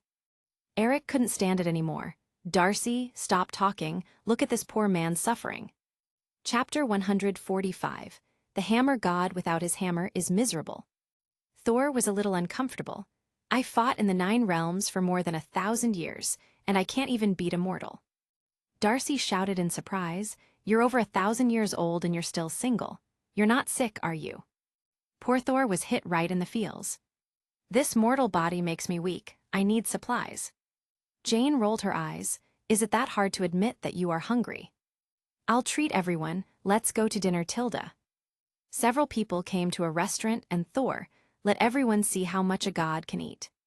One person ate the amount of food for 8 people, and he was only half full. Darcy muttered, I'm seriously starting to think that their planet is suffering from famine. Jane nodded. Eric looked at Thor's biceps. Actually, he should be able to earn living expenses by moving bricks. Sue Yu still thinks that Thor has great potential and can develop into a good customer. Although he has no money, he is a prince in distress. The key is to be able to eat. Jane touched her shriveled purse, feeling a little resentful. A single meal costs more than she spends in a week. Sue Yu understood in seconds. I'm very happy to meet a new friend. I'll invite you this time. Don't argue with me. Jane looked at him gratefully, her eyes full of admiration. Noticing this, Thor instantly felt that the chicken legs in his hand were not as delicious anymore, and secretly complained. Is it amazing to be rich? I'm a prince. He drained his coffee and slammed the cup on the ground. Delicious, another. A few people approached the fast food restaurant talking animatedly. No one can lift that hammer. So bad we can't keep trying now with these government agents here. Listening to their talk, Thor's face lit up. Could it be Mjolnir? He walked over to ask for directions, and told Sue Yu and the others that he was going to recover his hammer. Just when the group walked out of the restaurant, the landlord of their rented property called, saying that some people in suits were moving Jane's equipment, and their attitude was very bad. Jane went crazy in an instant. That's my life's work. She rushed into Sue Yu's arms with teary eyes. Sue, you have to help me. Without these devices, I can't live anymore. Woo woo woo. Sue Yu patted her back. Don't worry, leave it to me. He wrapped his arms around Jane's waist and flew away with a whoosh. Darcy cursed in a low voice. Damn it, she finally seized the opportunity. Seeing the woman he took a fancy to rushing into the arms of another man, Thor got depressed, but thinking about recovering his hammer, his mood lifted slightly. The 3 of them had to drive back. Jane grabbed Sue Yu tightly and shouted happily, Sue, will you take me to fly again in the future? Sue Yu looked at her face and couldn't tell if she was faking those tears from before. No problem. Jane screamed suddenly, Ah, what are they doing with my equipment? Don't they know it's delicate? Sue Yu took her to the ground and saw a group of men in suits carrying her equipment carelessly to their cars. Jane ran over and shouted, What do you think you're doing? Phil Coulson, whose hairline has moved further back from the last time Sue Yu saw him, showed a professional smile. Miss Foster, I'm Phil Coulson of Strategic Homeland Intervention. Enforcement and Logistics Division. But Jane was too angry to care. I don't care who you are, you can't do this, those are my things. We are investigating a security threat and need to requisition your data. Requisitioning, this is stealing, Jane roared directly. For scientists, their work is like their children. Phil Coulson took out a check. This is the expropriation fee, enough for you to buy new equipment. Jane was going crazy. I spent years getting that equipment and collecting data. I don't want new ones, I want mine back. She turned her head and threw herself into Sue Yu's arms. Sue, they're bullying me. Phil Coulson turned his head, and his heart skipped a beat, cursing in a low voice when he realized it was Sue Yu. Damn it, why did it have to be him? He glanced at Jane, the beautiful scientist, and seemed to understand. Sue Yu looked at Coulson lightly. Jane is my friend, your behavior is out of bounds. When Vanko was making a fuss in New York, did you care? Now you're actually bullying a poor scientist here. Phil Coulson muttered, didn't we have Agent Romanoff helping? Sue Yu looked around, stop it. It's a pity that these agents are well-trained and didn't listen to him at all. They kept moving the equipment into their vehicles dutifully. Sue Yu got angry and waved his hand, causing the agents to scream and fall to the ground. Ah, how long will we be in this place, where even birds don't shit? This month's bonus is gone again. I don't want to stay up late and work overtime like Coulson. I don't want to go bald like him. Coulson. Sue Yu pointed his hand towards Coulson, but this guy's self-preserving instincts are very strong, so he quickly said, let me ask my boss, I am also a part-time worker. Sue Yu waved his hand as if saying go ahead. Coulson stepped aside and called Fury to inform him of the current situation. Meanwhile, Sue Yu wiped away Jane's tears. Your eyes are so red. What should I do if the beautiful scientist is not beautiful anymore? Jane blushed and looked shy. What are you doing? We're in public. But she didn't try to step back and let him do as he pleased. Thor finally arrived and roared as he rushed out of the truck. These are all Jane's efforts. You quickly put them back, otherwise don't blame me. Coulson rolled his eyes. Now anyone thinks they can bully S.H.I.E.L.D. It's fine if it's Sue, but who is the stupid big guy? Thor found his target. Because Phil Coulson was the only one still standing, and he was going bald, he identified him as the leader at first sight. That bald man, quickly ask your subordinates to put the things back, or you will have to answer to my fists. He showed off his strong arms, then shook his long blonde hair, which directly stimulated Coulson.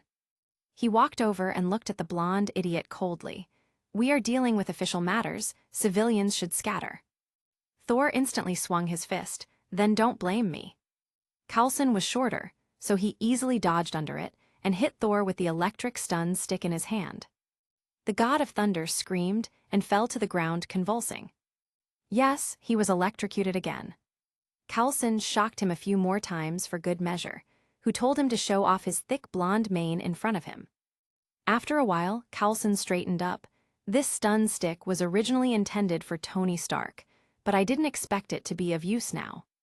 He smiled at Jane politely and said, Miss Foster, we are actually good people. We just need to use your data. Good people. Jane looked at Thor, who was still convulsing and drooling in the ground. Phil Coulson whispered, Mr. Sue, Director Fury said that we can both take a step back. Miss Foster can keep the check, give us a copy of the data, and keep doing her research. Don't worry, we won't publish any articles, so it won't affect her. So you looked at Jane. Jane, you decide. Jane thought about it for a moment. Science can be shared. It's no problem to give you a copy of the data. Darcy suddenly interjected by raising her hand. I have a request. Coulson looked over at her. Can you give me that stun stick you just used? It seems to be very useful. Coulson paused. Well, he couldn't afford to offend Sue Yu, so he gave the stun stick to Darcy and called his subordinates that were standing up to withdraw. Jane stood on tiptoes and took the initiative to kiss Sue Yu on the cheek. Sue, if it weren't for you, I would have lost all my work. You are my hero. Thor struggled to get up, his muscles still spasming from time to time, feeling more depressed than ever. Can't I do anything without my hammer? He looked firmly at the direction of his hammer. He was definitely going to get it back tonight. Chapter 146, Hela's Blessing. Before going for his hammer, Thor wanted to have a full meal, and he was only half full at noon. Jane just took a sum of money from S.H.I.E.L.D., so she had enough money to invite someone to eat. Su-Yu wondered, "Jane, didn't I donate 10 million to you last time?" Darcy interjected. She said that money was for research, and it all went to buy new equipment. Su-Yu nodded in appreciation. "This is what a real female scientist should be like, Darcy, you have to study more." Darcy shrugged. "Sue, I'm a lay-flat intern, waiting for you to take care of me. How can I have such big ambitions?" Jane was totally speechless. "Waiting to be supported, and you say your ambition is not big enough." Thor tapped the table with his finger and said solemnly, "Actually, I am a prince, and have a huge kingdom to inherit." Darcy rolled her eyes. "Then why are you penniless and don't even have a cell phone?" Thor got depressed again. "We don't have mobile phones in Asgard, and for money we use gold coins. I'll bring some to you when I can." But Jane was more interested in the so-called hammer. "Thor, why can't people lift your hammer?" The hammer god straightened instantly and gave Jane a sweet smile. "Jane, my hammer is made from Uru metal, the strongest metal in the 9 realms, and was forged in the core of a dying star. Only those who are worthy can lift it, and I am the only one worthy until now." Thor couldn't pass up the chance to show off. Su-Yu shook his head secretly. "Just wait until he realizes he can't pick it up anymore. I can't wait to see his face then." After bragging, Thor stood up and prepared to go get his hammer back. Eric asked curiously, "The hammer is 50 kilometers from here. How do you plan to get there?" Thor looked at Su-Yu. "Sue, lend me some of your money. I'm going to buy a horse." But Darcy was very protective of her boyfriend. "Come on, you definitely don't plan to repay the money." Thor felt slighted. It's not that he wants to default on his debt, but after he goes back to Asgard, it might be difficult for him to come back. "If you don't want to, just say it. I'm just going to walk there." Su-Yu suddenly said lightly. "You can't fly. It will take you about 10 hours to walk there. The sun may be bright by the time you arrive, and Coulson may give you another body shock therapy once he discovers you." Thor's body seemed to shudder in a conditioned reflex. Thinking it over, he gave everyone a sweet smile. "Who can drive me there?" Eric turned his head away, muttering, "With my old arms and old legs, I really can't afford to offend S.H.I.E.L.D." Darcy leaned against Su-Yu. "I'm going to find Sue for class later." Attend class? Thor didn't understand very well and tilted his head in confusion. Jane played with her fingernails. "I just took the money from S.H.I.E.L.D. so I can't backstab them." Su-Yu stood up and said, "I'll walk with you, but you have to learn how to order takeout." Thor looked confused. Su-Yu threw a cell phone at him. "If you don't learn to order takeout, you can just walk by yourself." Thor hit his chest proudly. "Don't worry, it will take me a few seconds at most." 20 minutes later. "Haha, it's so easy. I want this spicy chicken burger." He laughed loudly. Everyone rolled their eyes. Isn't just learning how to order takeout. What's there to be so proud about? And this guy is laughing like a fool. Su-Yu stepped out, and 10 seconds later he came back with the takeout that Thor ordered just now. Thor blinked and looked very surprised. "So amazing, then just have to give you a good review." Su-Yu nodded, doing so many things just for a good review. Ding, the host has received a 5-star review from Thor. The completion rate is 75%, reward. Strength +1, spirit +2, Hela's blessing. Blessing of Hela, goddess of death, +20 strength, double body density. Su-Yu was overjoyed. He didn't expect that, after teaching Thor how to order takeout, he would actually get some of his sister Hela's ability. Strength +20 adds a lot of power to him, and doubling the body density will greatly improve the body's strength, defense, and quick healing ability. Facing Superman again, he shouldn't suffer too much if he wants to compete in pure strength again. But Hela's blessing, he won't become Thor's brother-in-law as well, will he? Darcy suddenly said, "You now owe Sue $10,000. Thor pretended not to hear and kept munching on his burger. Su-Yu stood up and waved carelessly. "Forget it, it's not much money anyway, Thor, let's go." Darcy said that she would also follow, while Jane said she also wanted to see the hammer. Eric said that the elderly have trouble sleeping at night, so it's better to go out for a walk. Thor instantly realized the shamelessness of the Midgardians. Didn't they say they couldn't take him just now? When approaching the place of the hammer, Darcy leaned forward and asked, "Sue, what should we do? Do we sneak in?" Thur waved his hand with a confident face. "I'll go in by myself, you just wait and see my triumphant return." Sue saw him so confident, so he nodded his head. "Then you go, we will stay here waiting for your success." Thor smiled. Although this Sue grabbed a lot of attention from Jane, he was still a very loyal friend. He nodded to Sue. "Brother, I have a friend who is very good looking. I will introduce her to you next time." Sue knows what this guy is thinking. If he becomes close with Sif, he would probably be embarrassed to snatch Jane from him. But unfortunately, Thor underestimates his shamelessness. "Don't think about it for now, just focus on recovering your hammer and come back." Thor was actually not so reckless and sneaked in quietly. Unfortunately, he was still found. He beat the shield agents all the way, but was blocked by Coulson. Thor shook his blonde hair and smiled. "Bald friend, you gave Lady Darcy your stun stick. Now I want to see what you can do without it." "Bald," Phil Coulson touched his receding hairline and got angry. He sent a punch at him, but Thor didn't take it seriously. With Coulson's small body compared to his, how strong can he be? "Wyatt!" Thor's shrill screams resounded throughout the temporary base. Phil Coulson, who doesn't care about martial arts, knocked him to the ground again. "Big man, forgot to tell you, I have 2 stun sticks." Thor had a new understanding of the insidiousness of Midgardians.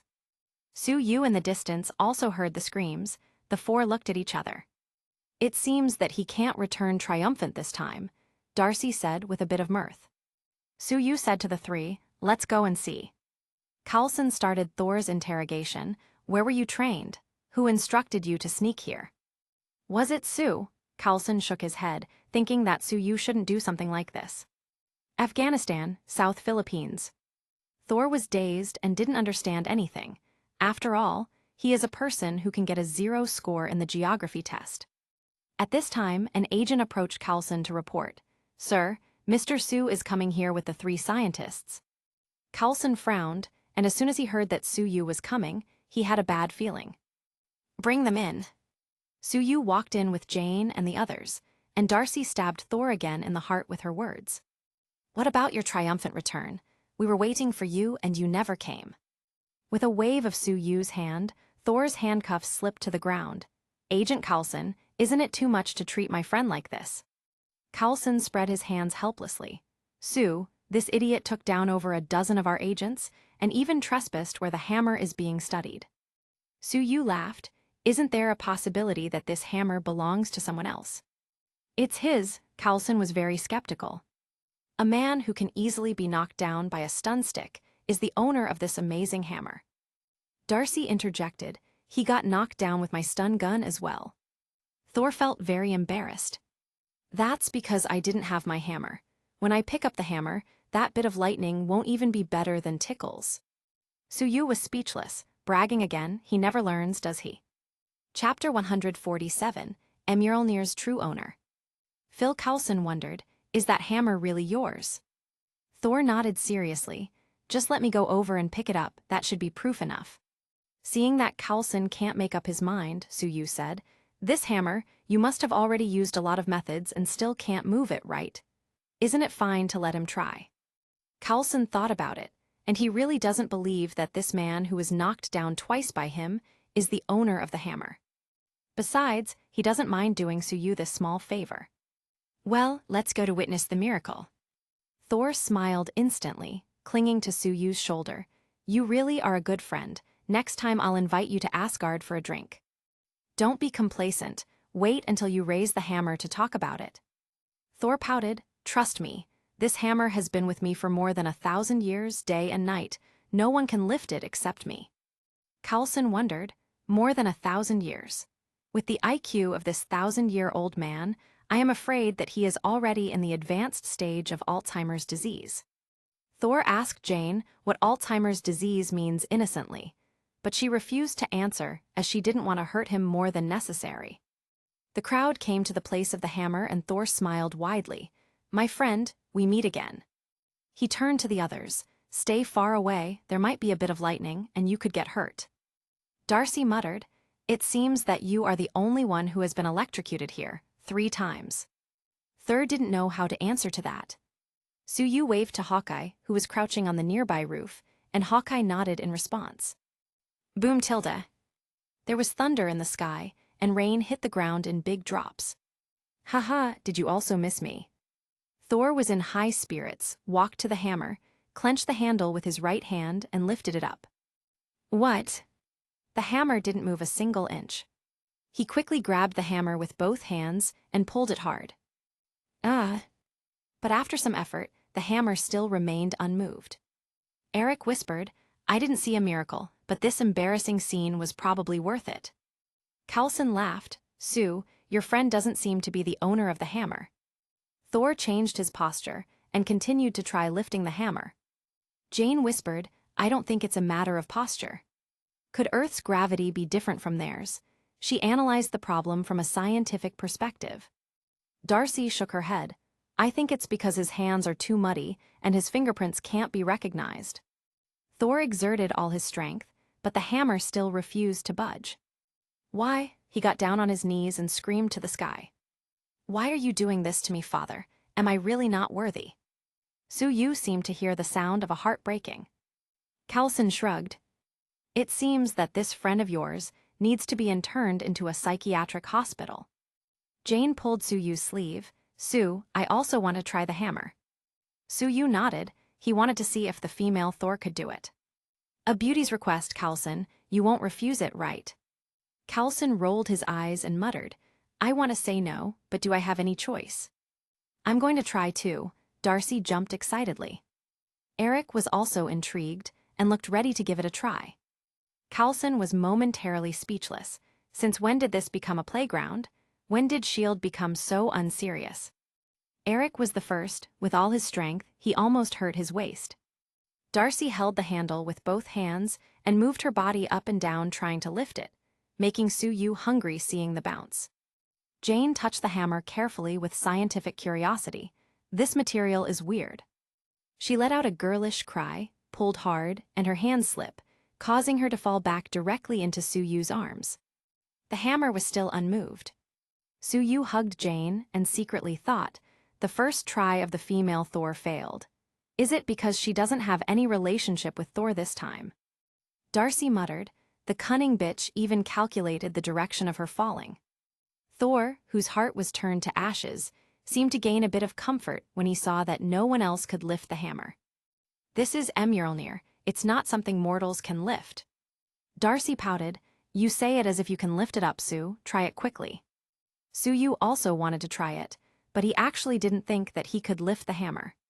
His strength is still less than Superman, and he knows his character well enough to guess he's most probably not worthy. Thor laughed again. Sue, I admit you are strong, but Mjolnir will only submit to the worthy. Suyu placed his right hand in the handle. Boom tilde. The thunder in the sky instantly rumbled. Thor raised his head in surprise. It can't be. Suyu seemed to feel a special connection with Mjolnir. There's still Hela's mark in the hammer. He has the blessing of Hela, the goddess of death, thus he was instantly connected with her mark in the hammer. He exerted his strength and lifted Mjolnir over his head with a single stroke. Thor's face turned ashen. Impossible, absolutely impossible. How can you lift Mjolnir? Suyu made a wild guess in his mind. Since the hammer was used by Hela before, does it think I'm her because of the blessing? Darcy's eyes were shining with stars. Sue, it turns out that you are the owner of the hammer. Why didn't you say so before? You have to make it up to me for not telling me sooner. Thor was seriously doubting his life. Sue, how did you lift it up? Suyu casually put the hammer down and picked it up again. That's how I did it. Thor didn't know what to say, so he asked Suyu to put the hammer down and tried to lift it again, but it still didn't move. He suddenly thought of something. I finally know why the hammer came to Midgard as well. It's not for me, but for you. Are you Odin's son as well? Are we brothers? Suyu didn't know how to refute such a brilliant theory.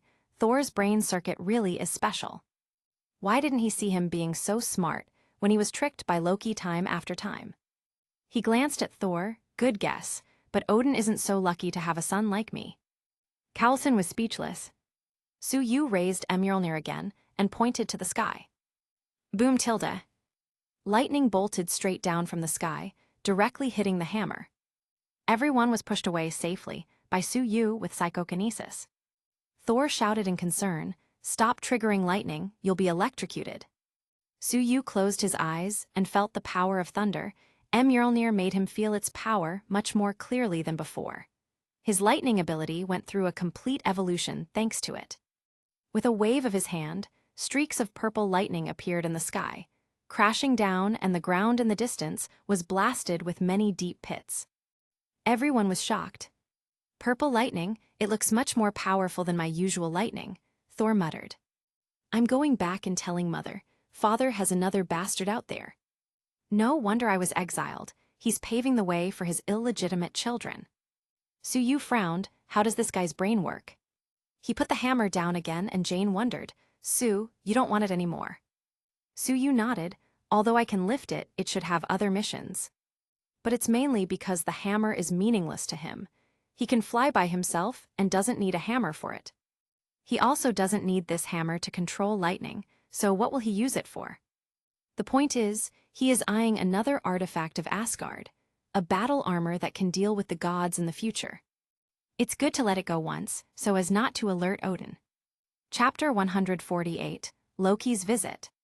Thor couldn't believe it. This is Mjolnir they're talking about. That's a divine weapon. You don't want it. You can lift it up and trigger lightning, so why don't you? You don't want Asgard's artifact anymore. Su-yu, who was continuously questioned, looked at Thor with a half-smile. You mean that I can keep the hammer? Thor was startled. He wanted to give himself a slap for talking too much. He then smiled slightly. Indeed, who wants this kind of trash hammer? Darcy pulled Su-yu's sleeve. "Su, why don't you keep it?" Su-yu shrugged. "I'm not a blacksmith, what do I need a hammer for?" Coulson breathed a sigh of relief. If Su-yu takes the hammer away, Fury will deduct this month's bonus. No, probably even the year-end bonus. Su-yu and the others returned to the studio with the despondent Thor. Looking up at the sky, Thor muttered, "It's over, I've been completely banished." He looked at Jane, who was seriously recording data. "Jane, can you take me into work here?" He had a small idea in his heart. Wouldn't it be good to stay so he could be with Jane? Jane frowned and glanced at Su-yu, who was being hogged by Darcy. "I don't have much work here, but I can introduce you to someone. What do you know?" Thor thought about it. "I can fight and know many cosmic languages." Darcy laughed. "Big lug, it's hard to find a job on Earth with your skills. Unless you go to underground boxing." "Boxing, is that related to fighting?" Thor thinks it's not impossible.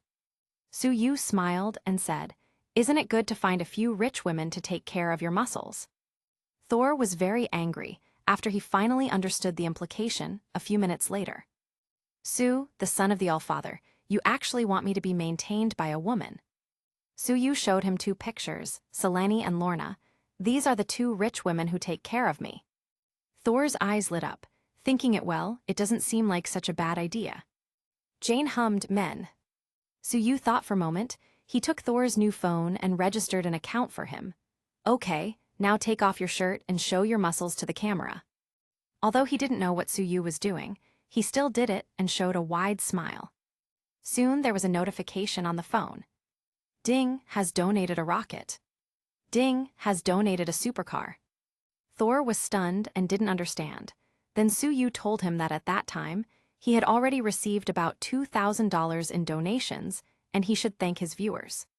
Thor grinned at the phone for a moment and said thank you.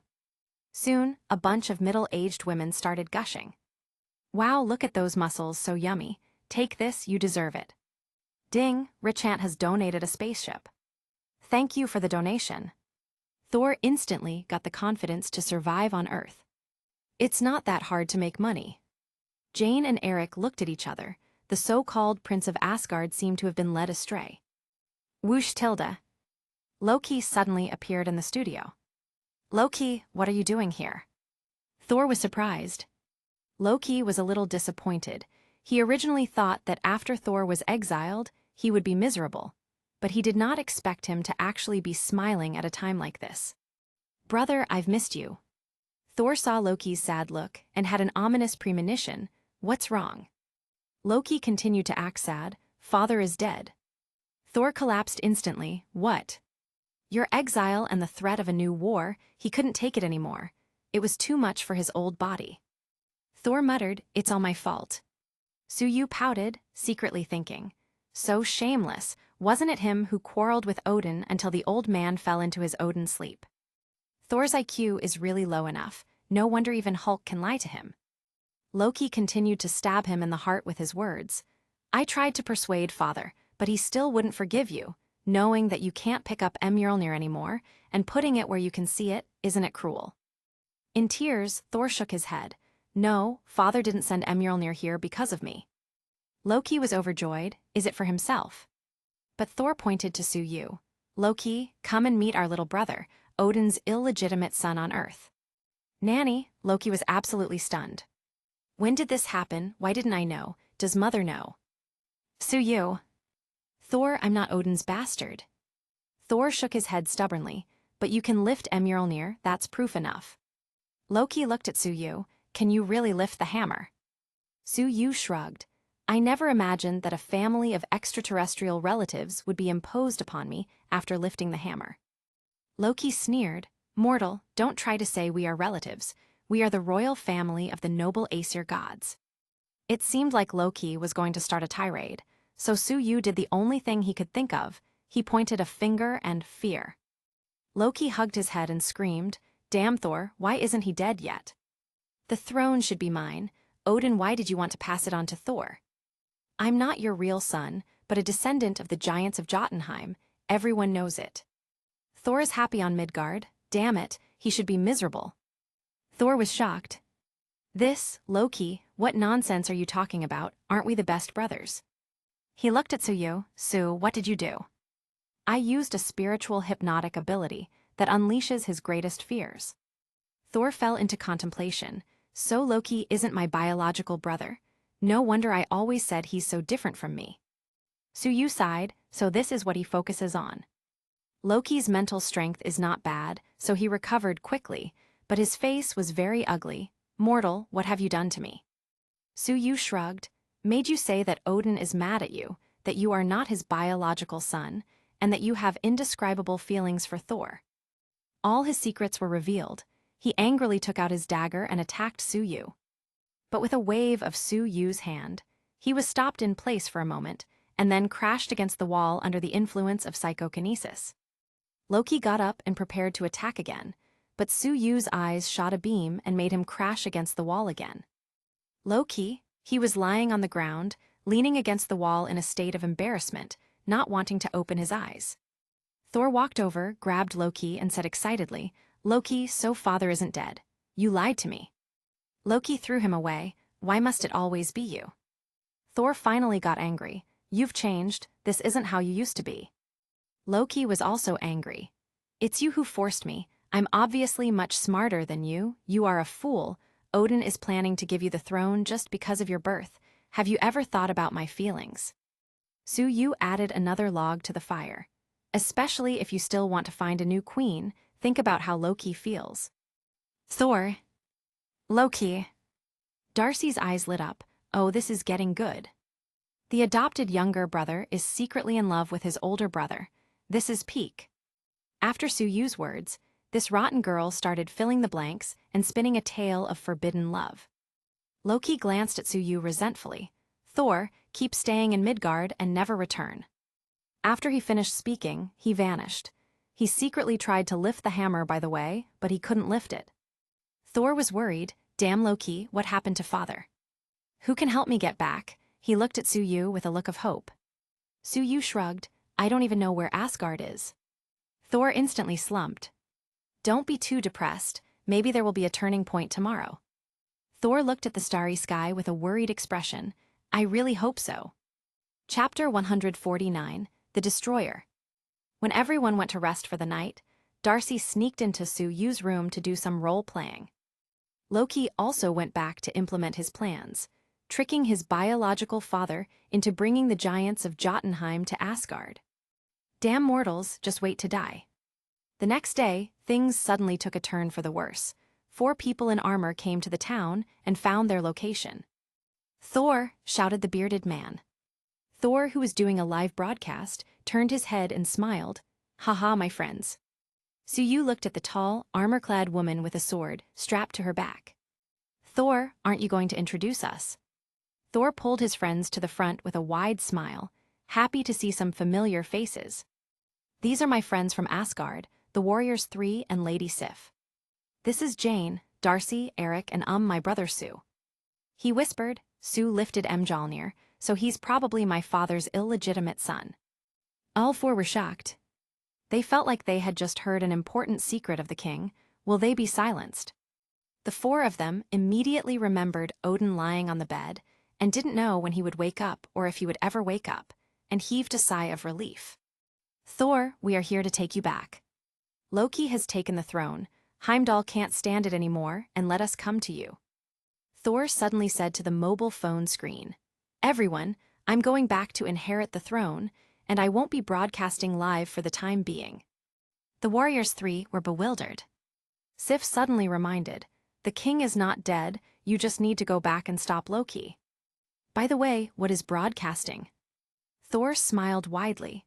It's my way of making a living on Midgard, and a lot of people here like me. Darcy leaned against Suyu's arms, as if staking her claim. Thor, is she the one you wanted to introduce to Sue? Isn't she a bit ordinary? Sif was surprised, then glanced at Darcy with a bit of disdain. Midgardian, you have too much fat and too little muscle. Darcy was like a cat whose tail was stepped on. I only have fat where it should be. Your arms are a bit too thick and not delicate at all for a lady. Sif was also angry now, and suddenly walked towards Darcy, looking down at her condescendingly. Your legs are too short. Darcy hid behind Suyu in fear. Don't think that just because you have a sword I will be afraid of you. Suyu looked at Sif up and down. She has long legs, regular exercise makes her waist without a trace of fat, and there are obvious vest lines, and her face is indeed very beautiful. A valiant female warrior. Sif was a little uncomfortable under his heated gaze. Stop looking at me like that, or I will have to pull out your eyeballs. Suyu smiled, this girl is quite hot. Sif got even more angry, this guy is still laughing. She punched hard, you will be the first Midgardian I hit. Whoosh tilde. Her fist was so fast that it displaced the wind.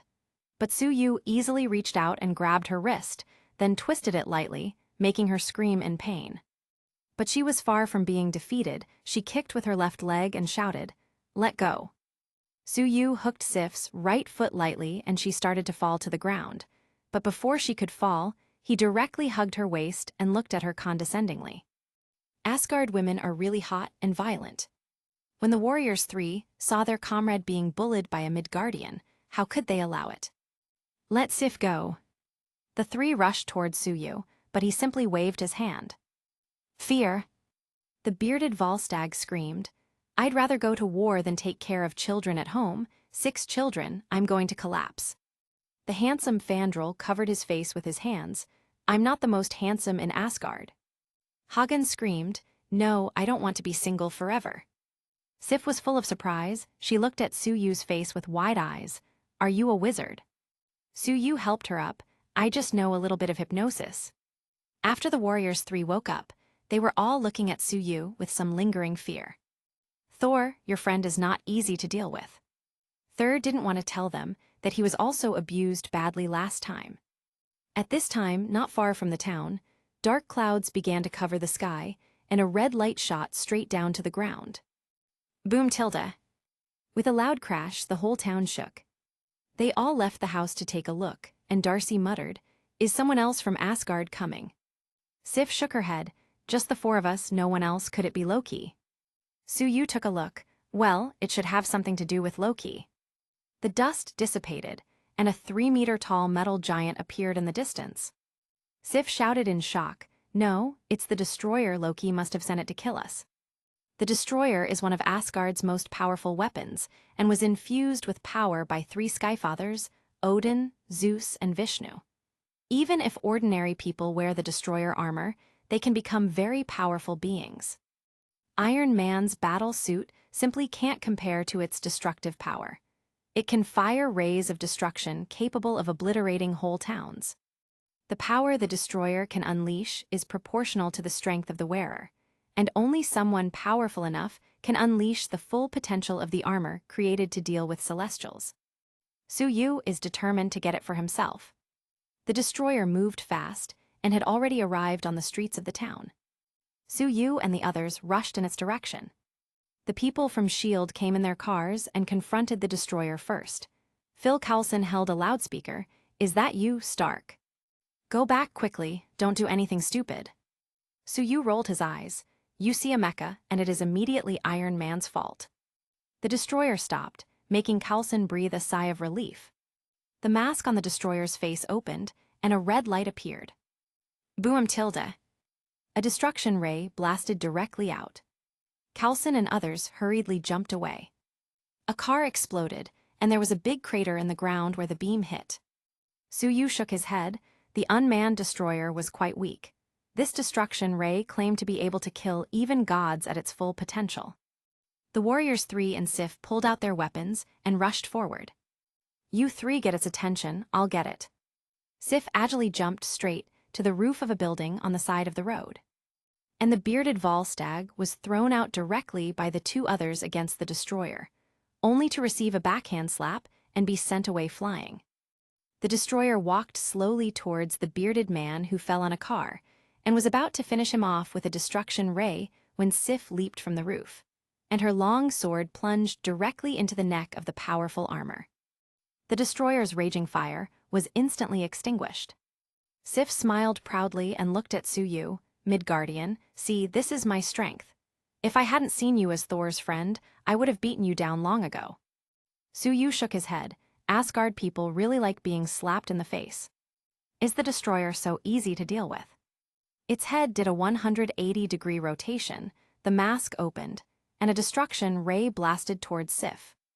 Whoosh tilde. Su Yu stepped out, put one foot on the destroyer's leg, kicked it away, and stably caught the falling Sif, teasingly saying, "So how are you going to beat me down? This waist feels really good to hold." Sif has protected her body for thousands of years, and was hugged twice by this man within an hour. She started struggling. Su Yu looked at the destroyer who tortured the other three warriors miserably. "Thor sold you to me, and I saved your life just now, what's the matter?" Sif rolled her eyes. "The destroyer is tireless, and the gods who have died under its might are countless. It will kill us all." Su Yu smiled. "Well, unfortunately for it, it had to come to Earth." Chapter 150, Stealing the Destroyer. He put Sif down, his whole body glowed with golden light, and he flew over with a whoosh sound. One punch sent the destroyer flying into the distance again. Before the destroyer could get up, Su Yu stepped on its face. Boom tilde. The destroyer's destruction ray hit him, but Su Yu's radiant energy shield blocked it like it was nothing, and he kicked Odin's armor away. The embarrassed warriors 3 gathered around Thor. "Thor, your friend is amazing. Is he really the king's illegitimate son? If he wants to inherit the throne, you are in danger." Thor didn't know what to say. Sif looked at Su Yu, who beat the destroyer, and muttered, "I didn't expect that this man from Midgard to be so strong. He looks quite dashing as he beats the destroyer as well." Coulson, hiding in the corner, sent the video to Fury. "Boss, this big guy is amazing." Fury's eyes were practically glowing. "This is likely to be alien technology. Wait and find a way to get it."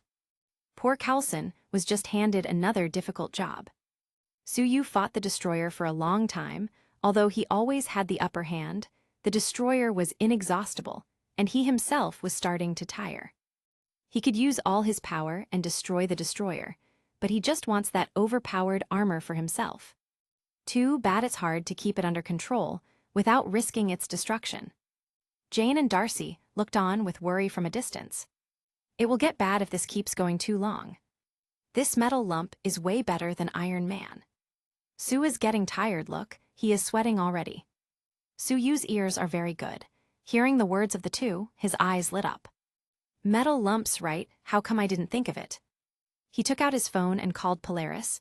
Hey Lorna, where are you? What's the matter? I'm in the classroom. Go back to your bedroom now. I have something I need your help with. Lorna whispered, can't you come at night for that? I'm still teaching a class. Su Yu, it's not what you're thinking. I need your help with something serious. Lorna blushed slightly when she heard an explosion from Su-Yu's side. HMPH, it's not my fault that you are not serious at ordinary times. Open the portal in 5 minutes to pick me up. Su-Yu beat the tireless destroyer for another 3 minutes, turned back to Sif and said, I have something to do, you all retreat first. He then looked at Thor. Thor, it's time to show your true power, use your strongest move. Thor looked bewildered. For that I need my hammer, but now it's ignoring me.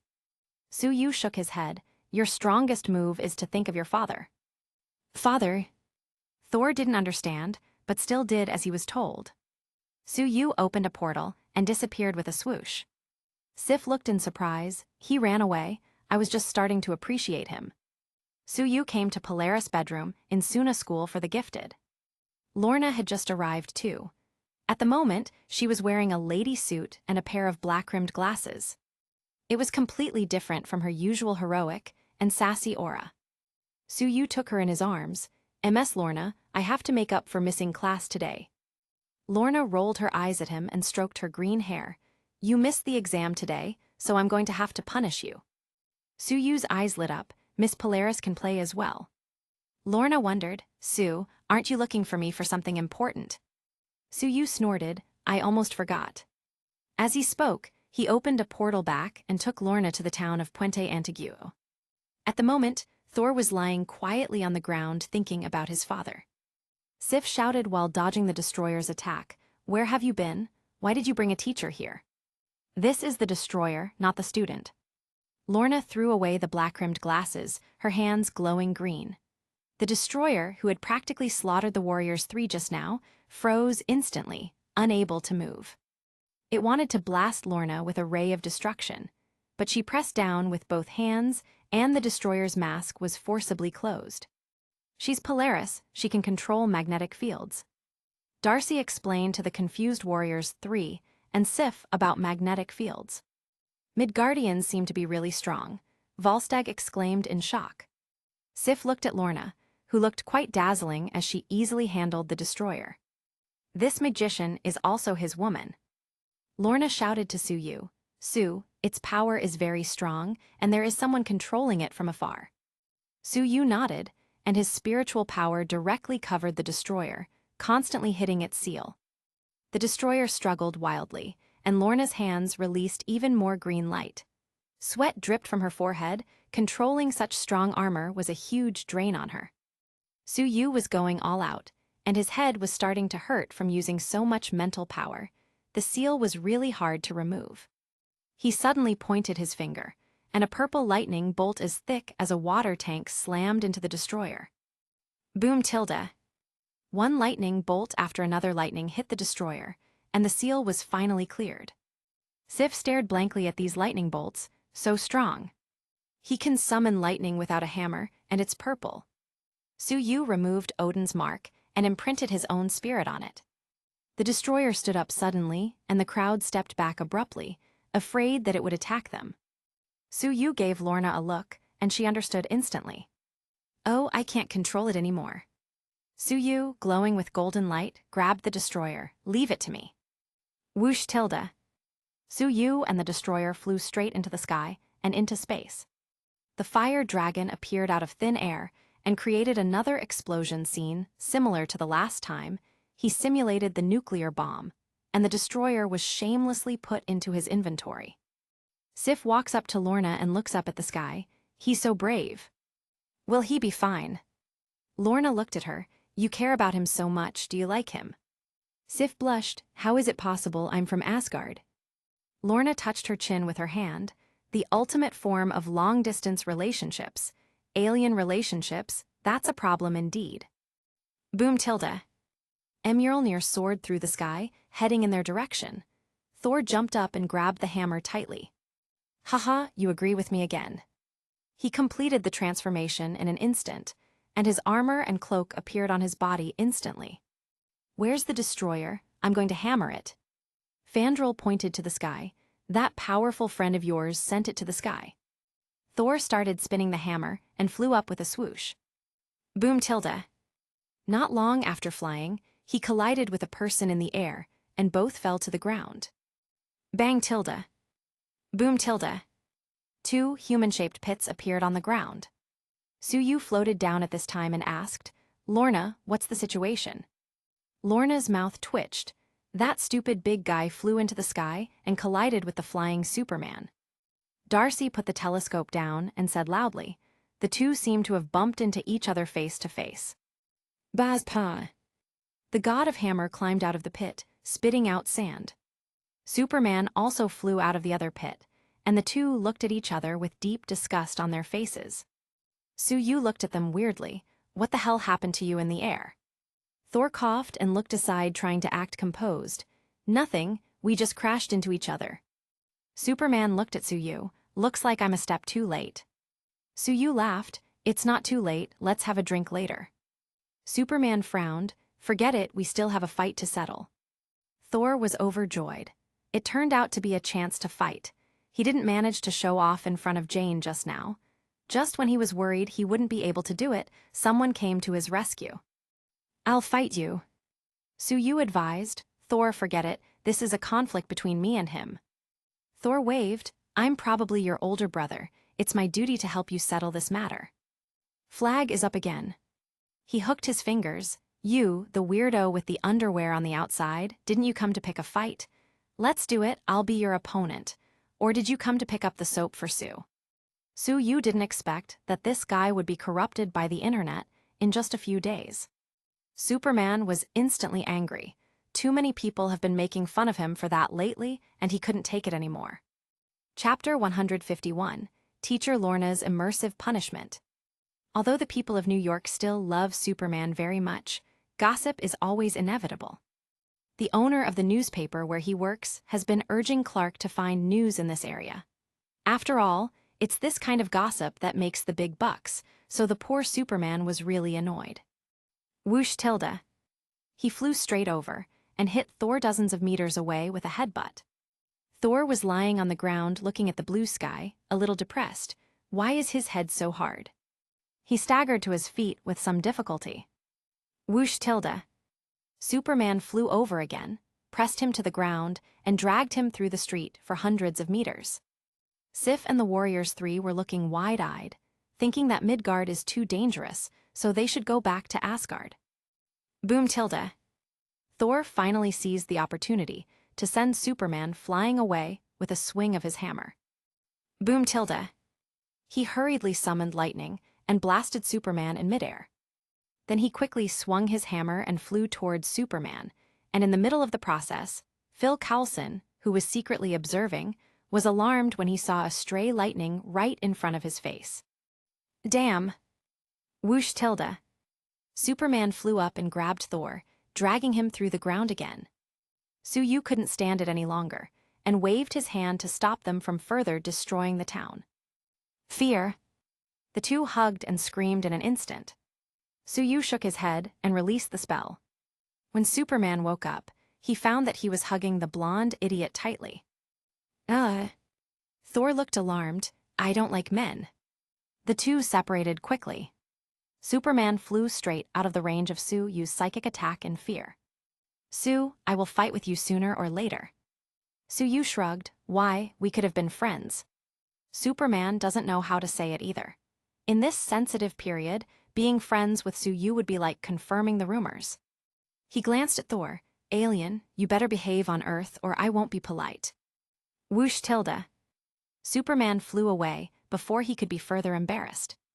When Thor saw that Superman was flying away and disappeared, he spread his hands. "Coward, you can't beat me and run away with some harsh words." Everyone rolled their eyes. This guy is still pretending. Thor suddenly cursed at the sky. "Loki, you've caused the loss of such an important artifact as the Destroyer. Just wait until Mother learns of this." Then he looked at Suyu. "Brother, how's the Destroyer? I'm going to pick it up and see if it can be repaired." Suyu shrugged. "I didn't even know it was an important artifact, so I just sent it into outer space and made it explode. Now there's not even scraps left."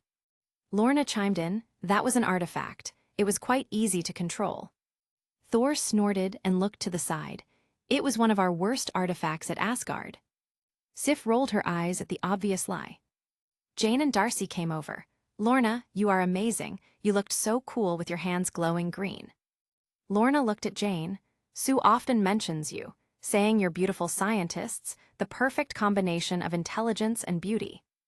Jane glanced shyly at Sue. Really, what else did he say about me? Cough cough tilde. Thor interrupted, feeling a little uncomfortable. Sue didn't feel anything about stealing Thor's crush. Although Thor's life is a bit miserable, he is an optimistic man, so he will probably be fine. And Odin doesn't like Jane and thinks she's not a good partner for his son. The life of a mortal is just too short for an Asgardian. Phil Coulson suddenly walked out with his clothes in tatters, his head now completely bald. You did this deliberately. Thor shrugged innocently. How is it possible? I'm not the type to hold grudges. And you have a lot of hair and your forehead is not bright at all. I definitely didn't notice you when I flew over. Thor and the others were planning to go back to Asgard to deal with Loki. Sue, come with us to Asgard, I'll treat you to a drink. But Sue shook his head. When the Bifrost is destroyed, he will be trapped in Asgard for a long time. What about the girls at home? Maybe next time, Lorna is tired, I'll take her back to rest later. Lorna rolled her eyes and muttered to herself, Rest, you will probably tire me to death. Thor nodded, Well, let's leave it for next time I come over. Darcy suddenly asked, Thor, isn't it a pity to give up your live broadcasting career? Thor sighed helplessly. There's no other way, I have a throne to inherit after all. Then he looked at Jane, hesitant to say anything. Jane, I'll see you next time, but for now I'll show you Bifrost, it's quite a beautiful sight. He held his hammer high, raised his head to the sky and roared, Heimdall, send us to Asgard. Unfortunately, there wasn't a single change in the sky. Thor was left standing awkwardly with his hammer raised. Heimdall, can you hear me? We need you, can you please hurry up? He said a little desperately. It felt too awkward being ignored like this in front of everyone. Darcy muttered, Is this Heimdall deaf? Sue shook his head. He's known for having great ears and eyes, he peeps into the 9 realms every day, and there is no scandal that he doesn't know about. Darcy hugged Sue's arm and asked, Then what about the things we do in the room, isn't it going to be exposed? Jane's mouth twitched, Are you afraid that the world won't know? Sue walked up to Sif, Next time we meet, let's have a drink together. She looked at him, You are indeed the most outstanding man I've ever met, brave and strong, but it's too far away. Let's talk about it if we can meet again next time. She looked at him suddenly feeling a little sad. Although this man is a little annoying, he is still a good person, and she will probably never see him again. Sue patted her shoulder. Don't be sad, maybe it will be me visiting Asgard next time. But Sif doesn't have much hope. Heimdall finally broke the ice that was encasing him and activated the Bifrost. Thor glanced at Jane longingly and returned to Asgard. The subsequent events went as normal. Loki killed his biological father Laufey with a trick. Then fought with Thor, the Bifrost was destroyed, and Loki wandered somewhere in the universe until he met Thanos. Odin was mourning Loki's disappearance, and also scolding Thor for being so useless. The destroyer was destroyed by a Midgardian.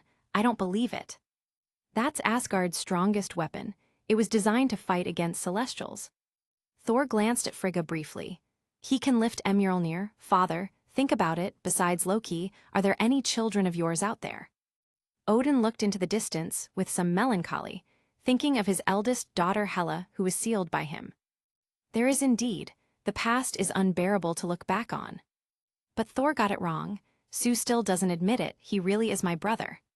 Since the Bifrost has been destroyed, even if Odin wants to come to Earth to recover the destroyer, he can't do it.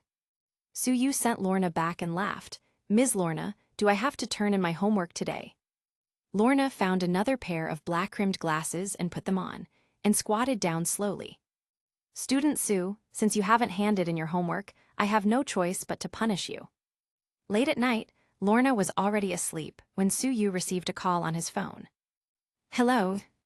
Jane and Darcy are in our hands. If you want them to survive, hand over that robot. A strange voice with a voice changer came over the phone, and finally gave an address before hanging. Sue's ears automatically filtered the voice changer, thinking of a person, Marcos. This guy is now kidnapping people instead of drug trafficking. By the way, his base seems to be on the US-Mexico border. Lorna also woke up, and even though she was very tired, she still asked, "Student Sue, what's the matter?" She was still immersed in their role play.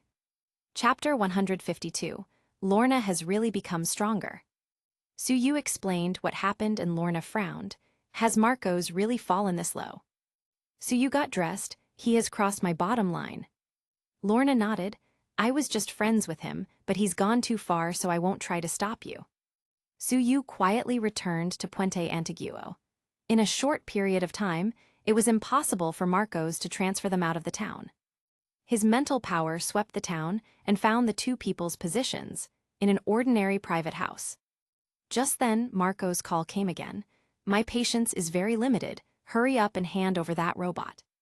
Wait a bit, I'll be there soon. Suyu flew over, waved his hand, and the two mutants inside instantly fell to the ground screaming. Jane rushed into Suyu's arms with tears in her eyes. Whoa, Sue, I'm so scared. Darcy rolled her eyes. This bitch, Thor just left, and you are already so aggressive. She also threw herself into Suyu's arms. Sue, I'm afraid too. Lorna glanced at the two mutants who fell to the ground. They had already lost their breath and died. Suyu asked her to take Darcy and Jane back to the studio. With a wave of his hand, he took the mutants' bodies into his inventory. Marcos and an invisible man were hiding in the dark, waiting for Suyu to place the robot in the designated location. His subordinates were a little worried. Marcos, can we do this? He's the guy who beat Superman. But Marcos was blinded by jealousy and money. 10 millions. As long as we get the money, we don't have to stay in this fucking place anymore. Suyu suddenly appeared behind them. You two, why can't you just focus on drug trafficking? Marcos was startled, and he stimulated energy in his hands, lashing towards Suyu, who easily blocked it. You are too weak. Tell me who asked you to snatch the armor. Marcos shook his head stubbornly.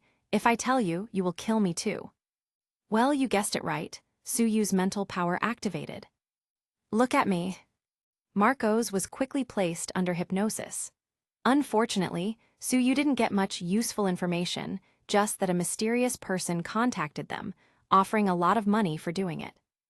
With a move of his hand, he directly twisted Marcos' neck, then sent a fire dragon to devour Marcos directly, and kill the invisible man hiding in the corner by the way. After this, Jane and Darcy returned to Oxford University, while Suyu returned home. Selene knocked on the destroyer armor with her knuckles. Is this thing really powerful? Suyu shrugged. It shouldn't have a problem dealing with 100 of you. Hey, are you looking down on me? Suyu waved his hand and the destroyer opened. I have granted you all permission to use it. You will be very powerful when you put on the armor. Definitely, the real owner is still Suyu, who can erase their permission at any time. Harley was very interested and was the first to try the armor. Fortunately, it can adjust its size according to the user's body size. Harley jumped forward and punched a boulder. Boom tilde. The boulder exploded directly. So strong. Poison Ivy and Dahlia shouted in surprise. Harley hooked her finger at Suyu. Come here and let me beat you. Suyu instantly punched and knocked her flying away. Harley rolled on the ground several times inside the armor. Bah, why am I still not as strong as you even though I'm wearing the armor? She came out of the destroyer, and with an unhappy face, took Suyu's hand and acted like a spoiled child. Suyu flicked her forehead. This is because your original strength is too poor, and you haven't worked hard to exercise your mental power either. Selene and Poison Ivy also tried it. Dahlia came over with a basket of dirty clothes, feeling a bit envious. Suyu waved to call her over. Come here too and try it as well. Dahlia was stunned, feeling a little moved. Me too. Suyu nodded. You are not only a maid, but also a bodyguard at home, so you definitely have a right to use it. Dahlia was so moved that she almost cried. For $3,000, she still has to do the job of several people. After she put on the armor, she felt like she was invincible and wanted to get back at her shameless employer. In the end, she was still abused by Suyu. Suyu saw that everyone was a little frustrated and sighed. Can you not treat me as an imaginary enemy? You are already very powerful. You can definitely bully people like Iron Man. Everyone felt a lot better. After all, monsters like Suyu are still quite rare. Suyu built a basement in the woods to keep the destroyer. Okay, I'll rely on it to prevent fire, theft, and you girls trying to cheat on me in the future. Selene rolled her eyes. Even if we want to, we don't have the energy for it. We are already overwhelmed by you. Why would we need someone else? Suyu smiled. I feel like you are complimenting me. It seems that fresh blood is urgently needed. Poison Ivy pounced on him. Sue, I still have a little bit of energy left. The following days were quite happy. He delivered food to Iron Man and Batman from time to time, slowly accumulating strength from the rewards. By the way, he finally managed to trick Ada into bed, and Polaris' belly bulged slightly. He brought Lorna to his home to take care of her, and when she needed to teach a class, he would personally take her there. Lorna was very happy. I feel better than ever. My ability to control magnetic fields has been strengthened, and my mental power is still growing rapidly. Sue, you really didn't lie to me. Or are you saying that your genes are just that powerful? At the same time, there have been many discussions that annoy Superman through the internet. Superman meets alien hunk. Did he replace Suyu? Thanks to the battle between Superman and General Zod, wounded innocent citizens took to the streets to denounce Superman. What's more, some people would doodle directly on his statue. There were also some negative reports about Batman. Excessive violence against criminals. He has no law enforcement powers. Superman and Batman were becoming more and more unhappy with each other under the promotion of caring people. Suyu's days were not so peaceful either. Some politicians started jumping up and down, especially a certain senator. He seriously threatens the security of the United States. There's no way to keep him in check. It is rumored that he not only has nuclear weapons, but also a robot that can destroy the world. Suyu saw the reports and pouted, not taking it seriously. Come to Gotham and catch me if you can. He instead shorted the stock of Luthor Corp. Yes, it's Lex Luthor's family company. This guy hates Superman and thinks Superman and Suyu are both great threats. The girls at home also followed suit. The cash-strapped Dahlia even borrowed some money from Suyu to directly increase leverage. Dahlia, if this is a loss, you will have to work for me for the rest of your life. She just rolled her eyes at him. Aren't you already planning to have me work for you forever? The only thing you're missing is making me warm your bed. Suyu laughed. This is really possible. You wouldn't have made up your mind long ago, right? Natasha also applied for leave and returned home. What I missed the most was my doggies. Blackie, Sunny, and Lily were jumping around her, competing for her affection. Unfortunately for them, Suyu swooped in and carried her away directly. Didn't miss me.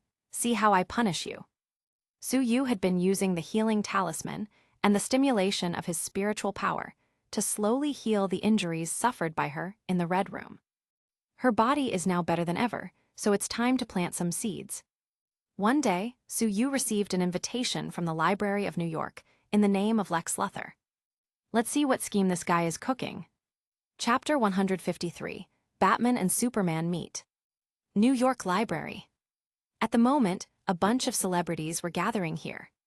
Superman, in the form of reporter Clark Kent, looked at the man walking down from an Aston Martin. Who is he? The companion next to him shook his head. Clark, how did you become a reporter? You don't even know Bruce Wayne, the richest man in Gotham. Superman looked at Wayne and saw his skeletal structure clearly. Bruce Wayne is Gotham's vigilante Batman. Looks like I got a lot today. The crowd entered the library hall. The curator who received the huge donation stood on the stage with a smile. Let's welcome a true friend of the Metropolitan Library, Lex Luthor. Everyone scolded. Donating money makes him a real friend. Bruce, who came to collect information, noticed at a glance a beautiful woman with a graceful figure wearing a white dress. Oh, this girl's looks and temperament are really good, comparable to those of Suyu's women. Alfred at home suddenly laughed. His voice rang through Bruce's earpiece. Haha, sir, are you finally planning to continue the Wayne family? Bruce whispered. Alfred, it's not like I don't want to. It's just that there has never been a suitable one. Alfred advised. Master Bruce, maybe you could lower your standards a bit. Don't focus so much on looks. There are more important qualities you should be looking for in a woman. Bruce paused. That was sound advice, but he couldn't help it. Isn't it fine to want the best? Luther was giving a speech on stage when there was a sudden commotion in the crowd, and everyone looked at one place. Sue is here. Wow, he looks much better in person. Suyu came over and delivered a takeout bag to Luther. You really understand me. Not only invited me to come, but also ordered takeout to ensure I would come. Luther laughed. Let's welcome Suyu, our savior. Now I have to give a good review, or I may be sent to jail, isn't it? Suyu patted him on the shoulder, almost making him fall. Luther, you're killing me. You have forgotten God. I'm just a delivery boy, a savior. That's too much. Luther cursed inwardly, but still kept a smile on his face. In the eyes of many people, you are like a god. Suyu waved his hand. You are the god of the Metropolitan Library. You continue to speak. The prepared manuscripts should not be wasted, right? Suyu walked down, and most people were still looking at him. Luther's eyes twitched. Everyone, although it's true that I did spend a lot of money and many even say that I am a philanthropist, I am deeply terrified. Prometheus, as a titan, helped mankind obtain fire, but was tied up by Zeus and had his liver used to feed eagles every day. Diana frowned. Although she had never met Zeus, it was her father he was talking about. Batman nodded secretly, feeling that he was the one who challenged God. Superman's IQ and EQ are average. He didn't understand Luther's meaning. Suyu looked at the smiling Luther. Is he also connoting that I am a god? Insinuating that God and man are antagonistic, fueling anger at God's wanton actions. Diana gave Suyu a look, meaning, what are you doing here? Suyu looked her up and down. The answer was self-evident. Diana rolled her eyes at him and turned away. Under the guidance of Alfred, Batman went downstairs to install the program and steal Luther's information. Both Suyu and Superman have excellent hearing, and the voice in the earpiece was clearly heard by them. Suyu picked up a glass of champagne and took a sip, with several women immediately surrounding him. Sue, can you take pictures with us? He definitely did not refuse. A blonde girl whispered, Sue, why don't you go to my place for a drink tonight? I'll be drunk after one drink. Diana gave Suyu a stare casually, and he patted the blonde girl's behind. You don't have what I want to drink. I'm looking for something with more substance. The blonde girl's face turned red. This way of rejecting people is really too much. Diana almost laughed. When Suyu got rid of a few girls who claimed to be good at drinking, he found that Superman was talking with Batman. Mr. Wayne, I'm a reporter for the Daily Planet. Bruce looked at Diana, who was walking past. Oh, can you make it fast? There are much better things I could be doing with my time. Clark frowned, his impression of Batman lowering even more. What do you think of Gotham's Bat Vigilante? Bruce looked at him. Did you say Daily Planet? Clark continued. Civil liberties are being trampled on. I have seen with my own eyes. He sees the law as nothing. Bruce started getting annoyed. I remember now, your Daily Planet is the one that keeps praising Superman. Whenever he saves a cat from a tree, it is reported as if he was Jesus. An alien that has the ability to destroy the earth. I'm afraid we couldn't stop him if he tried something. Clark was a little stunned. Mr. Wayne, I'm afraid most people will not agree with you. Suyu came over. Hey Bruce, there seemed to be a pretty girl here just now. Bruce almost groaned. The girl that got his attention entered Suyu's radar again. He quickly waved his hand. You're wrong, I haven't seen any truly outstanding woman today, just the same as always, a bunch of gold diggers. Suyu was non-committal, then looked at Superman. You look like a friend of mine, but he doesn't wear glasses. He had to complain about the vision problems of the people of the United States. They can't recognize Superman just because he's wearing glasses. Clark was stunned. Usually no one recognizes him. How can this man's eyes be so good? He lowered his head and put his hand on his forehead. I'm not so lucky to be friends with Gotham's guardian god. Suyu laughed again. By the way, Lois Lane from your newspaper is very pretty. Do you know if she has a boyfriend? Clark. Yes, he seems to be a very handsome man. Sue, Bruce, Clark, I love that we are all together. The nervous Luther came over and seemed very happy. Su-yu laughed. Since we're together, how about we all go to a bar to pick up girls tonight? Except for Luther's agreement, the other two shook their heads immediately. Since Bruce had already stolen the data he wanted, he said goodbye. Well, I'm not good at drinking, let's talk next time. There was a fire in New York, so Superman was also busy. Bruce went to get the device he used to steal the data back, but found that the girl he saw just now took the first step and took the device. Su-yu drove a supercar and stopped beside Diana. Hello, beautiful, do you need a ride? Diana rolled her eyes at his trashy, pick-up line and sat in the co-pilot seat. When Bruce came out to stop her, he couldn't catch up. He called Su-yu, and he only got a busy tone. Why is it always him? Su-yu opened a portal in front of the car, taking Diana to a wild country ridge. Diana rolled her eyes at Su-yu. I'm not good at drinking, why did you ask me to drink? Su-yu leaned the car seat back. Who told you to be the most beautiful girl at the reception? I saved you just now, how should you repay me? Diana didn't say a word, rolled over and crawled on top of him. The poor supercar couldn't handle their combined strength, and all four wheels burst. Su-yu sighed, this girl is a real tiger, and the cost is really high. Chapter 154, Hit Girl is going to be an orphan. Su-yu spread out his hands. No need to be so intense, we haven't seen each other for just a week. Diana looked at him seriously. HMPH, I saw you and the green-haired girl are very popular recently. Su-yu shrugged. Lorna is an interesting soul, she often gives me makeup lessons. Su-yu wrapped her waist. I would love to spend more time with you, but our family can't afford to destroy so many supercars. Diana took out her lasso and tied him up. Then let's not waste this chance. Who is better, me or Lorna? Su-yu glanced at the lasso of truth. You look good. Diana pouted at his clever way of evading the question, but couldn't contain her smile. Your desire to survive is quite strong. If Lorna and I fell into the water, who would you save first? Su-yu paused for a second, and suddenly felt a light bulb above his head turn on.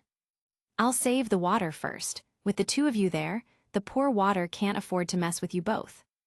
Diana's mouth twitched. Wrong answer, face your punishment. Su-yu and Diana played truth or dare all night, and he found that Diana was quite good at playing, but they were both very tired by the end of it. He did not expect that Diana would still go to work the next day. According to her words, as a warrior, what kind of hard work is this? However, Su-yu lay flat and didn't wake up until noon when he finally called Bruce back. Hey bro, I was too busy last night to look at my phone. Bruce's heart skipped a beat. What were you doing? Were you with that girl from last night? Su-yu hummed. Well, she went to work and I just got up. Bruce's heart felt bitter with this speed. How does he expect others to have a chance? He shook his head and adjusted his mood. That friend of yours took something from me. Su-yu hummed. She just borrowed the data, you order a takeout, I'll give you something by the way.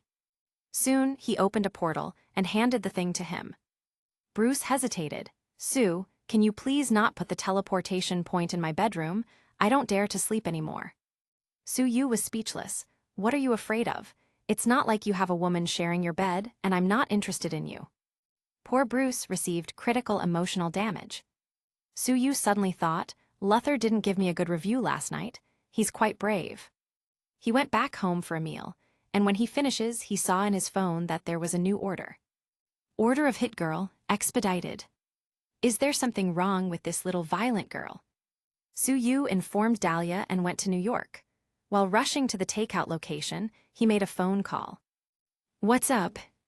Ooh, Sue, Big Daddy is going to die, and I'm going to die too.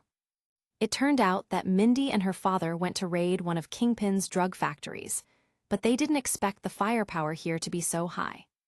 The two were blocked in the corner, and Damon was shot 8 times. When Mindy was desperate, she suddenly thought of Su-yu, but she didn't have his number, so she could only think of ordering a takeout, praying that he would be the one to pick it. I'll be there soon. Su-yu shrank the ground to an inch, and soon came to the drug factory. He heard a loud gunshot inside, so he walked in, waved his hand, and the vicious drug dealers fell to the ground screaming. He walked to the innermost room, and as soon as he entered, a butterfly knife almost stabbed him.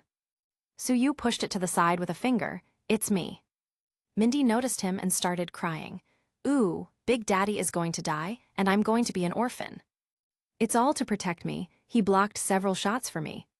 Su walked over and found that Damon's condition was really serious. 8 bullets in the body, 2 of which seemed to have hit vital areas, and a lot of blood loss.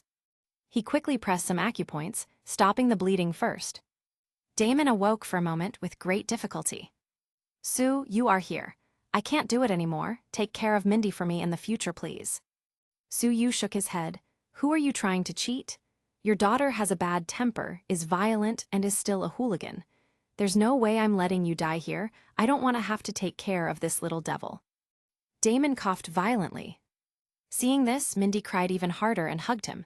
Woo, Big Daddy is going to die, woohoo. Su rolled his eyes. Damon wasn't going to die, but now you're going to squeeze him to death. He directly opened a portal and took the 2 away. Then from Diana's house, he took Damon to the nearest hospital. The emergency room doctors took over soon. Dr. Palmer, hurry up and see. A 30-year-old, beautiful-looking female emergency doctor rushed over. 8 shots, 6 in the body, fortunately non-life-threatening, but 1 in the liver and 1 in the back of the head. Christine frowned. Go find Strange. Mindy grabbed Su's clothes tightly. Will Daddy be all right? Su waved his hand. Don't worry, in order not to let you drag me down, I must do my best to save him. A nurse suddenly screamed, Su, you are Su. Wow, really? Everyone look over. Su nodded. Everyone, please see to the patient first. Dr. Strange came wearing a white coat. He wondered why the atmosphere in the emergency room was so strange. Christine quickly interrupted his thinking. Take a look at this patient. Strange looked at the report and frowned. It's very serious and must be operated on immediately. Hey, how did he stop the bleeding? Mindy rushed over, then take him to surgery fast. Strange glared at Mindy. What do you know? Who are you ordering, little brat? Palmer, hurry up and prepare for the surgery. The operation was carried out quickly, and the other 6 bullets were successfully removed by the doctor. After the bullet from the liver was taken out, Damon stopped breathing. Surgeons came to the rescue and managed to save his life, but they had to declare the patient brain dead. When they got informed, Mindy burst into tears and punched Su frantically. You said Big Daddy wouldn't die, liar. Su took her into the operating room. The doctor had already withdrawn, and a few nurses were doing the later work. Mr. Su, you can't come in, a nurse whispered. Su waved. You guys go out first. Let us be alone with him for a few minutes. The nurses looked at each other and left in a hurry, closing the door. Mindy grabbed Damon's hand, and her tears were dripping down. Su checked him with his spiritual power. The bullet is still pressing on the brain stem and hurting the medulla. He pulled Mindy aside and carefully took the bullet out with psychokinesis. Soon, Damon's breathing stabilized. Bang tilde. The door to the operating room was pushed open, and Strange and Christine rushed in. They just managed to suspend his death, but couldn't risk taking the bullet out. I have no choice but to do it myself. Strange looked at Su and Mindy. Why are you here? He looked at the instruments. He recovered. How? Su took out 2 talismans and lit them, threw them into a bowl of water, and fed Damon the talisman water. Strange got angry. What are you doing? You will kill him. He rushed over to stop him. Bang tilde. Mindy punched him in the stomach. Strange hugged his stomach and screamed, how is this kid so strong? Mindy blew at her small fist as if it was a gun. Quack doctor. Still want to trick my dad. Your belly is so flabby, so weak. Strange was not only beaten badly, but despised by a little girl. You. Chapter 155. Dr. Strange went crazy. Damon finished drinking the water and was much more awake. Mindy, I'm much better now. Christine was stunned. The person who was dying just now is suddenly breathing smoothly and can even talk. I'm afraid it might be a surge of clarity before death, Strange muttered. Su smiled at Christine. Beautiful doctor, please help him sew the wound. Christine came over and was stunned again. How could such a big wound not bleed at all? The bullet in the back of the head was taken out. How did you take it out? Su waved his hand and the bullet flew around. That's how I pulled it out. Christine covered her mouth and asked in surprise, "Oh my God, Sue, are you really a god?" She practically had stars in her eyes. Mindy rolled her eyes. "Doctor, can you sew my father's wound first? You can flirt all you want afterwards." "Oh, sorry." Strange carefully avoided Mindy's attack range and was also observing the machines. His vital signs are getting stronger and stronger. Is this talisman so magical? Suyu threw a healing charm to him. "Take it and eat it, it will cure your migraine." Strange was shocked. "How did you know I had a migraine?" Suyu shrugged. "By looking, is it that difficult?" Strange looked incredulous and found a reasonable explanation. "You must have peeked at my medical information. I don't believe this charm is of any use." After he lit it, he threw it into a beaker and drank a glass of pure water directly. In an instant, Strange felt the back of his head relax for a while, and his whole body was refreshed. The migraine caused by lack of exercise and staying up late seemed to disappear in an instant. It's over. There are drugs in this talisman." Strange tried his best to find a scientific explanation. He grabbed a scalpel. "What drugs did you give me?" Suyu started getting angry, so he waves his hand and... "Fear!" Strange screamed and fell to the ground in an instant. "No, Christine is forcing me to marry. The surgery failed. No way, I can't fail. My hand is broken. No." Christine, who had just finished suturing the wound, looked a little angry. "Afraid of marrying me? I don't want to marry yet." After Strange woke up, he sat on the floor and fell into a daze. "What did you do to me?" Mindy said proudly, "A hypnotic ability that you won't understand as a quack doctor." "Hypnosis? Impossible. There must be something wrong with the talisman I just ate. You can try hypnotizing me again."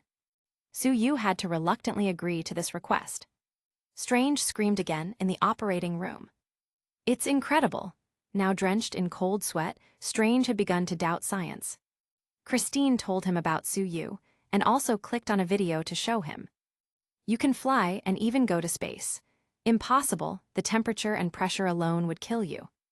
Suyu spread out his hands. "Actually, I'm alive and well." Mindy sneered. "Idiot, just an ignorant quack doctor. There are many supernatural phenomena in this world. You know nothing." Strange, to be despised by a little brat. Suyu thought about it and opened a portal for Mindy. "Go home and get some groceries." Mindy casually crossed the portal and went home. Strange opened his mouth wide and looked at the sparkling portal. This is a portal." He looked up at the ceiling.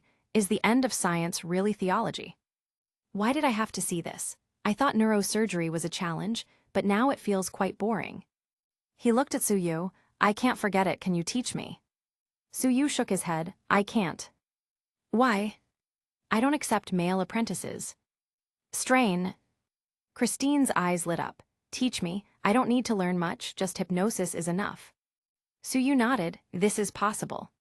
Strange was instantly alert.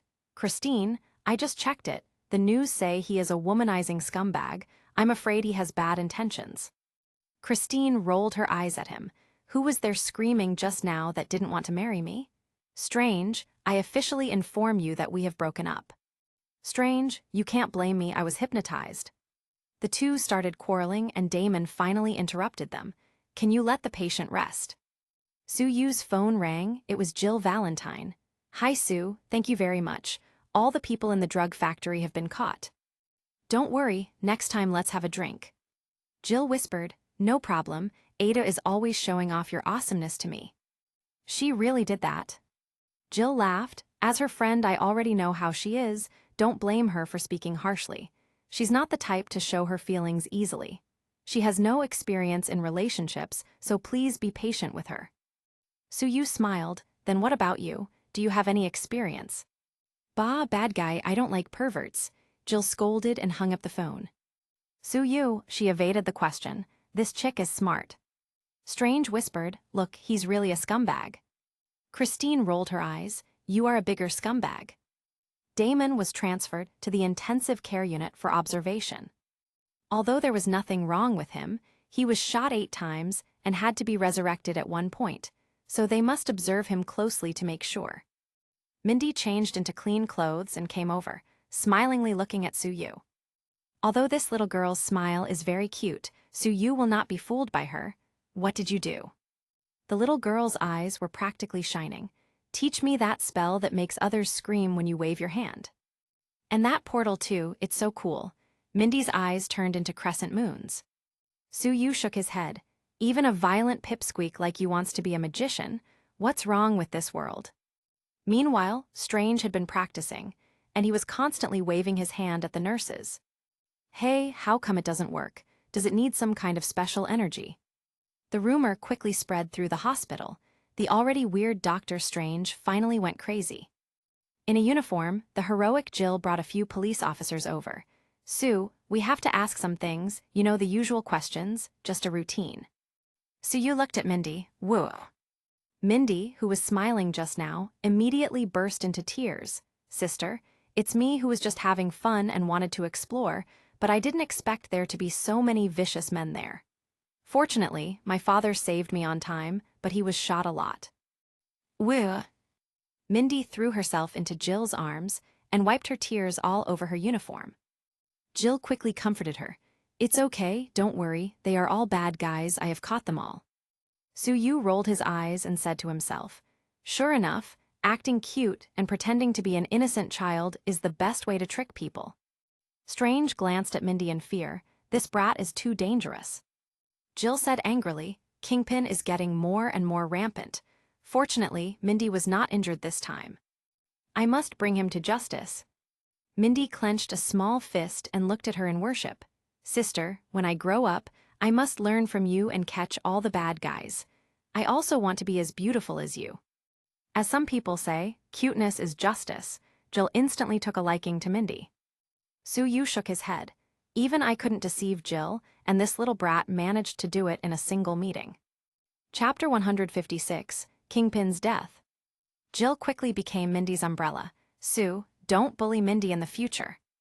Suyu was speechless. Mindy's eyes lit up, as if a window had been opened. When it was almost time for get off work, Suyu was going to pick up Diana, and Mindy wanted to go as well. Your father is still lying in the intensive care unit. Is it appropriate for you to follow me? Suyu glared at Mindy. Mindy pouted and said pitifully, he's very alive, and he even asked a nurse her phone number just now. You won't let me stay outside alone without even having dinner, will you? Christine's maternal love was overflowing. Mindy, why don't you go to the hospital cafeteria with me to eat? Mindy playing with her fingers, but my father entrusted me to him. Strange came over. Sue, can you give me another talisman paper so I can do scientific research? Mindy glanced at him. You don't have ED, do you? Strange muttered, how does this brat even know about that term? Suyu gave him a talisman. After Strange thanked him, he was also ready to leave work. Suyu stopped him. Remember to drive carefully, or you will regret it. Strange was a little confused. My driving skills are very good. I often read documents while driving and nothing has ever happened. Suyu shook his head, knowing that with Strange's huge ego, anything else he said would be in vain. Well, if he didn't hurt his hand, the Ancient One would have no disciples, and she might have to rely on me. Suyu drove a supercar and parked outside the museum. A minute later, Diana secretly got into the car like a thief. What? Are you afraid of being seen with your boyfriend? Am I not good enough? Diana shook her head. It's just that you're too famous. If others know about it, I'm afraid I won't be at peace. Hello, sister. Mindy started acting cute again. Diana saw Mindy. Aren't you the brat who doesn't like to study?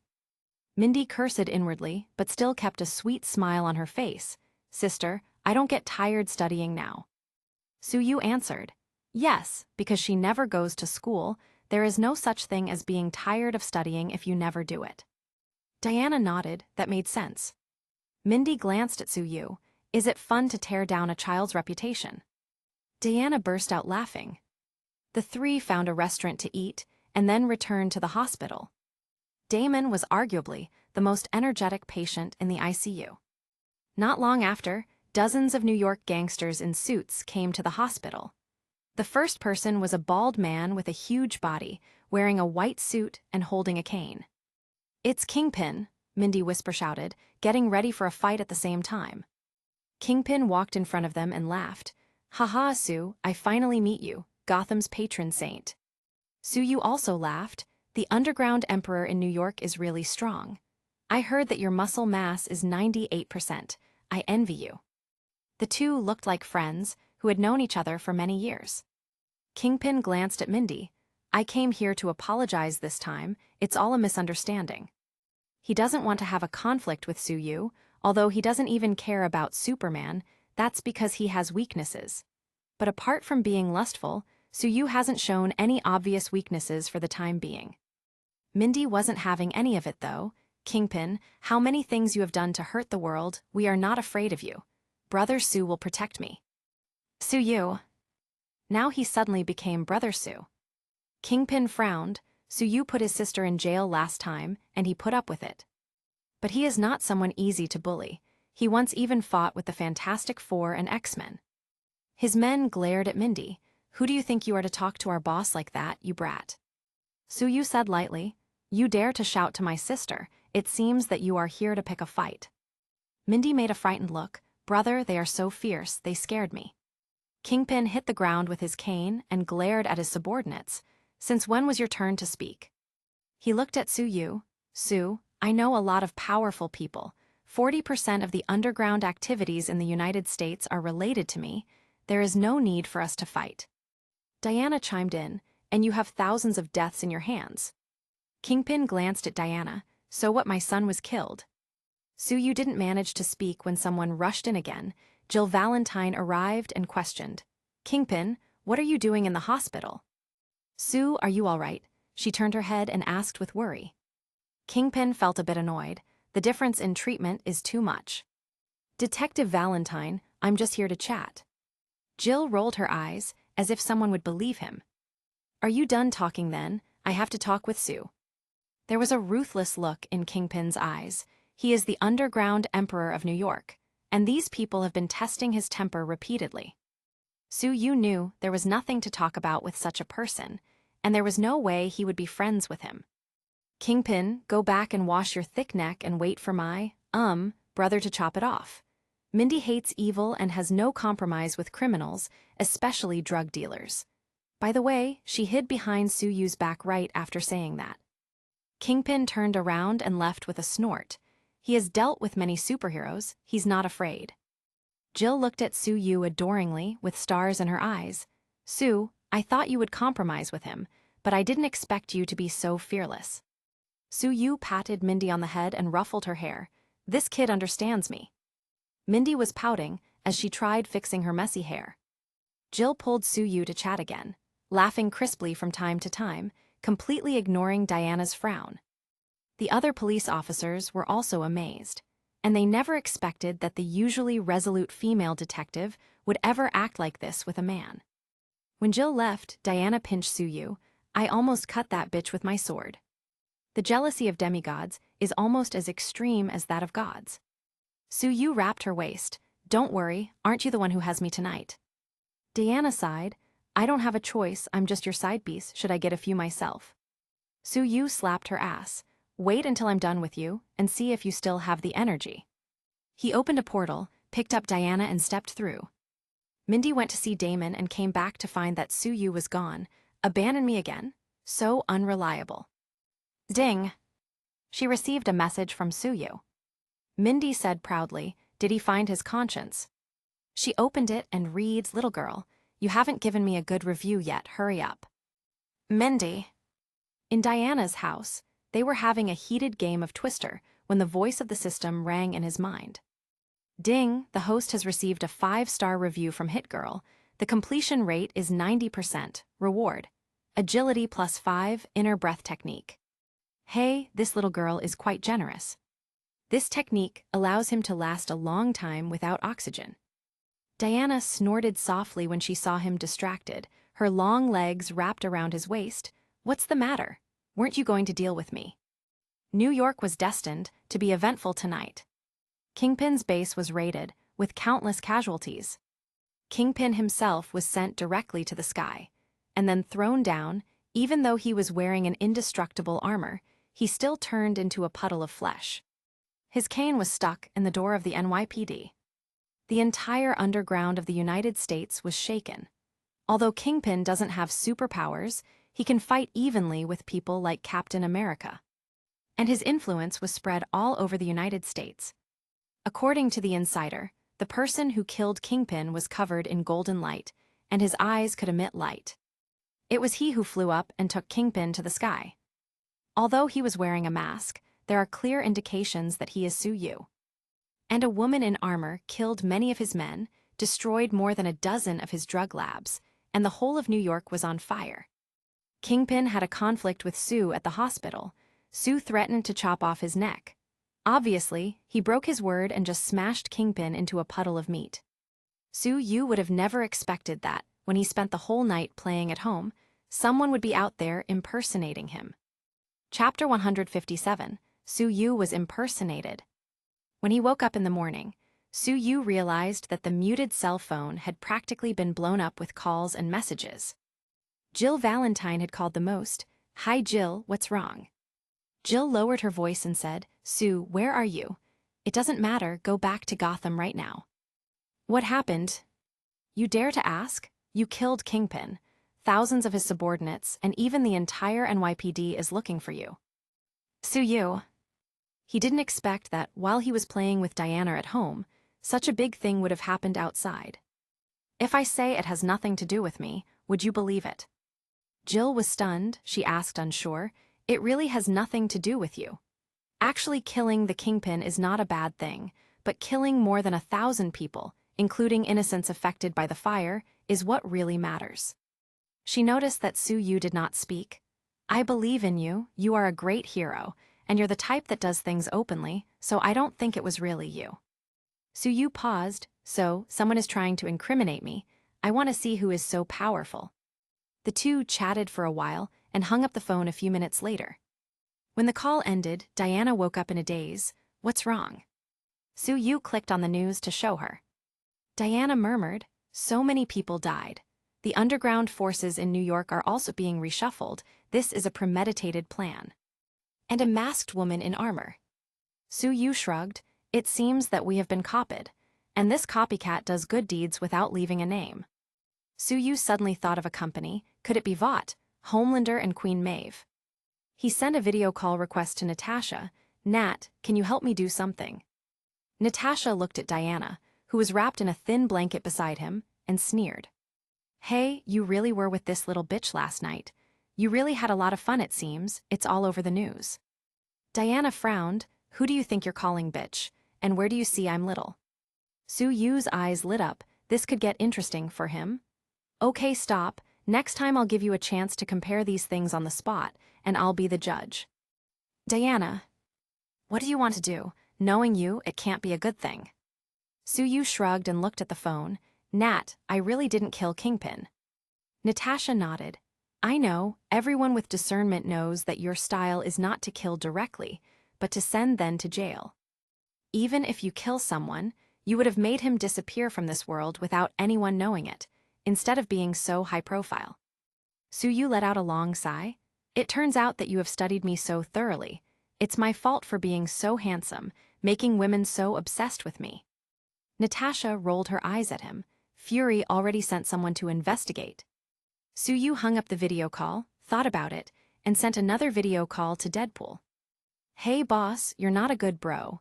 You didn't take me with you to the party last night." Deadpool felt sad at missing the fun. Su Yu didn't have time for his nonsense. "I didn't kill Kingpin. Call Venom and help me investigate the company Vought." "Okay, boss, I promise to get the job done." Su Yu said again, "They have a lot of people with superpowers, so pay attention to safety." Then he hung up before Wade could start running his mouth. Then he called Mindy. "Why didn't you take me with you for such an awesome thing? And what about that way of killing him? Why not just cut off his head?" Su Yu shook his head. "This girl really is a violent maniac." "I didn't kill him." But Mindy didn't believe him at all. "Stop pretending it was you. Who else could have been?" Su Yu wanted to answer, but the whole wall suddenly burst into pieces. Superman could be seen floating where the wall had just been. "Su, you have gone too far this time." Su Yu shrugged. "Would you believe me if I said I didn't do it?" Superman shook his head. There was a lady in armor last night, so that's her. Suyu looked back and saw that Diana was already wearing her armor, with her sword, shield, and all in hand. Whoa, you change clothes faster than the speed of light. Diana frowned and looked at Superman. Superman, I can testify, I was with him all night. Superman shook his head.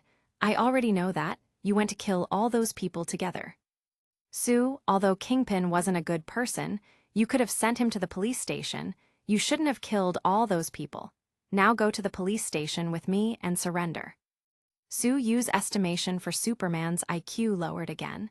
No wonder he was fooled by Luthor repeatedly. And in another parallel world, he was even controlled by Darkseid. Big muscles and a simple mind, just like Thor. Mindy yelled in the video call, so what if he killed Kingpin? Superman, what can you do? You are not his opponent. Suyu's estimation of Mindy's IQ also fell to the ground. Now even little girls can despise him. Superman felt really uncomfortable inside. See, everyone on your side has admitted it. Suyu waved. I repeat, I didn't do it. But Superman doesn't believe it at all. He decided to stop talking and directly sent a heat ray, but Diana blocked it with her shield. Suyu's eyes also shot out a beam, knocking Superman into the distance. Diana leaped. Superman, pay for my house. Superman frowned instantly. Now that the internet is so popular, the life of the newspaper workers is not easy. His income has also dropped sharply, and paying for the repairs would bankrupt him. Boom tilde. Diana hit him in the face with her shield. Superman was sent more than 10 meters away, but he flew back quickly and threw a headbutt. Diana was not afraid and also responded with a headbutt. Boom tilde. She was sent flying back, but Suyu caught her firmly. This guy has a thick skull, be more careful. Diana shook her dizzy head. You didn't say. Superman rushed towards Suyu again. Not wanting to prolong things, Suyu decided to finish this fast. Fear. His mental power instantly penetrated into Superman's mind. He hugged his head and screamed as he fell from the air. Diana swooped in, smashing him with a shield strike. Hundreds of meters of street were directly scrapped. Suyu shrugged. Superman is losing money again. Hearing those words, Superman was frightened and woke up instantly. He tried to attack Diana again, but she learned her lesson and hurried back to Suyu's side. Fear. Fear. 5 fierce spells in a row, and Superman lay panting heavily on the ground, feeling like everything around him was glowing with a green light. He couldn't seem to move a finger now. Suyu shook his head. You should reflect on your actions, and don't let yourself be used by others all the time. He opened a portal and took Diana back to his home in Gotham. The crowd of curious people around pointed and exclaimed. Superman lost again. Fortunately, Sue had a woman by his side, so he didn't need to pick up soap this time. Since Superman came here, it seems that Kingpin was really killed by Sue. Superman finally regained some strength and flew away. He didn't expect that when he returned home, he actually received a mysterious gift. He held the gift tightly and felt his confidence return. Sue, I'm not afraid of you anymore. When Suyu arrived back home, Harley and the others all gathered around, looking at Diana intently. Damn, this figure is against the rules. Selene licked her lips. Her blood smells quite good. Poison Ivy smiled, bind her limbs with vines, and then hee-hee. Diana. She suddenly felt in danger. Aunt, you are here. I am exploited by him every day. You have to help me. Dahlia threw away the mop in her hand, rushed over, and threw herself into Diana's arms. Diana was speechless and didn't know how to react. This was too much for her. Chapter 158, Fight Superman Again. Diana stayed temporarily at Suyu's place. She became good friends with Selene and spent a lot of time playing cards with her and chatting. Dahlia became a lot more arrogant after she believed that she had the support of her strong aunt. But after being punished by Suyu and having a few $100s deducted from her salary, she went back to work honestly. When Superman got the mysterious gift, he wanted to come over and look for trouble with Suyu, but he also ran into trouble before he could. The conspiracy against him began, and politicians used public opinion to pressure him. In the eyes of those politicians, Superman should be the tool of the United States. Their use of public opinion against Su-Yu has not stopped either. There are now two groups on the internet. One faction believes that Su-Yu did the right thing, and that people like Kingpin who are covered in blood should be killed directly. Kingpin was very powerful in both legal and illegal sides, and the ordinary judicial system couldn't do anything about him, so it's better to just kill him instead of letting him continue to harm people. Another group believes that Su-Yu's behavior is above the law, and his previous behavior was already illegal. Whether he is a human being or a god, he shouldn't be the judge and executioner like this. With no one who can keep him in check, will he just kill whoever he wants? The Holy See, Luthor, Sentinel Services, and some hidden powers all spent money to hire people to slander him. The United States Senate issued another subpoena to Su-Yu, this time by a popular Kentucky congresswoman. Su-Yu definitely ignored it. Isn't it good to just play poker with the girls at home? Fortunately, there are also those who support him on public platforms. Tony Stark, Sue is my friend, and I trust that he wasn't the one to kill the Kingpin. That's not his style. Bruce Wayne, as far as I know, he was busy with a woman and didn't have the time to do what he's being accused of. Mayor Quincy, Sue loves peace and always follows the law. Penguin, my neighbor is so kind, he doesn't even want to step on an ant, not to mention murder. Today, the doorbell rang at home. Su-Yu frowned at the little brat at the door. Why is this brat coming to my house? Mindy ignored Su-Yu at the door and casually entered. With a few sweet words, she instantly won the favor of everyone except him. This child is so cute, it would be great if our children were as cute as her. Lorna rubbed her stomach with a look of happiness. Su-Yu put his arms around Lorna. Don't worry, they're definitely going to be cuter than her.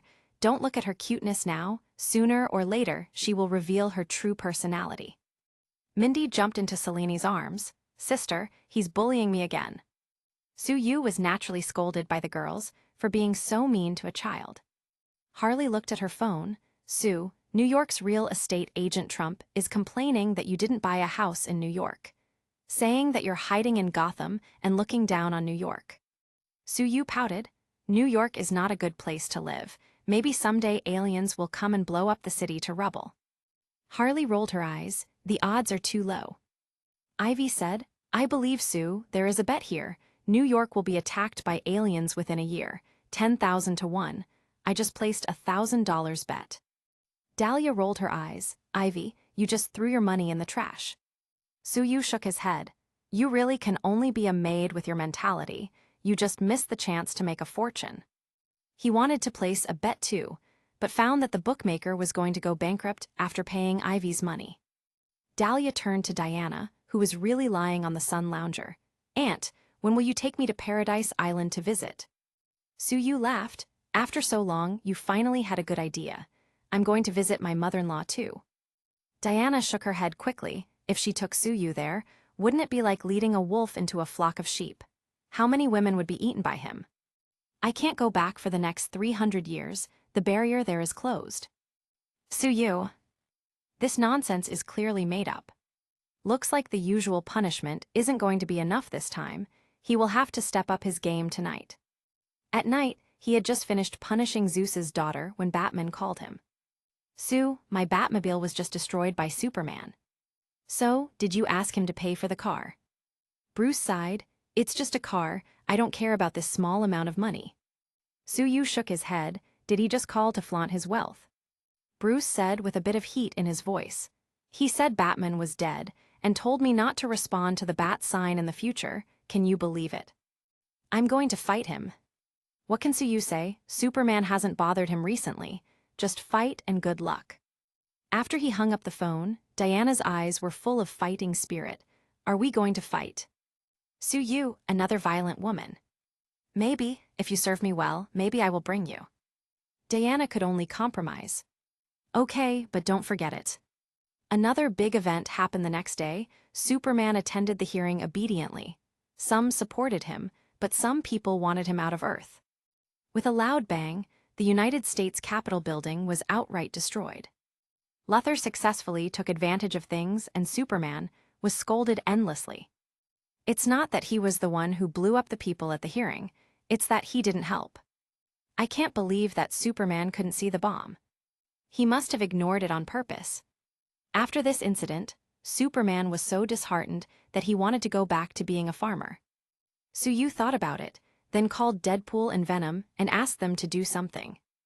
Late night, Gotham City. The thunder roared, the rain poured, the bat signal in the sky shone on the dark clouds. New York seemed to be visible on the other side of the bay. Lex Luthor grabbed Superman's girlfriend Lois Lane and pushed her down the building to fish Superman out. Then threatened him with the life of his mother, who had been captured some time ago. Bring me the heads of Batman and Su-Yu. Superman had no choice. First he went after Batman, who had been waiting for him for a long time. The two immediately got into a fight without saying a word. Su-Yu suddenly received an order, Batman's takeout. Something must have happened. He decided to take Diana since he promised her. Hearing there was a fight, Mindy's eyes lit up. I want to go too. Su-Yu waved his hand, as if I would be so irresponsible to take a brat with me. He then called Iron Man. Tony, are you free? There's a big fight coming. Where? Leave some fun to me. Tony has been quite bored lately, so he immediately flew to Gotham in his armor.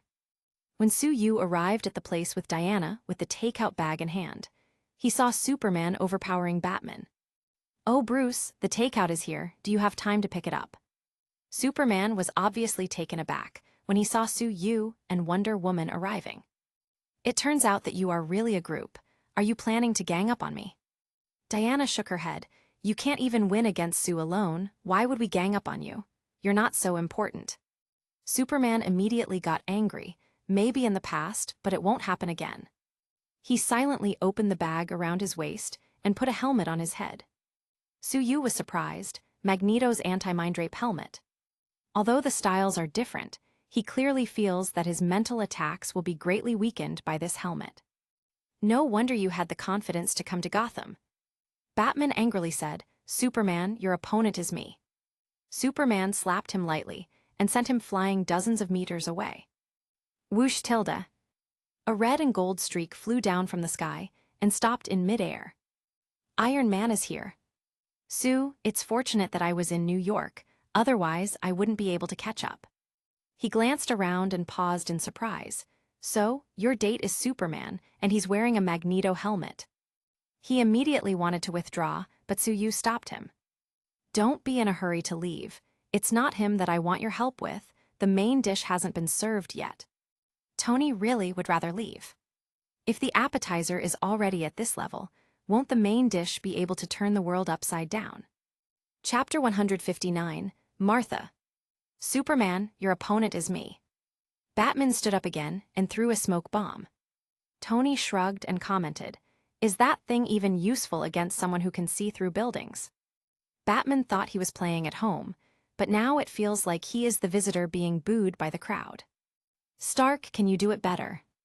You look like a child to me, you love performance, you have a high profile, and you are an attention seeker. Tony was angry. Don't think I don't know who you are, Bruce Wayne. Wayne Industries are getting worse and worse under your command. And you're still single at your age. Could it be that you have performance problems? Superman was a bit stunned.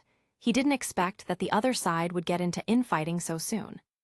Su-Yu sighed, are all millionaires so unreasonable? Diana murmured, rich people really rely on technology, and they are all loudmouths. Batman threw a smoke bomb at Superman's feet. Superman frowned, is he being underestimated? He rushed out of the smoke zone, and Batman suddenly shot him with a gun. But he doesn't care at all. Even anti-tank bullets may not be able to break his defense. Puff tilde. The bullet exploded beside Superman's face, and a cloud of green gas spread all over him. Cough cough tilde. Superman felt dizzy and weak all of a sudden. Batman walked over slowly and said grimly, yes, keep breathing, breathe all the gas in. Tony looked in surprise. Whoa, he was arguing with me just to distract Superman.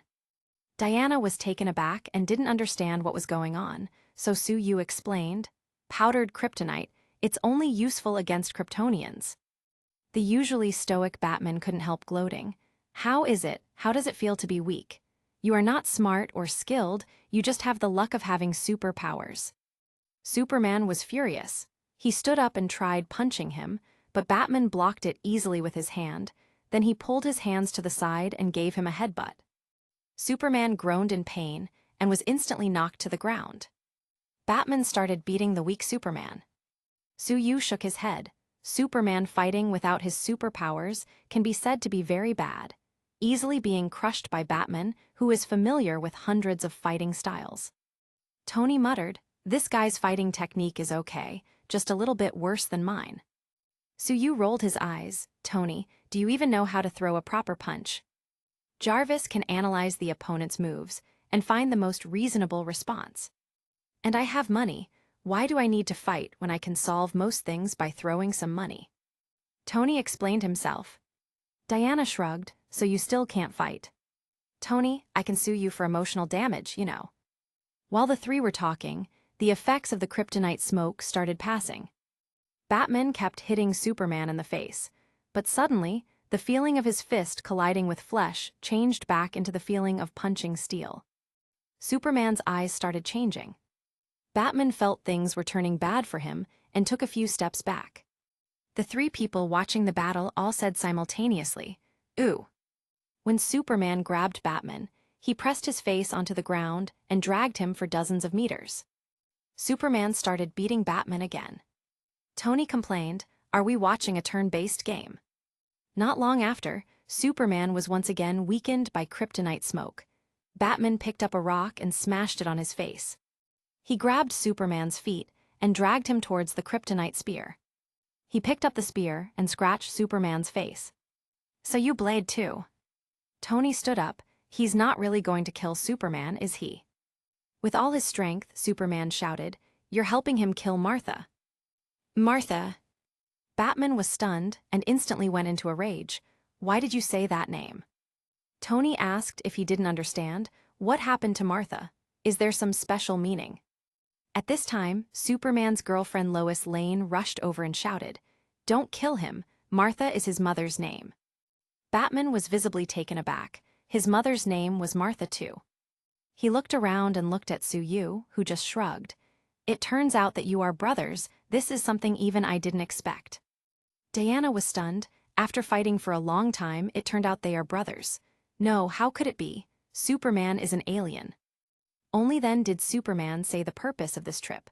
"Luthor captured my mother Martha and wanted your lives in exchange. Find him, save Martha." Batman almost burst into tears thinking of his mother, the mother who was very good to him, protected him when he was in danger, and was shot to death by a robber. He took a few steps back and cleared up a lot of things at once. It's all Lex Luthor's conspiracy. Batman threw the kryptonite spear far away. Su-Yu, Diana and Tony walked over. Louise hurriedly said, "That Kryptonian ship is absorbing energy from the city. Luthor doesn't even know what the hell is going on." Superman slowly recovered. "I'm going to save Martha." Batman stopped him. "You go to Luthor, I'll save Martha. I promise you, Martha won't die tonight." Diana whispered, "Sue, what about us? What are we going to do? Going to save Martha?" Su-Yu shook his head. "Let Batman do it. It's a kind of redemption for him." Batman gave him a grateful glance and drove off in the Batmobile. Superman also flew away with a bang. Diana looked at Su-Yu. What should they do next? Su-Yu made a call. "Hey Wade, how is it?" There was some screaming from Deadpool's side. "Boss, it's not easy to complete the mission. Luthor hired a few mutant bodyguards, and Venom and I were entangled by them." Su-Yu was speechless. He originally asked these two people to capture Luthor, lest doomsday be created. Bang tilde. A loud noise was heard through the phone. "Damn it, boss, there's a big problem coming out." Then the signal was cut. Su-Yu knew that doomsday was created anyway. Lois picked up the kryptonite spear and was about to throw it into a hole. Su-Yu tried stopping her. "Lois, stop, give me the spear." But she threw it directly into the deep hole. She definitely wouldn't give it to this man. Superman was defeated by him twice. If he gets his hands on kryptonite, she can't even imagine what he will do to him. Rumors of him making Superman pick up the soap are all over the place. Su-Yu shrugged. "Whatever, he'll get it later." "Let's go to New York." He opened a portal, and the three came to Central Park. The first thing they saw upon arriving was a 6-meter-tall monster beating up Superman. Boom tilde. Superman was sent flying hundreds of meters away. Tony shouted in fright, "This is the main dish. My heart is still not fully recovered, I really can't stand it." Deadpool and Venom came out of nowhere. "Boss, this guy is too fierce, so strong and so fast. He's crushing Superman, why don't we retreat first?" Venom muttered, "I'm just a loser, why make me meddle in such a huge fight?" Suyu was noncommittal. "Who stopped you?" "A fast black man, and a man who can become smaller." Suyu guessed, A-Train and Termite. While he was busy thinking, Iron Man joined the fray. He blasted Doomsday with a beam of energy from his chest. Doomsday just took a step back and then roared angrily, leaped sharply, and knocked Iron Man out with one punch. Superman flew over again, but was grabbed by Doomsday by the leg, and he started to beat him just like the Hulk beat Loki. Diana jumped high and hit Doomsday's head with her shield. With a wave of her sword, she directly cut off one of Doomsday's hands. Doomsday screamed in pain and threw Superman away.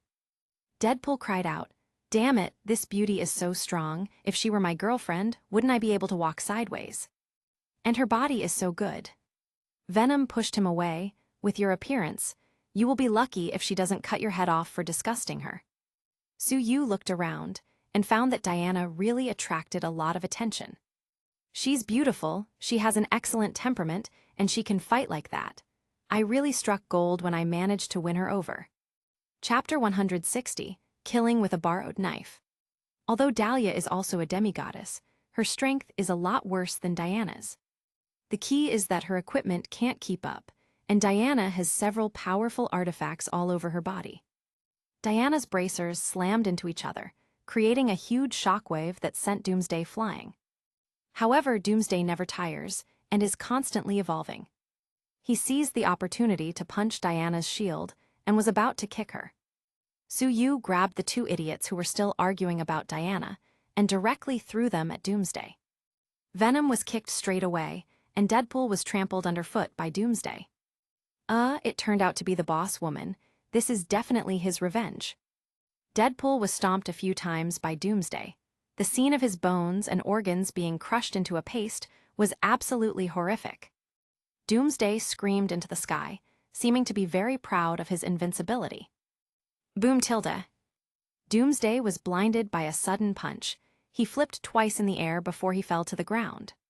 Suyu put on the destroyer armor, and his strength increased greatly, not only surpassing Superman, but also stronger than the current Doomsday. Boom, boom, boom tilde. Suyu stomped on Doomsday's face repeatedly, but after a while the monster recovered and became even stronger. Doomsday tried to punch him, but Suyu grabbed his fist and slammed him into the ground again and again.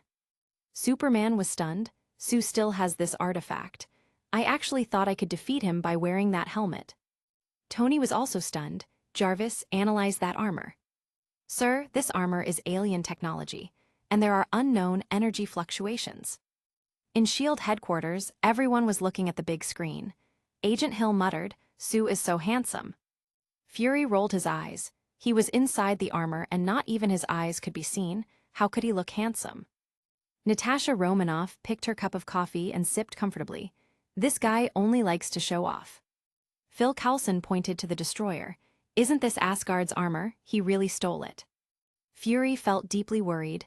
"This monster looks tough. The alien threats are getting more and more terrifying. How do you expect me to prepare countermeasures for something like that? Motherfucker." At Suyu's house, the girls watched anxiously. Harley looked super nervous and was biting her nails in worry. "No wonder he told us not to follow. We can't get involved in this level of battle." Dahlia sighed. "My aunt is much stronger than me. I need to train more." Mindy's eyes lit up. "It turns out that the real boss is Diana. I almost hugged the wrong thigh." As for Suyu, she didn't think about it, because her cuteness is useless against that bastard. Suyu in the field was starting to struggle. Although he can suppress Doomsday, this monster is not tired at all. The more he fights, the stronger he becomes. Iron Man hit Doomsday with some more energy attacks, and Suyu shouted, "Don't hit him with energy attacks. The more you hit him, the stronger he gets. What? Tony didn't know what to do. The power of his battle suit can't break Doomsday's defenses in melee at all. Whoosh tilde. Superman lifted Doomsday and flew into the sky. They quickly broke out of the atmosphere and reached outer space. He wanted to fight Doomsday in space, lest this monster hurt innocent people.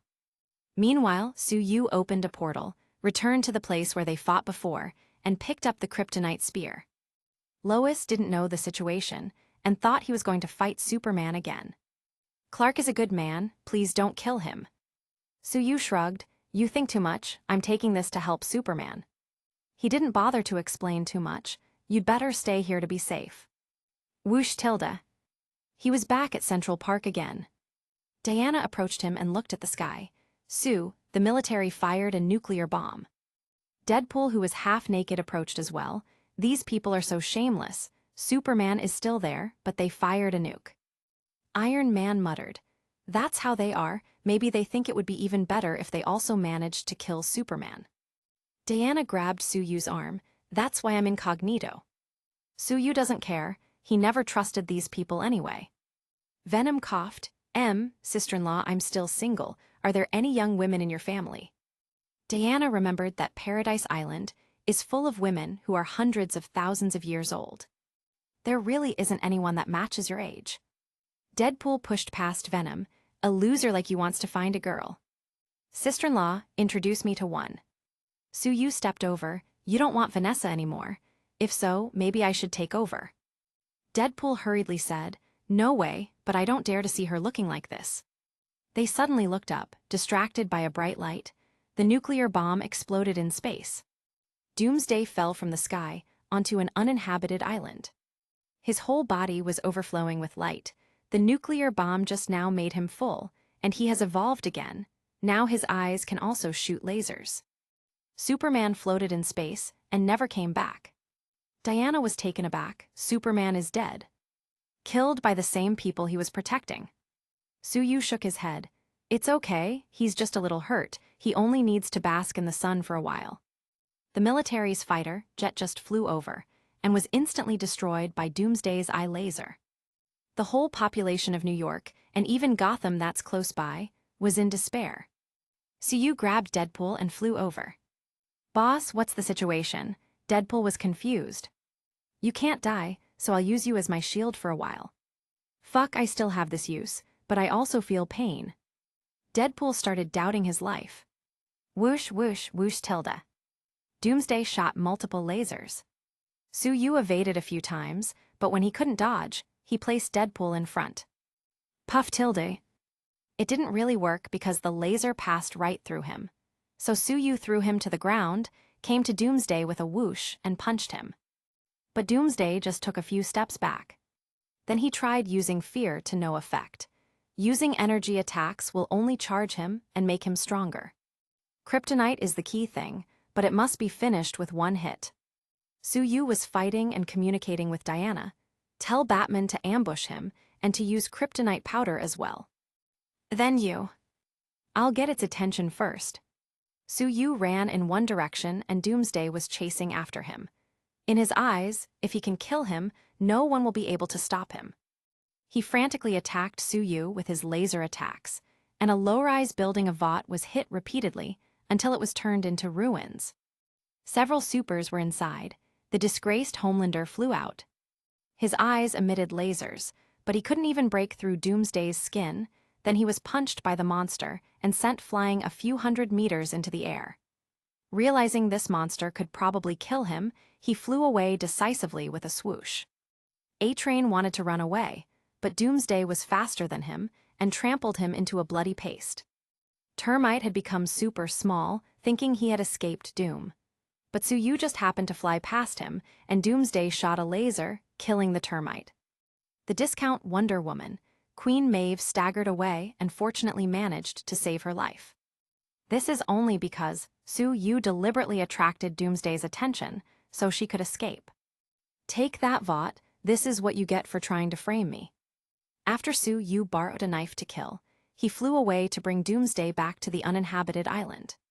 Chapter 161, Take Over Superman's Wife. Diana suddenly informed him, Sue, Batman is already in position. Very well, Diana bound him with your lasso. Diana put her shield on her back and threw out the lasso to tightly bind Doomsday. All her muscles tightened and she screamed. Quick, I can't keep him for long. Batman, who has been hiding for some time, finally got a chance to do something. He was actually a little embarrassed. After all, the only ones who could fight against Doomsday were the big hitters.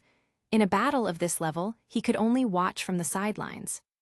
Batman pulled the trigger and fired repeatedly. The kryptonite bullets rushed towards Doomsday. Whoosh tilde. A black shadow suddenly appeared, broke the bullets and disappeared quickly. Although the kryptonite powder was still released, it was a bit too far from Doomsday. Batman. Sue you. Fuck, who is it? But at this time, there is no time to find out who it was that ruined their plan, because Diana couldn't hold the monster in place anymore. Sue Yu moved at his fastest speed, raising the kryptonite spear in front of him. The spear pierced Doom's skin and just touched his heart with the tip. Doomsday screamed and knocked Sue Yu back with one punch. Sue Yu cursed inwardly. Whoever it was that interrupted them really ruined their plan. Doomsday screamed and grabbed the kryptonite spear to pull it out. Whoosh tilde. A figure fell from the sky, using the impact force to shove the kryptonite spear deeper into his body. It was Superman. After spending some time under the sunlight, he had almost completely recovered. Doomsday roared madly. Superman was weakened by touching the kryptonite spear, and his body was pierced by a bone spur. With his last strength, he pushed the spear deeper, and he was pierced even deeper by the bone spurs. A dazzling light shot straight into the sky, and suddenly stopped abruptly. Superman and Doomsday died together. Sue Yu was a little stunned. He didn't expect that Superman would still die even after his intervention. Although he could be resurrected later, it was still quite frustrating knowing that he didn't make much of a difference. What was that black shadow just now? Who would want Doomsday to survive and destroy the whole world? Iron Man and Batman rushed over to find that Superman wasn't breathing anymore. Sue Yu opened a portal, and Lois at the other side seemed to feel something was wrong and rushed into the portal. Diana walked over to Sue Yu and held his hand tightly. Don't be sad, you tried your best. Sue Yu wasn't sad, and it wasn't like Superman was gone forever, he just was feeling frustrated. That black shadow just now. Diana frowned. I must find whoever it was. Lois cried beside Superman's body. Looking at this scene, Tony felt a bit sad. I couldn't be of much help. Batman said lightly, but his fist was clenched in impotence. Me neither. The two looked at each other, and their mutual hostility seemed to vanish. Lois took off the helmet from Superman's head and handed it to Sue Yu. Keep this thing with you, I like him better without a helmet. Sue Yu took the helmet and said a few words in her ear. Her eyes lit up, but then returned to normal in an instant, and the others looked confused. Superman's body is not even cold, and he's already making a move on his widow. Iron Man and Batman escort the body of Superman back along with Lois. Deadpool crawled out of the soil, his suit in tatters, full of blood and small pieces of flesh here and there. Boss, I almost died too. Sue Yu took out a stack of healing talismans and handed them to him. Burn a talisman paper and soak the ashes in water, then drink it. There's a chance that it will help you restore your appearance for a day. He then transferred another $5 million to him. I don't treat my people badly. I hope you have a good life with Vanessa. Wade almost knelt right there. Boss, you are the best. Call me whatever you want to block lasers in the future. Sue Yu also gave Venom $2 million for his participation. This time Luthor Corp went bankrupt, so he made a lot of money, tens of billions. Diana chased away Deadpool, who was still chattering, and stared at Sue Yu silently. After making him sweat for a while, she finally opened her mouth. Tell me, do you think Lois is pretty? She's okay, but much worse than you. She's getting a bit old. Diana frowned. Then what did you tell her to make her less sad all of a sudden? Sue Yu looked down at the lasso of truth on his left wrist. What do you mean? What do you take me for? He whispered in her ear. I just said that Superman is not fully dead, and will definitely be resurrected one day. Diana opened her mouth in an O shape. Ah, is that all you said? Sue Yu glared at her. Then what do you think I told her? Diana smiled embarrassedly. I thought you were going to take over Superman's wife. Suyu spanked her a few times. Damn it, what do you take me for? Am I some sort of lustful beast who only thinks with his lower body in your eyes? Diana pouted and bit her lips sexily. I'm sorry, okay. How about I do that thing you have always wanted me to do, but I refuse to as compensation? Suyu's eyes lit up. That thing, Sky and Darcy often took the initiative to do it before, but Diana still held back, thinking that she was the daughter of Zeus, the princess of the Themyscira, and should not lower herself like that. No take-backs, or I won't forgive you. Diana held Suyu's hand and said coquettishly, Don't worry, I've never broken a promise. It's just using my mouth, how difficult could it be? When Suyu came back home, everyone's mood was a bit low. Harley even burst into tears. Sue, I was so worried about you, even Superman is dead, you must protect yourself in the future.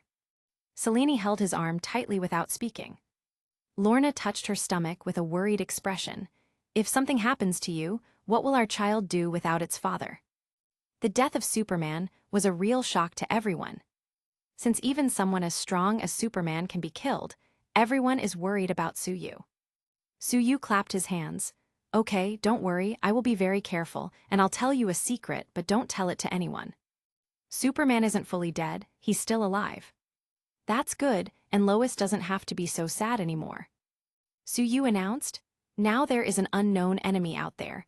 I will build another 3-bedroom house next to ours, and plan to let Lois and Superman's mother live there. Lois is currently pregnant, if someone were to kill her, and then Superman is resurrected. Learning that his wife and child were killed, this guy will definitely go completely mad, Suyu doesn't want injustice to be a thing here. The girls said no problem, they will warmly entertain the two. Suyu smiled again. There is good news to announce that the initiator of this incident, Lex Luthor, has been arrested, and Luthor Corp has gone bankrupt, and everyone can earn several times the money they invested. Yes. Everyone started to cheer. Selene and Lorna looked at each other. The two of them are the ones who invested the most. Dahlia's eyes lit up. The hard life of living with a low salary was about to come to an end. Mindy hugged Diana's thigh. Sister, I'll rely on you from now on. She touched the shield with her small hand and looked at the sword and lasso with a bit of envy. She really wanted equipment as good as those. Diana stroked Mindy's hair. Every time I hear you call me sister, I instantly feel younger. Dahlia was stunned. Her aunt was stolen just like this. Suyu waved his hand. Okay, I'm a bit dirty from the fight. I'm going to take a shower. Diana read Suyu's eyes and realized it's time to make good on her promise. The valiant Wonder Woman with an extraordinarily noble and elegant temperament, squatting on the ground and sucking him awkwardly like a complete virgin, is really amazing. The next morning, everyone put on black clothes and went to Kansas for Superman's, no, reporter Clark Kent's funeral. Although they know that Superman will be resurrected, they still have to go through the formalities and provide some support. An ordinary town in Kansas, the corn in the fields has already turned yellow. When Suyu and the girls arrived, Bruce and Tony had already arrived. The magnetic field of the two millionaires, philanthropists and playboys began to collide again. Tony said softly, I've already settled the funeral money, you don't have to worry. Bruce also said softly, you don't need to worry about the bank debt and the mortgage of this land. The bank has already been bought by me. Tony narrowed his eyes, showing off our we. I just bought the Daily Planet, you will be the editor-in-chief in the future. He looked at Lois gently, then turned to look at Bruce with a smug expression. Lois thanked them politely. Clark was really lucky to have such good friends, but forget about me being the editor-in-chief. I'm going for a change of environment after this ordeal. Tony nodded.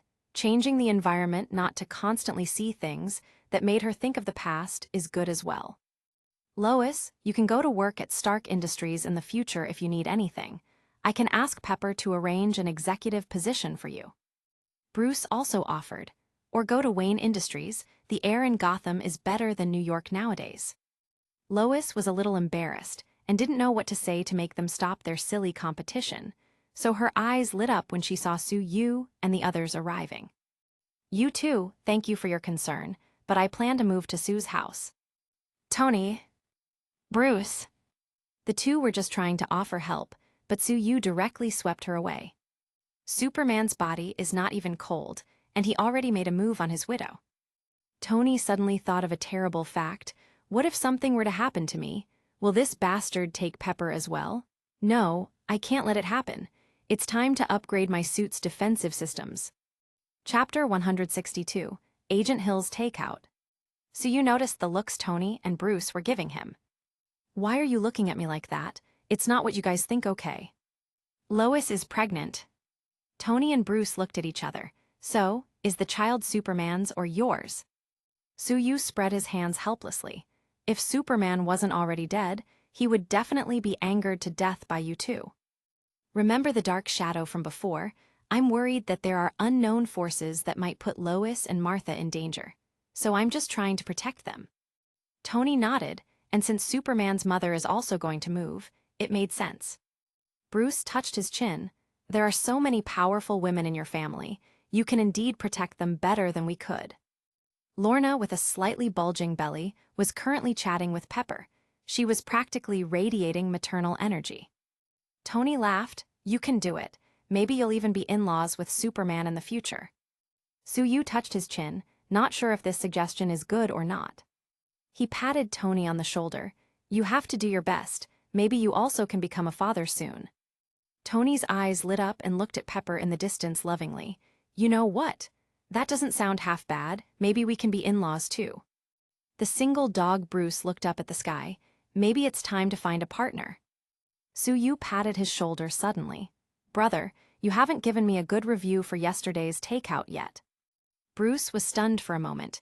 His forehead started sweating a little when he remembered that Luther, who did not give a good review, had already been sent to jail. Although he has a good relationship with Suyu, he might still be stabbed in the back because of this. He pulled out his phone and quickly gave him a good review. Ding, the host has received a 5-star review from Batman, with a completion rate of 98%, made a major contribution to killing Doomsday. Reward: 5 elements escape technique.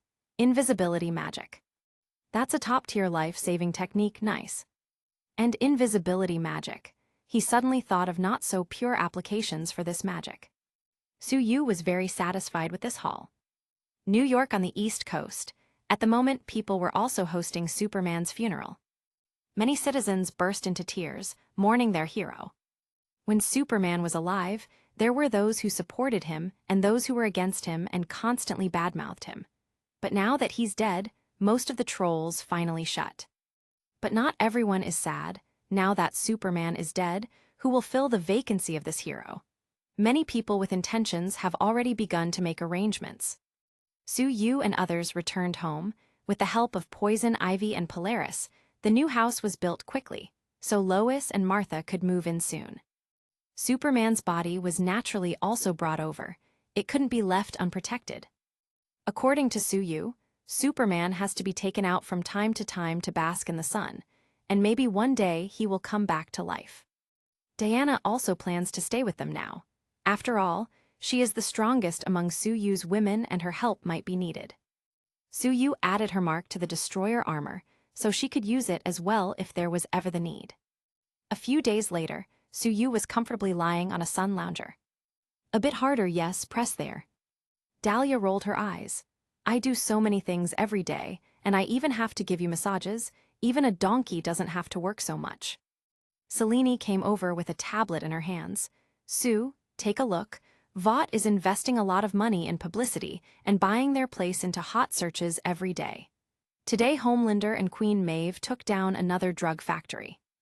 That discount Aquaman rescued another small fishing boat that capsized. Last time, although Vought's headquarters was destroyed by Suyu and they lost several supers, they still have Compound V to make more super-powered people, so their losses weren't crippling. They want Homelander to fill the gap of Superman, so they can gain a large number of fans. These super-powered people are the ideal celebrities and can produce a lot of profits. Suyu waved his hand. Don't worry too much, if it comes to it, we'll just deal with them as needed. Dahlia interjected, the Holy See is also creating waves recently. It is said that someone saw an angel appear and used holy light to heal people. Su-yu clicked on the news. Korea is claiming that my ancestors are from their country. He was speechless. Diana came over with a glass of juice. Who told you to be so popular? You are the most popular superhero right now. Su-yu shook his head. I'm not a hero, just a regular delivery boy. Very well, when Darkseid comes, do I have to tell him that the anti-life formula is in Korea? Late at night, Su-yu suddenly felt a powerful burst of energy in the direction of New York. He extricated himself from Seleni's arms and legs, covered her with the quilt, and walked to the window, muttering, "What's going on? Hey, there's still a takeout order at this time, Maria Hill." S.H.I.E.L.D. subdirector's image appeared in his mind. Since a beauty is hungry at night, I have no choice but to offer my services. Sue, what are you doing? Selene asked in a daze. Just received a takeout order, you go back to sleep first, I'll be back fast. Selene has become accustomed to this behavior of Su-yu. Just deliver the takeout, don't flirt with girls. Su-yu, she knows me too well. He flew to the southern suburbs of New York with the takeout bag in hand. What happened to S.H.I.E.L.D.? Were they attacked? As soon as he arrived, he saw Loki, who looked weak, along with Hawkeye and Dr. Selvig, sitting in a car and fleeing. But unfortunately, he had no time for them. He flew down with a swoosh, crashed directly into the ground and rushed in. Just a few minutes ago, the Tesseract was stimulated to open a portal and Thanos' pawn, Loki, was teleported into the middle of S.H.I.E.L.D.'s headquarters. He mind-controlled Hawkeye and Dr. Selvig as soon as he arrived. Then, he along with Hawkeye easily defeated the guards and took the Tesseract. That part of the building was then directly collapsed by the power of the Tesseract. Agent Hill, who stayed up late to work overtime, ordered a takeout and started to dream. Could it be that Sue will deliver it? Isn't it a bit too much to covet a best friend's boyfriend like this? While she was in a daze, she happened to encounter the renegade Hawkeye and his party, and was almost hit by a bullet. She dove to the side, barely dodging, but because the tunnel collapsed, she was about to be crushed by the debris. God, I'm just thinking of Natasha's boyfriend. This punishment is too timely. She looked desperately at the huge cement block that was falling down. I haven't even touched a man yet. If I can go back in time, I will never covet my best friend's man.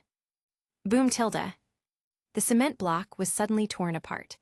A man with golden light all over his body rushed down and knocked off other stones. Excuse me, are you Maria Hill? I'm here with your takeout. Hill burst into tears of joy and instantly threw herself into Su-yu's arms.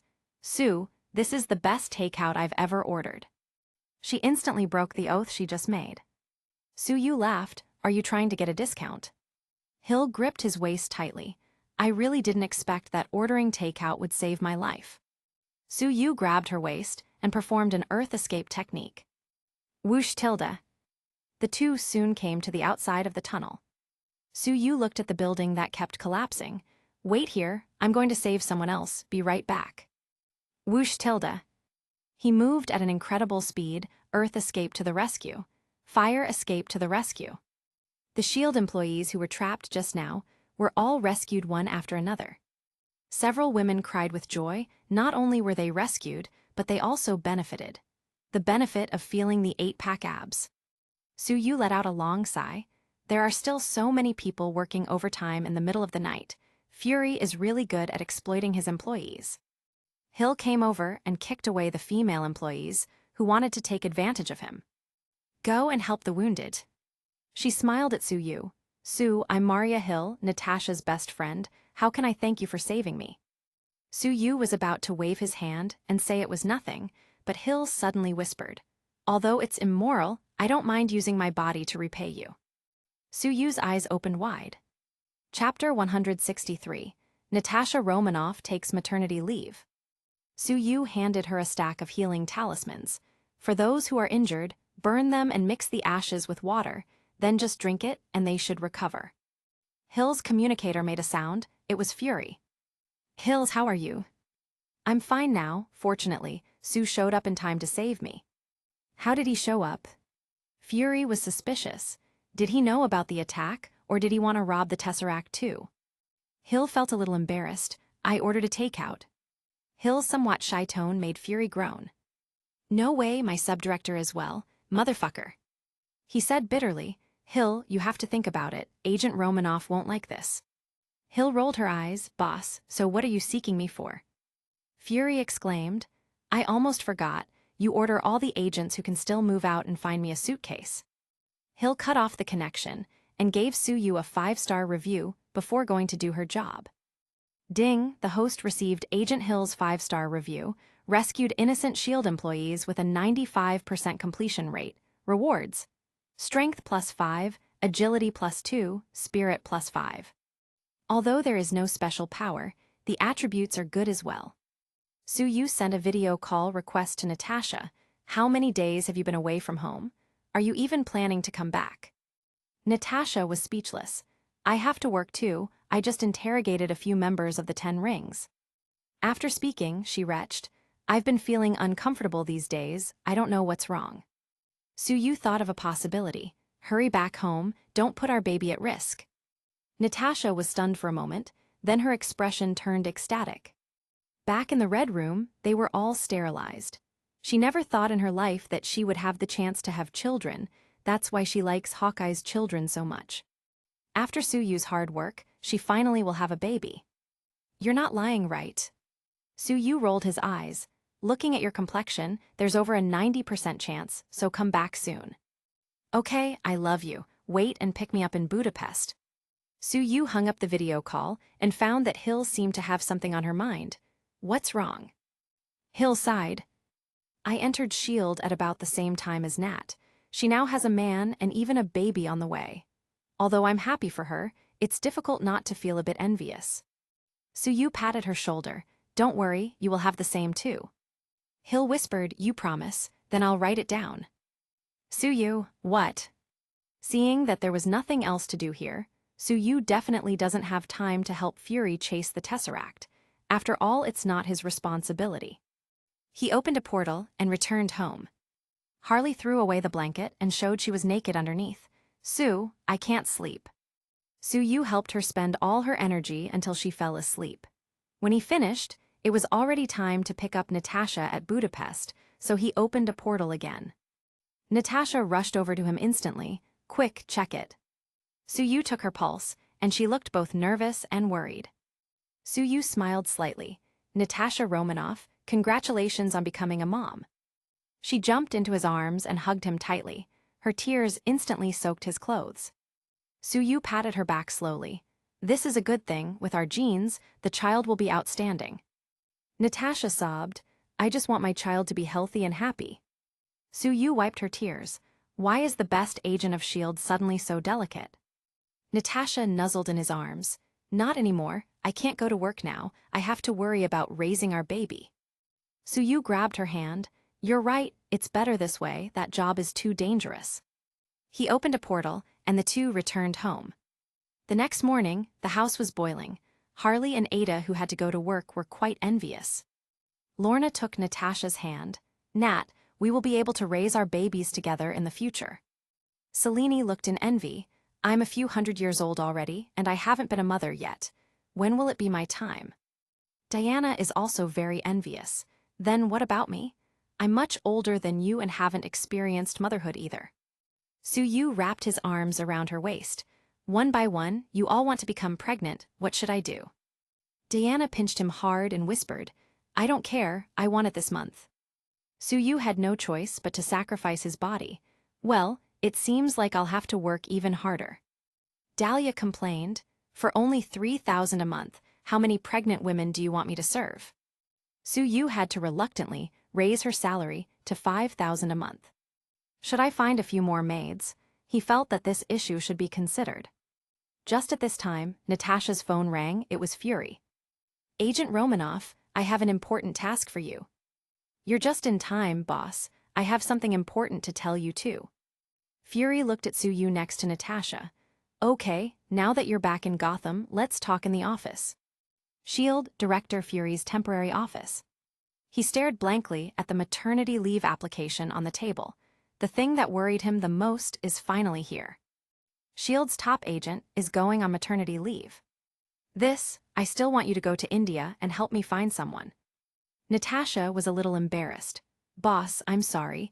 It's not that I don't want to, but this child is very important to me. Suyu set the tone directly. The place you want her to go to is dirty and messy. If anything happens to her, believe it or not, I will tear down S.H.I.E.L.D. Fury groaned. Since Suyu said this, there was nothing he could do. He coughed. I can't help it. The younger brother of Thor is very powerful, and his mind controlling Barton. You won't have to dismantle S.H.I.E.L.D., because there won't be a S.H.I.E.L.D. anymore. Fury wanted to appeal to their conscience. After all, he has helped Natasha in the past, and her good friend Hawkeye is currently in danger. Natasha got worried, looked at Suyu but didn't speak. Suyu waved his hand. I know, you take care of the baby at home, I'll help Fury this time. Fury's eyes widened in an instant, and had a hard time containing his smile. Well, with your help everything should be fine. With Suyu on their side, he feels that everything is going to work out. Natasha rolled her eyes. She had never seen Fury so happy at work. Fury whispered, Sue, Sky will return to the team tomorrow. I will directly arrange her to be your secretary, no, assistant. Suyu nodded. This is perfect. Such an enterprising little assistant, just what he needs. He also has more important considerations. With so many superheroes gathering, how many more takeout orders can he get? Natasha almost drew out her gun, shot them both. Asshole. Don't be angry, it's not good for the baby. She went out and slammed the door angrily, but she soon became happy. Hill, are you busy? I'm here today to take maternity leave. Hill was annoyed but still showed a perfect smile on the outside. Congratulations. Natasha sighed. S.H.I.E.L.D. is very eventful and I shouldn't be leaving at this time, but the baby is too important. That's why Sue is going to help in my place. Hill's eyes lit up. This is simply a godsend. Natasha whispered, Fury is going to transfer Sky back to be Sue's assistant. Maria, we have been friends for so many years, keep an eye on him for me. Hill, is this what they call using a thief to catch a thief? She coughed, don't worry, I will definitely help you watch him and keep the bitches away from him. Natasha nodded, thank you, you're the only one I can trust here. Chapter 164, The Helicarrier. Somewhere in the Atlantic Ocean, on an aircraft carrier, Captain America followed Phil Coulson off the plane. This belongs to S.H.I.E.L.D., looks good. Coulson looked at Captain America almost adoringly. We need more heroes like you. Hero? Captain America murmured. Okay, I may have slept for too many years. Still in fan mode, Coulson said, today's people lack the spirit of the past, but you have it. Captain America felt a little awkward being praised by a guy who looked older than him. Bruce Banner was also aboard the helicarrier. He shook hands with Captain America. Hello, Dr. Banner, I heard you could find that thing. Banner smiled shyly. It might work. A valiant and youthful female agent came over, and Phil Coulson introduced her. Everyone, this is one of our agents with the most potential, Sky, with first-class hacking skills and extraordinary fighting talent. Captain America smiled at her. S.H.I.E.L.D. looks like a good place. Banner was a little uncomfortable with the surrounding environment. Sky, aren't you afraid of me? Sky answered lightly, I'm not afraid of you, Dr. Banner, because my boyfriend is super strong. Banner shook his head secretly. This little girl had never seen him transform into the Hulk. Sky made a gesture with her hand. The two of you go to the control room first. The outside platform will be emptied, and there will be a bit of hypoxia later. Captain America didn't understand much, but I still praised Sky. So young and still so calm, her future should be unlimited. Whoosh tilde. A golden light flashed across the sky, and Suyu landed on the deck with a takeout bag. Sue! Sky shouted with joy and practically flew over, crashing into his arms, then said coquettishly, I missed you so much. Captain America, I take back what I said. Suyu comforted Sky and gave her the takeout bag, then dragged her over. Hello, Dr. Banner. Banner laughed, the delivery judge, the guardian of mankind. I didn't expect Fury to be able to invite you. Suyu shrugged. Would you believe me if I said I was here to replace someone? Captain America reached out and shook hands with Suyu. Sue, thank you for killing Doomsday, otherwise I can't even imagine what would have happened. Suyu shook his head. The biggest credit goes to Superman. The crowd fell silent for a while. Phil Coulson interjected. Superman's widow lives at your house now, right? Everyone looked at him with a strange look. Sky hurriedly said, that's because he wants to protect her. Suyu was too lazy to explain. Fortunately, he has an assistant to do it for him now. Boom tilde. The aircraft carrier began to tremble, and everyone looked around in worry. Coulson laughed. Gentlemen, there's nothing to worry about. They looked out and realized they were taking to the sky. Suyu shook his head. To be honest, it's a waste of time and money. Although this thing looks cool, it's like a giant target in the sky, really easy to take down. Banner muttered, aren't they worried the green guy will come out to play? Sky held Suyu's arm. You're right, I also think it's a stupid idea. Phil Coulson coughed, reminding Sky that she was still an agent of S.H.I.E.L.D. Then they all went to the control room. Fury stood there, like a Star Wars captain. S.H.I.E.L.D. didn't let you down, did it? Phil Coulson relayed Suyu's words, and Fury's face fell in embarrassment.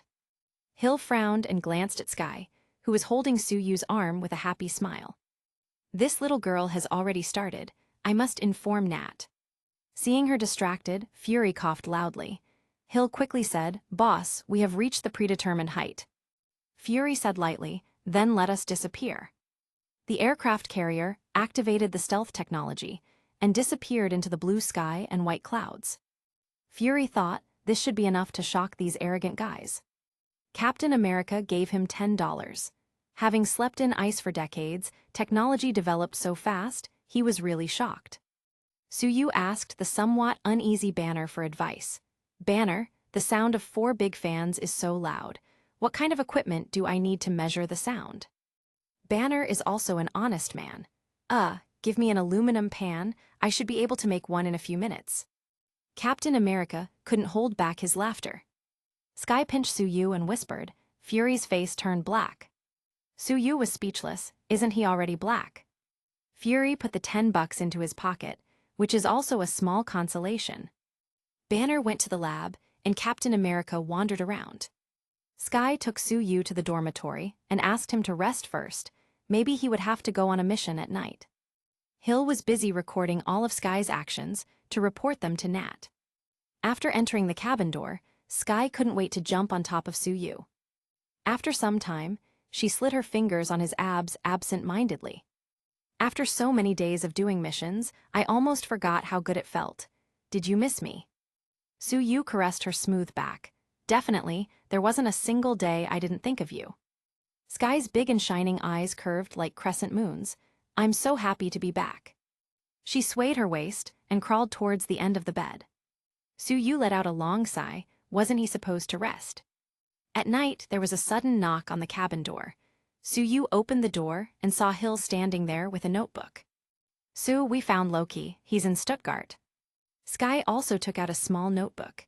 Sue, I have written down all the knowledge of hypnosis you taught me just now. I love to learn.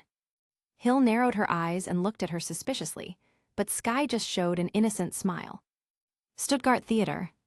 Loki walked in with a scepter in hand, casually overturned the security, and took the eyeball information of the person in charge of the laboratory here. Hawkeye used the information to open the lab's classified room, taking the key metal they needed to open a portal. After doing all this, Loki began to play with the people while waiting for S.H.I.E.L.D. to catch him. He stomped his scepter on the ground. A dozen or so clones of his appeared around, shouting together. Kneel. Seeing that they weren't obeying, he casually killed a man. I said kneel. Everyone was scared, so they hurriedly knelt. How simple it is, you humans should be ruled. You were born to serve. A white-haired old man stood up bravely. We won't give in to someone like you. Loki laughed. Then let me show you what happens to those who don't obey. The scepter fired a beam of energy at the old man. Whoosh tilde. Captain America suddenly appeared and used his shield to block and send the energy beam back. Loki, who made everyone kneel just now, fell straight to the ground. Suyu on the Quinjet shook his head. Sky spoke through the speakers with a crisp voice. Loki, surrender now. Loki stood up angrily and sent a blast of energy, so Sky had to maneuver the Quinjet to evade. A warrior from the past, a newbie agent. Loki shook his head. Even if he needed to pretend to be caught, he couldn't make it seem too easy. His pride wouldn't allow it. Chapter 165, Who is Thanos? Loki and Captain America were locked in a standstill when suddenly, the loudspeaker of the Quinjet suddenly started playing the song Shoot to Thrill. Tony's voice came, "Oh, you're not that liar Natasha Romanoff. Who are you, cutie?" Sky smiled sweetly. "Hello, Tony, I'm Sue's girlfriend, Sky." She did some manipulation on the screen and Jarvis suddenly informed him, "Sir, my system is being invaded. This girl's hacking skills are quite advanced." Tony rolled his eyes. "Hold on, don't make me look bad." Suyu laughed. "Tony, hurry down and catch our little princess Loki." Loki was taken aback. He didn't expect Suyu to come too. "Who are you calling a little princess? Who do you think you are?" Boom tilde. Iron Man went straight down, knocking him down with a punch, then pointed his energy cannons at Loki. "Little princess, stop making trouble." Loki put his hands up and surrendered. When Tony entered the Quinjet, he glanced at Sky. "Oh, such a young and beautiful girlfriend. I want one like that too." Suyu laughed. "I'm going to send this video to Pepper." Tony turned pale and started making excuses. "I just want to recruit talent to Stark Industries. Her hacking skills are great." Sky smiled sweetly. "I'll do whatever Sue asks me to do. I'm his to command." Tony felt so jealous. The little girl has been brainwashed. When Loki was taken into the Quinjet, he gave Suyu a sweet smile. "Sue, we meet again." Suyu felt creeped out and instinctively used a fear spell, causing Loki to scream and fall to the ground. "Damn Thor, he only cares about that mortal woman. Thanos is scary. I'm so lonely, I miss Asgard." Everyone looked at each other. Isn't his attitude towards his brother a bit suspicious? Iron Man muttered, "What is Thanos? Is it some kind of food?" Suyu nodded.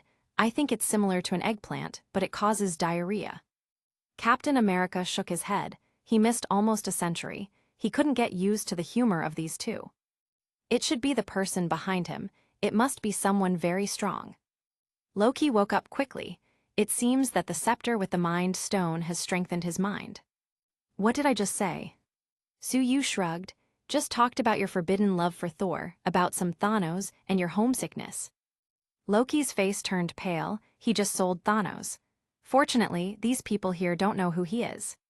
"I miss home. Impossible. I don't even have a home." He thought that Suyu's fear spell wouldn't work on him if he had the Mind Scepter in his hand, but unfortunately they took it from him. Captain America whispered, "This guy is very powerful. It shouldn't have been so easy to catch him. There's probably a conspiracy." Tony didn't care. "For your age, you're still quite flexible. What are you practicing? Pilates?" Captain America was confused. Is this a mockery of his old age? "Fury didn't say he was going to call you." Suyu nodded. The two really did not get along with each other. Their personalities are complete opposites. The corner of Loki's mouth lifted. Mortals are indeed full of contradictions. This can be used. Boom tilde. There was thunder in the sky, and Loki watched nervously. Captain America has good observation skills. What? Aliens are afraid of thunder. Loki shook his head. "No, I just don't want to see the guy who comes with that thunder." Sky pouted. "Sue, this man is really weird." Suyu stroked her hair. "He's just afraid of domestic violence." Boom tilde. The god of hammer landed on the Quinjet. Tomi closed his mask and pointed with his hand repulsors. Thor, seeing Loki sweating profusely, was a little angry. Only he is allowed to bully his brother. He knocked Iron Man down with a hit of his hammer, grabbed Loki and flew away. Iron Man stood up angrily. "Damn it." Captain America wondered, another Asgardian, foe or friend? "It doesn't matter, we have to get him back." Tony immediately took to the skies in pursuit. Suyu kissed Sky on the cheek. "I'll go down and say hello." Whoosh tilde, he flew straight down. Captain America looked a bit lost and muttered, "Am I the only one who can't fly?" He grabbed a parachute and carried it on his back. Sky snorted and persuaded kindly, "Captain Rogers, why don't let me take you there on the Quinjet?" But Steve was too stubborn to listen and jumped right off. Sky sighed, men such prideful creatures. On the hillside, Thor was angrily shaking Loki. Where is the Tesseract? Why didn't you come back? We thought you were dead, and we even held a funeral for you. Father was very sad, and Mother was devastated. Loki said coldly, It's a pity I didn't get to attend my funeral, and that's your father, not mine. Now you know my true background. The two argued fiercely. Thor raised his hammer angrily and glared at his younger brother. Brother, listen to me.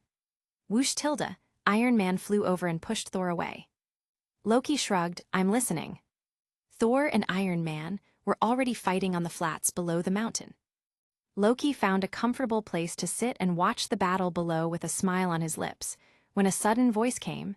2 men are fighting for you, isn't it sweet? Do you think it's hard to watch the battle without snacks? Don't you want a drink as well? Do you have a good understanding of the benefits of ordering takeout now? Suyu came out of the darkness and Loki rolled his eyes. I don't have any money. Suyu was speechless, so I failed to acquire a new client. He waved his hand and directly used a fear spell. Loki covered his face and screamed, his voice resounding throughout the night sky. Thor, who was fighting at the foot of the mountain, was instantly distracted when he heard Loki's screams and was hit by Iron Man. Tin Man, you annoyed me. Last time, the guy in underwear was easily beaten by me. Thor didn't forget to brag, even when he was being beat. Iron Man laughed. Haha, blacksmith. The video of you being pressed and dragged through the ground by Superman has already been made into an emoji. Thor got angry and knocked Iron Man away with one hit of his hammer. Then he summoned thunder to bombard him. Iron Man directly realized that the energy of his reactor was directly increased to 400%. Charge for 5 seconds and last a day, cool. He used the excess energy to blast Thor away with an energy beam from his chest. The fight between the two became more intense, and Suyu commented, they're both purely relying on strength and have no fighting skills at all. If they had the same strength, Batman could easily play them to death. Loki leaned against the stone, gasping for breath. Sue, do you think you are the strongest in the universe? There are many people out there who are stronger than you. Suyu pouted, you're talking about Thanos. Loki was startled, you know of Thanos, are you not a native of Midgard? Suyu shrugged, when you were scared just now, you said it yourself. Loki quickly shook his head, impossible, absolutely impossible. Chapter 166, Natasha is coming for a cameo. Loki wanted nothing more than to slap himself. Suyu handed him a packet of spicy strips. It's too boring to watch without eating. Loki was a little wary of eating, for fear that he would poison him. Suyu shook his head. Do you think I need to use poison to defeat you? Although Loki was angry that he was looking down on him, but thinking about it, he understood that it was true. Fine, let me try your Midgardian food. A slice of spicy strips went down, and Loki inhaled wildly. Ah, it's so spicy. What's so good about this thing? But his body was still very honest, and it didn't take long for a pack of spicy strips to be eaten. Well, this seems to be all right.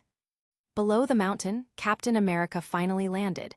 He threw his shield, hitting both Thor and Iron Man in succession. Enough is enough, it's not easy for me to come down, can we stop to talk?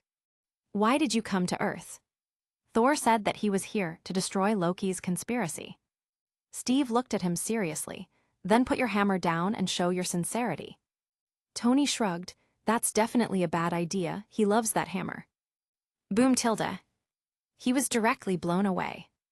Thor shouted angrily, you want me to drop my hammer? He jumped up and swung his hammer at Captain America, but he blocked it with his vibranium shield. Clang tilde. With a loud bang, Thor was blown away by the force of the shockwave.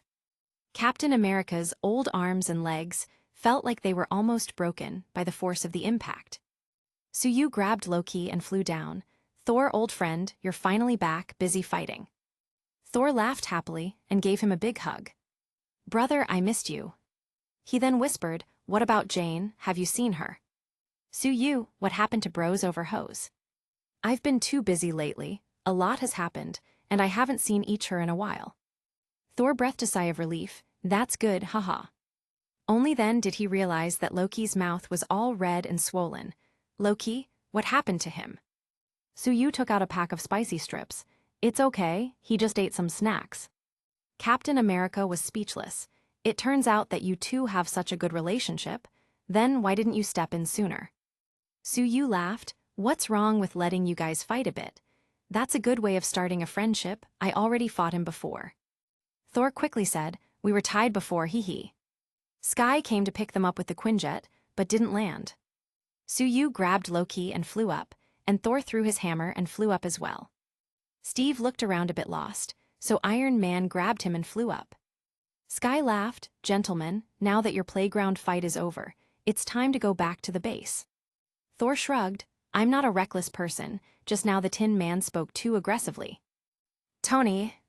Sky added, I don't care about what you do to him, just don't try to hurt my boyfriend. Thor looked around, your boyfriend can't be Sue, right? Big lug, you guessed it right, but unfortunately there is no prize. Thor gave Suyu a thumbs up, then took out his phone and sent Jane a video call. Hi Jane, what are you doing? I just arrived back on Midgard. Writing an article, are you? I came to catch my worry-free younger brother. He turned the camera and pointed it at Loki. Is that Sue there? Let me talk to him. Thor. He's busy chatting with his new girlfriend, so I don't know if he has the time. Sky smiled at his awkwardness and said it was fine, she didn't mind it. In the end, Thor reluctantly gave the phone to Suyu. Make it short, it's running out of battery. Suyu, Jane, I haven't seen you for a month, you got even more beautiful. Thor paid close attention to learn. Oh, so I have to praise her first. Hee, really? The last time we watched you and Superman fight Doomsday, many people were worried to death. Suyu blinked, then you. Jane whispered, definitely worried to death, but fortunately Darcy said you were fine. Thor's face fell and Loki laughed. Thor, it seems like your lady has chosen someone else. Tony was speechless. Seeing that your brother can't find a sister-in-law for you makes you so happy. Suyu returned the phone to Thor. Looks like it's really out of power, it's about to shut down. Thor instantly charged the phone with his hammer and Tony looked in wonder. That hammer is really useful. Thor said proudly, definitely, my control of lightning is masterful. Boom tilde. Thor's phone exploded suddenly, sending out black smoke. This. Thor's face turned black, another slap in the face, never absent, never late. Everyone held back very hard, and finally burst into laughter. Sky handed her phone to Suyu. Sue, my phone is about to run out of battery, so why don't you charge it for me? With a wave of Suyu's hand, a few small arcs appeared and quickly charged the phone. Thor looked with his mouth open.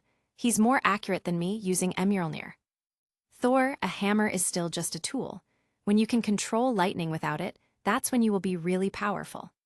Suyu gave him a little help. Loki was deeply worried. With Sue here, he doesn't know if the plan will succeed. He's growing so fast, should I ask Thanos to send more people? Everyone returned to the helicarrier. Loki was taken to the holding cell and smiled at Banner as he passed the laboratory. Banner irritably took off his glasses and rubbed the bridge of his nose. Why do I want to beat him so hard? Suyu nodded secretly. This should be the last time Loki smiled at Banner. Suyu stuffed Loki with a packet of spicy strips. Prison is boring, eat this to relieve your boredom. Loki smiled. Sue, I like you a little bit. Suyu shivered. Please don't, you should stay devoted to Thor. When Suyu returned to the conference room, Natasha sent a video call and said coquettishly, Sue, my dear Sue. Suyu rolled his eyes. Come on, talk already, what do you want? She pouted, I wanted to ask you for advice, but with that attitude, forget about it. Suyu nodded. Okay then, you rest early, I still have something to do. Natasha showed a flattering smile. I miss you, can I come and see you? Suyu scoffed. Can't Furu find anyone else to interrogate Loki? Natasha whispered, there's no one better than me, I'll just come for an hour and bring Dahlia with me. After she quietly agreed to a series of unequal treaties, Suyu reluctantly opened a portal for her to come over. If it wasn't for the fact that you offered such a bargain, I would have never agreed. Natasha took Dahlia through the portal and came to the conference room. Everyone came one after another. When Banner saw the gorgeous redhead, his eyes lit up, and he took the initiative to strike up a conversation. Are you also a S.H.I.E.L.D. agent? Why haven't I seen you before? Natasha waved her hand. I'm on maternity leave, I just came to make a cameo. Banner suddenly felt a strong sense of loss, as if he had lost something very important. There was bitterness in his mouth. So, who is so lucky? Natasha pulled Suyu's arm. Sue, see, even Dr. Banner says you're lucky. Tony came in. Oh, Agent Romanoff, you've completely fallen into Sue's hands, congratulations. She rolled her eyes. Why so salty? Steve, however, was focused on Dahlia, who had a great body and beautiful eyes. Who is this? Our maid, who is in charge of laundry and cooking. Tony revealed the truth. I finally understand why you are always being attacked by the Holy See, saying you were a demon who stole divine power. It turns out that you deceived and stole their most beautiful female knight. Dahlia said pitifully, I didn't know I was dealing with a demon. Now there's no way back. Suyu was speechless. Is he really that bad? Chapter 167, Hydra. Phil Coulson turned on the monitor, and they saw Fury talking to Loki. Loki, you forced me. You brought war. Now hand over the Tesseract. Loki chuckled. Aren't you very unhappy that the meat was robbed from your mouth? What were you doing with the Tesseract? Suyu nodded secretly. S.H.I.E.L.D. is not a good thing either. They were holding the Tesseract and secretly developing weapons, claiming they were to protect themselves from aliens, as if. Captain America looked at Thor. What tricks is your brother playing? This time it wasn't an accusation, and he was asking for real, after all. He is the one who knows Loki the most. As far as I know, he has an army called the Chitauri, and wants to use them to invade this world and take it for himself. Captain America was speechless. We already know this. Thor glared at him. Then why are you still asking me? Banner interrupted. Alien army. Then he's probably going to open a portal. That's why he took control of Dr. Selvig. Selvig, he's my friend. Why did Loki choose my friend? Natasha spread her hands. He's got my friend Clint too. Banner touched his chin. I think we shouldn't focus on Loki. This guy is crazy and we can't know what he's thinking. Bang tilde. Thor slammed the table. Watch your words. Loki is still from Asgard and my brother. Only he can talk bad of Loki. No one else can speak ill of him. Sky showed her tablet. He killed 80 people in 2 days. Thor immediately said, well, he's adopted. Suyu recorded this historical moment with his phone. Tony started pacing, then pointed to the corner. Hey, that man is playing Galaga. Everyone rolled their eyes. The eyes of the capitalists are indeed vicious. At this time, a bald agent came over and threw a stack of documents to Sky. How was this report written? Did you even take things seriously? Sky was a little aggrieved. I don't have time. As soon as I came back, I became Sue's assistant. I'm very busy all day long. The bald agent didn't seem to care. Who's not busy in S.H.I.E.L.D.? Can't just let the old work be perfunctory just because there is a new assignment. If this goes on, how will S.H.I.E.L.D. develop and fight against the savage aliens? Tony commented, my company lacks such good employees. After the bald agent showed off in front of everyone, he planned to withdraw. You should reflect on it. Sky was very aggrieved. Suyu stopped the bald agent. Wait, do you have an opinion on me? The bald agent groaned in his heart. Did he go too far with the show? He forced a smile. Sue, as an old agent, I just want Sky to grow up quickly. Suyu looked at him coldly. Old agents can train people indiscriminately. Then since I have caught so many bad people, can I teach you a lesson too? He slowly stood up and walked towards the bald man, who was immediately frightened and took a few steps back. Natasha rolled her eyes. This guy really favors this little bitch. However, she didn't say anything. Since this baldy likes to show off, he should be put in his place. Sky practically had stars in her eyes, seeing him defend her. Thor took out a small notebook and started taking notes. Captain America frowned. This man is too domineering. He didn't like it at all. He's too much like a bully. Sue, there is something we need to discuss. Banner glanced at Natasha and kept going. Sue, we still have to deal with Loki, so there's no need to get entangled in the little things. When the bald agent saw someone supporting him, he was full of confidence again. I'm just following the rules. Suyu smiled. Are you really following the rules? He waved his hand and used a fear spell. The bald agent fell to the ground screaming. Why is my hair falling out? Every day on this stupid aircraft carrier, when will I be able to see my wife? Does she even remember she has a husband anymore? Will Fury find out I work for Hydra? It's a lot of pressure to get 2 wages. Hydra. Natasha and Hill both stood up in shock.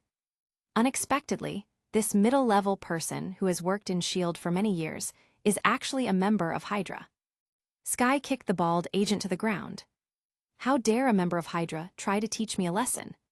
She then kicked him in the nuts, and every man present winced. Seeing that everyone was looking at her, Skye threw herself into Soo Yu's arms and said pitifully, "Sue, I don't usually act like this. It's mainly because he has scolded me so many times." Tony suddenly said, "Can't there be a good guy with a bald head?" He remembered the previous terrorists, and the bald stain, the bald kingpin, etc. Coulson touched his receding hairline and fell into a daze. Could it be that he's going to turn evil in the future? Fury walked in, touching his bald head with a dissatisfied expression. "Stark, who are you talking about?" Tony pointed at the bald agent on the ground. "I was talking about him. Hydra has infiltrated S.H.I.E.L.D. I don't feel very safe." After Fury understood the situation, he muttered a quick "motherfucker" and told someone to drag the bald agent away. "It's just an isolated phenomenon. I'll deal with it." Soo Yu looked around. "Did you hear that, members of Hydra? It's just an isolated phenomenon. Everyone can work with peace of mind. Wouldn't it be nice to keep getting 2 wages?" Fury was dumbfounded. Has it really reached this point? He looked around with suspicion and started seeing everyone as Hydra. Natasha touched her stomach. "Baby, mommy is going to take you home. It's really too unsafe here." Skye whispered, "Wait a minute, so am I working for S.H.I.E.L.D. or Hydra? I'm a bit confused." Tony took the opportunity to stick a data-stealing device under Fury's desk. After that, he and Banner began to discuss about thermonuclear reactions, and so on. "Dr. Banner, it seems like it's just me and you who have done our homework. I love how you look like Hulk, by the way." Banner smiled awkwardly. Soo Yu shook his head secretly. "Tell that after you have to develop your anti-Hulk armor." Captain America was dumbfounded listening to them discussing science. Thor asked Soo Yu to borrow a phone and logged into his streaming account. "Ladies, long time no see. If you don't want me to return to Asgard, give me some support." Natasha rolled her eyes and went to interrogate Loki. Soo Yu asked Skye to go to work obediently while he goes to protect his child's mother, leaving her behind with a pout on her face. Chapter 168, Loki's Interrogation. Soo Yu looked at Natasha with a serious face. Wasting so many brain cells is not good for the baby. She rolled her eyes at his overprotectiveness. "You can even help me recover an organ, so what if I lose a few brain cells? Can't you just help me recover them?" Soo Yu spread out his hands. "You think it's easy for me, but I spent a lot of power to make you have the ability to give birth to a baby again." Natasha was stunned. "Didn't you just use green magic to heal me and help me get younger?" Soo Yu shook his head. "You think it's easy to use the Eye of Agamotto? Not only do you need to learn time magic, but you also have to owe a favor to the Ancient One." Natasha muttered, "You don't seem to have asked her." Soo Yu pinched her nose. "How can this be hidden from the Ancient One? She just opened one eye and closed the other." "I really don't know what your relationship is with the Ancient One. She's so good to you." She felt a bit jealous. Soo Yu spread his hands. "Don't say it, next time I have to thank her specially." Dahlia on the side interjected, "Then take that eye thingy and help me become younger too." Soo Yu looked at her, and she raised her chest and head. "You are in your best state now. What you see as a heavy burden is actually a blessing. Imagine how many babies you could feed with those." Dahlia was left speechless. Does he think she's some sort of cow or what? She turned to look at Natasha. "Nat, how are you going to interrogate Loki? Are you gonna use some torture devices?" Natasha shook her head. "There's no need for such things. The best way of getting answers is to make him think that he has the initiative. He will eventually slip, especially someone as proud as Loki." Dahlia thought for a while but still didn't get it. "It's so hard. I used to beat the other side until they give in." Soo Yu shook his head. "It seems like there's some truth to the saying that a woman's intelligence is inversely proportional to the size of her breasts." Natasha went into the containment cell alone and told them had to wait outside for her good news. Dahlia glanced at the closed door. It's so boring, I want to see it, what should I do? Kiss me and I'll take you in. She looked around to make sure they were alone, and quickly kissed him on the face. Suyu held her waist and activated his invisibility magic. You have to stay close to me, otherwise the invisibility magic will fail, do you understand? Dahlia nodded in understanding, but could feel that this guy was clearly taking advantage. They immediately appeared in the cell, still invisible, and saw that Natasha had already started. Loki was smiling slightly. No one can sneak up on me without me finding out. Dahlia looked at herself and Suyu, and felt that this Asgard man was quite skilled. Loki looked at Natasha. You're a little early, shouldn't you wait until Fury has tried to torture me so you can play the good guy and use softer tactics? Natasha said solemnly, I want to know what you did to Barton.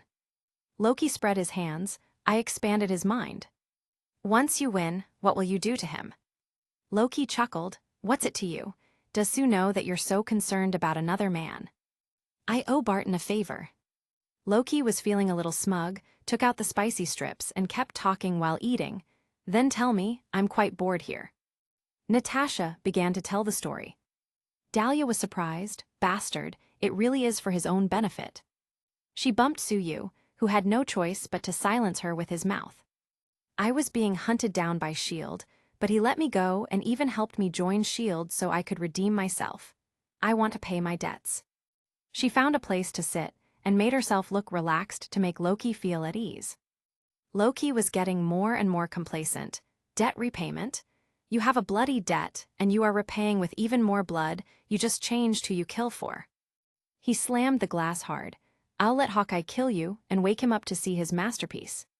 Natasha's eyes trembled, and she seemed to be frightened. She turned her back to Loki. You are a cruel monster. No, that green guy is the monster. Natasha suddenly turned around. So your target is Hulk. Loki's face went a little stiff. What? Loki intends to use the Hulk. She ignored Loki and called Fury instead. Loki could feel the evil of human nature again. Damn woman, how dare you trick me? Clap clap clap tilde. Suyu revealed himself. A wonderful interrogation. The little Princess Loki is really cooperative. The god of trick just got tricked. How ironic. Loki's face looked even worse. When did you come? I was here right from the start. I recorded everything. How your face changed from pride to anger. Suyu raised the phone. Natasha was glaring at him. Dahlia's hair was messy, and she was nervously arranging her ruffled clothes. Suyu wiped the lipstick mark from his lips. I just shared a packet of spicy strips with her. Natasha kept glaring at him. Who are you lying to? Loki laughed. It turns out that family disputes are the most troublesome thing for mortals. Just where is the calm and cunning agent that just managed to trick me? Suyu definitely won't let Loki feel complacent, so he took out his phone and played the speech of Thor just now on a loop. Well, he's adopted. Loki's face changed and immediately got angry. Damn Thor, going around telling people I'm adopted. Sure enough, you don't think of me as your real brother. Seeing the angry Loki, Natasha's mood immediately improved. Hey, don't go. Dahlia stepped on Suyu's foot and ran first. Suyu smelled the fragrance in his hands and sighed. At the moment, there was a heated quarrel in the laboratory. Tony pointed to the screen. Fury, can you explain what Phase 2 is? Steve put a weapon directly on the table. Phase 2, S.H.I.E.L.D. is using the Tesseract to make weapons. Fury tried to explain, but the evidence was solid. Just as Thor walked in, Fury quickly pointed at him. It's for people like him. Last time he fought Loki and almost destroyed a town. It made me realize that aliens are real and way stronger than us. As soon as he came in, Thor was directly accused. I didn't do much, and we at Asgard also lost an artifact. Is it this? Tony turned on his phone and played the last video of Suyu smashing Doomsday in his destroyer armor. Thor instantly got angry. Sue lied to me again. I was scolded by my father for a long time for losing the destroyer. Just at this time, Natasha walked in. Dr. Banner, we need to send you away. Loki is trying to control you. Before she could finish explaining, Suyu followed in, opened a portal and took her home. Okay, your task is complete. Take care of the baby at home. Natasha opened and closed her mouth but couldn't say anything. The feeling that someone is in charge seems to be pretty good. After Su Yu sent her off, he stepped back through the portal. Fury was already annoyed, and seeing this was finally too much for him. My most capable subordinate is actually on maternity leave at such a crucial time. Su, I have tolerated you enough. Chapter 169, Fighting the Hulk. Su Yu glanced at the slightly glowing scepter. Even someone like Fury is being affected. Thor started to lay it down on Fury.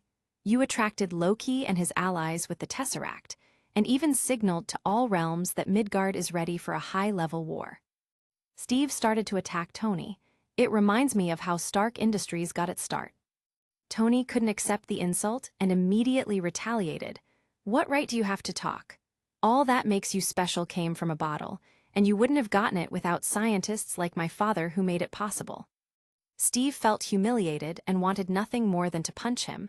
What are you without your armor? I can bring you down with one hand. Banner was also losing his temper and having trouble controlling himself. Bang tilde. He slammed the table hard. We're not a team at all, and we're only going to create more chaos at this rate. Fury was startled. If Banner lost it, the helicarrier was probably going to be dismantled by him. The lab was practically buzzing with everyone arguing. Meanwhile, Su Yu began to study the scepter with his spiritual power. It turns out that spiritual power can be used like this, and it can also subtly affect people's minds, which is not as obvious as my hypnotic ability. He secretly started learning. Amplify the dissatisfaction in people's hearts. This can be quite useful. At the same time, the mind-controlled Hawkeye had arrived on a plane. He shot an arrow, waited a minute, and boom tilde. There was an explosion on the side of the laboratory, and a big hole was opened on the helicarrier. The people who were still arguing fell to the ground one after another. Hill shouted at the communicator, "Engine 3 is on fire, we're under attack." Meanwhile, Su Yu was still immersed in learning from the scepter. Roar tilde. A monstrous roar suddenly caused everyone's hearts to clench. Banner transformed. Loki in the glass cell smiled weirdly. It's time to act. Dahlia's shout suddenly woke Su Yu from his immersive learning. Su Yu's whole body was immediately surrounded in golden light, and he flew over with a swish sound. Bang, boom tilde. Hulk kept smashing everything on his path while Dahlia dodged flexibly, and even found the time to kick him a few times. Unfortunately, Hulk is too resistant. After falling, he easily got up again, angrier and stronger. Dahlia couldn't help but feel bitter. Why am I so unlucky? Why hasn't that bastard who took advantage of me come yet? Hulk's huge fist was coming, and she didn't have any space to evade. Whoosh tilde. Su Yu arrived just in time and put a foot in Hulk's face, sending him flying away. Is my little maid all right? Dahlia hurried to his side. This guy is super strong and doesn't stay down no matter how many times you beat him. Su Yu helped her straighten her messy hair, making her blush a bit. If you had come a little later, you would have lost the cheap labor. Hulk stared at Su Yu with red eyes. His muscles had gotten even bigger. For some reason, he really disliked this golden man, and he could feel that puny Banner didn't like him either. Roar tilde. Hulk let out a huge roar, jumped sharply, smashed the ceiling, and rushed towards Su Yu. But even faster than him, Su Yu flew up and kicked him in the throat, making the Hulk roll back like a sandbag, coughing constantly and having trouble breathing. Are you trying to make me deaf? Su Yu rubbed his ears. Hulk's eyes were practically spitting fire. The more angry he is, the stronger he gets. He dashed over and swung his right fist with all his might. Hulk smash. But Su Yu's attack arrived first. Using Jeet Kune Do, he punched Hulk at the joint of his arm, successfully canceling all the power of his swing. Su Yu then started attacking quickly, using Xingyiquan to hit Hulk all over his body. Hulk's throat, shoulder blades, wrists and foot joints, etc. were all hit one after another. Xingyiquan uses coordinated movements to completely overwhelm the opponent. Su Yu made a series of attacks that left the Hulk not knowing which side was up or down. Finally, he punched him in the jaw and sent him flying away. Okay, that was cool. Dahlia's eyes were practically shining. Su Yu's physical strength is currently on par with the Hulk, Adding his mastery of martial arts, he completely crushed him. Haha, I thought this green guy was really powerful, but he is a complete novice at fighting. Thor came out and glanced at Hulk, who was lying on the ground, with some contempt. Then he saw the Hulk get up again. Sue, look at me. I'm going to show him how an Asgardian fights. Sue shrugged. If Thor likes to be slapped in the face so much, why should he stop him? Thor nimbly avoided Hulk's attack and punched him in the face. You are too inflexible. Roar tilde. Hulk roared and started pressing down on Thor, who put his hammer between them, his legs starting to bend down. Feeling the overwhelming strength of Hulk, Thor's face changed slightly. Hulk, we are friends, not enemies. Dahlia rolled her eyes. Didn't he want to show off his fighting techniques just now? And now that he's losing, they're suddenly friends. Hulk pushed the hammer aside and swung his left fist, knocking Thor flying away, causing him to smash a bunch of things on the way, including a wall. Climbing out of the pile of rubbish, Thor touched his nose and noticed that he was bleeding. Understanding that he would lose if he didn't get serious, he stretched out his hand. Bang bang bang tilde. The hammer smashed a bunch of things on the way as it flew back into his hand. Sue shook his head. Fury was probably going to cry after seeing all the destruction. Hulk seemed to like slapping Thor and was charging at him again. Boom tilde. Thor swung his hammer up, hitting the Hulk in the jaw and making him almost do a full spin in the air. But the green monster recovered quickly, and the two started fighting each other with everything they got. Sueyu's ears twitched, and he heard Sky's voice. I'm going to see Sky. He left those words behind and flew away with a whoosh tilde. Dahlia snorted, feeling a bit jealous. Sky was currently fighting Hawkeye. I've wanted to try my skills for a long time. Sky's fighting skills are not bad. After being instructed by Sueyu for some time, she was already on par with Hawkeye. Clint took out an arrow and tried stabbing Sky, but she pushed with both hands and used her vibration powers to send him flying back. Before he could get up, she rushed over with a long leg and kicked him unconscious. Sueyu clapped his hands from the side. Really good. Sky smiled. I'm not bad at fighting, am I? Sueyu shook his head. I meant your legs, they are really good. Sky pouted. I prefer to rely on my strength, not my looks. Sueyu nodded, hugged her waist, teleported away, and waved his hand. A few soldiers who had drawn their guns at Agent Hill just now fell to the ground screaming. Okay, I really want to see Thor being beaten.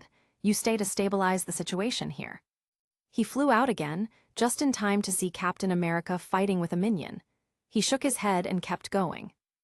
Boom tilde. Hulk was holding Thor with one hand and punching him with the other repeatedly. Sueyu didn't hold back this time, put on the destroyer armor and rushed up. He punched Hulk in the face, sending him flying dozens of meters away, and even knocking out 2 of his teeth. Before he could get up, Sueyu flew over and started raining punches on him. Wearing the armor, his strength was several times stronger than the Hulk's. With all those consecutive punches, his whole body was softened, and he couldn't even roar anymore. Dahlia couldn't bear to watch, too brutal. Thor laughed happily. This is our Asgard's strongest armor. Fury, who was monitoring everything, breathed a sigh of relief seeing that the Hulk was being restrained.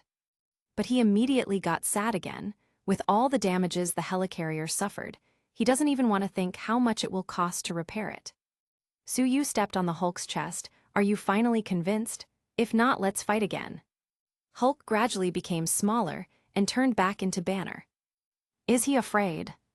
He remembered that Thanos also knocked Hulk down like this, and couldn't help but wonder. So, when I put on the destroyer armor, my strength should be equal to or maybe greater than Thanos. Chapter 170, The Portal Opens. Dahlia suddenly rushed over. Let me use the armor so I can beat him too. Sueyu rubbed her hair. You would tie it most. She pouted, and Sueyu rolled his eyes. Banner woke up just at this time. Cough, what's the situation? Sueyu shrugged. I had a friendly chat with the Hulk just now. Banner looked around. Since I changed back, it seems that Hulk was beaten by you. Sueyu turned around and looked. Where's Thor? Dahlia pointed in the direction of Loki's cell. He went in that direction. Sueyu shook his head. Although Thor likes to scold Loki on the surface, he has always cared about him in his heart. As a result, as soon as Thor went, he was easily tricked by Loki, and he was put into the glass prison and dropped from the sky. The simple and lively villain Loki, except for tricking his brother one time after another, has no great achievements. Tony repaired the damaged rotor, and the helicarrier was operating normally again. Suyu calmed Dahlia's fast-beating heart in the corner, and when she came to the control room, her face was all flushed. The atmosphere in the control room was very heavy. Some blood-stained cards were scattered on the table. Fury said heavily, "I lost a good helper, maybe I deserved it, but Phil Coulson was innocent, he didn't deserve to die. I have a plan to bring good people together and see if they can do better." Fury started by appealing to their feelings, and then started his manipulation. Suyu pouted, "Would this team work for you? You're just the head of S.H.I.E.L.D., but who does S.H.I.E.L.D. listen to?" Fury frowned, how could this man be so disrespectful?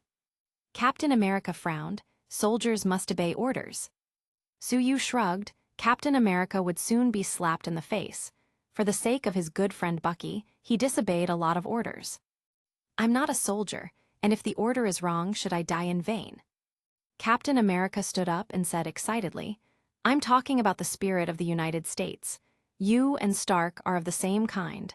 You both believe your individual interests trump the collective interests." Suyu pouted, "The spirit of the United States is none of my business. You may soon see how the upper echelons will treat us, and the people." Suyu remembers that these politicians fired a nuclear bomb directly in the face of the Chitauri fleet, and they didn't care about the lives and deaths of more than 8 million people in New York. Dahlia's voice interjected, "I have seen the faces of the upper echelons of the Holy See a lot, and I think other places should be similar." Sky also nodded, "I totally agree with that." Fury knocked on the table, "Sue, we're talking about the sacrifice of Phil Coulson here." Suyu smiled, "I just felt it needed to be said now, but going back to Coulson, bring him out quickly, I have a way to save him." Fury glanced at Hill, "What did you reveal to him?" Hill shook her head, "I didn't tell anyone that Coulson wasn't dead." "Iron Man." "Captain America." Suyu winked at Hill, the girl is usually loyal, but even she couldn't stand the manipulation anymore. Fury felt aggrieved, the female agents of S.H.I.E.L.D. were all turning against him. Suyu waved his hand, "Okay, I'll go home and change clothes. By the way, Loki wants us to be separated, so we need to do the contrary and stay united, at least for now. And Tony, I hope the main building of Stark Industries has insurance. I'm an important shareholder after all." Tony was taken aback, bought and insured with an insurance company under the Trump Group.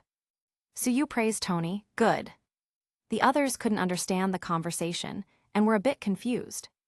When Suyu withdrew with Dahlia, Tony slapped his head. "Why didn't I just think about it? Loki is a person who loves to show up, he must do his best to humiliate us, so his portal will probably open in the Stark building." He quickly put on the battle suit and flew back. Gotham City. After they returned home, Dahlia vividly told everyone how Suyu beat Hulk and saw through Fury's manipulation. Harley grabbed Suyu's arm, "Sue, you are the best." Suyu patted her head, "Didn't you just praise me last night?" "Harley." Natasha rolled her eyes. "Manipulation is a compulsory course for bosses. Fury is not an honest person." Diana looked anxiously in the direction of New York. "Sue, the portal will be opened in the Stark building, right? Then the whole of New York will probably turn into a battlefield." Suyu nodded, "Well, and someone might use a nuke." He thought about it for a moment. "Wait a minute. Take Lois and the others to the basement. That place should be strong enough to protect you if something goes wrong." Then everyone started preparing. Diana and Selene wanted to help in the fight. The two expecting mothers, Lorna and Natasha, naturally stayed behind. Suyu looked at Diana, "You are the strongest here, so stay and protect them." Diana nodded, "Don't worry, leave it to me, take care of your own safety." Suyu explained everything, and then made 2 more calls. "Venom, Wade, there's some work for you. Bruce, there's a fight against aliens, are you coming?" Batman was currently feeling bored, and gladly agreed. Suyu opened the portal, brought Dahlia and Selene to New York and looked up. There was a beam that was connecting Stark Tower with the sky.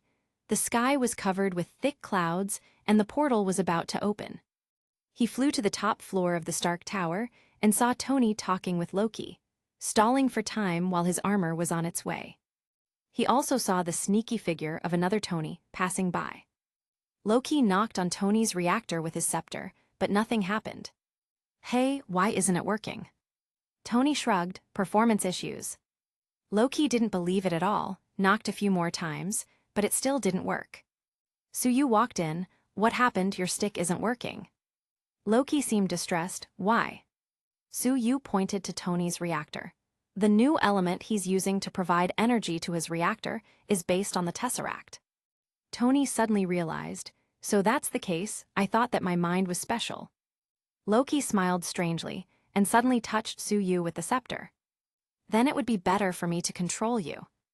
Unfortunately for him, nothing happened. "What? Why isn't it working?" Suyu shrugged, allowing Loki to try again. "I am immune to such things." Then he sent Loki flying away with a kick. After he absorbed Riot, he became immune to psychic attacks. Selene interrupted him and pointed to the sky. "Su, the portal is open." Suyu saw that Thanos' exclusive army, the Chitauri, were coming out of the portal in swarms. Tony suited up and flew straight up, killing a dozen Chitauri, but more kept coming out of the portal. Suyu looked at Dahlia and Selene. The war has begun. Chapter 171, Homelander Humiliated. Whoosh, whoosh, whoosh tilde.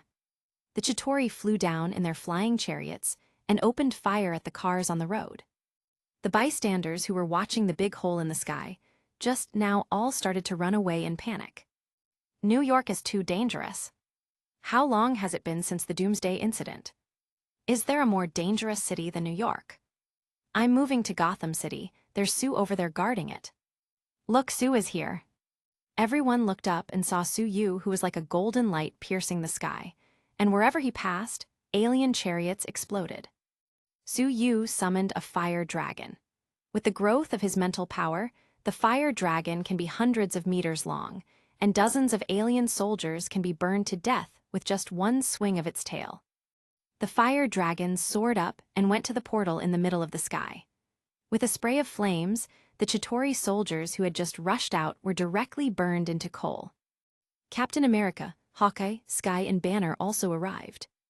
Banner roared, transformed into Hulk, and smashed a chariot apart with one punch. Hawkeye started shooting arrows left and right, easily taking down one alien after another. Captain America threw his shield and knocked two Chitauri down from their vehicles. Sky used her vibration powers to take down the ones who flew close to her. Under the constant attacks, the fire dragon gradually dissipated from the sky, and more Chitauri kept rushing down from the portal. Selene and Dahlia also started killing aliens. The strength of the two is not bad, and they had no problem dealing with hundreds of alien soldiers. Deadpool was constantly killing enemies with his guns and swords while running his mouth. Behind him was Venom covering his back. Ouch, this alien is too unpalatable. He spat out the head of a Chitauri he had just bitten off. Deadpool waved to Selene. "Hey gorgeous, I haven't seen you before. I am Deadpool, the most handsome superhero in New York, and he is my sidekick Venom." Boom tilde. Venom directly blew him away with a punch. "Don't listen to his nonsense, I'm his partner." Venom pointed to Suyu, who was flying in the sky. "We work for Sue. If you go on a date with me, I can introduce you to him." Dahlia killed an alien with her sword and turned her head. "Do you think she needs your help to meet her boyfriend?" Deadpool and Venom shivered. They still remember when they approached Wonder Woman and were thrown at Doomsday's feet by Suyu. "Sister-in-law, why didn't you say it earlier? Misunderstanding, it's all a misunderstanding." "Sister-in-law." Dahlia felt like the words were quite pleasant to her ears. She looked up at Suyu, who summoned purple lightning in the sky, and muttered, "What a lucky man." Bang, bang tilde.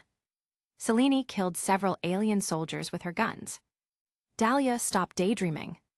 Dahlia blushed and shouted, and the two-handed sword in her hand directly cleaved a Chitauri soldier in half, chariot included. Loki stood on the roof, looking at the annihilated Chitauri soldiers, cursing, "Damn Midgardians, damn Sue." He had just finished speaking when Thor flew down and directly grabbed him by the neck. Loki, shut down the portal now. Loki threw him away. No one can shut it down, now there is only war left. The two started fighting back and forth, Loki using his illusions to keep Thor occupied. The situation on the ground became more and more chaotic. Gigantic whale-like leviathans also appeared in the sky. Su-Yu was watching the situation while controlling purple lightning and smashing a leviathan. As the rift got bigger, there were more and more alien troops passing through. A few leviathans were already swimming among the tall buildings in New York. Even in this dangerous environment, there were still a few people taking pictures with their cameras or doing live broadcasts with their phones. In front of them were the heroes of Vought International. Homelander took the lead, blasting Chitauri minions in the sky with his eye beams. Although his power is very useless against strong opponents, it is still very useful against these minions, killing them as if they were flies. Queen Maeve, Black Noir, the Deep, and others were all wrapped in black battle suits. Maeve and Black Noir have good strength, and they have no problem fighting minions. But the Deep can't even win against the weakest minions, and can only pretend to help. Dear fellows, during the crisis in New York, the super-capable heroes of Vought have also stepped forward. The camera was aimed at Homelander, watching him fly up and take down one Chitauri after another. It's a pity that the public doesn't buy it. We want to see Sue. I saw it in other videos. Sue exploded two of the big ones with a single lightning bolt. He looked so cool. Homelander seems a bit weak. He can only pick out the small fries. That Deep is even more miserable. He can't beat even one of them, it's so funny. Homelander was listening to the feedback from the staff in real time with an earpiece. What? Not satisfied enough with me defeating minions? He looked over to the distance and saw Hulk punch a Leviathan to death, then saw Iron Man cut one in half with his lasers. Thor stood on a tall building, forming a barricade outside the portal with his lightning. A Leviathan had just come out of the portal and directly exploded. You're all so brave. It seems that I'll look weak if I don't kill a few of these whales. Whoosh tilde. Homelander flew in front of a Leviathan and used his heat vision. PFFD tilde. The wound caused by the heat ray was completely negligible relative to the size of the Leviathan. Homelander refused to believe he couldn't kill it and kept attacking. The Leviathan became impatient after a while and swept Homelander away with its tail. Just when the Leviathan was about to move forward and keep causing destruction. Whoosh tilde. Su-Yu, with the destroyer armor on and radiating golden light, flew over and directly split it in half from head to tail. The cameraman of Vought followed Su-Yu and gave a close-up. The people looking at the video feed started commenting. Why is Homelander so useless? This is the man who wants to take the position of Superman. Who gave him the courage? Sue is so cool, that cameraman deserves a bonus. But it seems like he forgot his own job. He was supposed to make Homelander look cool. By the way, is Homelander still alive? Homelander's face turned black. He crawled out of a pile of rubble and continued to kill minions. He didn't dare to go against another Leviathan. Su-Yu flew up high into the sky, and the situation of the entire battlefield was clear to him at a glance. Dozens of knights of the Holy See, led by two four-winged angels, were constantly killing Chitauri soldiers. They were constantly glowing with white light, with a neat lineup and a professional photography team behind them. Su-Yu shook his head. Is publicity all they care about? But if they only focus on the small soldiers, how can they reflect the strength of the Holy See? He flew in front of a Leviathan, punched hard, angered it, and then turned around and left. The whale-like monster kept chasing after him. Su-Yu dodged left and right, guiding it to the Holy See group, and then activated his invisibility magic and disappeared out of nowhere. Since the Leviathan lost its target, it naturally stared at those people in front and slammed into them frantically. The Holy See's organized team was directly scattered. The two four-winged angels were also hit by the Leviathan and sent flying away. Su-Yu killed two more Leviathans and then met an acquaintance. The ancient one was in the roof garden of the New York sanctum, drinking tea leisurely. With a wave of her hand, the nearby Chitauri minions tumbled off their chariots. Suyu landed, waved his hand, and the Chitauri nearby were sent flying away. It seems like we are fated. The Ancient One paused her tea drinking. It doesn't seem like a good time to try to chat me up. Suyu smiled. I didn't expect that you would also use the words chat up. The Ancient One looked around. I don't seem to be living in ancient times. You even delivered a few takeouts to me. Suyu laughed. I didn't thank you last time for letting me borrow Eye of Agamotto. With a wave of the Ancient One's hand, a chariot in the sky exploded. I didn't lend it to you, you took it by yourself. Suyu looked around. Did you happen to see a green guy who isn't angry anymore? The Ancient One's face flushed. There is no green guy, but some shameless guy from the future came and took the Eye of Agamotto. Chapter 172, Mortal Body, Ironheart. Suyu stared open-mouthed. I swear it wasn't me. The Ancient One rolled her eyes at him. Did I say it was you? Suyu felt that the Ancient One was really talking about himself, but there was no evidence. Just then, his phone rang with the sound of a takeout order. Loki actually ordered a takeout, 10 packs of spicy strips. Does he think it's not enough to hide and watch the show, but also wants to eat spicy strips while he does it?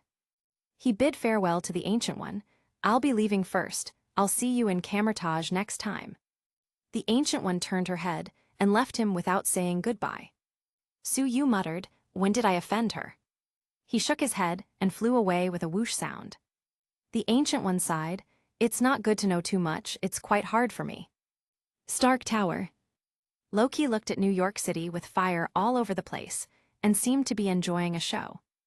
There are still many Chitauri troops behind the portal. Will Midgard end up being occupied by Thanos? What, are you feeling conflicted? Suyu suddenly appeared behind him. Loki was startled. How are you so sneaky? Suyu threw the 10 packs of spicy strips over. If you didn't order takeout, I wouldn't have cared about you. Loki couldn't help but complain. Are you the only delivery guy in the whole of New York? Suyu shrugged. Everyone is currently taking refuge, and I'm the only one who still insists on working. Loki rolled his eyes. You are so powerful. You could be ruling the world if you wanted, but instead you're delivering food. With a wave of Suyu's hand, the Chitauri soldiers in the surrounding sky fell to the ground one after another. Loki looked at the scepter in his hand and felt a little at ease. With this scepter, he would not be afraid of Suyu's fear technique. Suyu turned around. Remember to give me a good review. Loki is circled. You're leaving just like this. Aren't you going to fight me or something? Suyu turned around and knocked him to the ground with a punch, and stepped on him a few more times to take away the Mind Scepter. I have never heard of such a strange request before. Loki could only blame his stupid mouth. Roar tilde. Hearing Hulk's roar, Suyu turned to look at it and saw the green guy and Thor killing a Leviathan together, but in the end, Hulk punched his teammate away. With this kind of unreliable teammate, do you even need enemies? Hulk took a few jumps and quickly climbed the Stark Tower.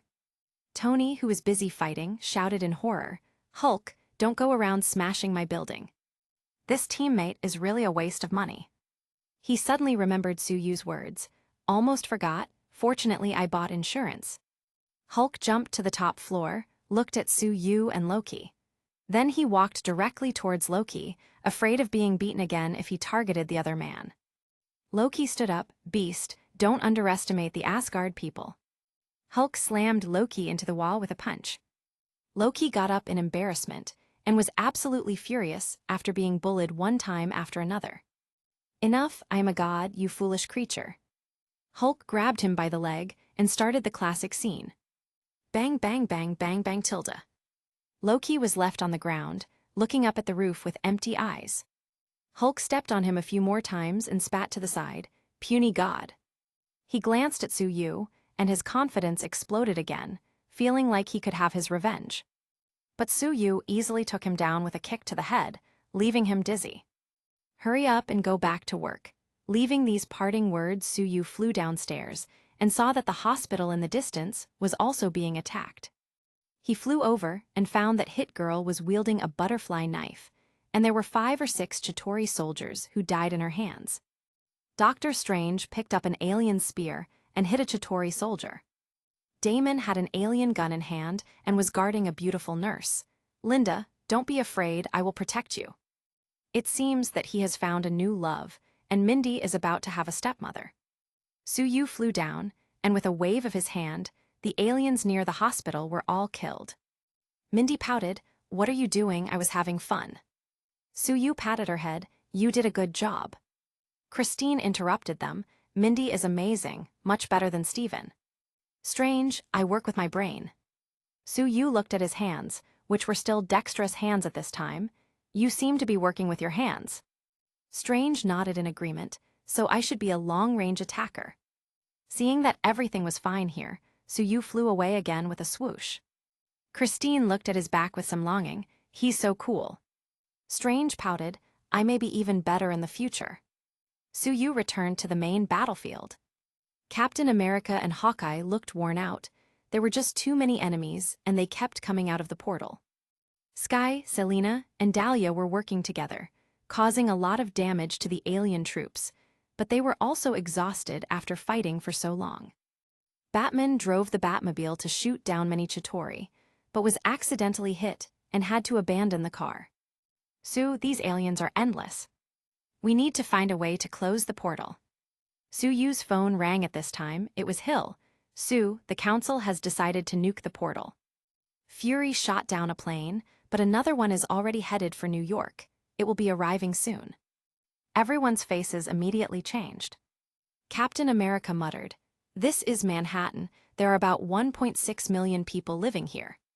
Suyu shook his head. "Today is a weekday, so there are even more people." Sky frowned. "In other words, even if the nuclear bomb only blew up Manhattan, it would kill nearly 2 million people." Deadpool screamed in panic, "Vanessa!" Venom was calculating whether he could withstand a nuclear bomb. Captain America muttered, "How could they give such an order?" Suyu looked at the portal. Losing 2 million people in order to stop an alien invasion is a good deal for them. After all, they and their families are not in New York. Tony also got the news.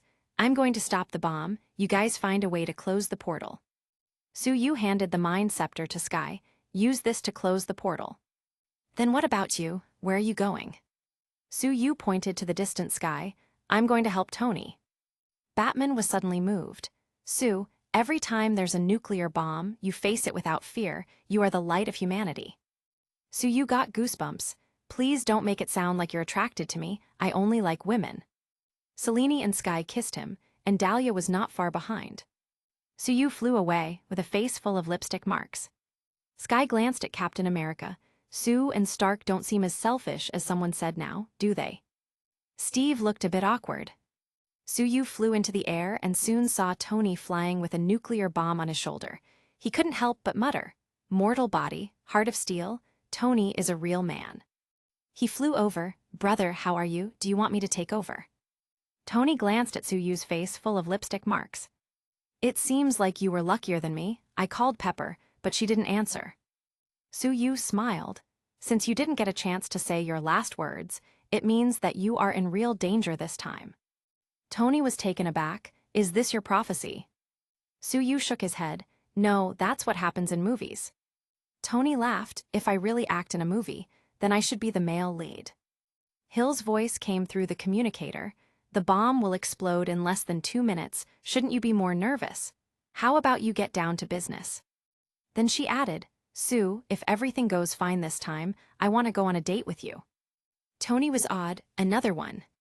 Suyu could only smile. There was a sudden situation on the other side. A group of black shadows directly stole the Mind Scepter from Sky's hand, turned into a bat, and flew into the distance.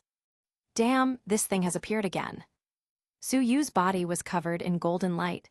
His speed increased several times, and he rushed over to help. Chapter 173, Tony, There's Sand in My Eyes. Batman looked at the bat flying in the distance. "What the hell is this?" Whoosh tilde. Suyu moved extremely fast, and his purple lightning was even faster, directly bombarding the black bat. The bat screamed and was blasted into black ashes. A little duplication. Could it be Hades? Suyu probably figured out the person behind this. Turn the earth into purgatory, and he can reap the benefits. He quickly caught the Mind Scepter, flew back, and handed it to Dahlia. You are stronger than them. Wait for the signal to close the portal. Under the guidance of Dr. Selvig, Dahlia learned how to deactivate the Tesseract. Whoosh tilde. Tony lifted the nuclear bomb and flew towards the portal in the sky. Su-Yu looked into the portal. The outline of the mothership seemed to be vaguely visible. Hey, the energy shield is activated. Things seemed to be getting more complicated. Su-Yu thought that Iron Man could blow up the mothership after sending the nuclear bomb into it, but now it seems that things are not so simple. Su-Yu said to everyone, "You pay attention to safety, I'm going to help him." Selene shouted from below, "Sue, what are you doing? Come back soon." Sky frowned. He seems to have noticed something. Tony had arrived at the mouth of the portal with the nuclear bomb on his back. Some Chitauri minions were constantly attacking him, giving him a lot of trouble. Boom tilde. The alien spaceships around all exploded, so you arrived just in time. Tony wanted to clean the sweat on his forehead, but he couldn't. "Sue, why are you here again?" Su-Yu patted his shoulder. "Space is too cold. I was afraid you would be lonely." Tony shrugged. "Fortunately, I'm not a woman, or I would have been really moved and deceived by you." Su-Yu shook his head. "You are a middle-aged man. Don't even think about changing your gender. You would just become a middle-aged woman." Tony, "Okay. Most of my gratitude is gone in an instant, thank you." Whoosh tilde. The two rushed directly into the portal and disappeared over New York.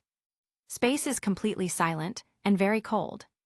The huge silhouette of the mothership was getting closer. It was surrounded by a dense cluster of chariots and leviathans. Tony let go of the nuke and let it continue towards the mothership. Su-Yu looked at him. "Tony, that ship has activated its energy shield." Tony was taken aback. "Fuck." While the two were still talking, the nuclear bomb arrived at the energy shield and exploded with a dazzling light. Because they were in space, they couldn't hear the explosion, however. The entire space seemed to be swallowed by huge amounts of fireballs in an instant. The dense fleet of Chitauri chariots and leviathans were wiped out in the explosion. Then the shockwave arrived and sent Su-Yu and Tony flying away. The red light slowly dissipated, but the mothership was still parked there, as if laughing at the backwardness of human weapons. "Tony, you go back first." Su-Yu directly rushed at the mothership. "Are you crazy?" Tony wanted to chase, but Jarvis informed him that his energy was almost completely exhausted. The last bit of energy was used to adjust the angle, so the shockwave could send him directly back to the portal. The commander of Sanctuary, I realized that Su-Yu could prove to be dangerous. Laser weapons, energy cannons, they used every weapon on board to bombard him. But Su-Yu was too fast, and he used the destruction ray of the destroyer armor to bombard the energy shield in front, opening a small hole in the defense. He flew straight in. Now, the Sanctuary Eye of Thanos is like an undefended beauty. Su-Yu radiated golden light and directly smashed the outer armor of the spaceship before rushing in. Boom, boom, boom tilde. Wherever Su-Yu passed, the interior of the battleship was smashed to pieces. It's no wonder that Captain Marvel likes to bang her body against ships. It's so cool. He detonated a lot of ammunition and energy areas and came to the core of the spaceship. These Chitauris are indeed like a hive. They're all controlled from here. Several commander-like people rushed towards him shouting. No Thanos, not even Ebony Maw, what a disappointment. He waved his hand, and these weak chickens fell to the ground screaming. He took out several bombs that he borrowed from S.H.I.E.L.D. and threw them at the hive. "I came to deliver a few bombs all the way from Earth. I hope you like it. Don't forget to give a good review." Boom tilde. The bombs exploded, the hive was completely destroyed, and the entire spaceship began to be engulfed in a series of explosions. Back in New York, Tony fell down through the portal, was hugged like a princess by the Hulk, and once he landed back on the ground, he threw him aside in disgust. The crowd asked, "How is it?" Tony muttered. The nuclear bomb was blocked by an energy shield, and Sue rushed towards the huge spaceship by himself. Thor looked at the sky. "Sue, he's like one of Asgard's bravest warriors." Selene, Dahlia, and Sky started crying. At this time, all the Chitauri soldiers and leviathans still in New York suddenly fell to the ground and stopped moving. They're all dead. Tony looked surprised. Looks like Sue has managed to take down the spaceship. The son of a bitch did it. Everyone looked up to the sky, hoping to see Sue Yu's figure. Whoosh tilde. Homelander flew over. What are you doing? Hurry up and close the portal. Sky glared at him. Sue hasn't come back yet. Homelander said very loudly. He must have a spirit of sacrifice. If the portal is not closed down, New York, and even the whole of Earth will be in danger. Boom tilde. Thor sent him flying away with his hammer. Selene suddenly screamed, "Look, that bastard is back." Woohoo, the boss didn't run away. Dahlia wiped away her tears. Sky hugged Selene and cried, "I almost thought I was about to become a widow." Hawkeye exhaled, "The father of Nat's child is finally back." Tony turned away. A bit of sand got into my eyes. Captain America's clenched fists loosened. Thor laughed happily. "Today I have to celebrate with Sue until we're drunk." Seeing Sue Yu coming back, Homelander didn't dare to stay and directly ran away. Sue Yu flew down and saw everyone's expressions. "What? Are you not happy to see me back?" Sky pushed Selene away and jumped into his arms. "Bastard, why do you have to make me worry so much?" Selene looked at her with a face of betrayal. Sue Yu sent Diana a video call. "Don't worry, everything is fine now." But his dangerous behavior was naturally criticized by Natasha, Lorna, Harley, Ada, etc. "Stop risking your life. What will happen to our children if they lose their father? Where's your sense of responsibility?" Sue Yu could only take the scolding silently, and seeing that they wouldn't stop anytime soon, he decisively cut the call. "I'm sorry, everyone, there are a lot of family members." Tony at the side was also apologizing to Pepper. "Sorry, I won't do something like this anymore." Hawkeye also called his wife to report his safety. Thor called Jane to see if she was worried about him. Steve suddenly felt so alone. Another single dog, Batman, had just arrived and received emotional damage. Hulk roared and changed back to Banner. Let Banner endure this loneliness. Loki was eating spicy strips and silently gave Sue Yu a 5-star review. Ding, the host received Loki's 5-star review and destroyed Thanos' spaceship. Special reward. Body size manipulation, Sun Wukong. Strength +10, agility +10, spirit +10. Size manipulation. The user can become bigger or smaller, only limited by the user's power. Sue Yu was ecstatic. "This power is just too busted." Wukong boasted that he could even grab the moon with his hands using this power. Chapter 174, The Council Behind S.H.I.E.L.D. Sue Yu has also figured out the rules of the system. On the surface, it's all about delivering food, but in fact, if he wants a big reward, he needs to do more things. If he only delivers food and doesn't do anything extra, the reward is very small. Tony suddenly said, "When I was going down just now, I saw a shawarma place about 2 blocks away. I don't know what that is, but I feel like trying it." Sue Yu patted Sky, who was sticking to his side.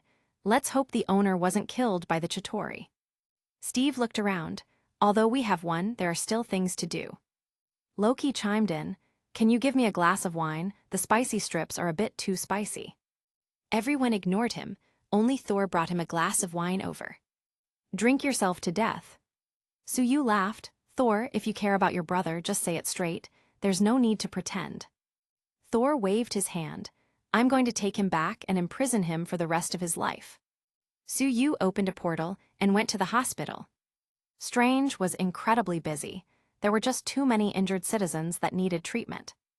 Mindy was wiping her butterfly knife with a bored expression on her face, and when he saw Sue Yu coming, she jumped up quickly and started pestering him with a bunch of questions. "Tell me, what were the alien warships like? How did you destroy them? Why didn't you take me? Are we going to take the war to their doorstep?" Sue Yu pushed her away. "I'll tell you later, I still have business to do." He gave Strange a sack of healing charms. Hopefully, it will help those seriously injured. Strange nodded. "Should be useful." The wounded and the doctors and nurses gathered around. "Sue, thank you. You are our savior." Sue Yu laughed. "It's not just me, the Avengers, the police, and even some citizens also contributed." He practically escaped from the hospital with Selene and Dahlia. Some nurses and even some old ladies were getting handsy with their appreciation. Dahlia laughed. Haha, boss, you seem to have become like a god to these people. Maybe you can even get discounts on things in the future. Suyu pulled out Mindy, who was sneaking behind Selene. What's the situation? Why are you following? Mindy smiled innocently. Big Daddy is following that nurse every day. I'm bored, so I want to hang out with you. Suyu was speechless. Then he opened a portal and returned to his home in Gotham. When he arrived, he was naturally surrounded again, and it took him a lot of time to extricate himself from the girls. New York, a shawarma restaurant 2 blocks away from Stark Tower. The owner of the restaurant was currently feeling happy and worried at the same time. He wasn't expecting to have any business today after the events and had already closed, but seeing the heroes who saved New York today, he couldn't let them go hungry. The only thing that worried him is that his food might not be up to standard and cause the Hulk to come out to play and trash his business. Suyu looked at Tony, who was looking at the reactor in his chest. What happened? Tony looked confused. The wiring of my reactor was loose just now, a strange thing. Suyu said casually, maybe you have a bug in your reactor or an ant. Thor shook his head. Impossible, how could an ant get in there? Steve seemed distracted and absent-minded. Suyu knew that he should have met the future Steve, who told him that his good friend Bucky was still alive. Clint laughed happily. Nat, I will be your child's godfather. Thor spat the food into the plate. Your Earth food is really bad, not as good as the last time I was in a fast food restaurant. Mindy glared at the stupid blonde. Idiot, fast food restaurants are also Earth food. Thor, if it weren't for your cute looks, I would have taught you a lesson with my hammer.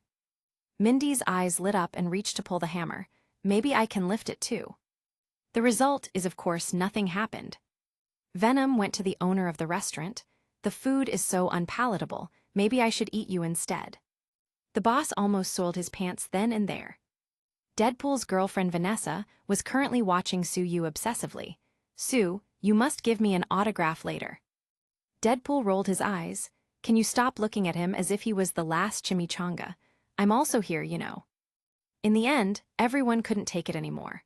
Suyu saw that the boss's ingredients were not bad, so he had Tony order a takeout and buy all the ingredients. He opened a portal and sent everyone directly to his house at Gotham for a barbecue party. Of course, the wine was taken from Tony's home. Hey, slow down a bit with the wine, that's a limited vintage. Tony scolded and sighed when he saw they didn't listen and kept chugging as if it was water. Well, at least the environment here is quite nice. He refilled his cup and sipped comfortably. Thor quietly pulled Suyu. Brother, can you open a portal and pick up Jane and Darcy? Suyu pointed to Loki, who was restrained over at the side. He might get jealous. Thor looked genuinely confused. Why would he? Suyu shook his head, called Darcy, opened the portal to Jane's laboratory, and pulled the two over. Darcy jumped into Suyu's arms instantly. Sue, you made me worry to death. Then she sauntered towards Natasha, Lorna, and the others. Hello, sisters, I'm new here, please take care of me. Harley and the others rolled their eyes. Another one. Thor was trying to talk to Jane awkwardly, but she brushed him off and quickly joined Selene and the other women chatting. Loki scoffed, just give it up, love isn't for you. Everyone drank a lot of wine, especially Steve, who needed to drink an absurd amount in order to get drunk. He was currently holding Clint's shoulder. Bucky, why didn't you come to me? Poor Clint looked like he wanted to be anywhere else. Tony grabbed Suyu's arm.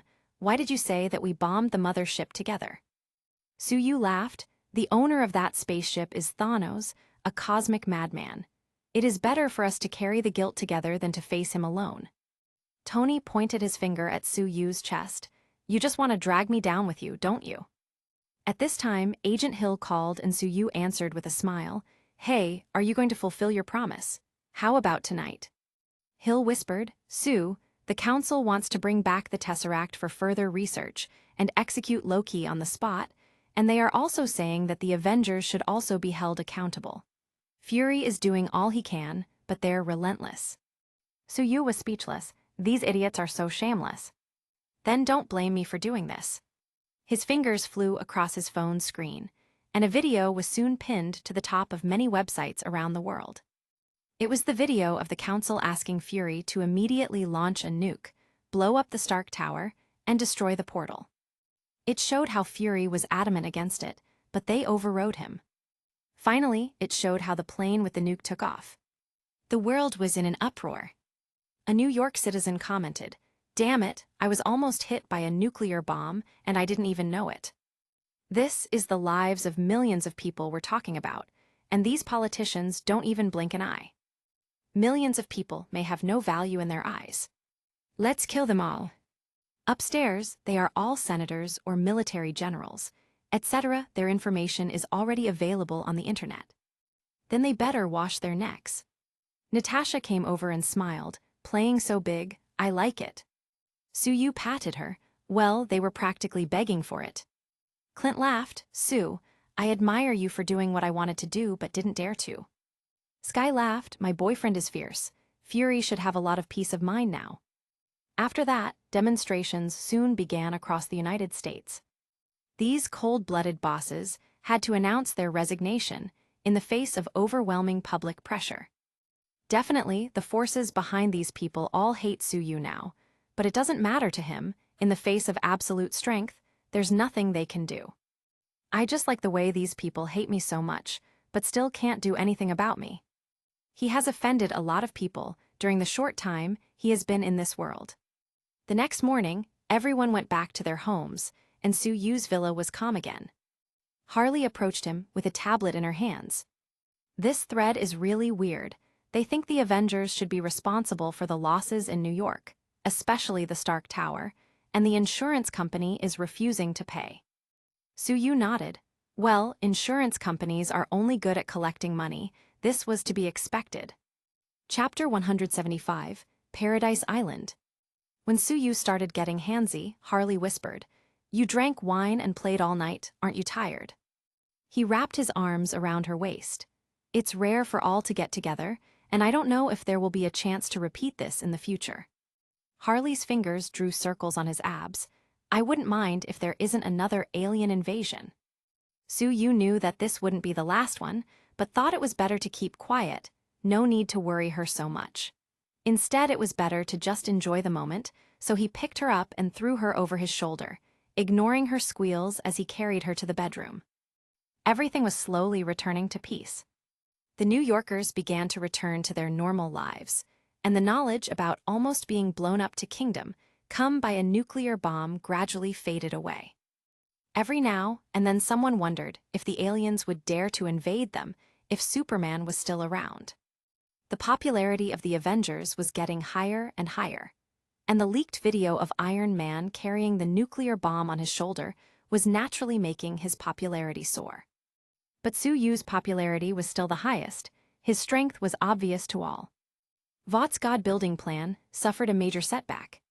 Especially the video of how Homelander's attack couldn't break the defense of the Leviathan at all, and it was even made into an emoji. But thanks to all the amount they spent on publicity, he still had many fans. The Holy See was also very embarrassed. They had thought that under the Angels' leadership, they would kill a lot of aliens and gain more believers. Unexpectedly, the four-wing angels were easily defeated after Suyu led a Leviathan towards them, increasing their hatred for him to astronomical levels. Suyu still remembered the shadow that tried to steal the Mind Scepter, so he asked people to inquire about Hades, the god of the underworld, but found nothing.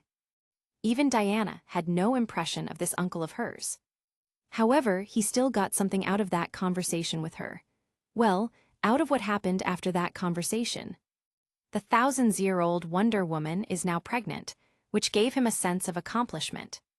Diana, you look even more beautiful lately. He held Diana in his arms with a doting face. Should I tell my mother? Diana was feeling homesick after discovering her pregnancy. Suyu nodded. You should really visit your mother. She has the right to know about something this important. Speaking of his mother-in-law, Suyu couldn't help but think of the thousands of beautiful female warriors living on that island. Diana was very tangled about taking him there, afraid he would make the whole island into his personal harem or something.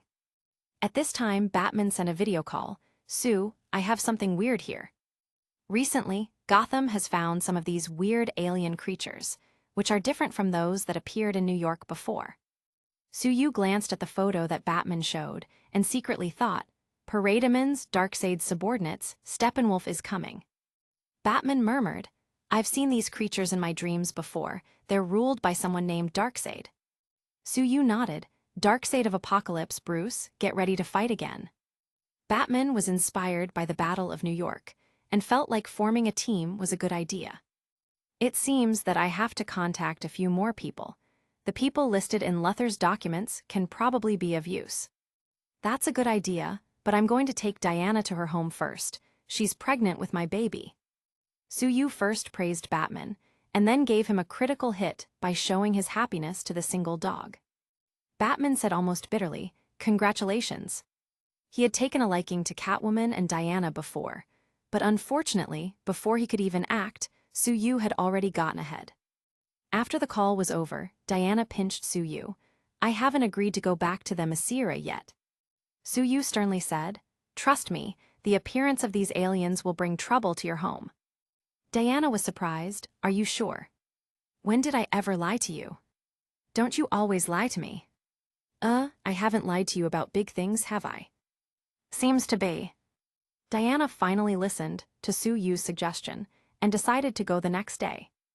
Early the next morning, Dahlia also wanted to join them, but Suyu made her stay at home.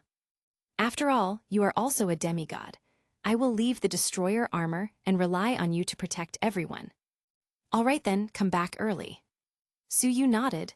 Don't worry, when I get there, I can open a portal and come back at any time. He reassured Polaris and Natasha, who had become more sensitive because of their hormones. They were currently flying over the Atlantic Ocean, with the Quinjet obtained from Fury. Diana saw that Suyu's piloting skills had become more and more refined, and laughed. It looks like you're a qualified pilot now. I almost jumped out of the plane the last time. Suyu laughed. At that time, I guess you didn't expect that you would end up borrowing my chromosomes. Diana hit him. HMPH, concentrate on flying the plane. After a few hours of flight, following Diana's instructions, Suyu flew the plane through the barrier smoothly and approached Paradise Island. Didn't you say that it will take hundreds of years for this barrier to open? Suyu said with a half smile, and Diana blushed at being busted, but she still tried to pretend. When did I say that? I can't seem to remember. Suyu looked at the beautiful island in front of them. This environment is really worthy of being called Paradise Island. Diana heard a sound and frowned. It's the Amazon's call for the army. Something really happened. Suyu also heard something, so he slammed the lever and flew in the direction of the sound. After he parked the Quinjet on the grassland, several female warriors rushed out of a stone altar in the distance, with nervous expressions on their faces. Diana exclaimed, That's my mother, there's an emergency. She was preparing to jump out in order to help when Suyu stopped her with a frown. You're pregnant, you shouldn't be fighting. But Diana was already running over. I am an Amazon warrior, this is nothing, don't worry, I am a demigod.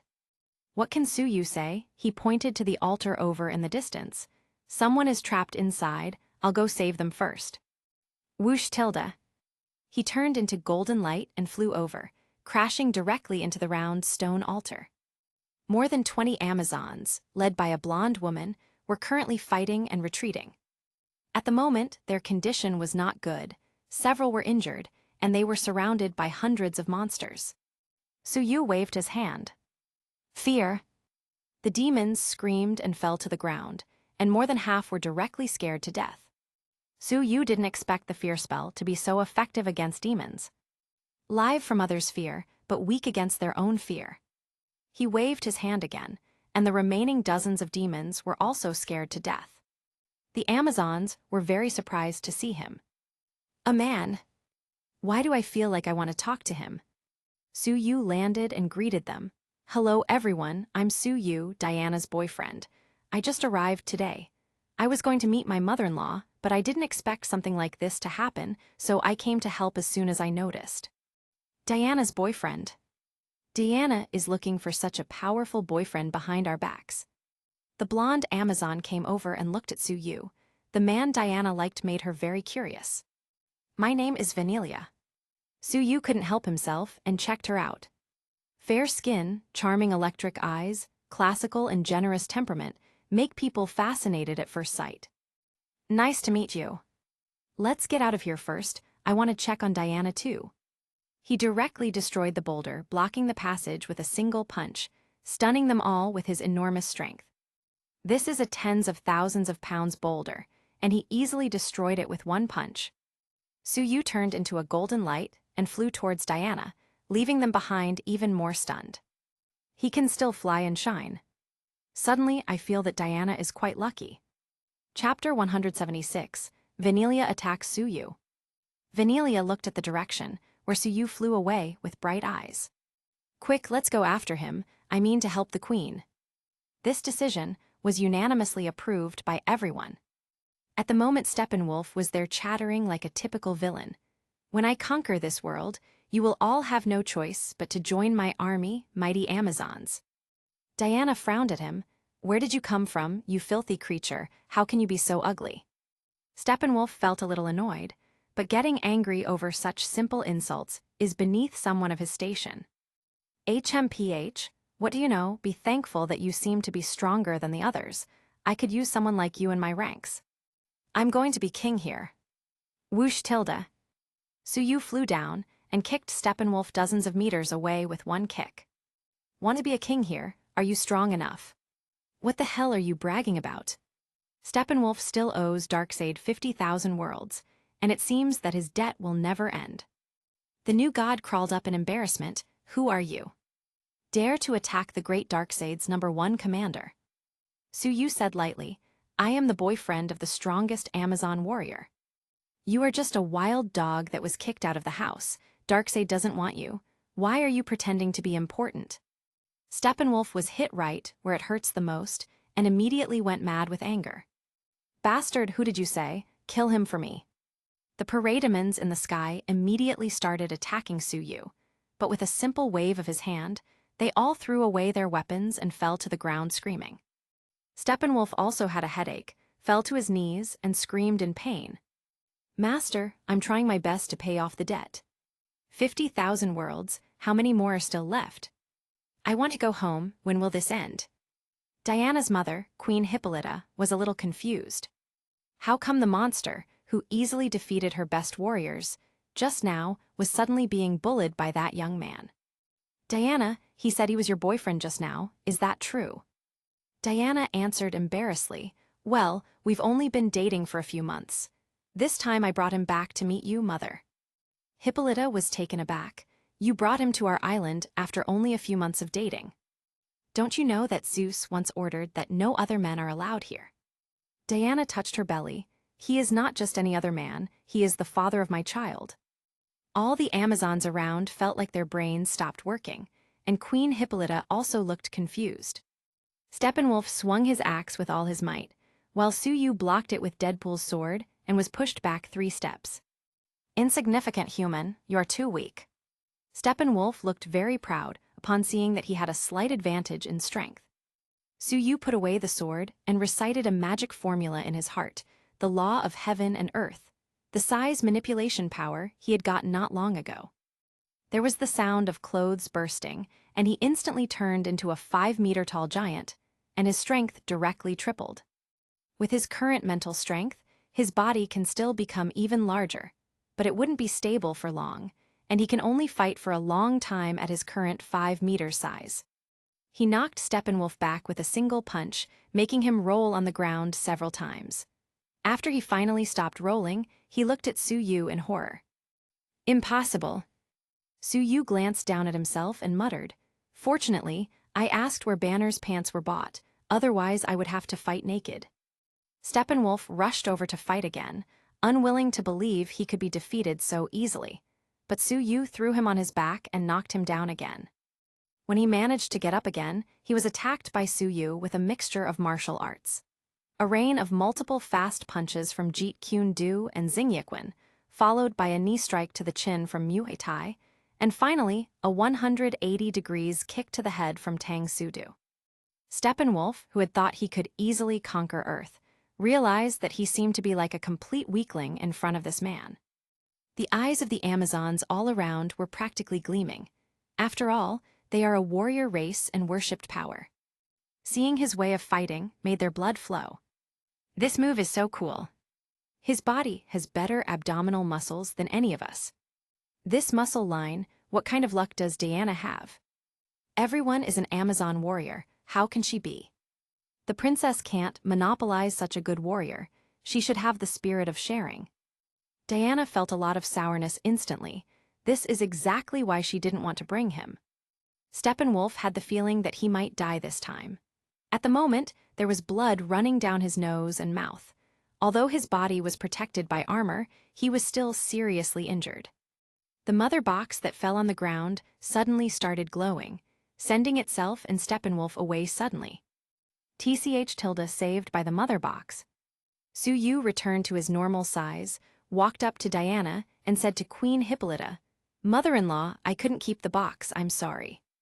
Hippolyta took a few steps forward, patted Su Yu's shoulder with her right hand, and her left hand surreptitiously patted his 8-pack abs.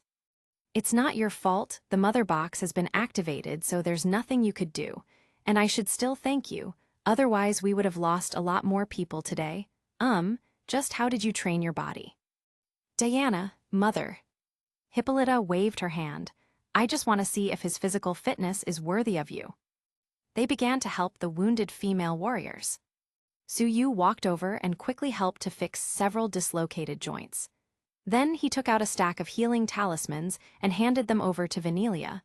Burning them and mixing the ashes with water, then drinking them can speed up their recovery. The blonde Amazon looked at his body up and down, and while Diana was not paying attention, she copped a feel of his abdominal muscles and then ran away. "Su Yu, is this island full of female hooligans?" The news that the princess was pregnant and brought her lover back quickly spread all over the island. Everyone was very curious about what kind of man could make someone like Diana, who has divine power, fall in love. Queen Hippolyta held a grand banquet to entertain her daughter, as well as her handsome and powerful son-in-law.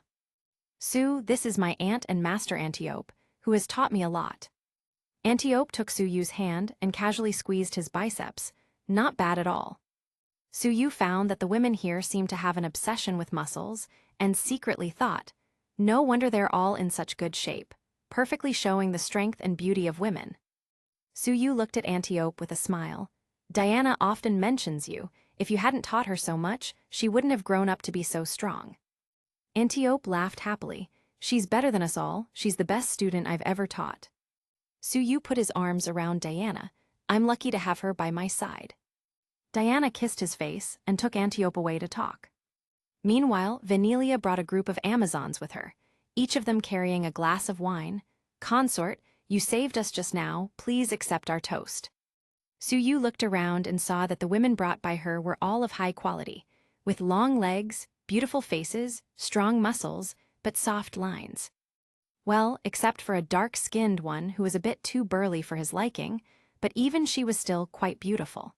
It's just that he could feel his hips hurting just by looking at her, although he's sure a lot of men wouldn't mind dying between those legs. He picked up the wine glass. "Are you coming together or one by one?" With graceful gestures, the Queen's guard of spears, Melanip, slapped the table. "Definitely one by one.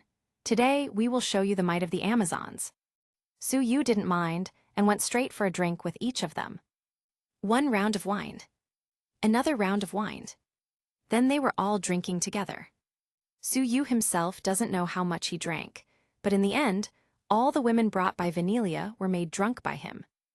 Venelia grabbed his arm, leaned against his body, and said coquettishly, "Consort, you are the most handsome man I have ever seen. Are you the strongest human?" Su Yu snorted. "It should be, by the way, how many men have you met?" She leaned her head to the side and thought about it. About 100 years ago, dozens of men attacked the island, and they were all killed by us. Su Yu nodded. It should be the time when Diana left the island. Venelia said again, "Consort, can you teach us how to fight like you? You looked so amazing fighting that monster during the day." Su Yu embraced her waist. "If you want to learn how to fight like me, then you have to pay something." Chapter 177, No Dowry and Still Get 10 Bridesmaids. While Diana was having a chat with her mother and aunt, she suddenly turned her head and found that Su Yu was surrounded by the Queen's guards. Damn it, I knew this was going to happen. She walked over, lifted the drunken Vanilia from Suyu's arms, and threw her aside. The other drunken women quickly took a few steps back, and Suyu smiled at Diana. Your family is quite warm. Diana smiled professionally and pinched Suyu's waist.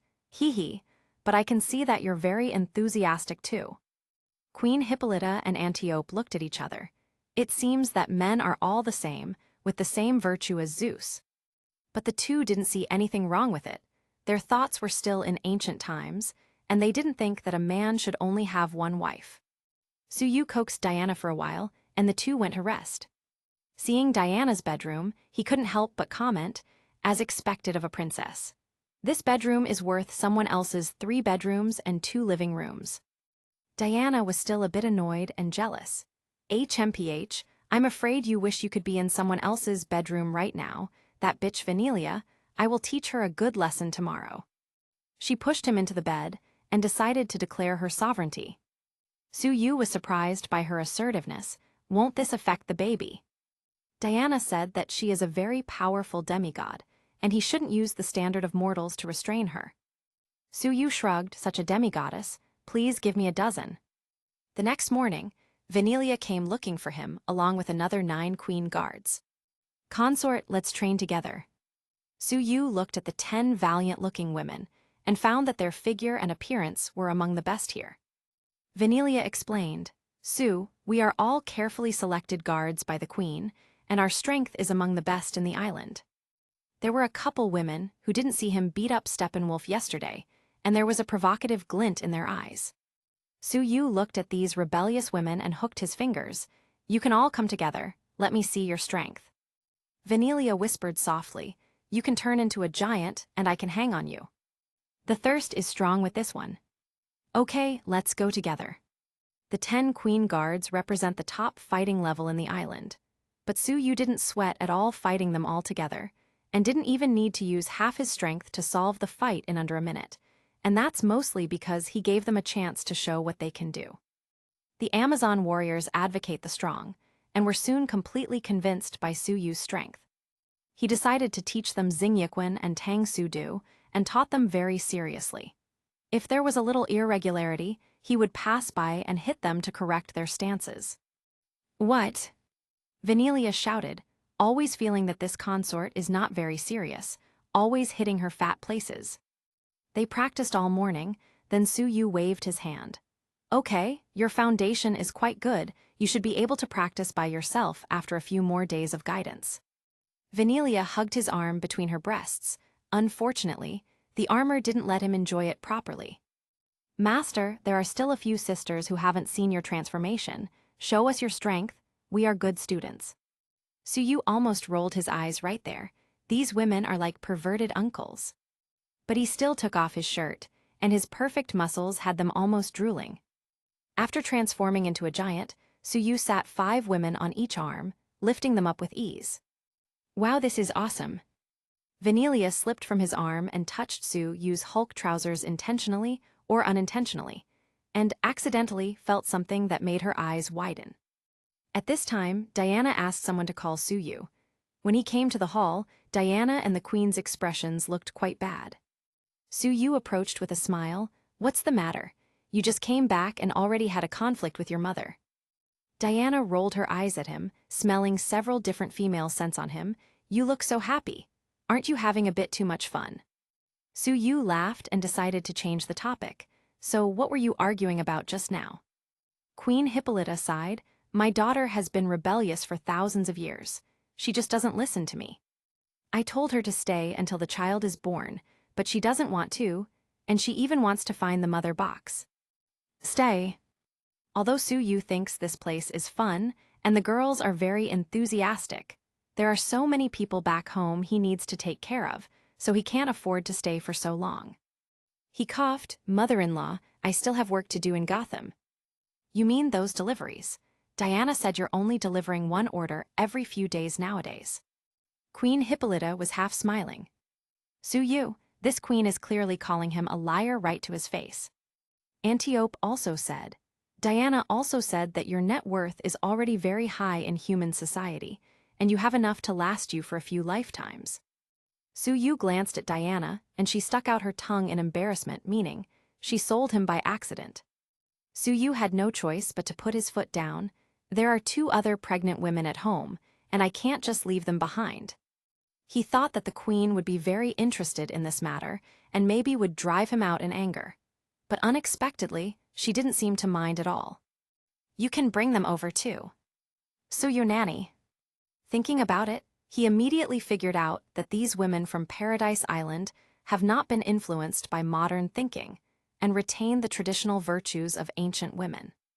A strong man that has several women seems perfectly normal to them. Queen Hippolyta sighed, compared to Zeus, you are already considered a good man.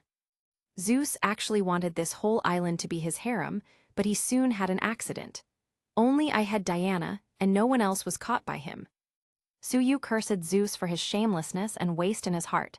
Zeus really is a big scumbag, maybe I should take over. Cuckold Zeus, it seems pretty good. He suddenly thought of something. By the way, are the Greek gods dead? I met Hades last time, and I killed a duplication. Hippolyta began to reminisce. That was thousands of years ago, when the earth had a council of gods, composed of Zeus, Odin, Vishnu, etc. One day, 2 aliens with a height of over 1,000 meters and covered in armor came to Earth, and they discovered that the world had actually given birth to so many gods. They were intending to interfere in the affairs of Earth. The gods were definitely not willing to allow outsiders to interfere, so the 2 sides soon started a war. These aliens were very powerful and killed many indigenous gods of Earth, but they were also seriously injured. In the end, everyone couldn't fight anymore, so they reached an agreement, left Earth, and no longer cared about the affairs of the world. At that time, Zeus, Odin, and many other powerful gods disappeared. I guess many of them didn't die, they just hid or went to other planets. A word suddenly appeared in Su Yu's mind: Celestials. In the Marvel universe, the Celestials came to Earth about 1 million years ago. Genetic tests and experiments were carried out on the highest creatures on Earth, and thanks to this, the early humans were born. Every once in a while, they would come to observe the development of the planet. Hippolyta kept talking. As for the angels that rose up later, maybe they were left behind by those 2 aliens. Why has Hades appeared now? I don't know. After chatting with the queen, Su Yu knew that those gods might still be out there. For example, Odin was alive and well in Asgard. Hippolyta looked at him seriously. Su, I have decided to let the 10 queen guards led by Vanilia to follow you in the future to take care of Diana and her future child. Su Yu's eyes lit up. No need to give a dowry, and he even gets 10 Amazon bridesmaids. Will his father-in-law Zeus be furious? Where else can you find such a good mother-in-law? He coughed, trying to prevent his happiness from showing too much. Well then, I will work hard to take care of them in the future. No, I mean, take care of the baby. Diana couldn't believe her mother's betrayal. Chapter 178, Treating the Amazons' Health Problems. No, I don't need them to take care of me. Diana firmly objected. She doesn't want to bring more competition for herself. Su Yu definitely wouldn't be able to hold back. Queen Hippolyta frowned. Diana, why are you always against me? Thousands of years old and still so ignorant. Antiope also advised, Diana, this time you should listen to the queen. You are no longer living just for yourself, and you also need someone to guard and take care of you. Su Yu nodded. Diana, mother and aunt are right, don't be so stubborn. Diana almost slammed a glass of water on Su Yu's face. She was his mother-in-law just now, and now he is already calling her mother. She waved her hand exasperated. Okay, I'll listen to your arrangements. With this settled, Su Yu sighed, thinking that big families are really different. They directly 10 bodyguards like it was nothing. Queen Hippolyta decided to address the other problem. What are we going to do about the mother box? Su Yu answered the question very wisely. Don't worry, I'll be responsible for getting the mother box back. Queen Hippolyta smiled happily. Then I can rest easy that everything will be solved soon. You stay a few more days. Diana immediately said that she wanted to leave early tomorrow morning, because if she doesn't leave, she's afraid another dozen Amazons will want to follow Su Yu. Antiope went out to talk with Vanilia and announced the queen's decision. You will follow the prince consort from now on, and you cannot disobey his orders." The female warriors looked at each other with joy in their eyes. "Yes, we will do as he says." The next morning, Su Yu saw the power of the big family again. Vanilla and the others each carried a large box, and even the less valuable was filled with gold coins, while the others were filled with all kinds of gems and pearls. Su Yu felt that the quinjet would almost be unable to fly with so much weight. The other Amazons who were not selected looked very disappointed, and hoped that the princess would have more children so that more people would have to be dispatched to take care of them. Su Yu piloted the quinjet in Gotham's direction, and Vanilla looked at him in worship. "Consort, you are so powerful, and you can even fly a plane. How did you and the princess meet each other?" Su Yu smiled lightly. "It was in the museum where she works. I couldn't help but feel mesmerized the moment I saw her and went to strike a conversation. Then a mischievous little brat came to make trouble for me by saying I was her father, so I didn't leave a good first impression." With 11 women chatting, time flies. A few hours later, the quinjet landed at his home in Gotham. Dahlia, who was busy cleaning, was immediately stunned as soon as she saw the group coming out of the quinjet. "So many female warriors, and what's with all those coffers? Did you rob Paradise Island?" Su Yu decided to ignore her suspicious looks and introduce the new additions to the family. "Everyone, these female warriors will be our family's bodyguards and caretakers. They don't know much about modern society, so if you have the time I would like you to teach them what you can." Selene muttered when she noticed how these women looked at Su Yu. "Aren't you lucky?" Vanilla looked at her. "Your skin looks so smooth, do you use something special?" After a while, they realized that Su Yu's house wouldn't be enough for so many people, so together with Lorna, he soon built another house, dedicated to the Amazons. Vanilla said that they all were used to living and fighting together, and the conditions did not need to be too good, so they chose a simple design. At night, Su Yu walked back home after spending some time at Poison Ivy's treehouse. A female warrior with an excellent figure suddenly rushed over, and he had to catch her in a hug when she jumped at him. "Hey, Vanilla, why are you patrolling in my arms?" She smiled happily, grabbing his hand. "Consort, I'm feeling hot all over and my heart is beating very fast. Perhaps I'm not acclimatized to the environment. Your medical skills are so good, please help me to check what's wrong." Su Yu put his hand on her chest and listened carefully. "Well, your heartbeat is indeed beating too fast. Let's go. You are in need of urgent treatment." In the end, he spent a lot of effort to cure Vanilla's lack of acclimatization, and leaving her sleeping in bed, he found that other Amazons were also sick and had no choice but to sacrifice his time and body to help them. The treatment lasted for 8 or 9 hours, the sky was already bright, and the treatment was not finished yet, so he had no choice but to keep going. When he walked out of the room, the sun was already dazzling, and he sighed in his heart, "The sacrifices I have to make." In the afternoon, he spent some time chatting with Lorna.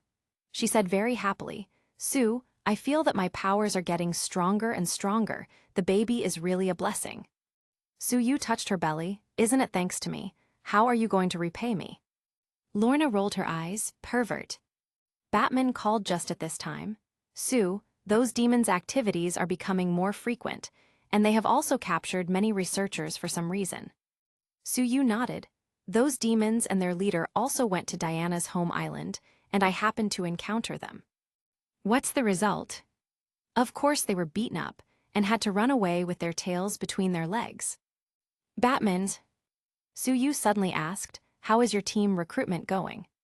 Batman sighed. "It's bad. Aquaman ignored me and said that land matters are not his business. Cyborg is full of anger at life and doesn't want to talk to me. I'll wait to recruit Flash. Su Yu has nothing to do, so he decided to help.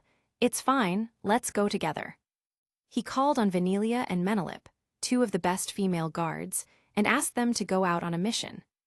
After they changed into jeans and t-shirts, their looks were very refreshing. Their legs are long and toned, and they are very eye-catching. "Sue, I don't like how they are staring at us. It feels so disgusting."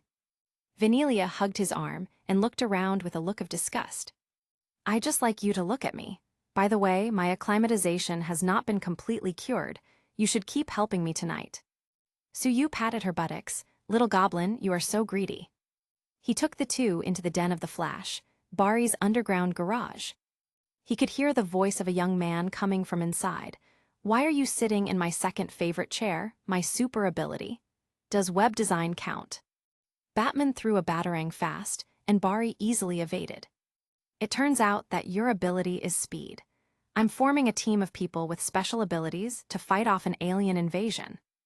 Bari quickly said, stop talking, I'll join. Suyu pushed the door and went in. Tilda Bruce, it looks like your recruitment was finally successful. Bari's eyes lit up and started chattering instantly. Sue, are you recruiting me to deliver food? I'll join, Mr. Wayne, I'm sorry. Batman, this one looks a bit unreliable. Suyu shrugged. It seems that doing delivery is indeed more attractive than fighting aliens. Bari smiled awkwardly. Sue, you're not just delivering food, everyone said you even delivered a nuclear bomb to the aliens. That's so cool. Suyu patted his shoulder. Actually, I am with Bruce and I am like an advisor to his team. Bari really deserves to be the Flash. He changes his tune faster than the speed of light. Mr. Wayne, I take back what I just said, I will still join. Bruce was seriously starting to think about taking back his offer now. Vanilla looked at Bari. Young friend, what is your ability? Can you show it? Bari scratched his head. My speed can exceed the speed of light, which is amazing. Whoosh tilde. Bari accelerated in an instant and ran around the room a few times. Only Suyu's God-strengthened eyes could capture his trajectory. He suddenly stretched out his hand and grabbed Bari from his high-speed movement in an instant. Oh. Bari was taken aback and said admiringly, Mr. Sue, you are amazing, you can actually catch me. Bruce looked at the two women and got curious since they felt quite dangerous. Sue, who are they? Oh, they are Vanilla and Menelip, from Diana's Island, now my escort. Bruce couldn't help but feel sour. Two women with such perfect bodies and outstanding appearance are actually Sue's bodyguards. How can someone be so lucky and popular? He's a billionaire and doesn't even have a girlfriend. Bari suddenly raised his hand to ask, Mr. Wayne, how many people are there in our team? Currently 3, Yumi, and Sue's girlfriend, Wonder Woman. Bari asked again, then what is your superpower? I'm rich. Bruce dropped those words and walked outside with style. Suyu nodded. The local tyrants are different. I also like that superpower. Vanilla touched Suyu's abs. Sue, I think you have super muscles. Suyu patted her back. Is that the only thing in your head? Chapter 179. Diana wears the destroyer. Sue, are we friends now? Definitely. Can you give me an autograph? Oh, it seems a little embarrassing to do that among friends. You really don't want me to join the delivery army. Bari is obviously a bit of a talker. Suyu patted his shoulder. You can deliver food at any time, but with your speed, it seems difficult to do so without spilling soup. The bad reviews will make you doubt your life. Bari looked a little uncomfortable, so I can't deliver food. Suyu shook his head, just don't deliver soup. Bari touched the back of his head. Running so fast makes me burn a lot of energy. I'm afraid I will end up eating the takeout before delivering it to the client. Well, for now you should focus on dealing with alien bugs. Bugs. Bari instantly got goosebumps. I don't like bugs. Suyu opened a portal. Bruce, take him to the base, Vanilla and I will go back first. Bari stared blankly at the portal. This method of travel seems to be even faster than me. After Suyu went back, he gave Vanilla an injection to treat her discomfort. At the same time, the villain was working hard. After Steppenwolf was beaten by Suyu, he became wary, so he immediately went to Atlantis to grab the mother box guarded by the Atlanteans. With 2 mother boxes in hand, he finally relaxed a bit. He contacted Darkseid's think tank, Desaad, who loves torture, and told him everything. Tell Master that I've got 2 mother boxes, and when the 3rd one is in hand, I can welcome the arrival of the army. Desaad looked at Steppenwolf's panda eyes. What's wrong with you? Was beaten by an Asgardian of Earth, he answered through clenched teeth. Desaad frowned. When the Master was young, he was also injured by the native gods there, and then he lost the mother boxes. How is that Asgardian's strength? Steppenwolf answered honestly. From what I've learned, it seems that this person is about the same strength as the previous Superman. We will gather our troops. We'll send Amazing Grace and Calabac over through the connection of the mother box. Please cooperate with them first. Amazing Grace is the master of mind manipulation. Calabac is Darkseid's eldest son, and his combat power is comparable to Superman. Although Steppenwolf doesn't want his achievements to be taken away by the two of them, he knows that he is not Suyu's opponent. Whoosh tilde. A dark shadow suddenly appeared, startling Steppenwolf. He raised his axe warily and asked loudly, "Who are you?" "Don't be nervous, I'm not your enemy." Hades, the god of the underworld, slowly appeared. "I'm here to help you. I know their secrets, I know their weaknesses." Gotham late at night. The bat symbol in the night sky was very obvious. Gordon stood on the roof, quietly waiting for Batman to arrive. There was a flash of lightning, and Gordon's heart skipped a beat. Batman, Suyu, Diana, and Bari arrived on the roof. "Can you stop appearing out of nowhere? My old heart can't stand it." Suyu pouted. "You just don't want to go home. These things can actually be told to me directly by Ada." Gordon blushed at being found out, then he silently took out a small notebook. "This is a kidnapping suspect, drawn with the description of an eyewitness." Suyu took it over and took a look. "Isn't that you, Batman?" Bari came over. "It really looks like Batman's." This painting was probably drawn by an elementary school student. How could the demons look like me? 8 people were kidnapped by demons. They should not be looking for ransom. Diana nodded. So these 8 people have something to do with the mother box. "It's 9, Cyborg suddenly appeared. "They also took my father, the director of Star Labs." Cyborg quickly deduced from Gordon's information that the demons interrogate the men in an abandoned tunnel on an island between New York and Gotham, so they decided to go check it out immediately. Suyu flew away with Diana, then Cyborg also flew away. Flash looked at Batman. It seems like the two of us are going to walk." Batman shook his head. "Walking? You underestimate the power of money." Abandoned undersea tunnel. Suyu and Diana arrived first, and Diana had to put on the destroyer armor. "Su, I'm so strong already, I don't need to wear this armor." Suyu rolled his eyes. "It's to protect my baby, even though you shouldn't be fighting at all considering you're pregnant. But you just won't listen, so I have to do everything I can to make sure you both are safe." Diana pinched him. "Has no one told you that you shouldn't argue with a pregnant woman?" Suyu screamed. "It hurts. Can you please control your strength? The destroyer makes you several times stronger." Diana suddenly felt that this armor was very useful. Batman also arrived in a big armored car. The crowd came to the middle level of the tunnel, and Suyu glanced at Cyborg. "Young man, life is shit 90% of the time. Don't be impulsive and never argue with women. You'll never win." Cyborg shook his head. "I used to have a beautiful girlfriend too, but now I'm covered in metal." Everyone felt that this was indeed a sad story. "But don't worry, I'm very calm and never impulsive." After Cyborg finished speaking, he flew up and the rest followed. As soon as he reached the upper level of the tunnel, Cyborg saw Steppenwolf pinching his father's neck. Nuo. He bombarded Steppenwolf with an energy cannon. This is not impulsive. Everyone was helpless and began to rush over without being able to make a plan. With a jump, Diana split the demon, blocking the road in half with her sword. Bari looked scared. "So many bugs." Suyu handed him a bottle of insecticide. "Use this." Suyu glanced at the front and saw Diana knocking Steppenwolf into the air. "This girl really makes my heart beat fast."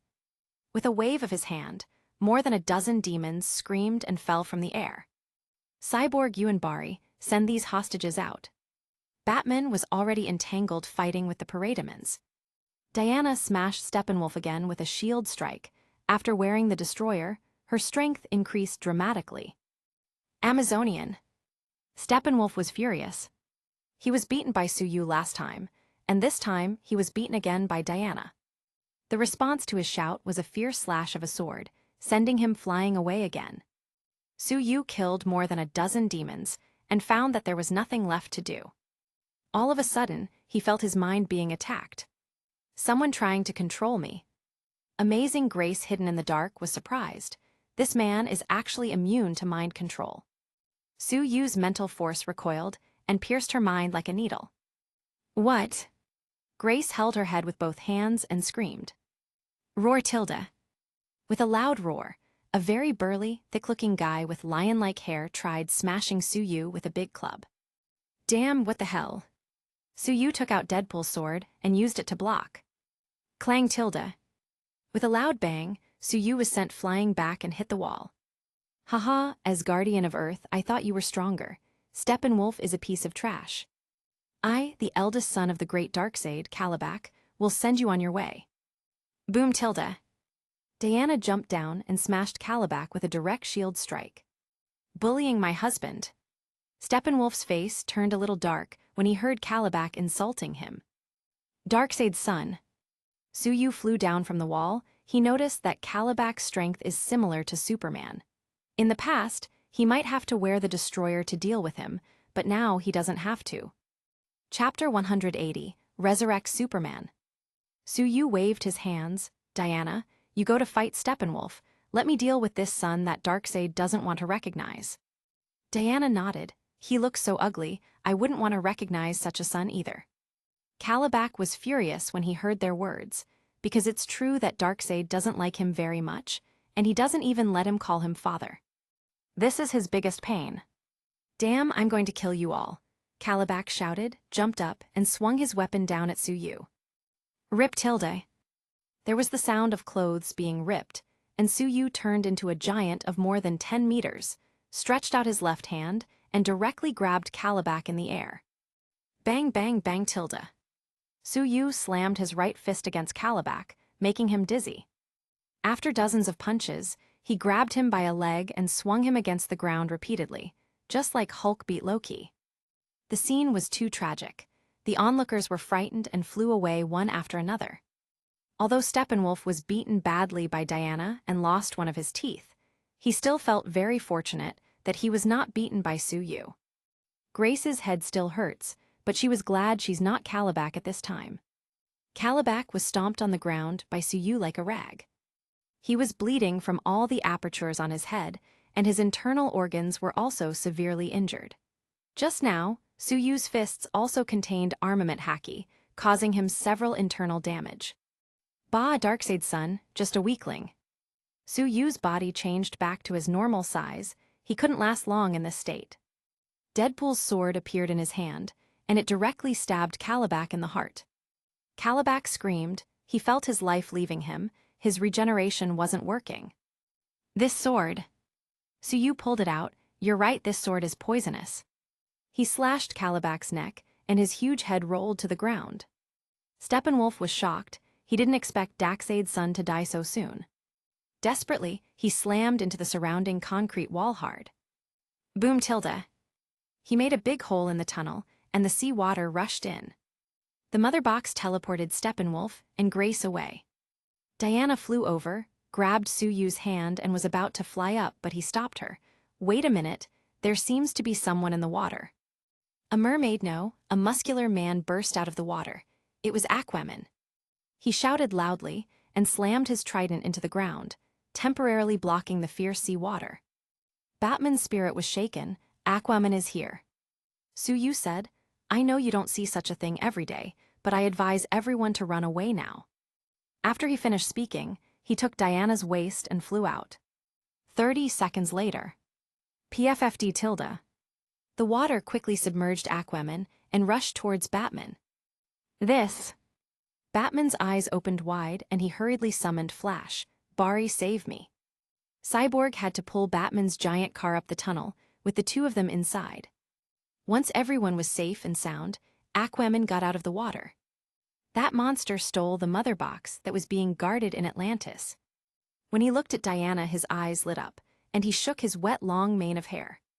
Hello, gorgeous, my name is Arthur, 31 years old, like swimming, single, no girlfriend.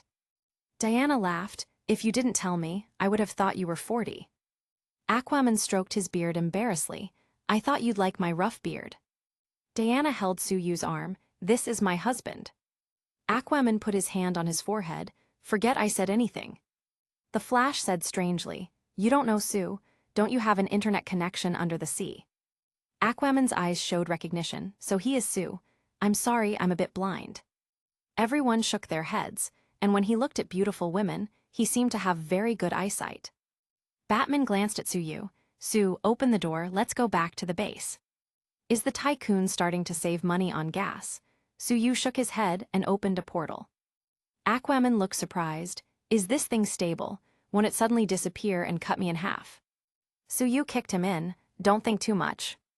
Aquaman is not stupid. Knowing that he is not Sue's opponent, he could only swallow his grievances silently. Cyborg took out the last mother box. 2 other mother boxes have been activated, but we still have one in hand. He pushed it to Sue. You are the strongest here, so you should keep it. Sue tried to put the mother box into his inventory, but found that its energy could destroy the space at any time, and it was too risky. Aquaman said, Cyborg, you seem to be very similar to this box. You won't happen to secretly be in the enemy camp, do you? Cyborg recounted what happened to him, and it was the mother box that turned him into his current state. Some were thinking about one thing, especially Batman and Wonder Woman who experienced the battle against Doomsday. Can it be used to resurrect Superman? Diana looked at Sue. Sue, is this possible? Sue nodded. In theory, there shouldn't be a problem with that, but Superman might be confused once he comes back, so everyone should be careful. The Flash touched his head. Sue, are you saying that we may resurrect a zombie Superman? His memory will not be restored. Cyborg nodded. It's also quite possible. He's going to be very destructive. Sue said, don't worry too much about this, I can handle it. Diana looked worried. Then you have to wear this armor. Sue shook his head, and suddenly there was a kryptonite spear in his hand. Everyone was shocked. You still have this thing. Sue shrugged. Recent rumors say that I cuckolded Superman and took over his wife Lois. This thing can help me deal with Superman's revenge. Maybe Superman has a cousin or something, and he will seek revenge from me, so it's better to be prepared. Batman nodded in agreement. This is very much in line with his style. Sue, you are so reliable. Sue nodded. Everyone, I've been able to get to where I am today, and it's not just by my strength, it's because I'm always prepared. For example, I already have a plan for resurrecting Superman. Everyone headed over, and after listening to Sue's words, they all secretly decided that they would never offend this guy in the future. Barry shivered suddenly. You won't arrange for me to rob a grave, right? What if I shovel Superman's head? Cyborg muttered, are we going to have a big name like the Avengers? Let's call it the Tomb Raiders Alliance. Batman had black lines on his face. These teammates are so unreliable. Sue laughed. Okay, everyone, I'm going back to rest with Diana. I will keep the mother box safe. When he returned home, he went to find Lois and Superman's mother. You too, Clark will be back soon. Lois and Martha hugged each other and cried in happiness.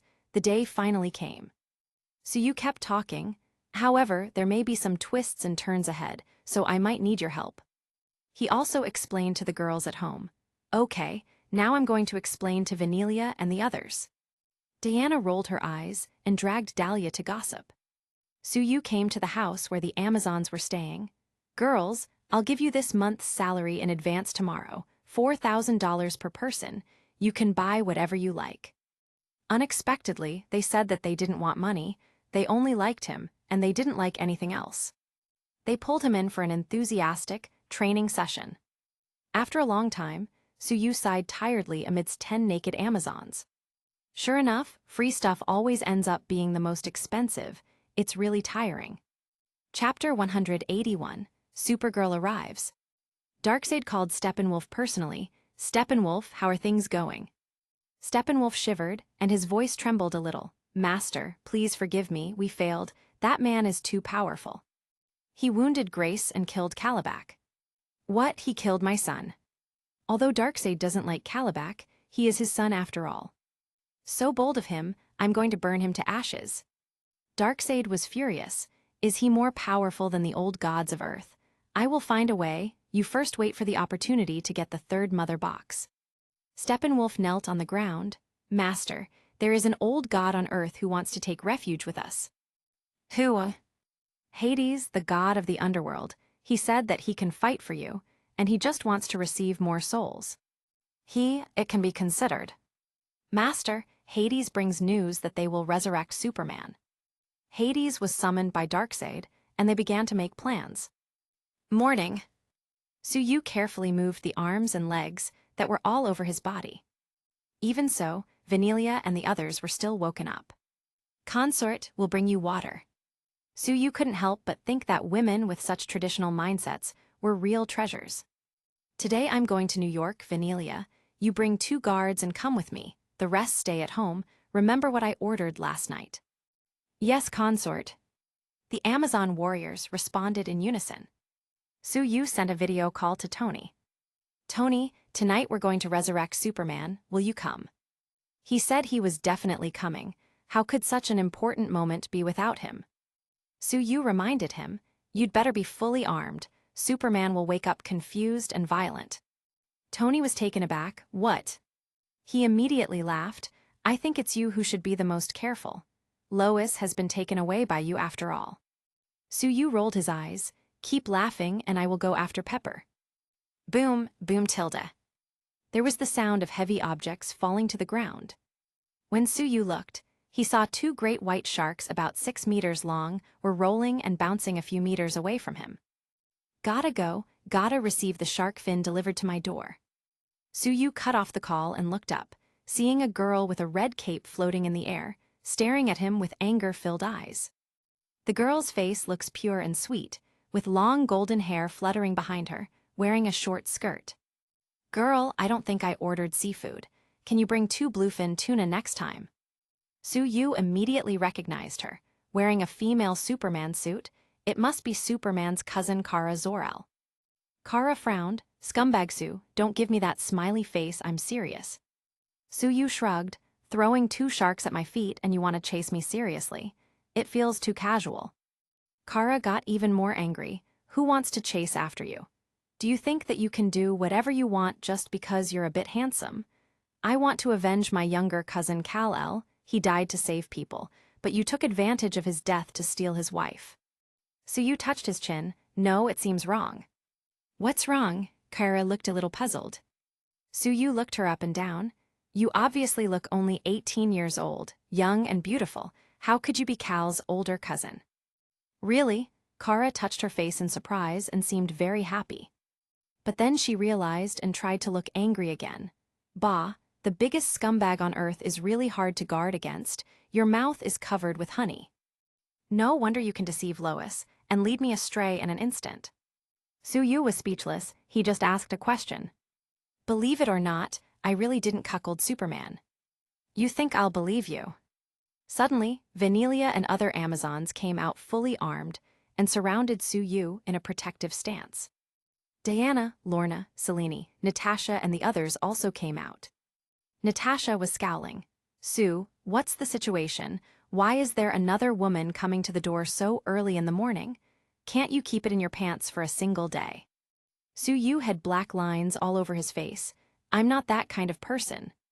Everyone looked at him with a deadpan expression. Suyu ignored their looks and said to Dahlia, go get Lois and Martha over.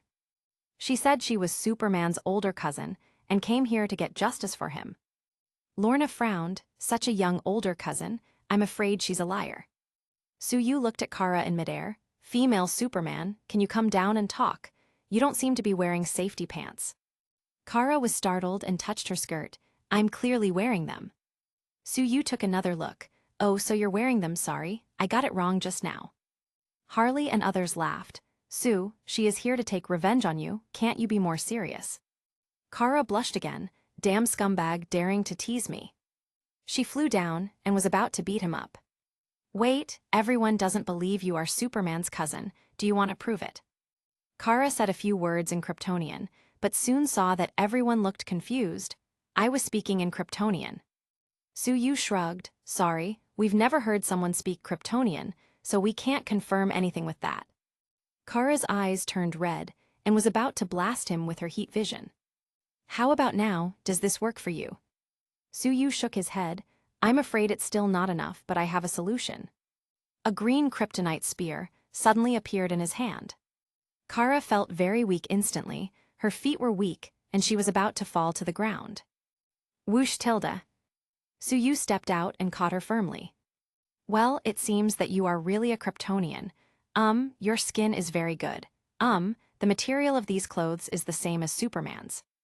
Kara's heart felt bitter. She knew this guy was bad before and was already on guard, but unexpectedly, she was still deceived. Scumbag, what do you think you're doing? Suyu leaned into her ear and said, to be honest, I haven't tried alien girls yet. You look pretty good. I may not be able to do whatever I want by being handsome, but I have kryptonite in hand, so it seems that I can do whatever I want with you. Kara's tears fell from the corners of her eyes instantly. Thinking of her tragic life in the future now that she was captured by this beast, she couldn't help but want to cry. Woo! Suyu, female Superman, is crying. He really didn't expect it. Natasha pushed him away and hugged Kara. Don't be afraid, he's just trying to scare you. Lorna, Ada, and the others all looked at Suyu as if he was the worst piece of trash. Kara sobbed, before I came to Earth, I thought there was still a living relative here, but I didn't expect him to die just as everyone else, woo, and now I'm even being bullied by a scumbag. She won a lot of sympathy points. Diana, Ivy, and Harley also joined the ranks of women condemning Suyu. Don't you think she's already pitiful? Why are you bullying her? Where's your gentlemanly demeanor? Suyu rolled his eyes. Women are really unreasonable. Kara cried even harder. He shook his head. How did the female gorilla who threw 2 great white sharks just now become a pitiful girl? Dahlia finally arrived with Lois and Martha. Lois looked confused. Sue, what's wrong? Kara glanced at Lois's slightly bulging belly, and with the last of her strength, stood up and grabbed Suyu's collar. Scumbag, you said you didn't do anything to her. Chapter 182, Resurrect Superman. As soon as she finished speaking, Kara almost fell on her knees, so Suyu had to hold her waist again. Are all Kryptonians strong and simple-minded? Don't you count the days? Kara gritted her teeth. How could I know what's going on with you people on Earth? After Lois learned of Kara's identity, she took her hand and said excitedly, I didn't expect Clark to still have family left of his same race. Martha was smiling, so you're Clark's Kryptonian relative. Kayla felt the sincere feelings of the two and was a little puzzled. Lois, if you care so much about my cousin, why did you cheat on him? And you are my cousin's adoptive mother, why did you just watch this happen? Lois and Martha looked at each other and laughed, making Kara annoyed again. Soon, Lois explained things to her, and Kara's face was full of disbelief. Impossible, absolutely impossible, would he be so good for no reason? To endure the outside world's doubts, just to protect you and Cal's child. Lois nodded. Sue has been really nice to us.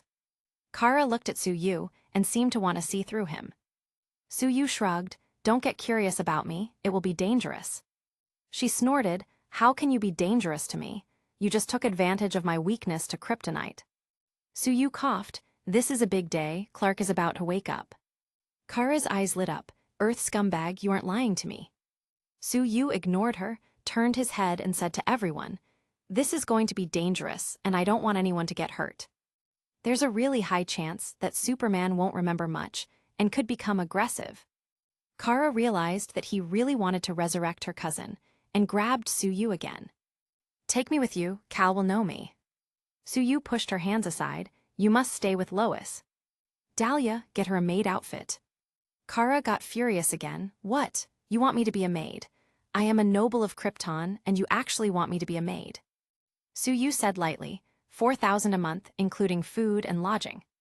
Kara smoothed the wrinkles on Suyu's clothes and said with a smile, well, it's not impossible to consider. Everyone looked speechless. But when Kara explained that she didn't know how to do anything on Earth and could only rely on her strength to work in construction moving bricks, they immediately understood. It seems not bad for her to stay here and even get money for helping protect her cousin's child. Suyu pulled her to her side and whispered in her ear. When Superman is resurrected, what do you think will happen to Lois and the child if he hears the rumors in his confused state? Kara was startled. They could be in danger. Why didn't I think of that? Suyu caressed her beautiful flowing blonde hair. Follow me, and I'll teach you to understand people on Earth. Kara nodded seriously. In the morning, she saw the insidiousness of the people on Earth. Natasha gave Suyu a thumbs up. He deceived another powerful maid. New York, Krypton Spacecraft Research Base. The Flash entered in a van with Cyborg and Aquaman. Batman and Iron Man were already waiting in the underground parking garage. Suyu also arrived along with Diana and Vanilla. Tony's eyes lit up. Looking at the heroic, sweet, and lovely blonde, her figure was absolutely amazing. Sue, why do you have such a beautiful female warrior? Suyu shrugged. My mother-in-law gave me 10 such queen guards. Tony looked envious. 10? Is there any such mother-in-law? Aquaman jumped out of the van and smiled at the blonde Amazon. Hello there, my name is Arthur, 31 years old, unmarried and strong. Vanilla laughed, only 31. I'm sorry, I prefer someone older than me. Aquaman coughed, actually I'm 40. Vanilla sighed, but I'm over 5,000 years old, and I'm going to serve the prince consort for life. Aquaman rejected again. Tony complained, is there any man on Earth older than her? Meanwhile, Cyborg connected to the network of the Institute and triggered a warning of level 5 alien infection, scaring the researchers who were still staying up late and working overtime into running away. Okay, we can go in now. Tony made a review. This guy looks promising. Batman said, his father is the head of this institute. Tony's eyes widened. Okay, I take back what I said. Everyone entered the interior of the Krypton spacecraft. The uniforms that Superman didn't take away floated out, as if the spacecraft knew that Superman was back. Aquaman muttered, I wish you guys knew what you were doing. Suyu nodded. Arthur, wait until Superman wakes up, resist first. Aquaman, come on, I'm not a kid. Everyone got busy. Batman and Iron Man took Superman's body out and put it into the pool. Suyu lit a candle in the southeast corner. Diana wondered, Sue, what are you doing? Suyu reminded everyone, if the candle goes out, it means that Superman is very angry, and everyone should pay attention to their own safety. The Flash shuddered. My hair is standing up, this is so creepy. He took out a black donkey's hoof. I checked it online, I don't know if it works. Suyu, wait a minute and try to put it in his mouth. Aquaman shivered. I have an ominous feeling. Diana glared at the two of them. Can you shut up? Batman said solemnly, it's time to start. Everyone began to do their jobs. Cyborg controlled the spaceship, and Flash is in charge of generating a huge amount of electricity to activate the mother box. At the same time in Gotham, Grace and Hades were outside Suyu's house. Suyu and that Amazon both went away. The others are not so strong. Hades looked at the villa with cold eyes. When Superman is resurrected, we rush in and kill Lois, preferably his mother as well. Even if Suyu can open a portal, it will be too late. Superman will directly go mad. Grace nodded. I'll assist you with mind control. Lois has only 2 maids by her side to protect her. They looks clumsy and not very smart. Back to the Krypton spacecraft, Cyborg activated the spaceship and suddenly seemed to see the future. Aquaman was killed by Darkseid. Batman was killed by Superman. Superman went evil. He shouted, no. The Flash in the distance, go, okay. He was a bit distracted, and when he heard the shout thought it was the signal to start. Sometimes misunderstandings are so wonderful. The Flash activated the mother box, and there was a huge amount of lightning. Boom tilde. There was a loud explosion, and both the mother box and Superman flew out. Aquaman shouted in panic, ah, the candle is out. Chapter 183, You became my cousin-in-law. Suyu shrugged, what are you afraid of? Superman is just angry, you stand up first. After speaking, he decisively withdrew with Diana and Vanilla. Tony screamed, I knew that this bastard called me for something troublesome. Batman rolled his eyes, then why are you still here? Iron Man shrugged, I was bored. Whoosh tilde. He flew away, go see Superman. Batman looked at the Flash who fell to the side, Flash, take me there. Gotham, just at the moment when the lights in New York went out, Hades and Grace took action. Boom tilde. The wall exploded and Hades rushed in. Whoosh tilde. Kara swung her fist and knocked Hades into the air. then used her heat vision to bombard amazing Grace not far away. Dahlia also rushed out, besieging Hades with Kara. Grace used her psychic power to attack Kara, who seemed stronger. Mind control doesn't work. Kara tapped the helmet on her head. This stuff really works. Whoosh tilde. Grace tried to use his psychic power to attack Dahlia when Selene in the destroyer armor burst out and sent a destruction beam at her. Tilde. Grace screamed in pain and was seriously injured. Hades was shocked. He didn't expect that there would be so much trouble. He was expecting an easy fight. Suyu is so insidious. He turned into a bat and decisively flew into the sky. Whoosh tilde. Hades found himself unable to fly. Looking down, there was a lasso wrapped around his feet. Dahlia grabbed the rope hard and pulled down. Kara attacked with her heat vision, and Selene also hit him with a destruction beam. Hades screamed again and again. When he saw a portal suddenly appear, Hades exploded with all his power and flew into the sky desperately. Boom tilde. Purple lightning struck him, knocking him to the ground.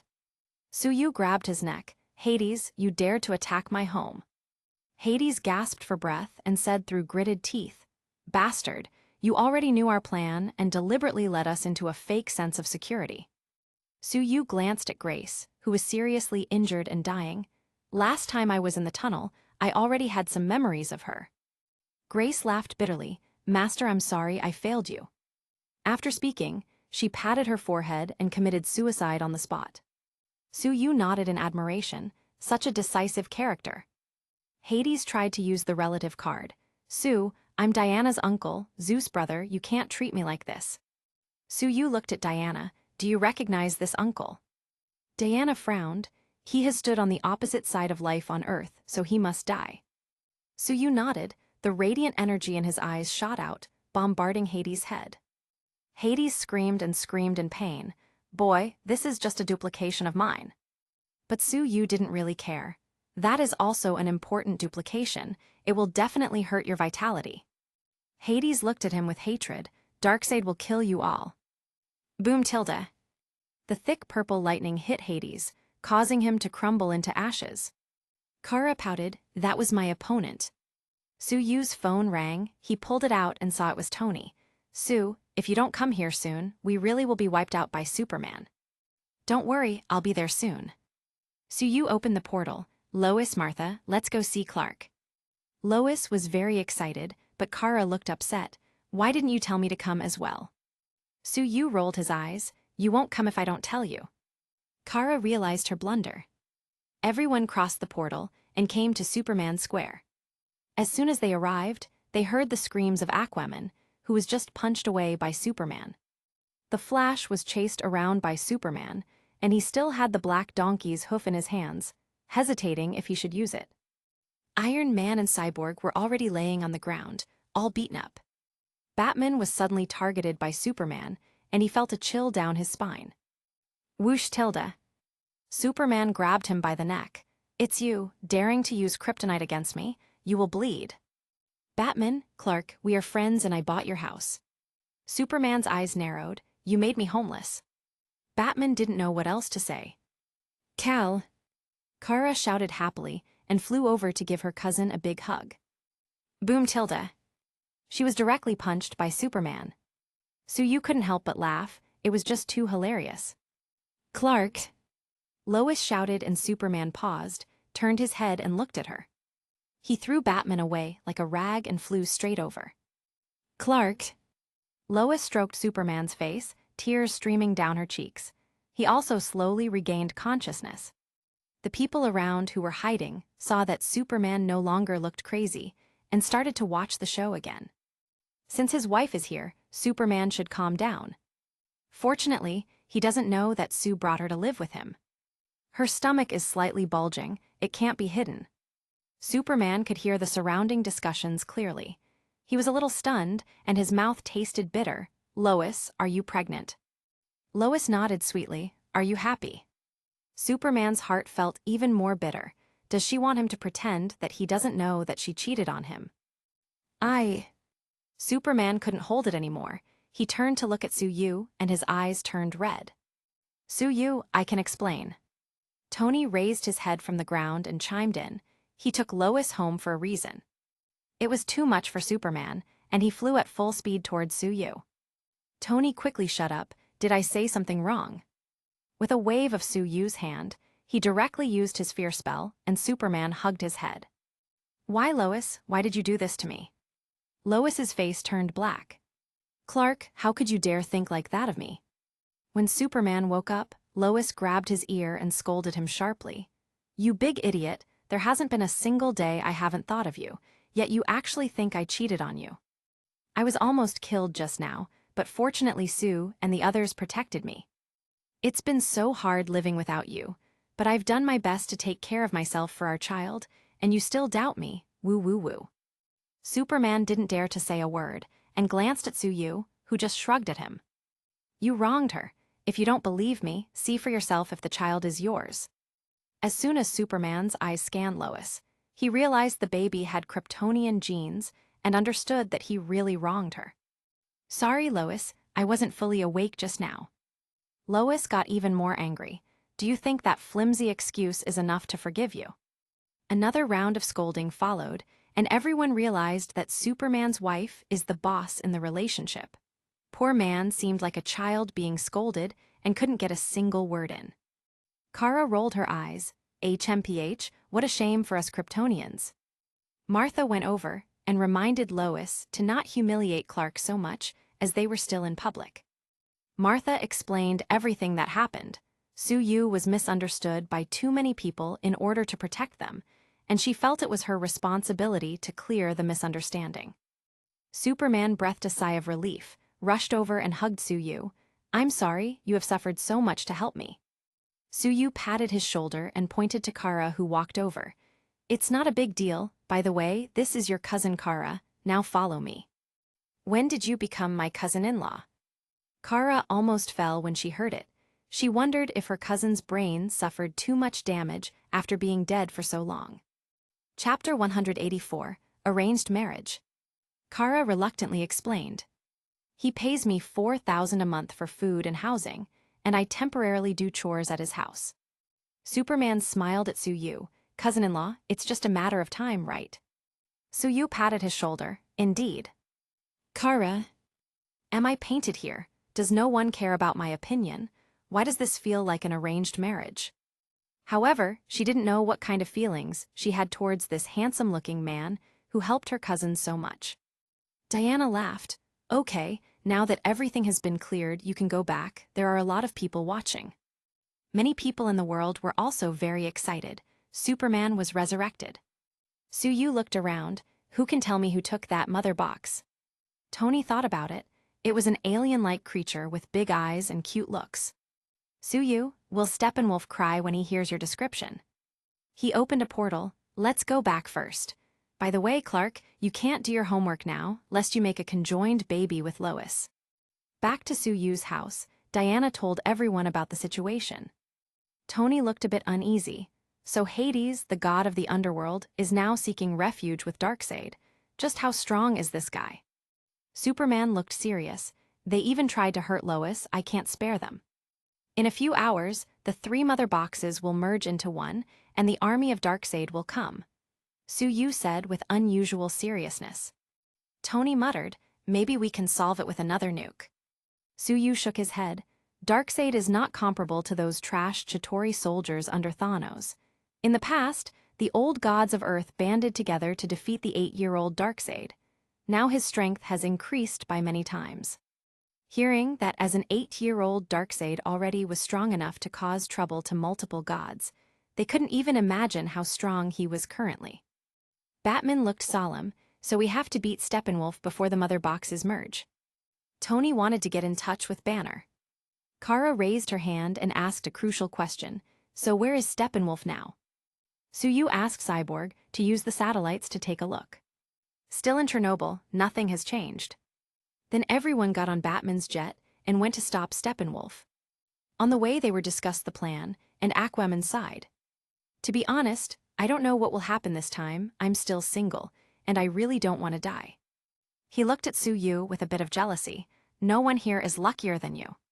He looked at Diana again. Oh, you are so beautiful, valiant, full of strength, have such a good figure and excellent temperament. It would be wonderful to have such a girlfriend. Why couldn't I have met you first?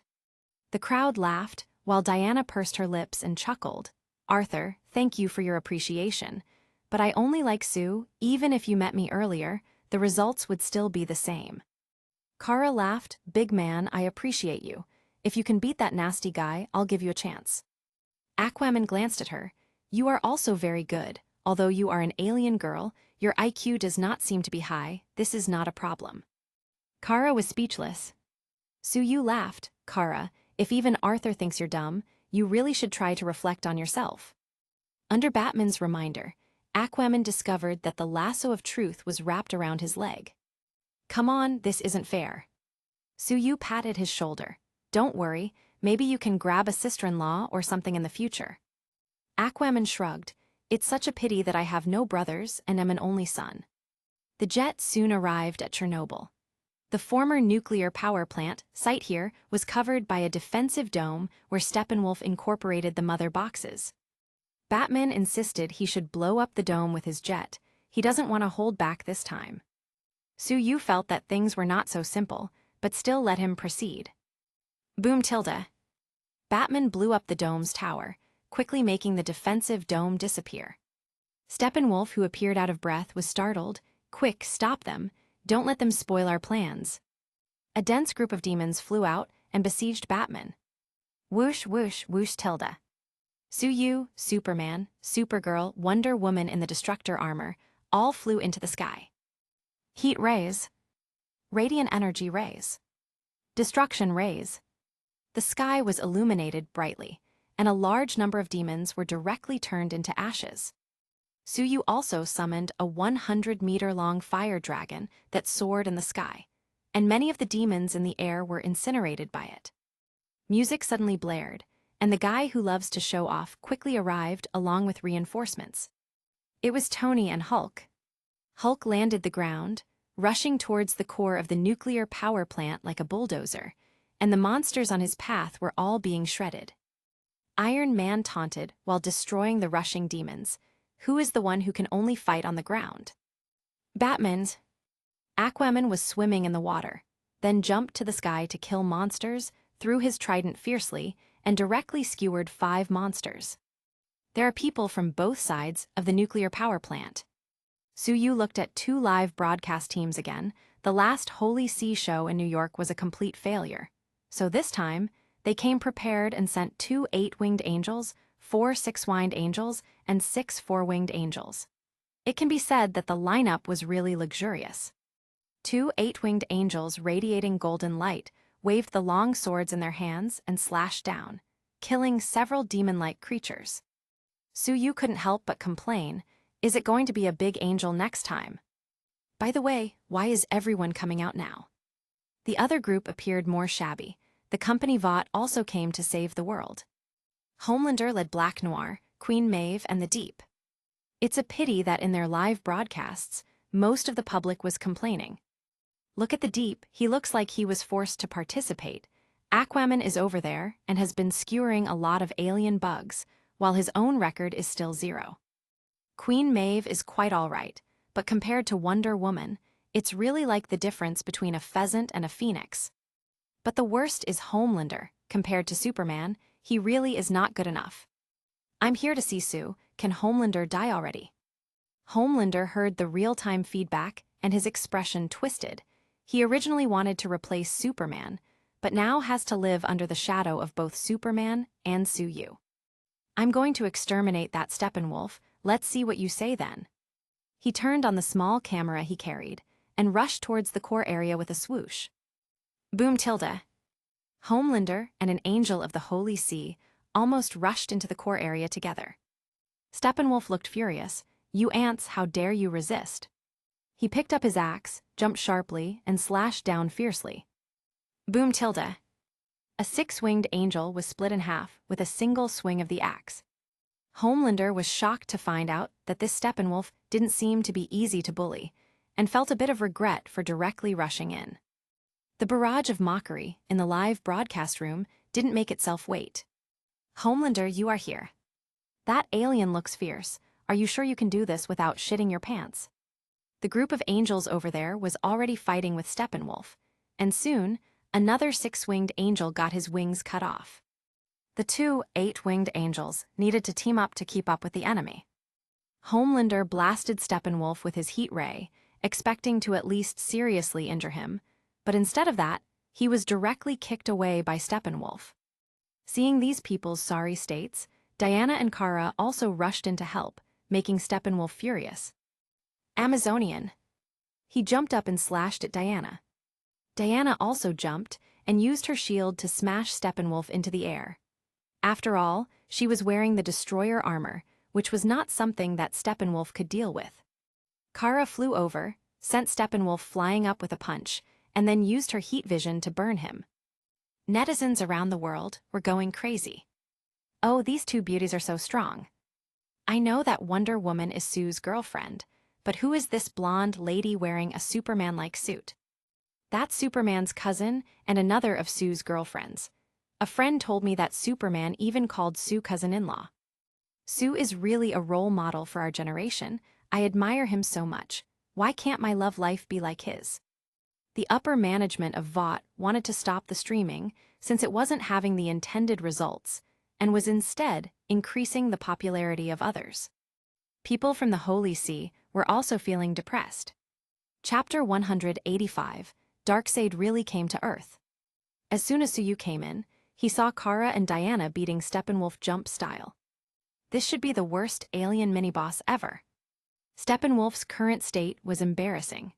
Several of his teeth were knocked out, and the pieces of his armor were also scattered all over the place. Whoosh tilde. Superman flew in and punched Steppenwolf, sending him flying away dozens of meters away. Suyu shrugged. It's so miserable. What thoughts does little Wolf have? Does he want to go home to cry about how the evil Earthlings bullied him? Steppenwolf, I'll take you home later, okay? Remember to give a good review. Steppenwolf snorted. I want to see what face you make when my master arrives. Cyborg at the moment had arrived at the mother box and saw that the mother box integration was still a little short of completion. He hurriedly started operations, doing everything he could to prevent the mother boxes from fully integrating. Seeing that Diana and Kara kept beating up Steppenwolf, Suyu and Superman watched from the side, looking like idle employees, only missing the coffee. The two of them looked at each other in tacit understanding. Tony showed up at this moment. Sue, there are still many civilians outside who need to be evacuated. The energy the mother box is releasing could make things dangerous for regular people. Suyu and Superman finally had something to do. Whoosh tilde. The first to fly out was Homelander. He might be average in strength compared to these monsters, but his sense of smell for publicity is absolutely superb. Suyu shook his head and flew out too. The rescue of civilians began. Tony grabbed one person in each hand and flew out quickly. The Flash pushed a car directly and rushed out quickly. The tires were almost burning from the speed. In midair, Superman directly moved a 5-story building and flew in the sky. Suyu opened a portal and shouted loudly, "Don't miss the opportunity to immigrate to the United States for free." The poor people who lived near the nuclear power plant all ran out when they heard Suyu's shout. Is it real or fake? Suyu shrugged. After you pass, I will let Inspector Ada Wong arrange an emergency asylum application for you. Whether you can gain a foothold in the future is up to you. The time limit is 5 minutes. After the time is up, I will send you to the periphery of this city. More than 20 families of refugees rushed through the portal to Gotham City. Suyu also picked up a little girl's school bag and handed it to her. Kid, this is your summer homework, right? The little girl rolled his eyes at him. The language will be different when I go there. What good will this homework be then? Fortunately, I didn't do it. Suyu was speechless, thinking that the little girl was right. He just silently took a little girl's math textbook. Homelander had rescued a carload of people who heard the news from Suyu's side and cried out to take them there, making him very embarrassed. The people in the live broadcast room laughed again. Sue is really talented. Refugees used to be unlucky, but now I think they are quite lucky. Yeah, it's also a good thing to leave this nuclear radiation zone. It's just that Homelander is very depressed, and the people he rescued actually dislike him. Cyborg yelled, "Hurry up and help, the mother box is about to integrate." Whoosh tilde, Suyu hurriedly rushed back. Steppenwolf had been beaten to death by the two women, his body was covered in blood, and one of the horns on his head was broken. The red axe fell to one side. Superman also rushed over, wanting to take a breath of air and smash Steppenwolf's weapon. But Suyu hurriedly stopped him. After all, it is quite a good weapon. Maybe if they add some materials, it can be further improved. He directly stored it in his inventory. Cyborg suddenly yelled, "Barry, I need huge amounts of electricity to get into the mother box." The Flash started running laps outside. When his speed was close to the speed of light, he rushed over. A demon-like soldier suddenly burst with unexpected power and interrupted his running. Since his speed suddenly slowed down, all the electricity he had accumulated dispersed. Suyu suddenly thought about where his sense of unease was coming from. According to the plot, Cyborg didn't get the power to separate the mother box this time, and Darkseid's army rushed in. It was the Flash that reversed time at superluminal speed, back to this point, and successfully gave enough power to Cyborg. But in a world mixed with Marvel, will time travel work the same? What if it just creates another timeline? Suyu didn't dare to gamble. Boom!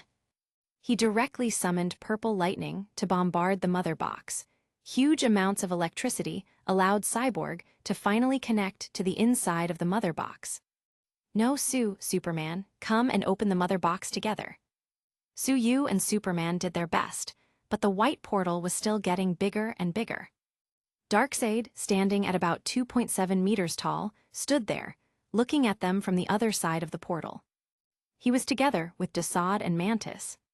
Just then, Diana decapitated Steppenwolf with one slash of her sword, and it rolled down at Suyu's feet. Seeing the head by his feet, Suyu directly kicked it into the portal. "I promised to send you home, and I always keep my word." Steppenwolf's head landed in front of Darkseid. Puff tilde. Darkseid didn't even blink as he stomped on it, then he jumped and directly rushed through the portal, landing firmly on the ground. "Earth, I'm back."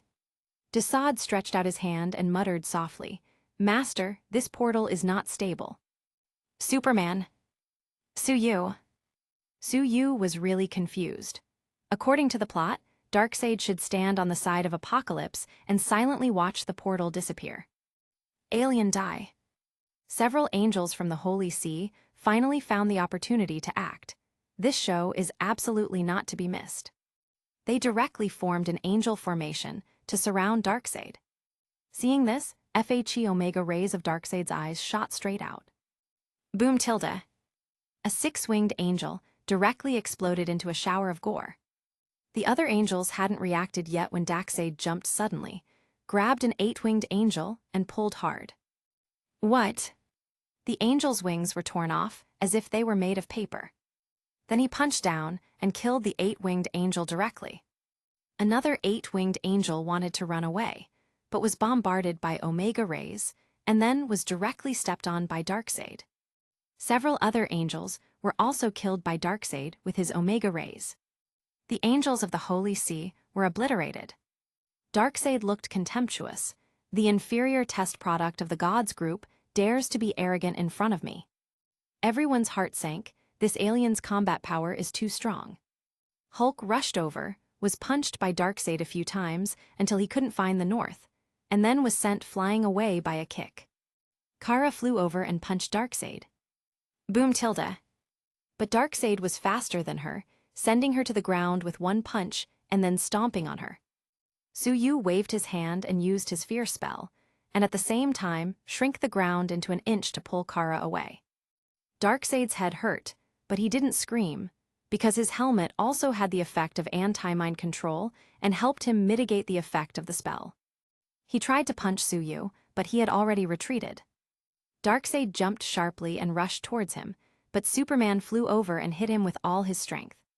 As a result, Superman himself was sent flying back, while Darkseid just took a few steps back.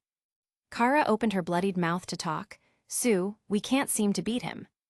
Suyu stopped her. "Don't rush, let this guide me." Kara suddenly felt protected and warm. Darkseid tried to strike him again. Su-Yu recited a spell silently, and his body turned into a 5-meter giant. Their fists collided. Su-Yu took 10 steps back, but Darkseid only took 3 steps back. Su-Yu was surprised. He didn't expect his opponent to be so strong. The two started fighting back and forth, then Darkseid sent an Omega Ray. Su-Yu used radiant energy, purple lightning, fear spell, everything he could was used, and he still barely managed to compete. Homelander just came in to help, but when he saw this scene, he turned around and ran away decisively. Aquaman wanted to help, but was kicked away by Darkseid, with blood spurting from his mouth. Diana was no match either. She was easily kicked away. Only Superman could pack a few punches. Darkseid laughed. "It's just the two of you who are interesting. How about being my subordinates?" Chapter 186. Darkseid is also recruiting a son-in-law. Superman shook his head decisively. "This is the world I want to protect." Su-Yu also shook his head. "You look so ugly, and being your subordinate would mean seeing your ugly mug every day." Darkseid didn't seem to care about the insults or rejection. After he gets the anti-life equation on Earth, these people will lose their sense of freedom and have no choice but to listen to his command. Darkseid looked at Diana. "Amazons, I'm going to turn all of your people into powerful demonoids." The Amazons got involved in bullying the 8-year-old Darkseid before, and he's quite vindictive. Su-Yu couldn't stand such a thing. If the beautiful women of Paradise Island were turned into ugly monsters, wouldn't that be a shame? "Darkseid, the last time you came to Earth you were beaten by the gods here. This time there are no gods to take you on, so I have no choice but to do it myself." Su-Yu stared at him resolutely.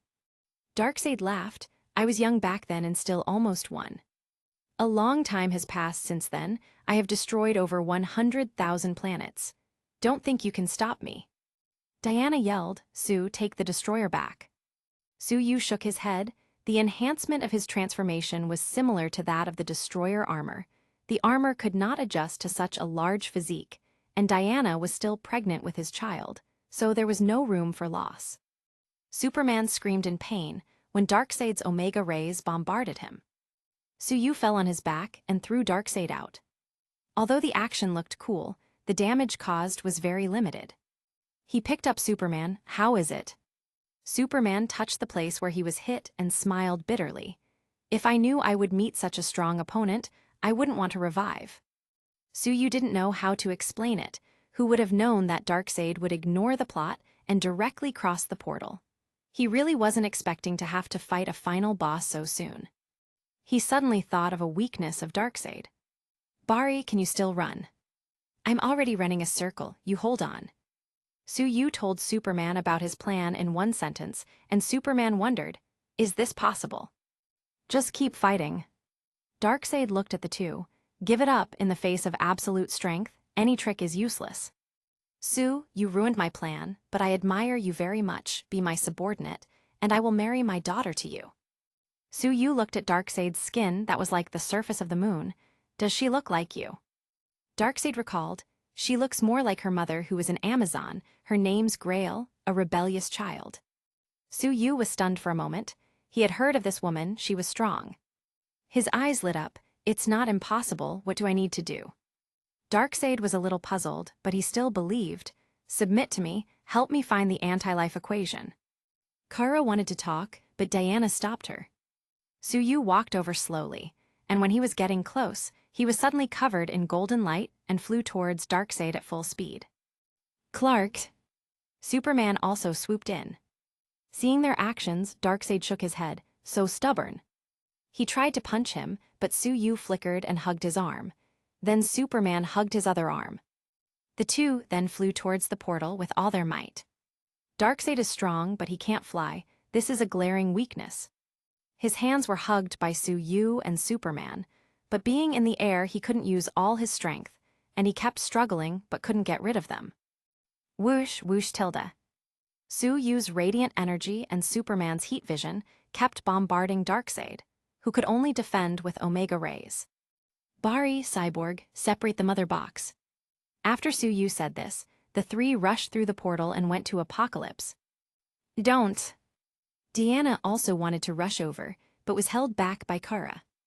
They will be back. At the moment, Flash was fully charged, rushed over, and delivered the power to Cyborg. Cyborg shouted, "Sue, Superman, come back quickly. I have to split the mother box immediately, or it will be in vain." After Sue and Superman brought Darkseid to Apocalypse, they threw him away with all their strength and hurriedly flew back towards the portal. Sue also specially threw the math textbook he had used before to Darkseid. "You said you wanted the two-dimensional linear equation of Earth. Don't thank you, remember to give a good review." Darkseid was furious. The Omega rays shot out wildly, and the demon-like team under him also attacked.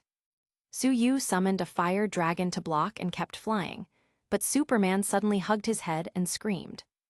It was Desaad, who was using his telepathy against him. Sue grabbed Superman and covered him with mental power to help him recover, but the two were suddenly knocked apart. Darkseid's #1 warrior, Mantis, knocked the two away. Superman punched down, but Mantis didn't even bother to block and directly kicked him away.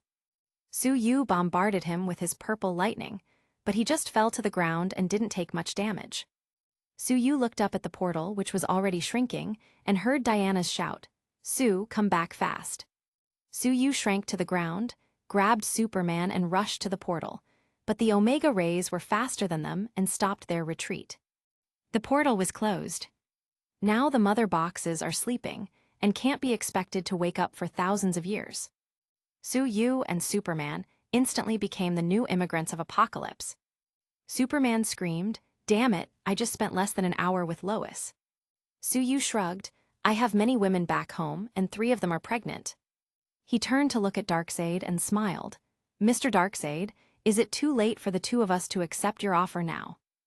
Darkseid was furious. The anti-life equation he was about to get was now gone. He stomped on the math textbook on the ground and gritted his teeth. "I'm going to turn you into the strongest demon." Sue shrugged, then turned to Superman and shouted, "Clark, let's run separately." Superman nodded, "Brother, take care." Run separately, at least not to be chased by Darkseid. Sue dropped a bunch of things out of his inventory, then both of them started flying away separately. Darkseid chased after Sue, while Desaad and Mantis chased Superman. Sue looked back. Some demons were looking at what he threw out. There was Kalibak's corpse, and a big black ball that was beeping. Boom tilde. There was a loud explosion, and the whole city shook. An enormous mushroom cloud rose, and Darkseid's palace was razed to the ground. The fleet that was preparing to go out did not manage to activate the shields in time, and most of the spaceships were directly blown up. It was the nuclear bomb that Jane helped him modify. It finally came in handy. Darkseid was raging, "I'm going to burn you to ashes." Sue kept flying faster. Darkseid Omega rays were everywhere, but he wasn't hit a single time. Instead, it was several battleships in the way that were destroyed by them. He kept flying higher and higher and finally disappeared into the clouds. Superman looked back. "Sue, you are really brave." After he finished speaking, he flew away quickly because Mantis was about to catch up. Chapter 187, Captain Marvel. Earth. Since the mother box cannot be activated, Darkseid can't attack the world anymore. But they also lost contact with Sue and Superman. Under the comfort of Kara and others, Diana finally stopped crying after a while. Iron Man analyzed. Sue and Superman can both fly off the planet, Darkseid can't, so they should be fine. Batman also nodded. They may be wandering in the universe now, and one day they will surely return. The Flash side, they both paid too much. Diana finally regained her composure. His mark on the destroyer hasn't disappeared, so he must be fine. Kara muttered, "He's so strong, he might have even killed Darkseid. Maybe he even found a few alien girls." Diana glanced at her. "Aren't you an alien girl?" Kara blushed. "I mean, those alien girls with 3 breasts or red and green skin." When Aquaman heard it, he felt a little longing for interstellar life. When Diana and Kara returned home, they told everyone about it. Polaris had tears in her eyes. "This bastard, he said that he would stay with me and be present on the baby's birth." Natasha also cried while cursing him. Vanelia touched her stomach. "Princess, I really want to." Diana naturally cursed it again. Everyone decided to close the door, do their own thing, and wait for Su Yu's return. A lot of people around the world began to spontaneously pray for Su Yu and Superman and hope that they will return safely. Darkseid was furious. He had fought for many years and had never suffered such a big loss. The two really managed to get away. Place a bounty on their heads, Su Yu, 10 billion universe coins. Superman 1 billion universe coins. Decide, continue to prepare the battleship. I will push all the way to conquer Earth. Yes, Master. Soon, there was a lot more gossip around the universe. Recently, there was an Earthling named Su Yu who was very brave, and he blew up Darkseid's home. The version I heard was that Su took over Darkseid's harem and cuckolded him.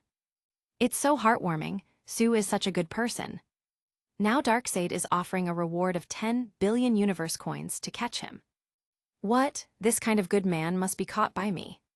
A group of interstellar robbers were having a heated discussion. A strong-looking robber smiled at a handsome man with red skin. Tony, you're new here. Do you know that Earthling named Su? Tony waved his hand. How would I know someone from that corner of the universe? This Tony was actually Su Yu. After leaving Apocalypse, he reluctantly dyed himself red, made a little disguise, and went under the alias Tony to sneak into the ranks of this group of inexperienced interstellar robbers. Looting merchant ships and mining ships, he lived a very leisurely life. It's just that it's very far from Earth, and he doesn't even have the world's coordinates, so he can only follow this group and listen to news by the way. As for going back with a portal, he already tried, but it was too far away. This time, the system gave a very good reward. Ding, the host stopped Darkseid, blew up his lair, saved the Earth, and delivered mathematical equations to him with a completion rate of 97%, special reward. Dapan Tianxian Ju, immobilization. Dapan Tianxian Ju, the very way, the base cultivation technique practiced by Sun Wukong. Su Yu was excited. If this technique is practiced to the later stage, he would become indestructible, immortal, and his strength would skyrocket. Previously, although Su Yu knew how to use one of Sun Wukong's techniques, but without the support of Dapan Tianxian Ju, the power was not great. Once I'm strong enough, I'll definitely go back and beat Darkseid. I also have to teach it to all my women so they can stay young forever. Su Yu looked at the other technique he obtained. Immobilization.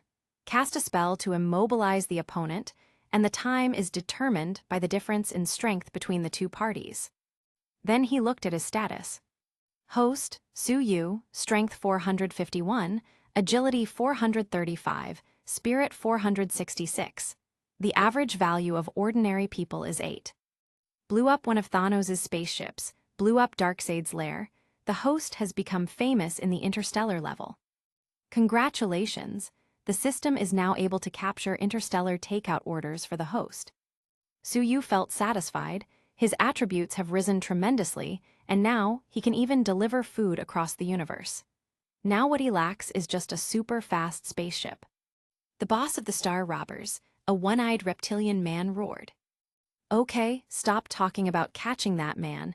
If even Darkseid can't do anything about him, what could a small group of robbers like us do? Now let's get down to business. There's a civilian spaceship ahead, let's go.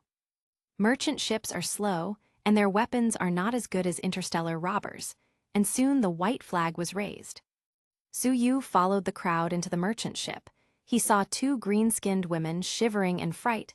The captain of the merchant ship was an old man with white hair. Do you really have no money?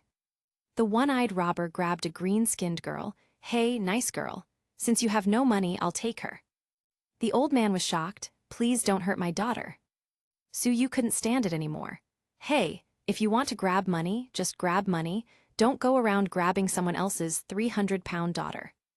Tony, don't think that just because you're new I'll tolerate your insubordination. Get rid of this shit for me. The old man was a little confused. How come the robbers are fighting among each other now? His other 300-pound daughter looked at Su Yu with bright eyes, rushed over and grabbed his hand. Hero, you're so handsome, I want to. Su Yu quickly interrupted. No, you don't. Whoosh tilde.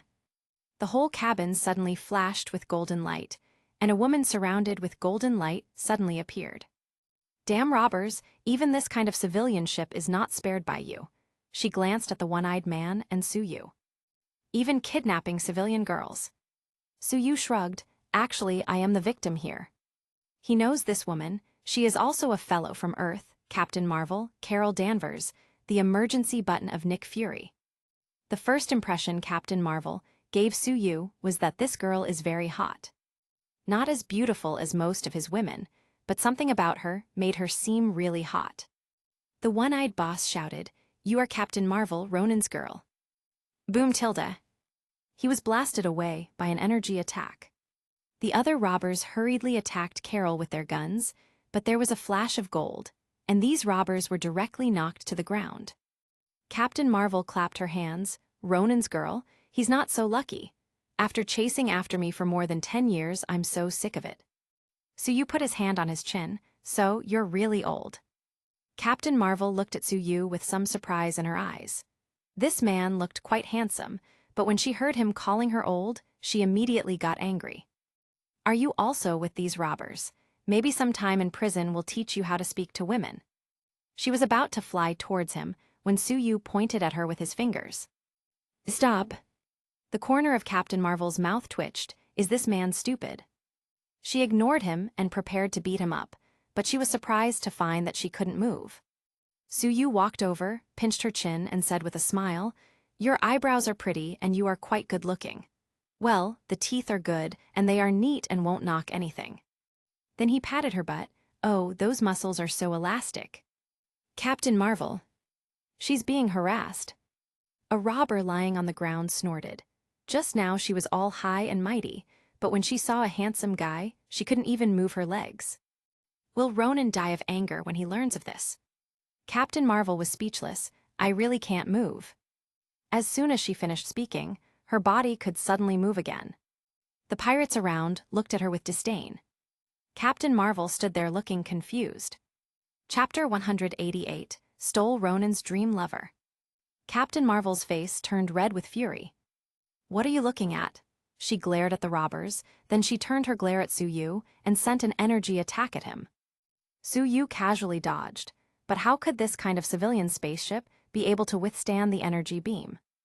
A hole was opened on the wall and the whole spaceship began to shake. The hole was getting bigger and bigger, and the spaceship was definitely going to be destroyed if it kept going. Realizing this, Captain Marvel quickly covered her body with golden light and blocked the hole with her body. Suyu ripped off a piece of metal plate, walked over, put one foot in Captain Marvel's butt, and kicked her away. He blocked the hole with the thick metal plate and shot radiant energy from his eyes to weld the metal plate directly. Everyone breathed a sigh of relief when they saw that he had done it. The old captain muttered, "Interstellar robbers are just grabbing money. This Captain Marvel rescue sucks. She almost took our lives." The robbers nodded in agreement. Captain Marvel's face turned dark. She kicked a few more robbers to the ground when they tried to get up. "Be honest, wait a minute and I'll send you to jail." She looked at Suyu again, "And you don't even try to escape." Suyu shrugged. "I'm just a new robber, and I only robbed 100 cosmic coins at most during this time." Captain Marvel pouted. 100 coins is not money. It's enough for me to buy a bottle of wine." Suyu nodded. "Are you lonely?" Captain Marvel suddenly looked sad. "I am definitely lonely. I am wandering around alone all the time. Although I have saved many planets and fought against the evil forces in the universe, there are times when I can't help but feel empty, lonely, and cold. I also want to find a partner, but I don't want to lower my standards. Fortunately, my body will not grow old." Captain Marvel wiped a tear. "You seem to be okay, but unfortunately you are not from the Earth. I don't want to date an alien." Then she woke up suddenly. "You hypnotized me." Suyu shrugged. "I just asked you to improve your mood. Is it better now?" Captain Marvel stared at him. "Since you have this kind of skill, why do you want to be a thief?" Suyu spread out his hands. "I just want to find my way home and needed a spaceship for that, but I don't need it now. With you, I can go home." "With me?" Captain Marvel was a little surprised. Suyu laughed. "I'm from Earth." Captain Marvel raised her fist. "Do you think I'm an idiot? People on Earth have never been so red-skinned. Who are you fooling?" "I'm really a native of the Earth. I'm a delivery boy who worked hard to get rich, but was taken away by a villain. Delivery boy. Captain Marvel scoffed. Then I want a bottle of Lafayette 1982 now. Suddenly a bottle of wine appeared in Suyu's hand and he threw it. Here, credit card or cash. Captain Marvel took a look and said, "It can't be real, can it?" She opened the bottle and directly took a swig. Delicious. Suyu shook his head. A bottle of Lafayette is wasted on you. 10,000 USD, please pay the bill. Captain Marvel licked her lips and drank the last drops. I suspect you are selling fake wine. The robbers couldn't stand it anymore. Have you finished the fake wine? You're more like a robber than us. Captain Marvel's face was a little red, maybe because of embarrassment or because of the alcohol. The captain suddenly said, "The spaceship is out of power, what should I do?" Captain Marvel waves her hand, "Not a big deal." She flew out and carried the spaceship directly to a distant planet. The robber boss muttered, "This girl is a monster. No wonder Ronan wants to get her so bad. She is more powerful than a fleet." Xandar Star. Captain Marvel held the spaceship and slowly descended. Soldiers of the Nova Corps were already waiting there. MS Danvers, thank you for your cooperation. Captain Marvel nodded. Remember to put the bounty of these star thieves into my account. It's very tiring to fly while carrying a spaceship. The soldiers secretly complained. It's just you who can carry a spaceship and fly. Captain Marvel took the soldiers into the spaceship and found that Suyu was gone. Hey, this guy ran away. He slipped away so fast, but at least I saved money on wine. It's just a pity that a handsome and fun guy like Suyu is gone. It will be hard to meet him again. Forget it, it's just a little thief. Let's go for a drink first. Captain Marvel came to a bar she frequented, ordered a dozen of her favorites, and started drinking. Little thief, taking advantage of me and running away. Next time I meet him, I'll blow him up. While she was drinking, she kept muttering complaints. The aliens of various skin colors around her didn't dare to approach her. Obviously, her tough reputation had already been established. But today, there is an ignorant man who dared to approach. Bang tilde. Suyu placed a bottle opposite Captain Marvel. Beauty, let's have a drink together. Captain Marvel looked up and her eyes lit up. Suyu had returned to his original appearance. This is what you really look like. Do you look normal? Suyu whispered, wipe the saliva from your mouth, everyone is watching. Captain Marvel quickly wiped it and found that she was tricked, which is a bit embarrassing. Scumbag, I can tell you're not a good person at first glance. What are your plans for following me? You aren't thinking about taking advantage of me, do you? I'm not so easy to trick. I've been alone for so many years. Suyu took out a few bottles of HAREM winery. I just want to ask one question. How do I get back to Earth from here? Captain Marvel waved his hand. I don't know. The ghost knows if you are a spy of Darkseid. He seems to want to invade the Earth recently. Suyu smiled. Coincidentally, I happen to have a grudge against him. Have a grudge? Well, his base seems to have been blown up by me. Captain Marvel seemed to wake up, took out a communicator similar to a mobile phone, and took a picture of Suyu. Suyu's wanted notice appeared on the phone. Wait, let me count so many zeros. 10 billion. She directly grabbed his hand. Let's go, follow me to collect the bounty. Suyu shrugged. Whatever, just give me half of it. Captain Marvel sat down again and sighed. I just have too many principles, I can't make this money. Tell me, what kind of hatred do you have with Darkseid? Just as Suyu was about to speak, Captain Marvel lifted her hand. Fill my cup first. Suyu. After half an hour, she stared blankly at his face. I didn't expect you to be so fearless. For the safety of the Earth, you even rushed into Apocalypse with Superman. Suyu swirled a glass of wine. To be honest, if I knew at the time that I couldn't go back, I wouldn't have done it. Captain Marvel said, No, you would have definitely done it, or the Earth might really have been ruined. Suyu smiled. It seems that you recognize my character. Captain Marvel suddenly said, If you can't go back, your wife and children should be very sad. Suyu smiled to himself. Actually, I'm not married yet. Captain Marvel's eyes lit up, and her mind became active. Suyu secretly thought, I didn't lie to her, I didn't even get a marriage certificate. The two continued to drink, and the mood was a little different. there was a flirty atmosphere around them. What? Fury says every day that I'm his emergency backup. Half of S.H.I.E.L.D. is Hydra, he's a real waste. The handsome Phil Coulson is going bald now, time flies so fast. Carol started to reminisce about the past, drinking glass after glass. Hey, your abs are awesome. These facial features are really handsome, he. After the two finished drinking, Carol took Soo-Yu to her house, a 2-bedroom, neat and clean. As soon as he entered the door, Soo-Yu was pushed down by her. Don't even think about running again. She swooped over and kissed him fiercely. Soo-Yu commented in his mind, this woman has absolutely no experience. Their teeth clashed hard, fortunately, they're both practically indestructible. Chapter 189, Star-Lord.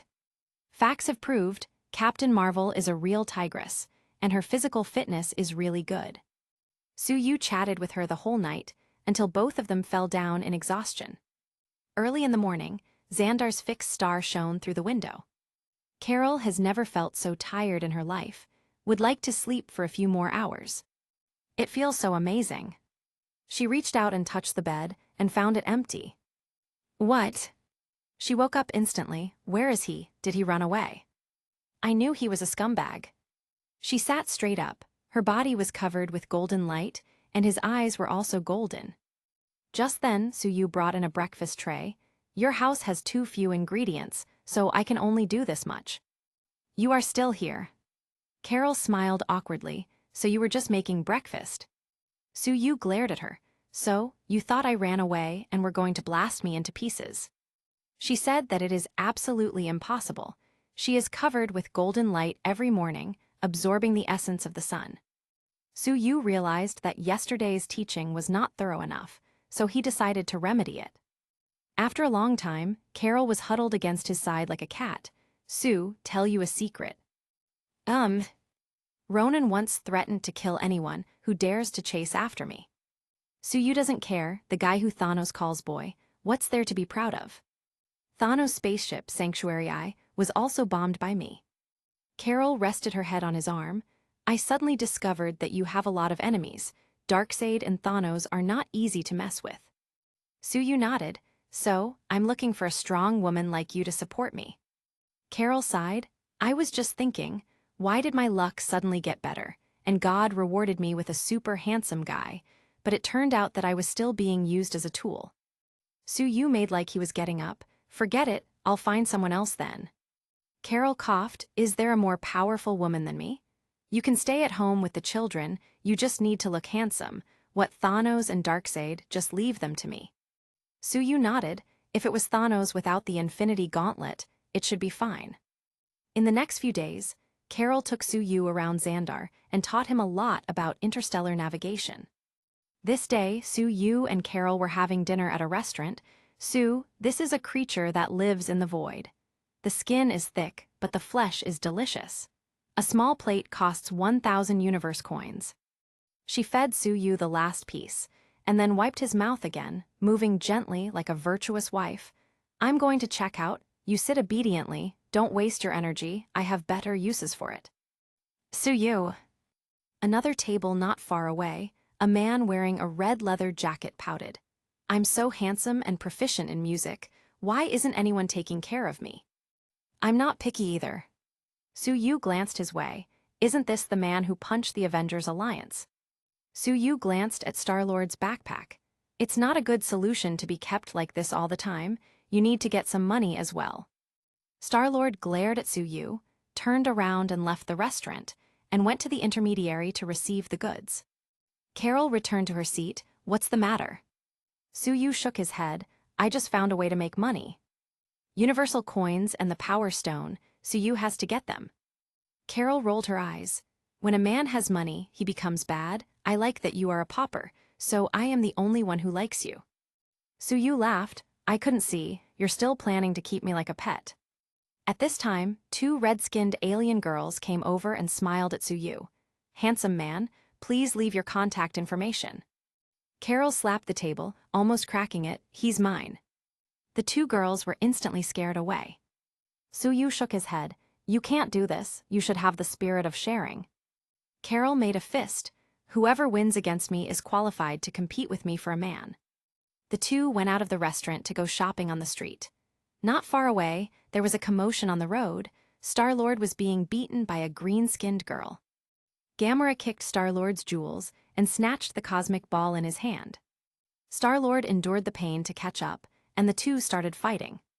Overall, Gamera beat Star-Lord easily. Suyu shook his head, half celestial and still losing so badly, only Star-Lord. Rocket and Groot also joined the fray. Groot grabbed Gamera and was about to put her in the sack. Rocket yelled, "Idiot, the man on the ground is worth 40,000 universe coins." Suyu shook his head. "Will Thanos' daughter's reward be less than 40,000? Captain Marvel asked strangely, "Sue, do you know them?" "I don't know them, but I'll get to know them soon. I may go to jail." Captain Marvel looked alarmed. "No, I can't sleep without you." Suyu was speechless. "How did you fall asleep before?" "Don't worry, I'll be back tonight." Star-Lord over there was directly sacked by Groot. Under the influence of psychokinesis, the cosmic ball in Star-Lord's hand rolled to Suyu's feet. He picked it up and laughed. 4 billion universe coins are in hand. Carol touched his forehead with her hand. "Are you all right? Are you too tired recently? Am I squeezing you too much?" Gamera took out a long knife and chopped off Groot's hands instantly, frightening many passers-by. "How can you treat a tree like this? Poor tree man." Gamera opened the sack, but was stunned by Star-Lord, shouting again and again. "Hey, where's my ball?" Star-Lord searched everywhere, and soon noticed Suyu, who was chatting with Captain Marvel, with the ball in his hand. "Damn son of a bitch." He jumped over and punched Suyu, but Carol was much faster and punched him more than 10 meters away. "Dare to hit my man? Do you want to die so badly?" Suyu smiled. "That's my girl, you make me feel so safe." Gamera came over with a knife in hand. She paused and looked at Suyu up and down. "Don't think that if you look handsome I will go easy on you. Hand the ball over now." Suyu glanced at Carol and pretended to look scared. "Honey, someone threatened me." Boom tilde. Gamera was directly blasted away, with an energy beam from Captain Marvel. The crowd around was amazed. "You can do that as well? Where can I find a woman like that to take care of me? This man is so handsome, I want one like that too." The Nova Corps had finally arrived. A fat commander walked up to Captain Marvel and whispered, "Ms. Danvers, it's hard for me to do this." Carol said lightly, "These people were fighting in the street, I just stopped it, it's that simple." Star-Lord shouted, "That man stole my stuff." Gamera pouted, "It's mine." Suyu spread out his hands. "Well then, catch me if you can." The commander looked embarrassed. He doesn't want to offend Captain Marvel. In the face of the threat of the Kree, sometimes they need her to take action. Suddenly, someone shouted, "Commander, he's Suyu," and Darkseid accuses him of causing the deaths of hundreds of thousands of innocent demons. Thanos also accused him of blowing up his important property, killing tens of thousands of innocent Chitauri soldiers. Suyu rolled his eyes. Are there innocent people under these two villains? The commander paused. He thought this man was just Captain Marvel's plaything. So this is the real boss. Star-Lord more famous than me, not scientific. Gamera, is he that man? No wonder I thought he was different at first glance. Rocket screamed, "He's the 10 billion. Groot's eyes lit up. Chapter 190, Kiln Prison. Suyu asked Carol to go back first, just wait for him at home. Although she had some doubts, she still listened to his words. "Sue, if you can come back later, I'll have a good chat with him to make sure you're satisfied." She made a sucking gesture. The arrest of this group of people alarmed the entire Xandar. Especially Suyu, who offended the famous Star Destroyers in the two universes, and can still live so happily. His relationship with Captain Marvel also began to spread widely. Ronan was cuckolded. What Ronan has is simply an unrequited love, but he still should be absolutely furious. How can he conquer such a powerful woman? The high-level officials of Xandar came to the place where the Nova Corps detained the prisoners and observed the group of criminals. Gamora, killer, adopted daughter of the Mad Titan, currently serving Ronan the Accuser, high risk. Rocket, illegal gene product, moderate risk. Groot, tree man, medium danger. Peter Quill, self-proclaimed Star-Lord from Earth, extremely low risk. Suyu, From Earth, Mad Titan and Darkseid's enemy, Ronan the Accuser's love rival, very dangerous. The Nova Prime shook her head. This man can't stay in Xandar. He has too many enemies. If just one of them come, we may not be able to withstand it. The commander asked, he's still Captain Marvel's boyfriend, should we sneak him out? Nova Prime shook her head. It wouldn't work. Everyone saw that he was arrested, and releasing him immediately is against the rules. Others might think we are scared. So, put them all in the Kiln prison in the meteorite belt. Everyone secretly praised her treacherousness. If a fight really starts, they will only lose a prison and thousands of scum inside. Notify the prison, don't offend Sue. He can do whatever he wants except for leaving, give him a luxurious single room. Kiln prison. The warden nodded and followed behind Sue. Mr. Sue, if you have any requests, just mention them, we will definitely meet them. Peter looked jealous. We're all prisoners, so why is the gap so big? Rocket spoke in a matter-of-fact tone. His bounty is 10 billion, and you are worth only 40,000. Peter glared at the talking raccoon. Then why did you two come to capture me? Rocket whispered, don't worry, I have escaped from this kind of prison more than 20 times. Gamera smiled at Sue. Sue, when Thanos mentions you, he's always angry. You killed tens of thousands of Chitauri soldiers. Most of the Darkseid fleet was also destroyed by you, and hundreds of thousands of elite demons died. This record is second to none in the entire universe. Sue waved his hand nonchalantly. To eliminate a danger to the universe, just a small contribution. Peter snorted. Previously he was thinking that this fellow from Earth was just some weak boy toy, but it turned out he was a murderous madman. He secretly said, victims are counted in the thousands? Bunkers. But he was a little displeased that Gamera had such a crush on Sue. I haven't had a chance. Otherwise, I would have destroyed that Darkseid or something in a matter of minutes. Gamera rolled her eyes. Idiot. Darkseid can kill you with one finger. Peter. Then he whispered, Sue, that metal ball is mine. Sue shook his head. What metal ball? I haven't seen any. The warden kicked Peter down. This guy gave me a special treat. Peter, I was wrong. Gamera smiled at Sue. Sue, I didn't grab the orb to give it to Ronan. I wanted to sell it so that Thanos would never get it. Sue nodded. The collector Tivan, I know.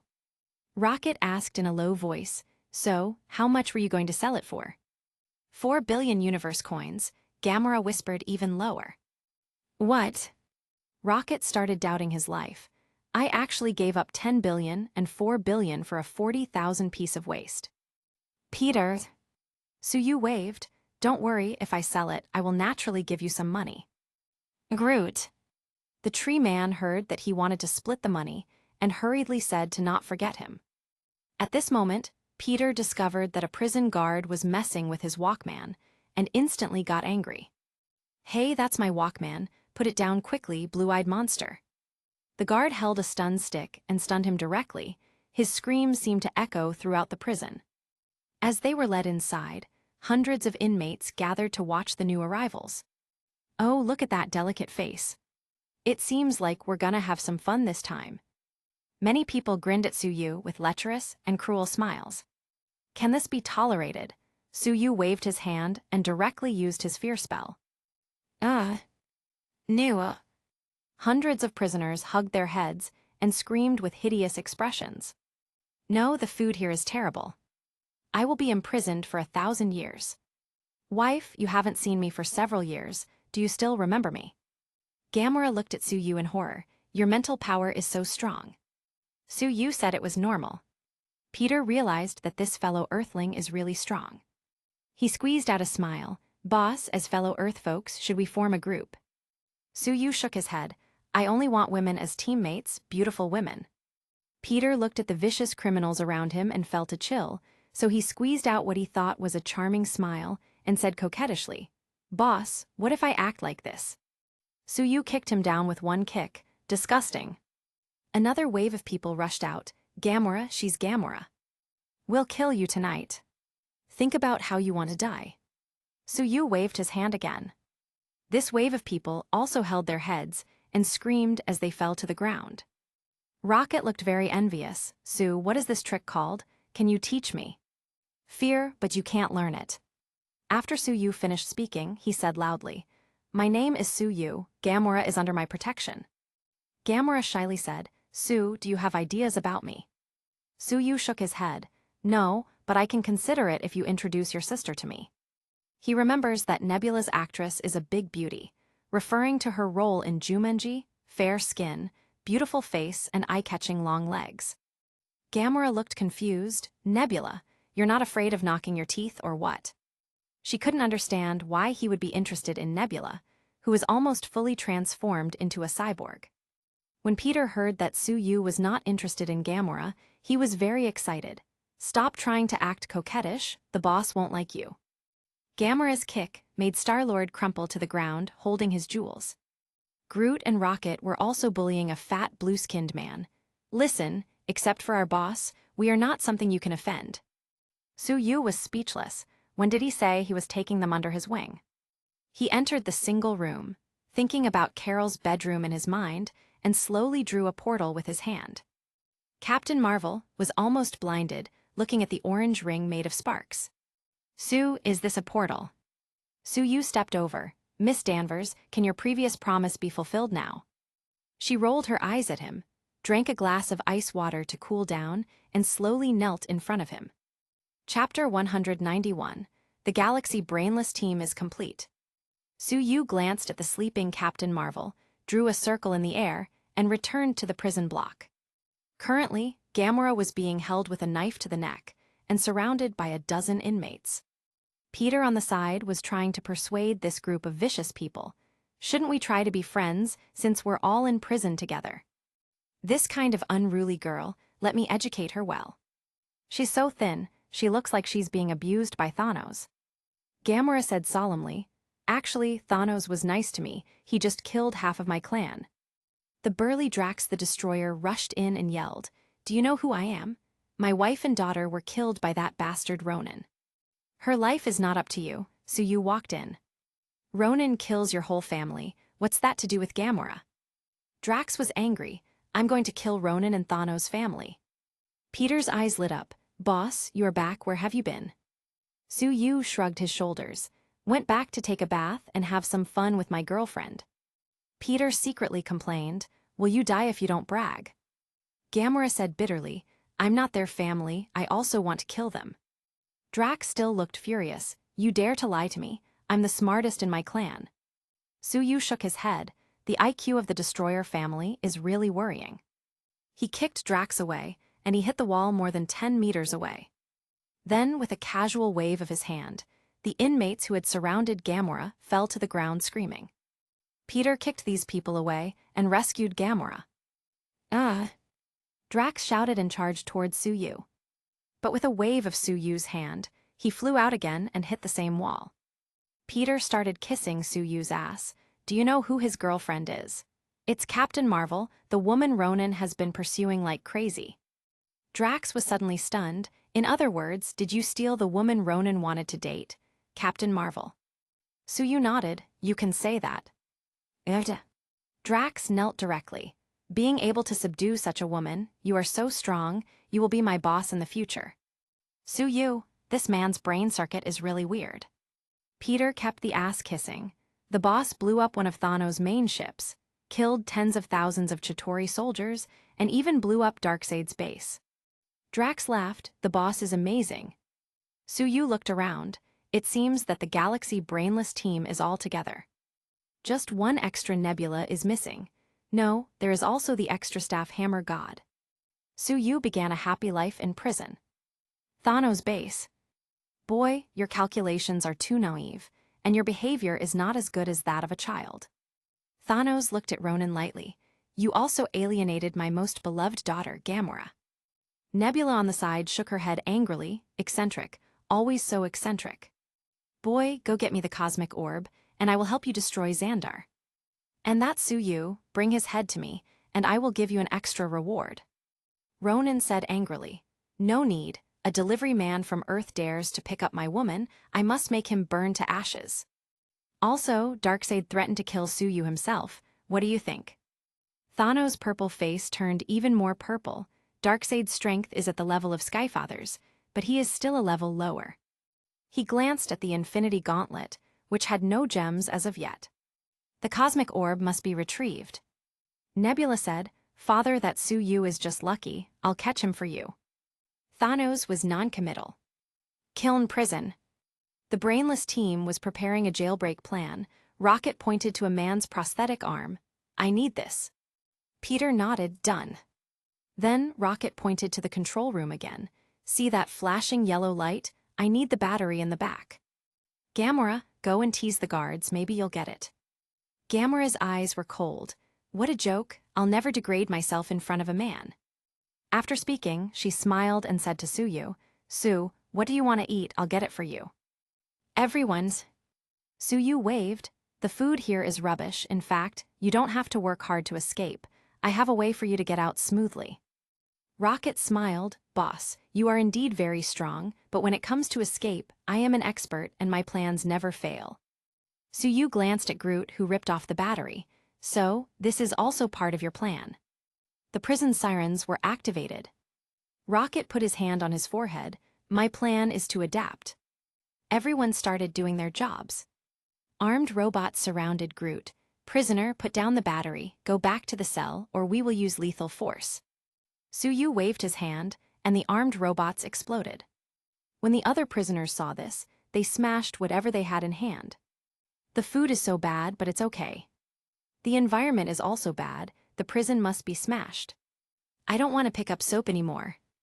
In an instant, the entire prison was in chaos. Drax started beating up the guards.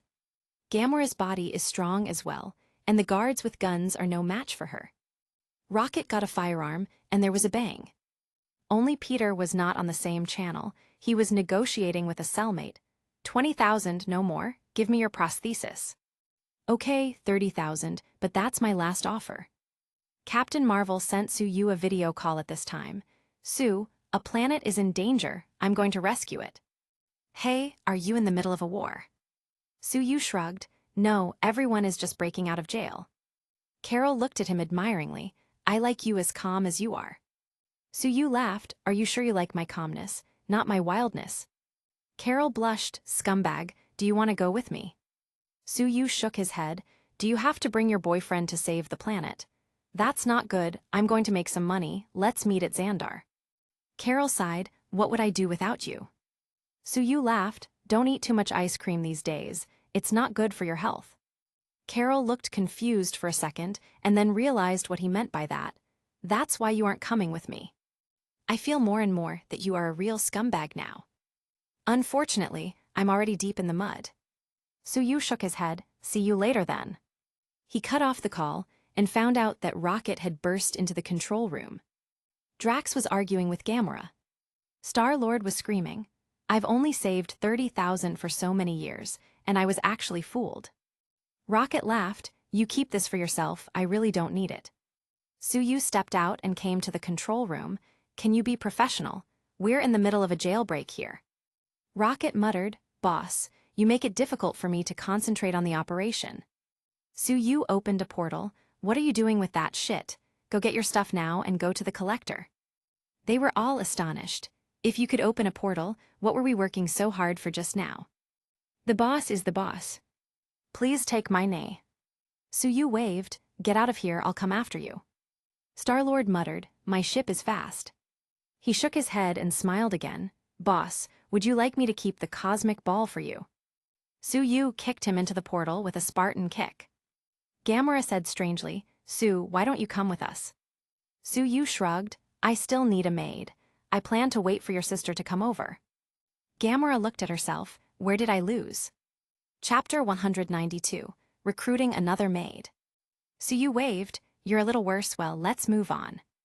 Gamora stepped over the portal and casually kicked Peter, who was in the way. Everyone took their belongings and ran away in Peter's spaceship. Then Peter asked everyone to wait for him for a while and went straight to the guard area.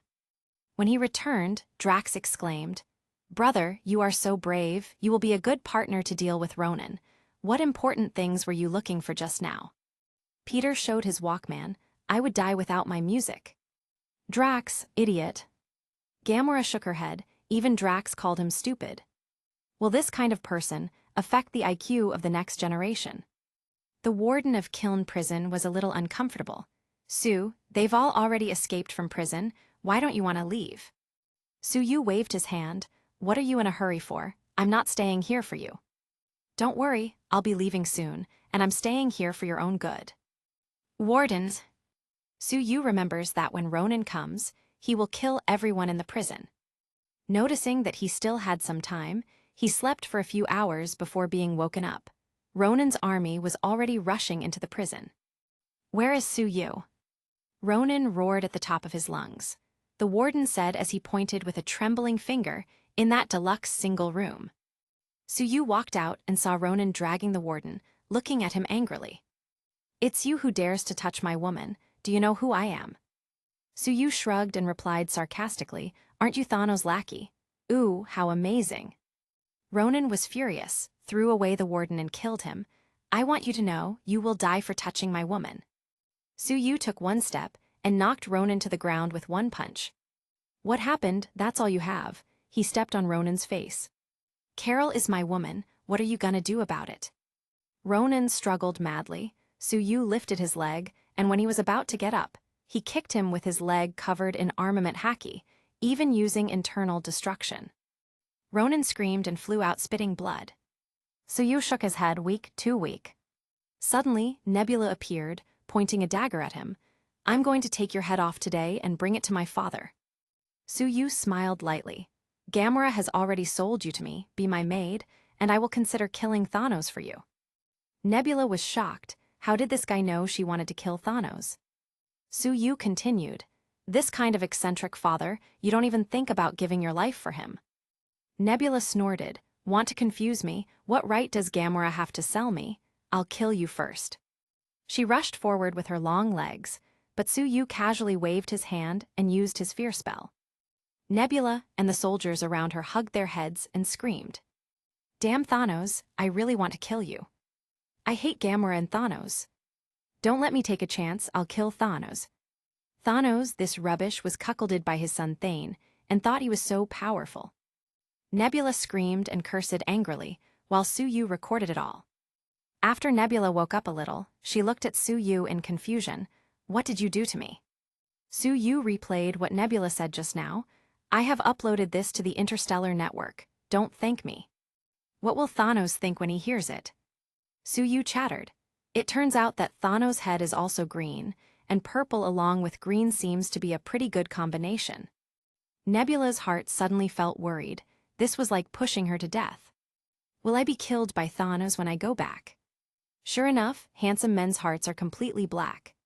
Bastard, I'm going to be killed because of you. Nebula tried to stab him, but Suyu lifted a single finger and fixed her in place. He walked over, touched her bald head, then pinched her face. This head is quite round, and the teeth are a bit too big. These long legs are really good. Nebula was suddenly afraid. He wouldn't do anything to a half-machine like me, would he? Such a strong taste. Suyu looked around. Ronan, who was beaten until he vomited blood, had quietly slipped away. He grabbed Nebula, covered both of their bodies with golden light, and flew directly into space with a wall penetration technique. Nebula. If you want to die, don't take me with you. This is space. This man is a lunatic. But soon, she discovered that she wasn't dead. Ronan originally wanted to use his fleet to bombard the prison, but found that Suyu rushed out covered in golden light. No, I knew that if you slept with Captain Marvel, you could get her ability.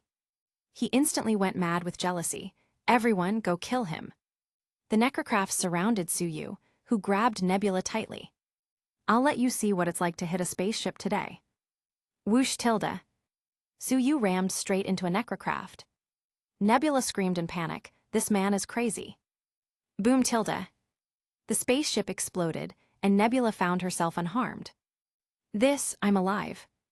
Suyu smashed dozens of necrocrafts in a row, and Nebula started to become numb to his actions. Seeing his forces being ravaged, Ronan immediately ordered them to flee. Instead of pursuing, Suyu turned and flew in the other direction.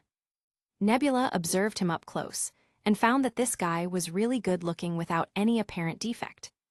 Strong and handsome, but he's a complete lunatic. But why is my heart still beating so wildly? If I was a normal woman, maybe it would be possible. She suddenly felt a little melancholy. She was only a half-robot and had no qualifications to expect love. On the Star-Lord spacecraft. The boss tricked us, Peter suddenly said. He took the cosmic orb for himself and went to sell it without us. Gamora rolled her eyes. With your strength, he could easily kill you with a single slap. Does he need to fool you? Peter thought about it too, but always felt that Gamora was looking down on himself. Hey, this is my ship. Respect the captain. Oh, oh, oh. Rocket suddenly shouted. A luminous body is approaching us at a high speed from the back. It's coming straight for us. Peter was shocked. Looks like a meteorite. Hurry up, don't let it catch up. Gamora muttered. Just what did you do for a meteorite to be chasing your spaceship to smash it? This is karma, isn't it? Drax shouted. It's the boss, he's flying over. Everyone was surprised. Flight in space. Su-Yu used an escape technique to directly appear inside the spaceship, along with Nebula. Peter quickly checked the wall. You didn't make a hole. Amazing. Gamora glanced at Nebula with a sad expression. Sue, where did I lose? You waited for hours just to catch this little bitch. If it's just a maid you want, I can do it too. Nebula. Seeing Gamora's distressed look, she suddenly felt that the maid position seemed to be quite attractive. She twisted her slender waist and bent slightly. Master, what are your orders? After speaking, she gave Gamora a provocative look. It seems like you are not qualified to be a maid. Aren't you afraid that your metal will hit Sue? You are jealous of my legs. The two immediately started quarreling. Su-Yu nodded. Sure enough, the competition for the job is quite fierce.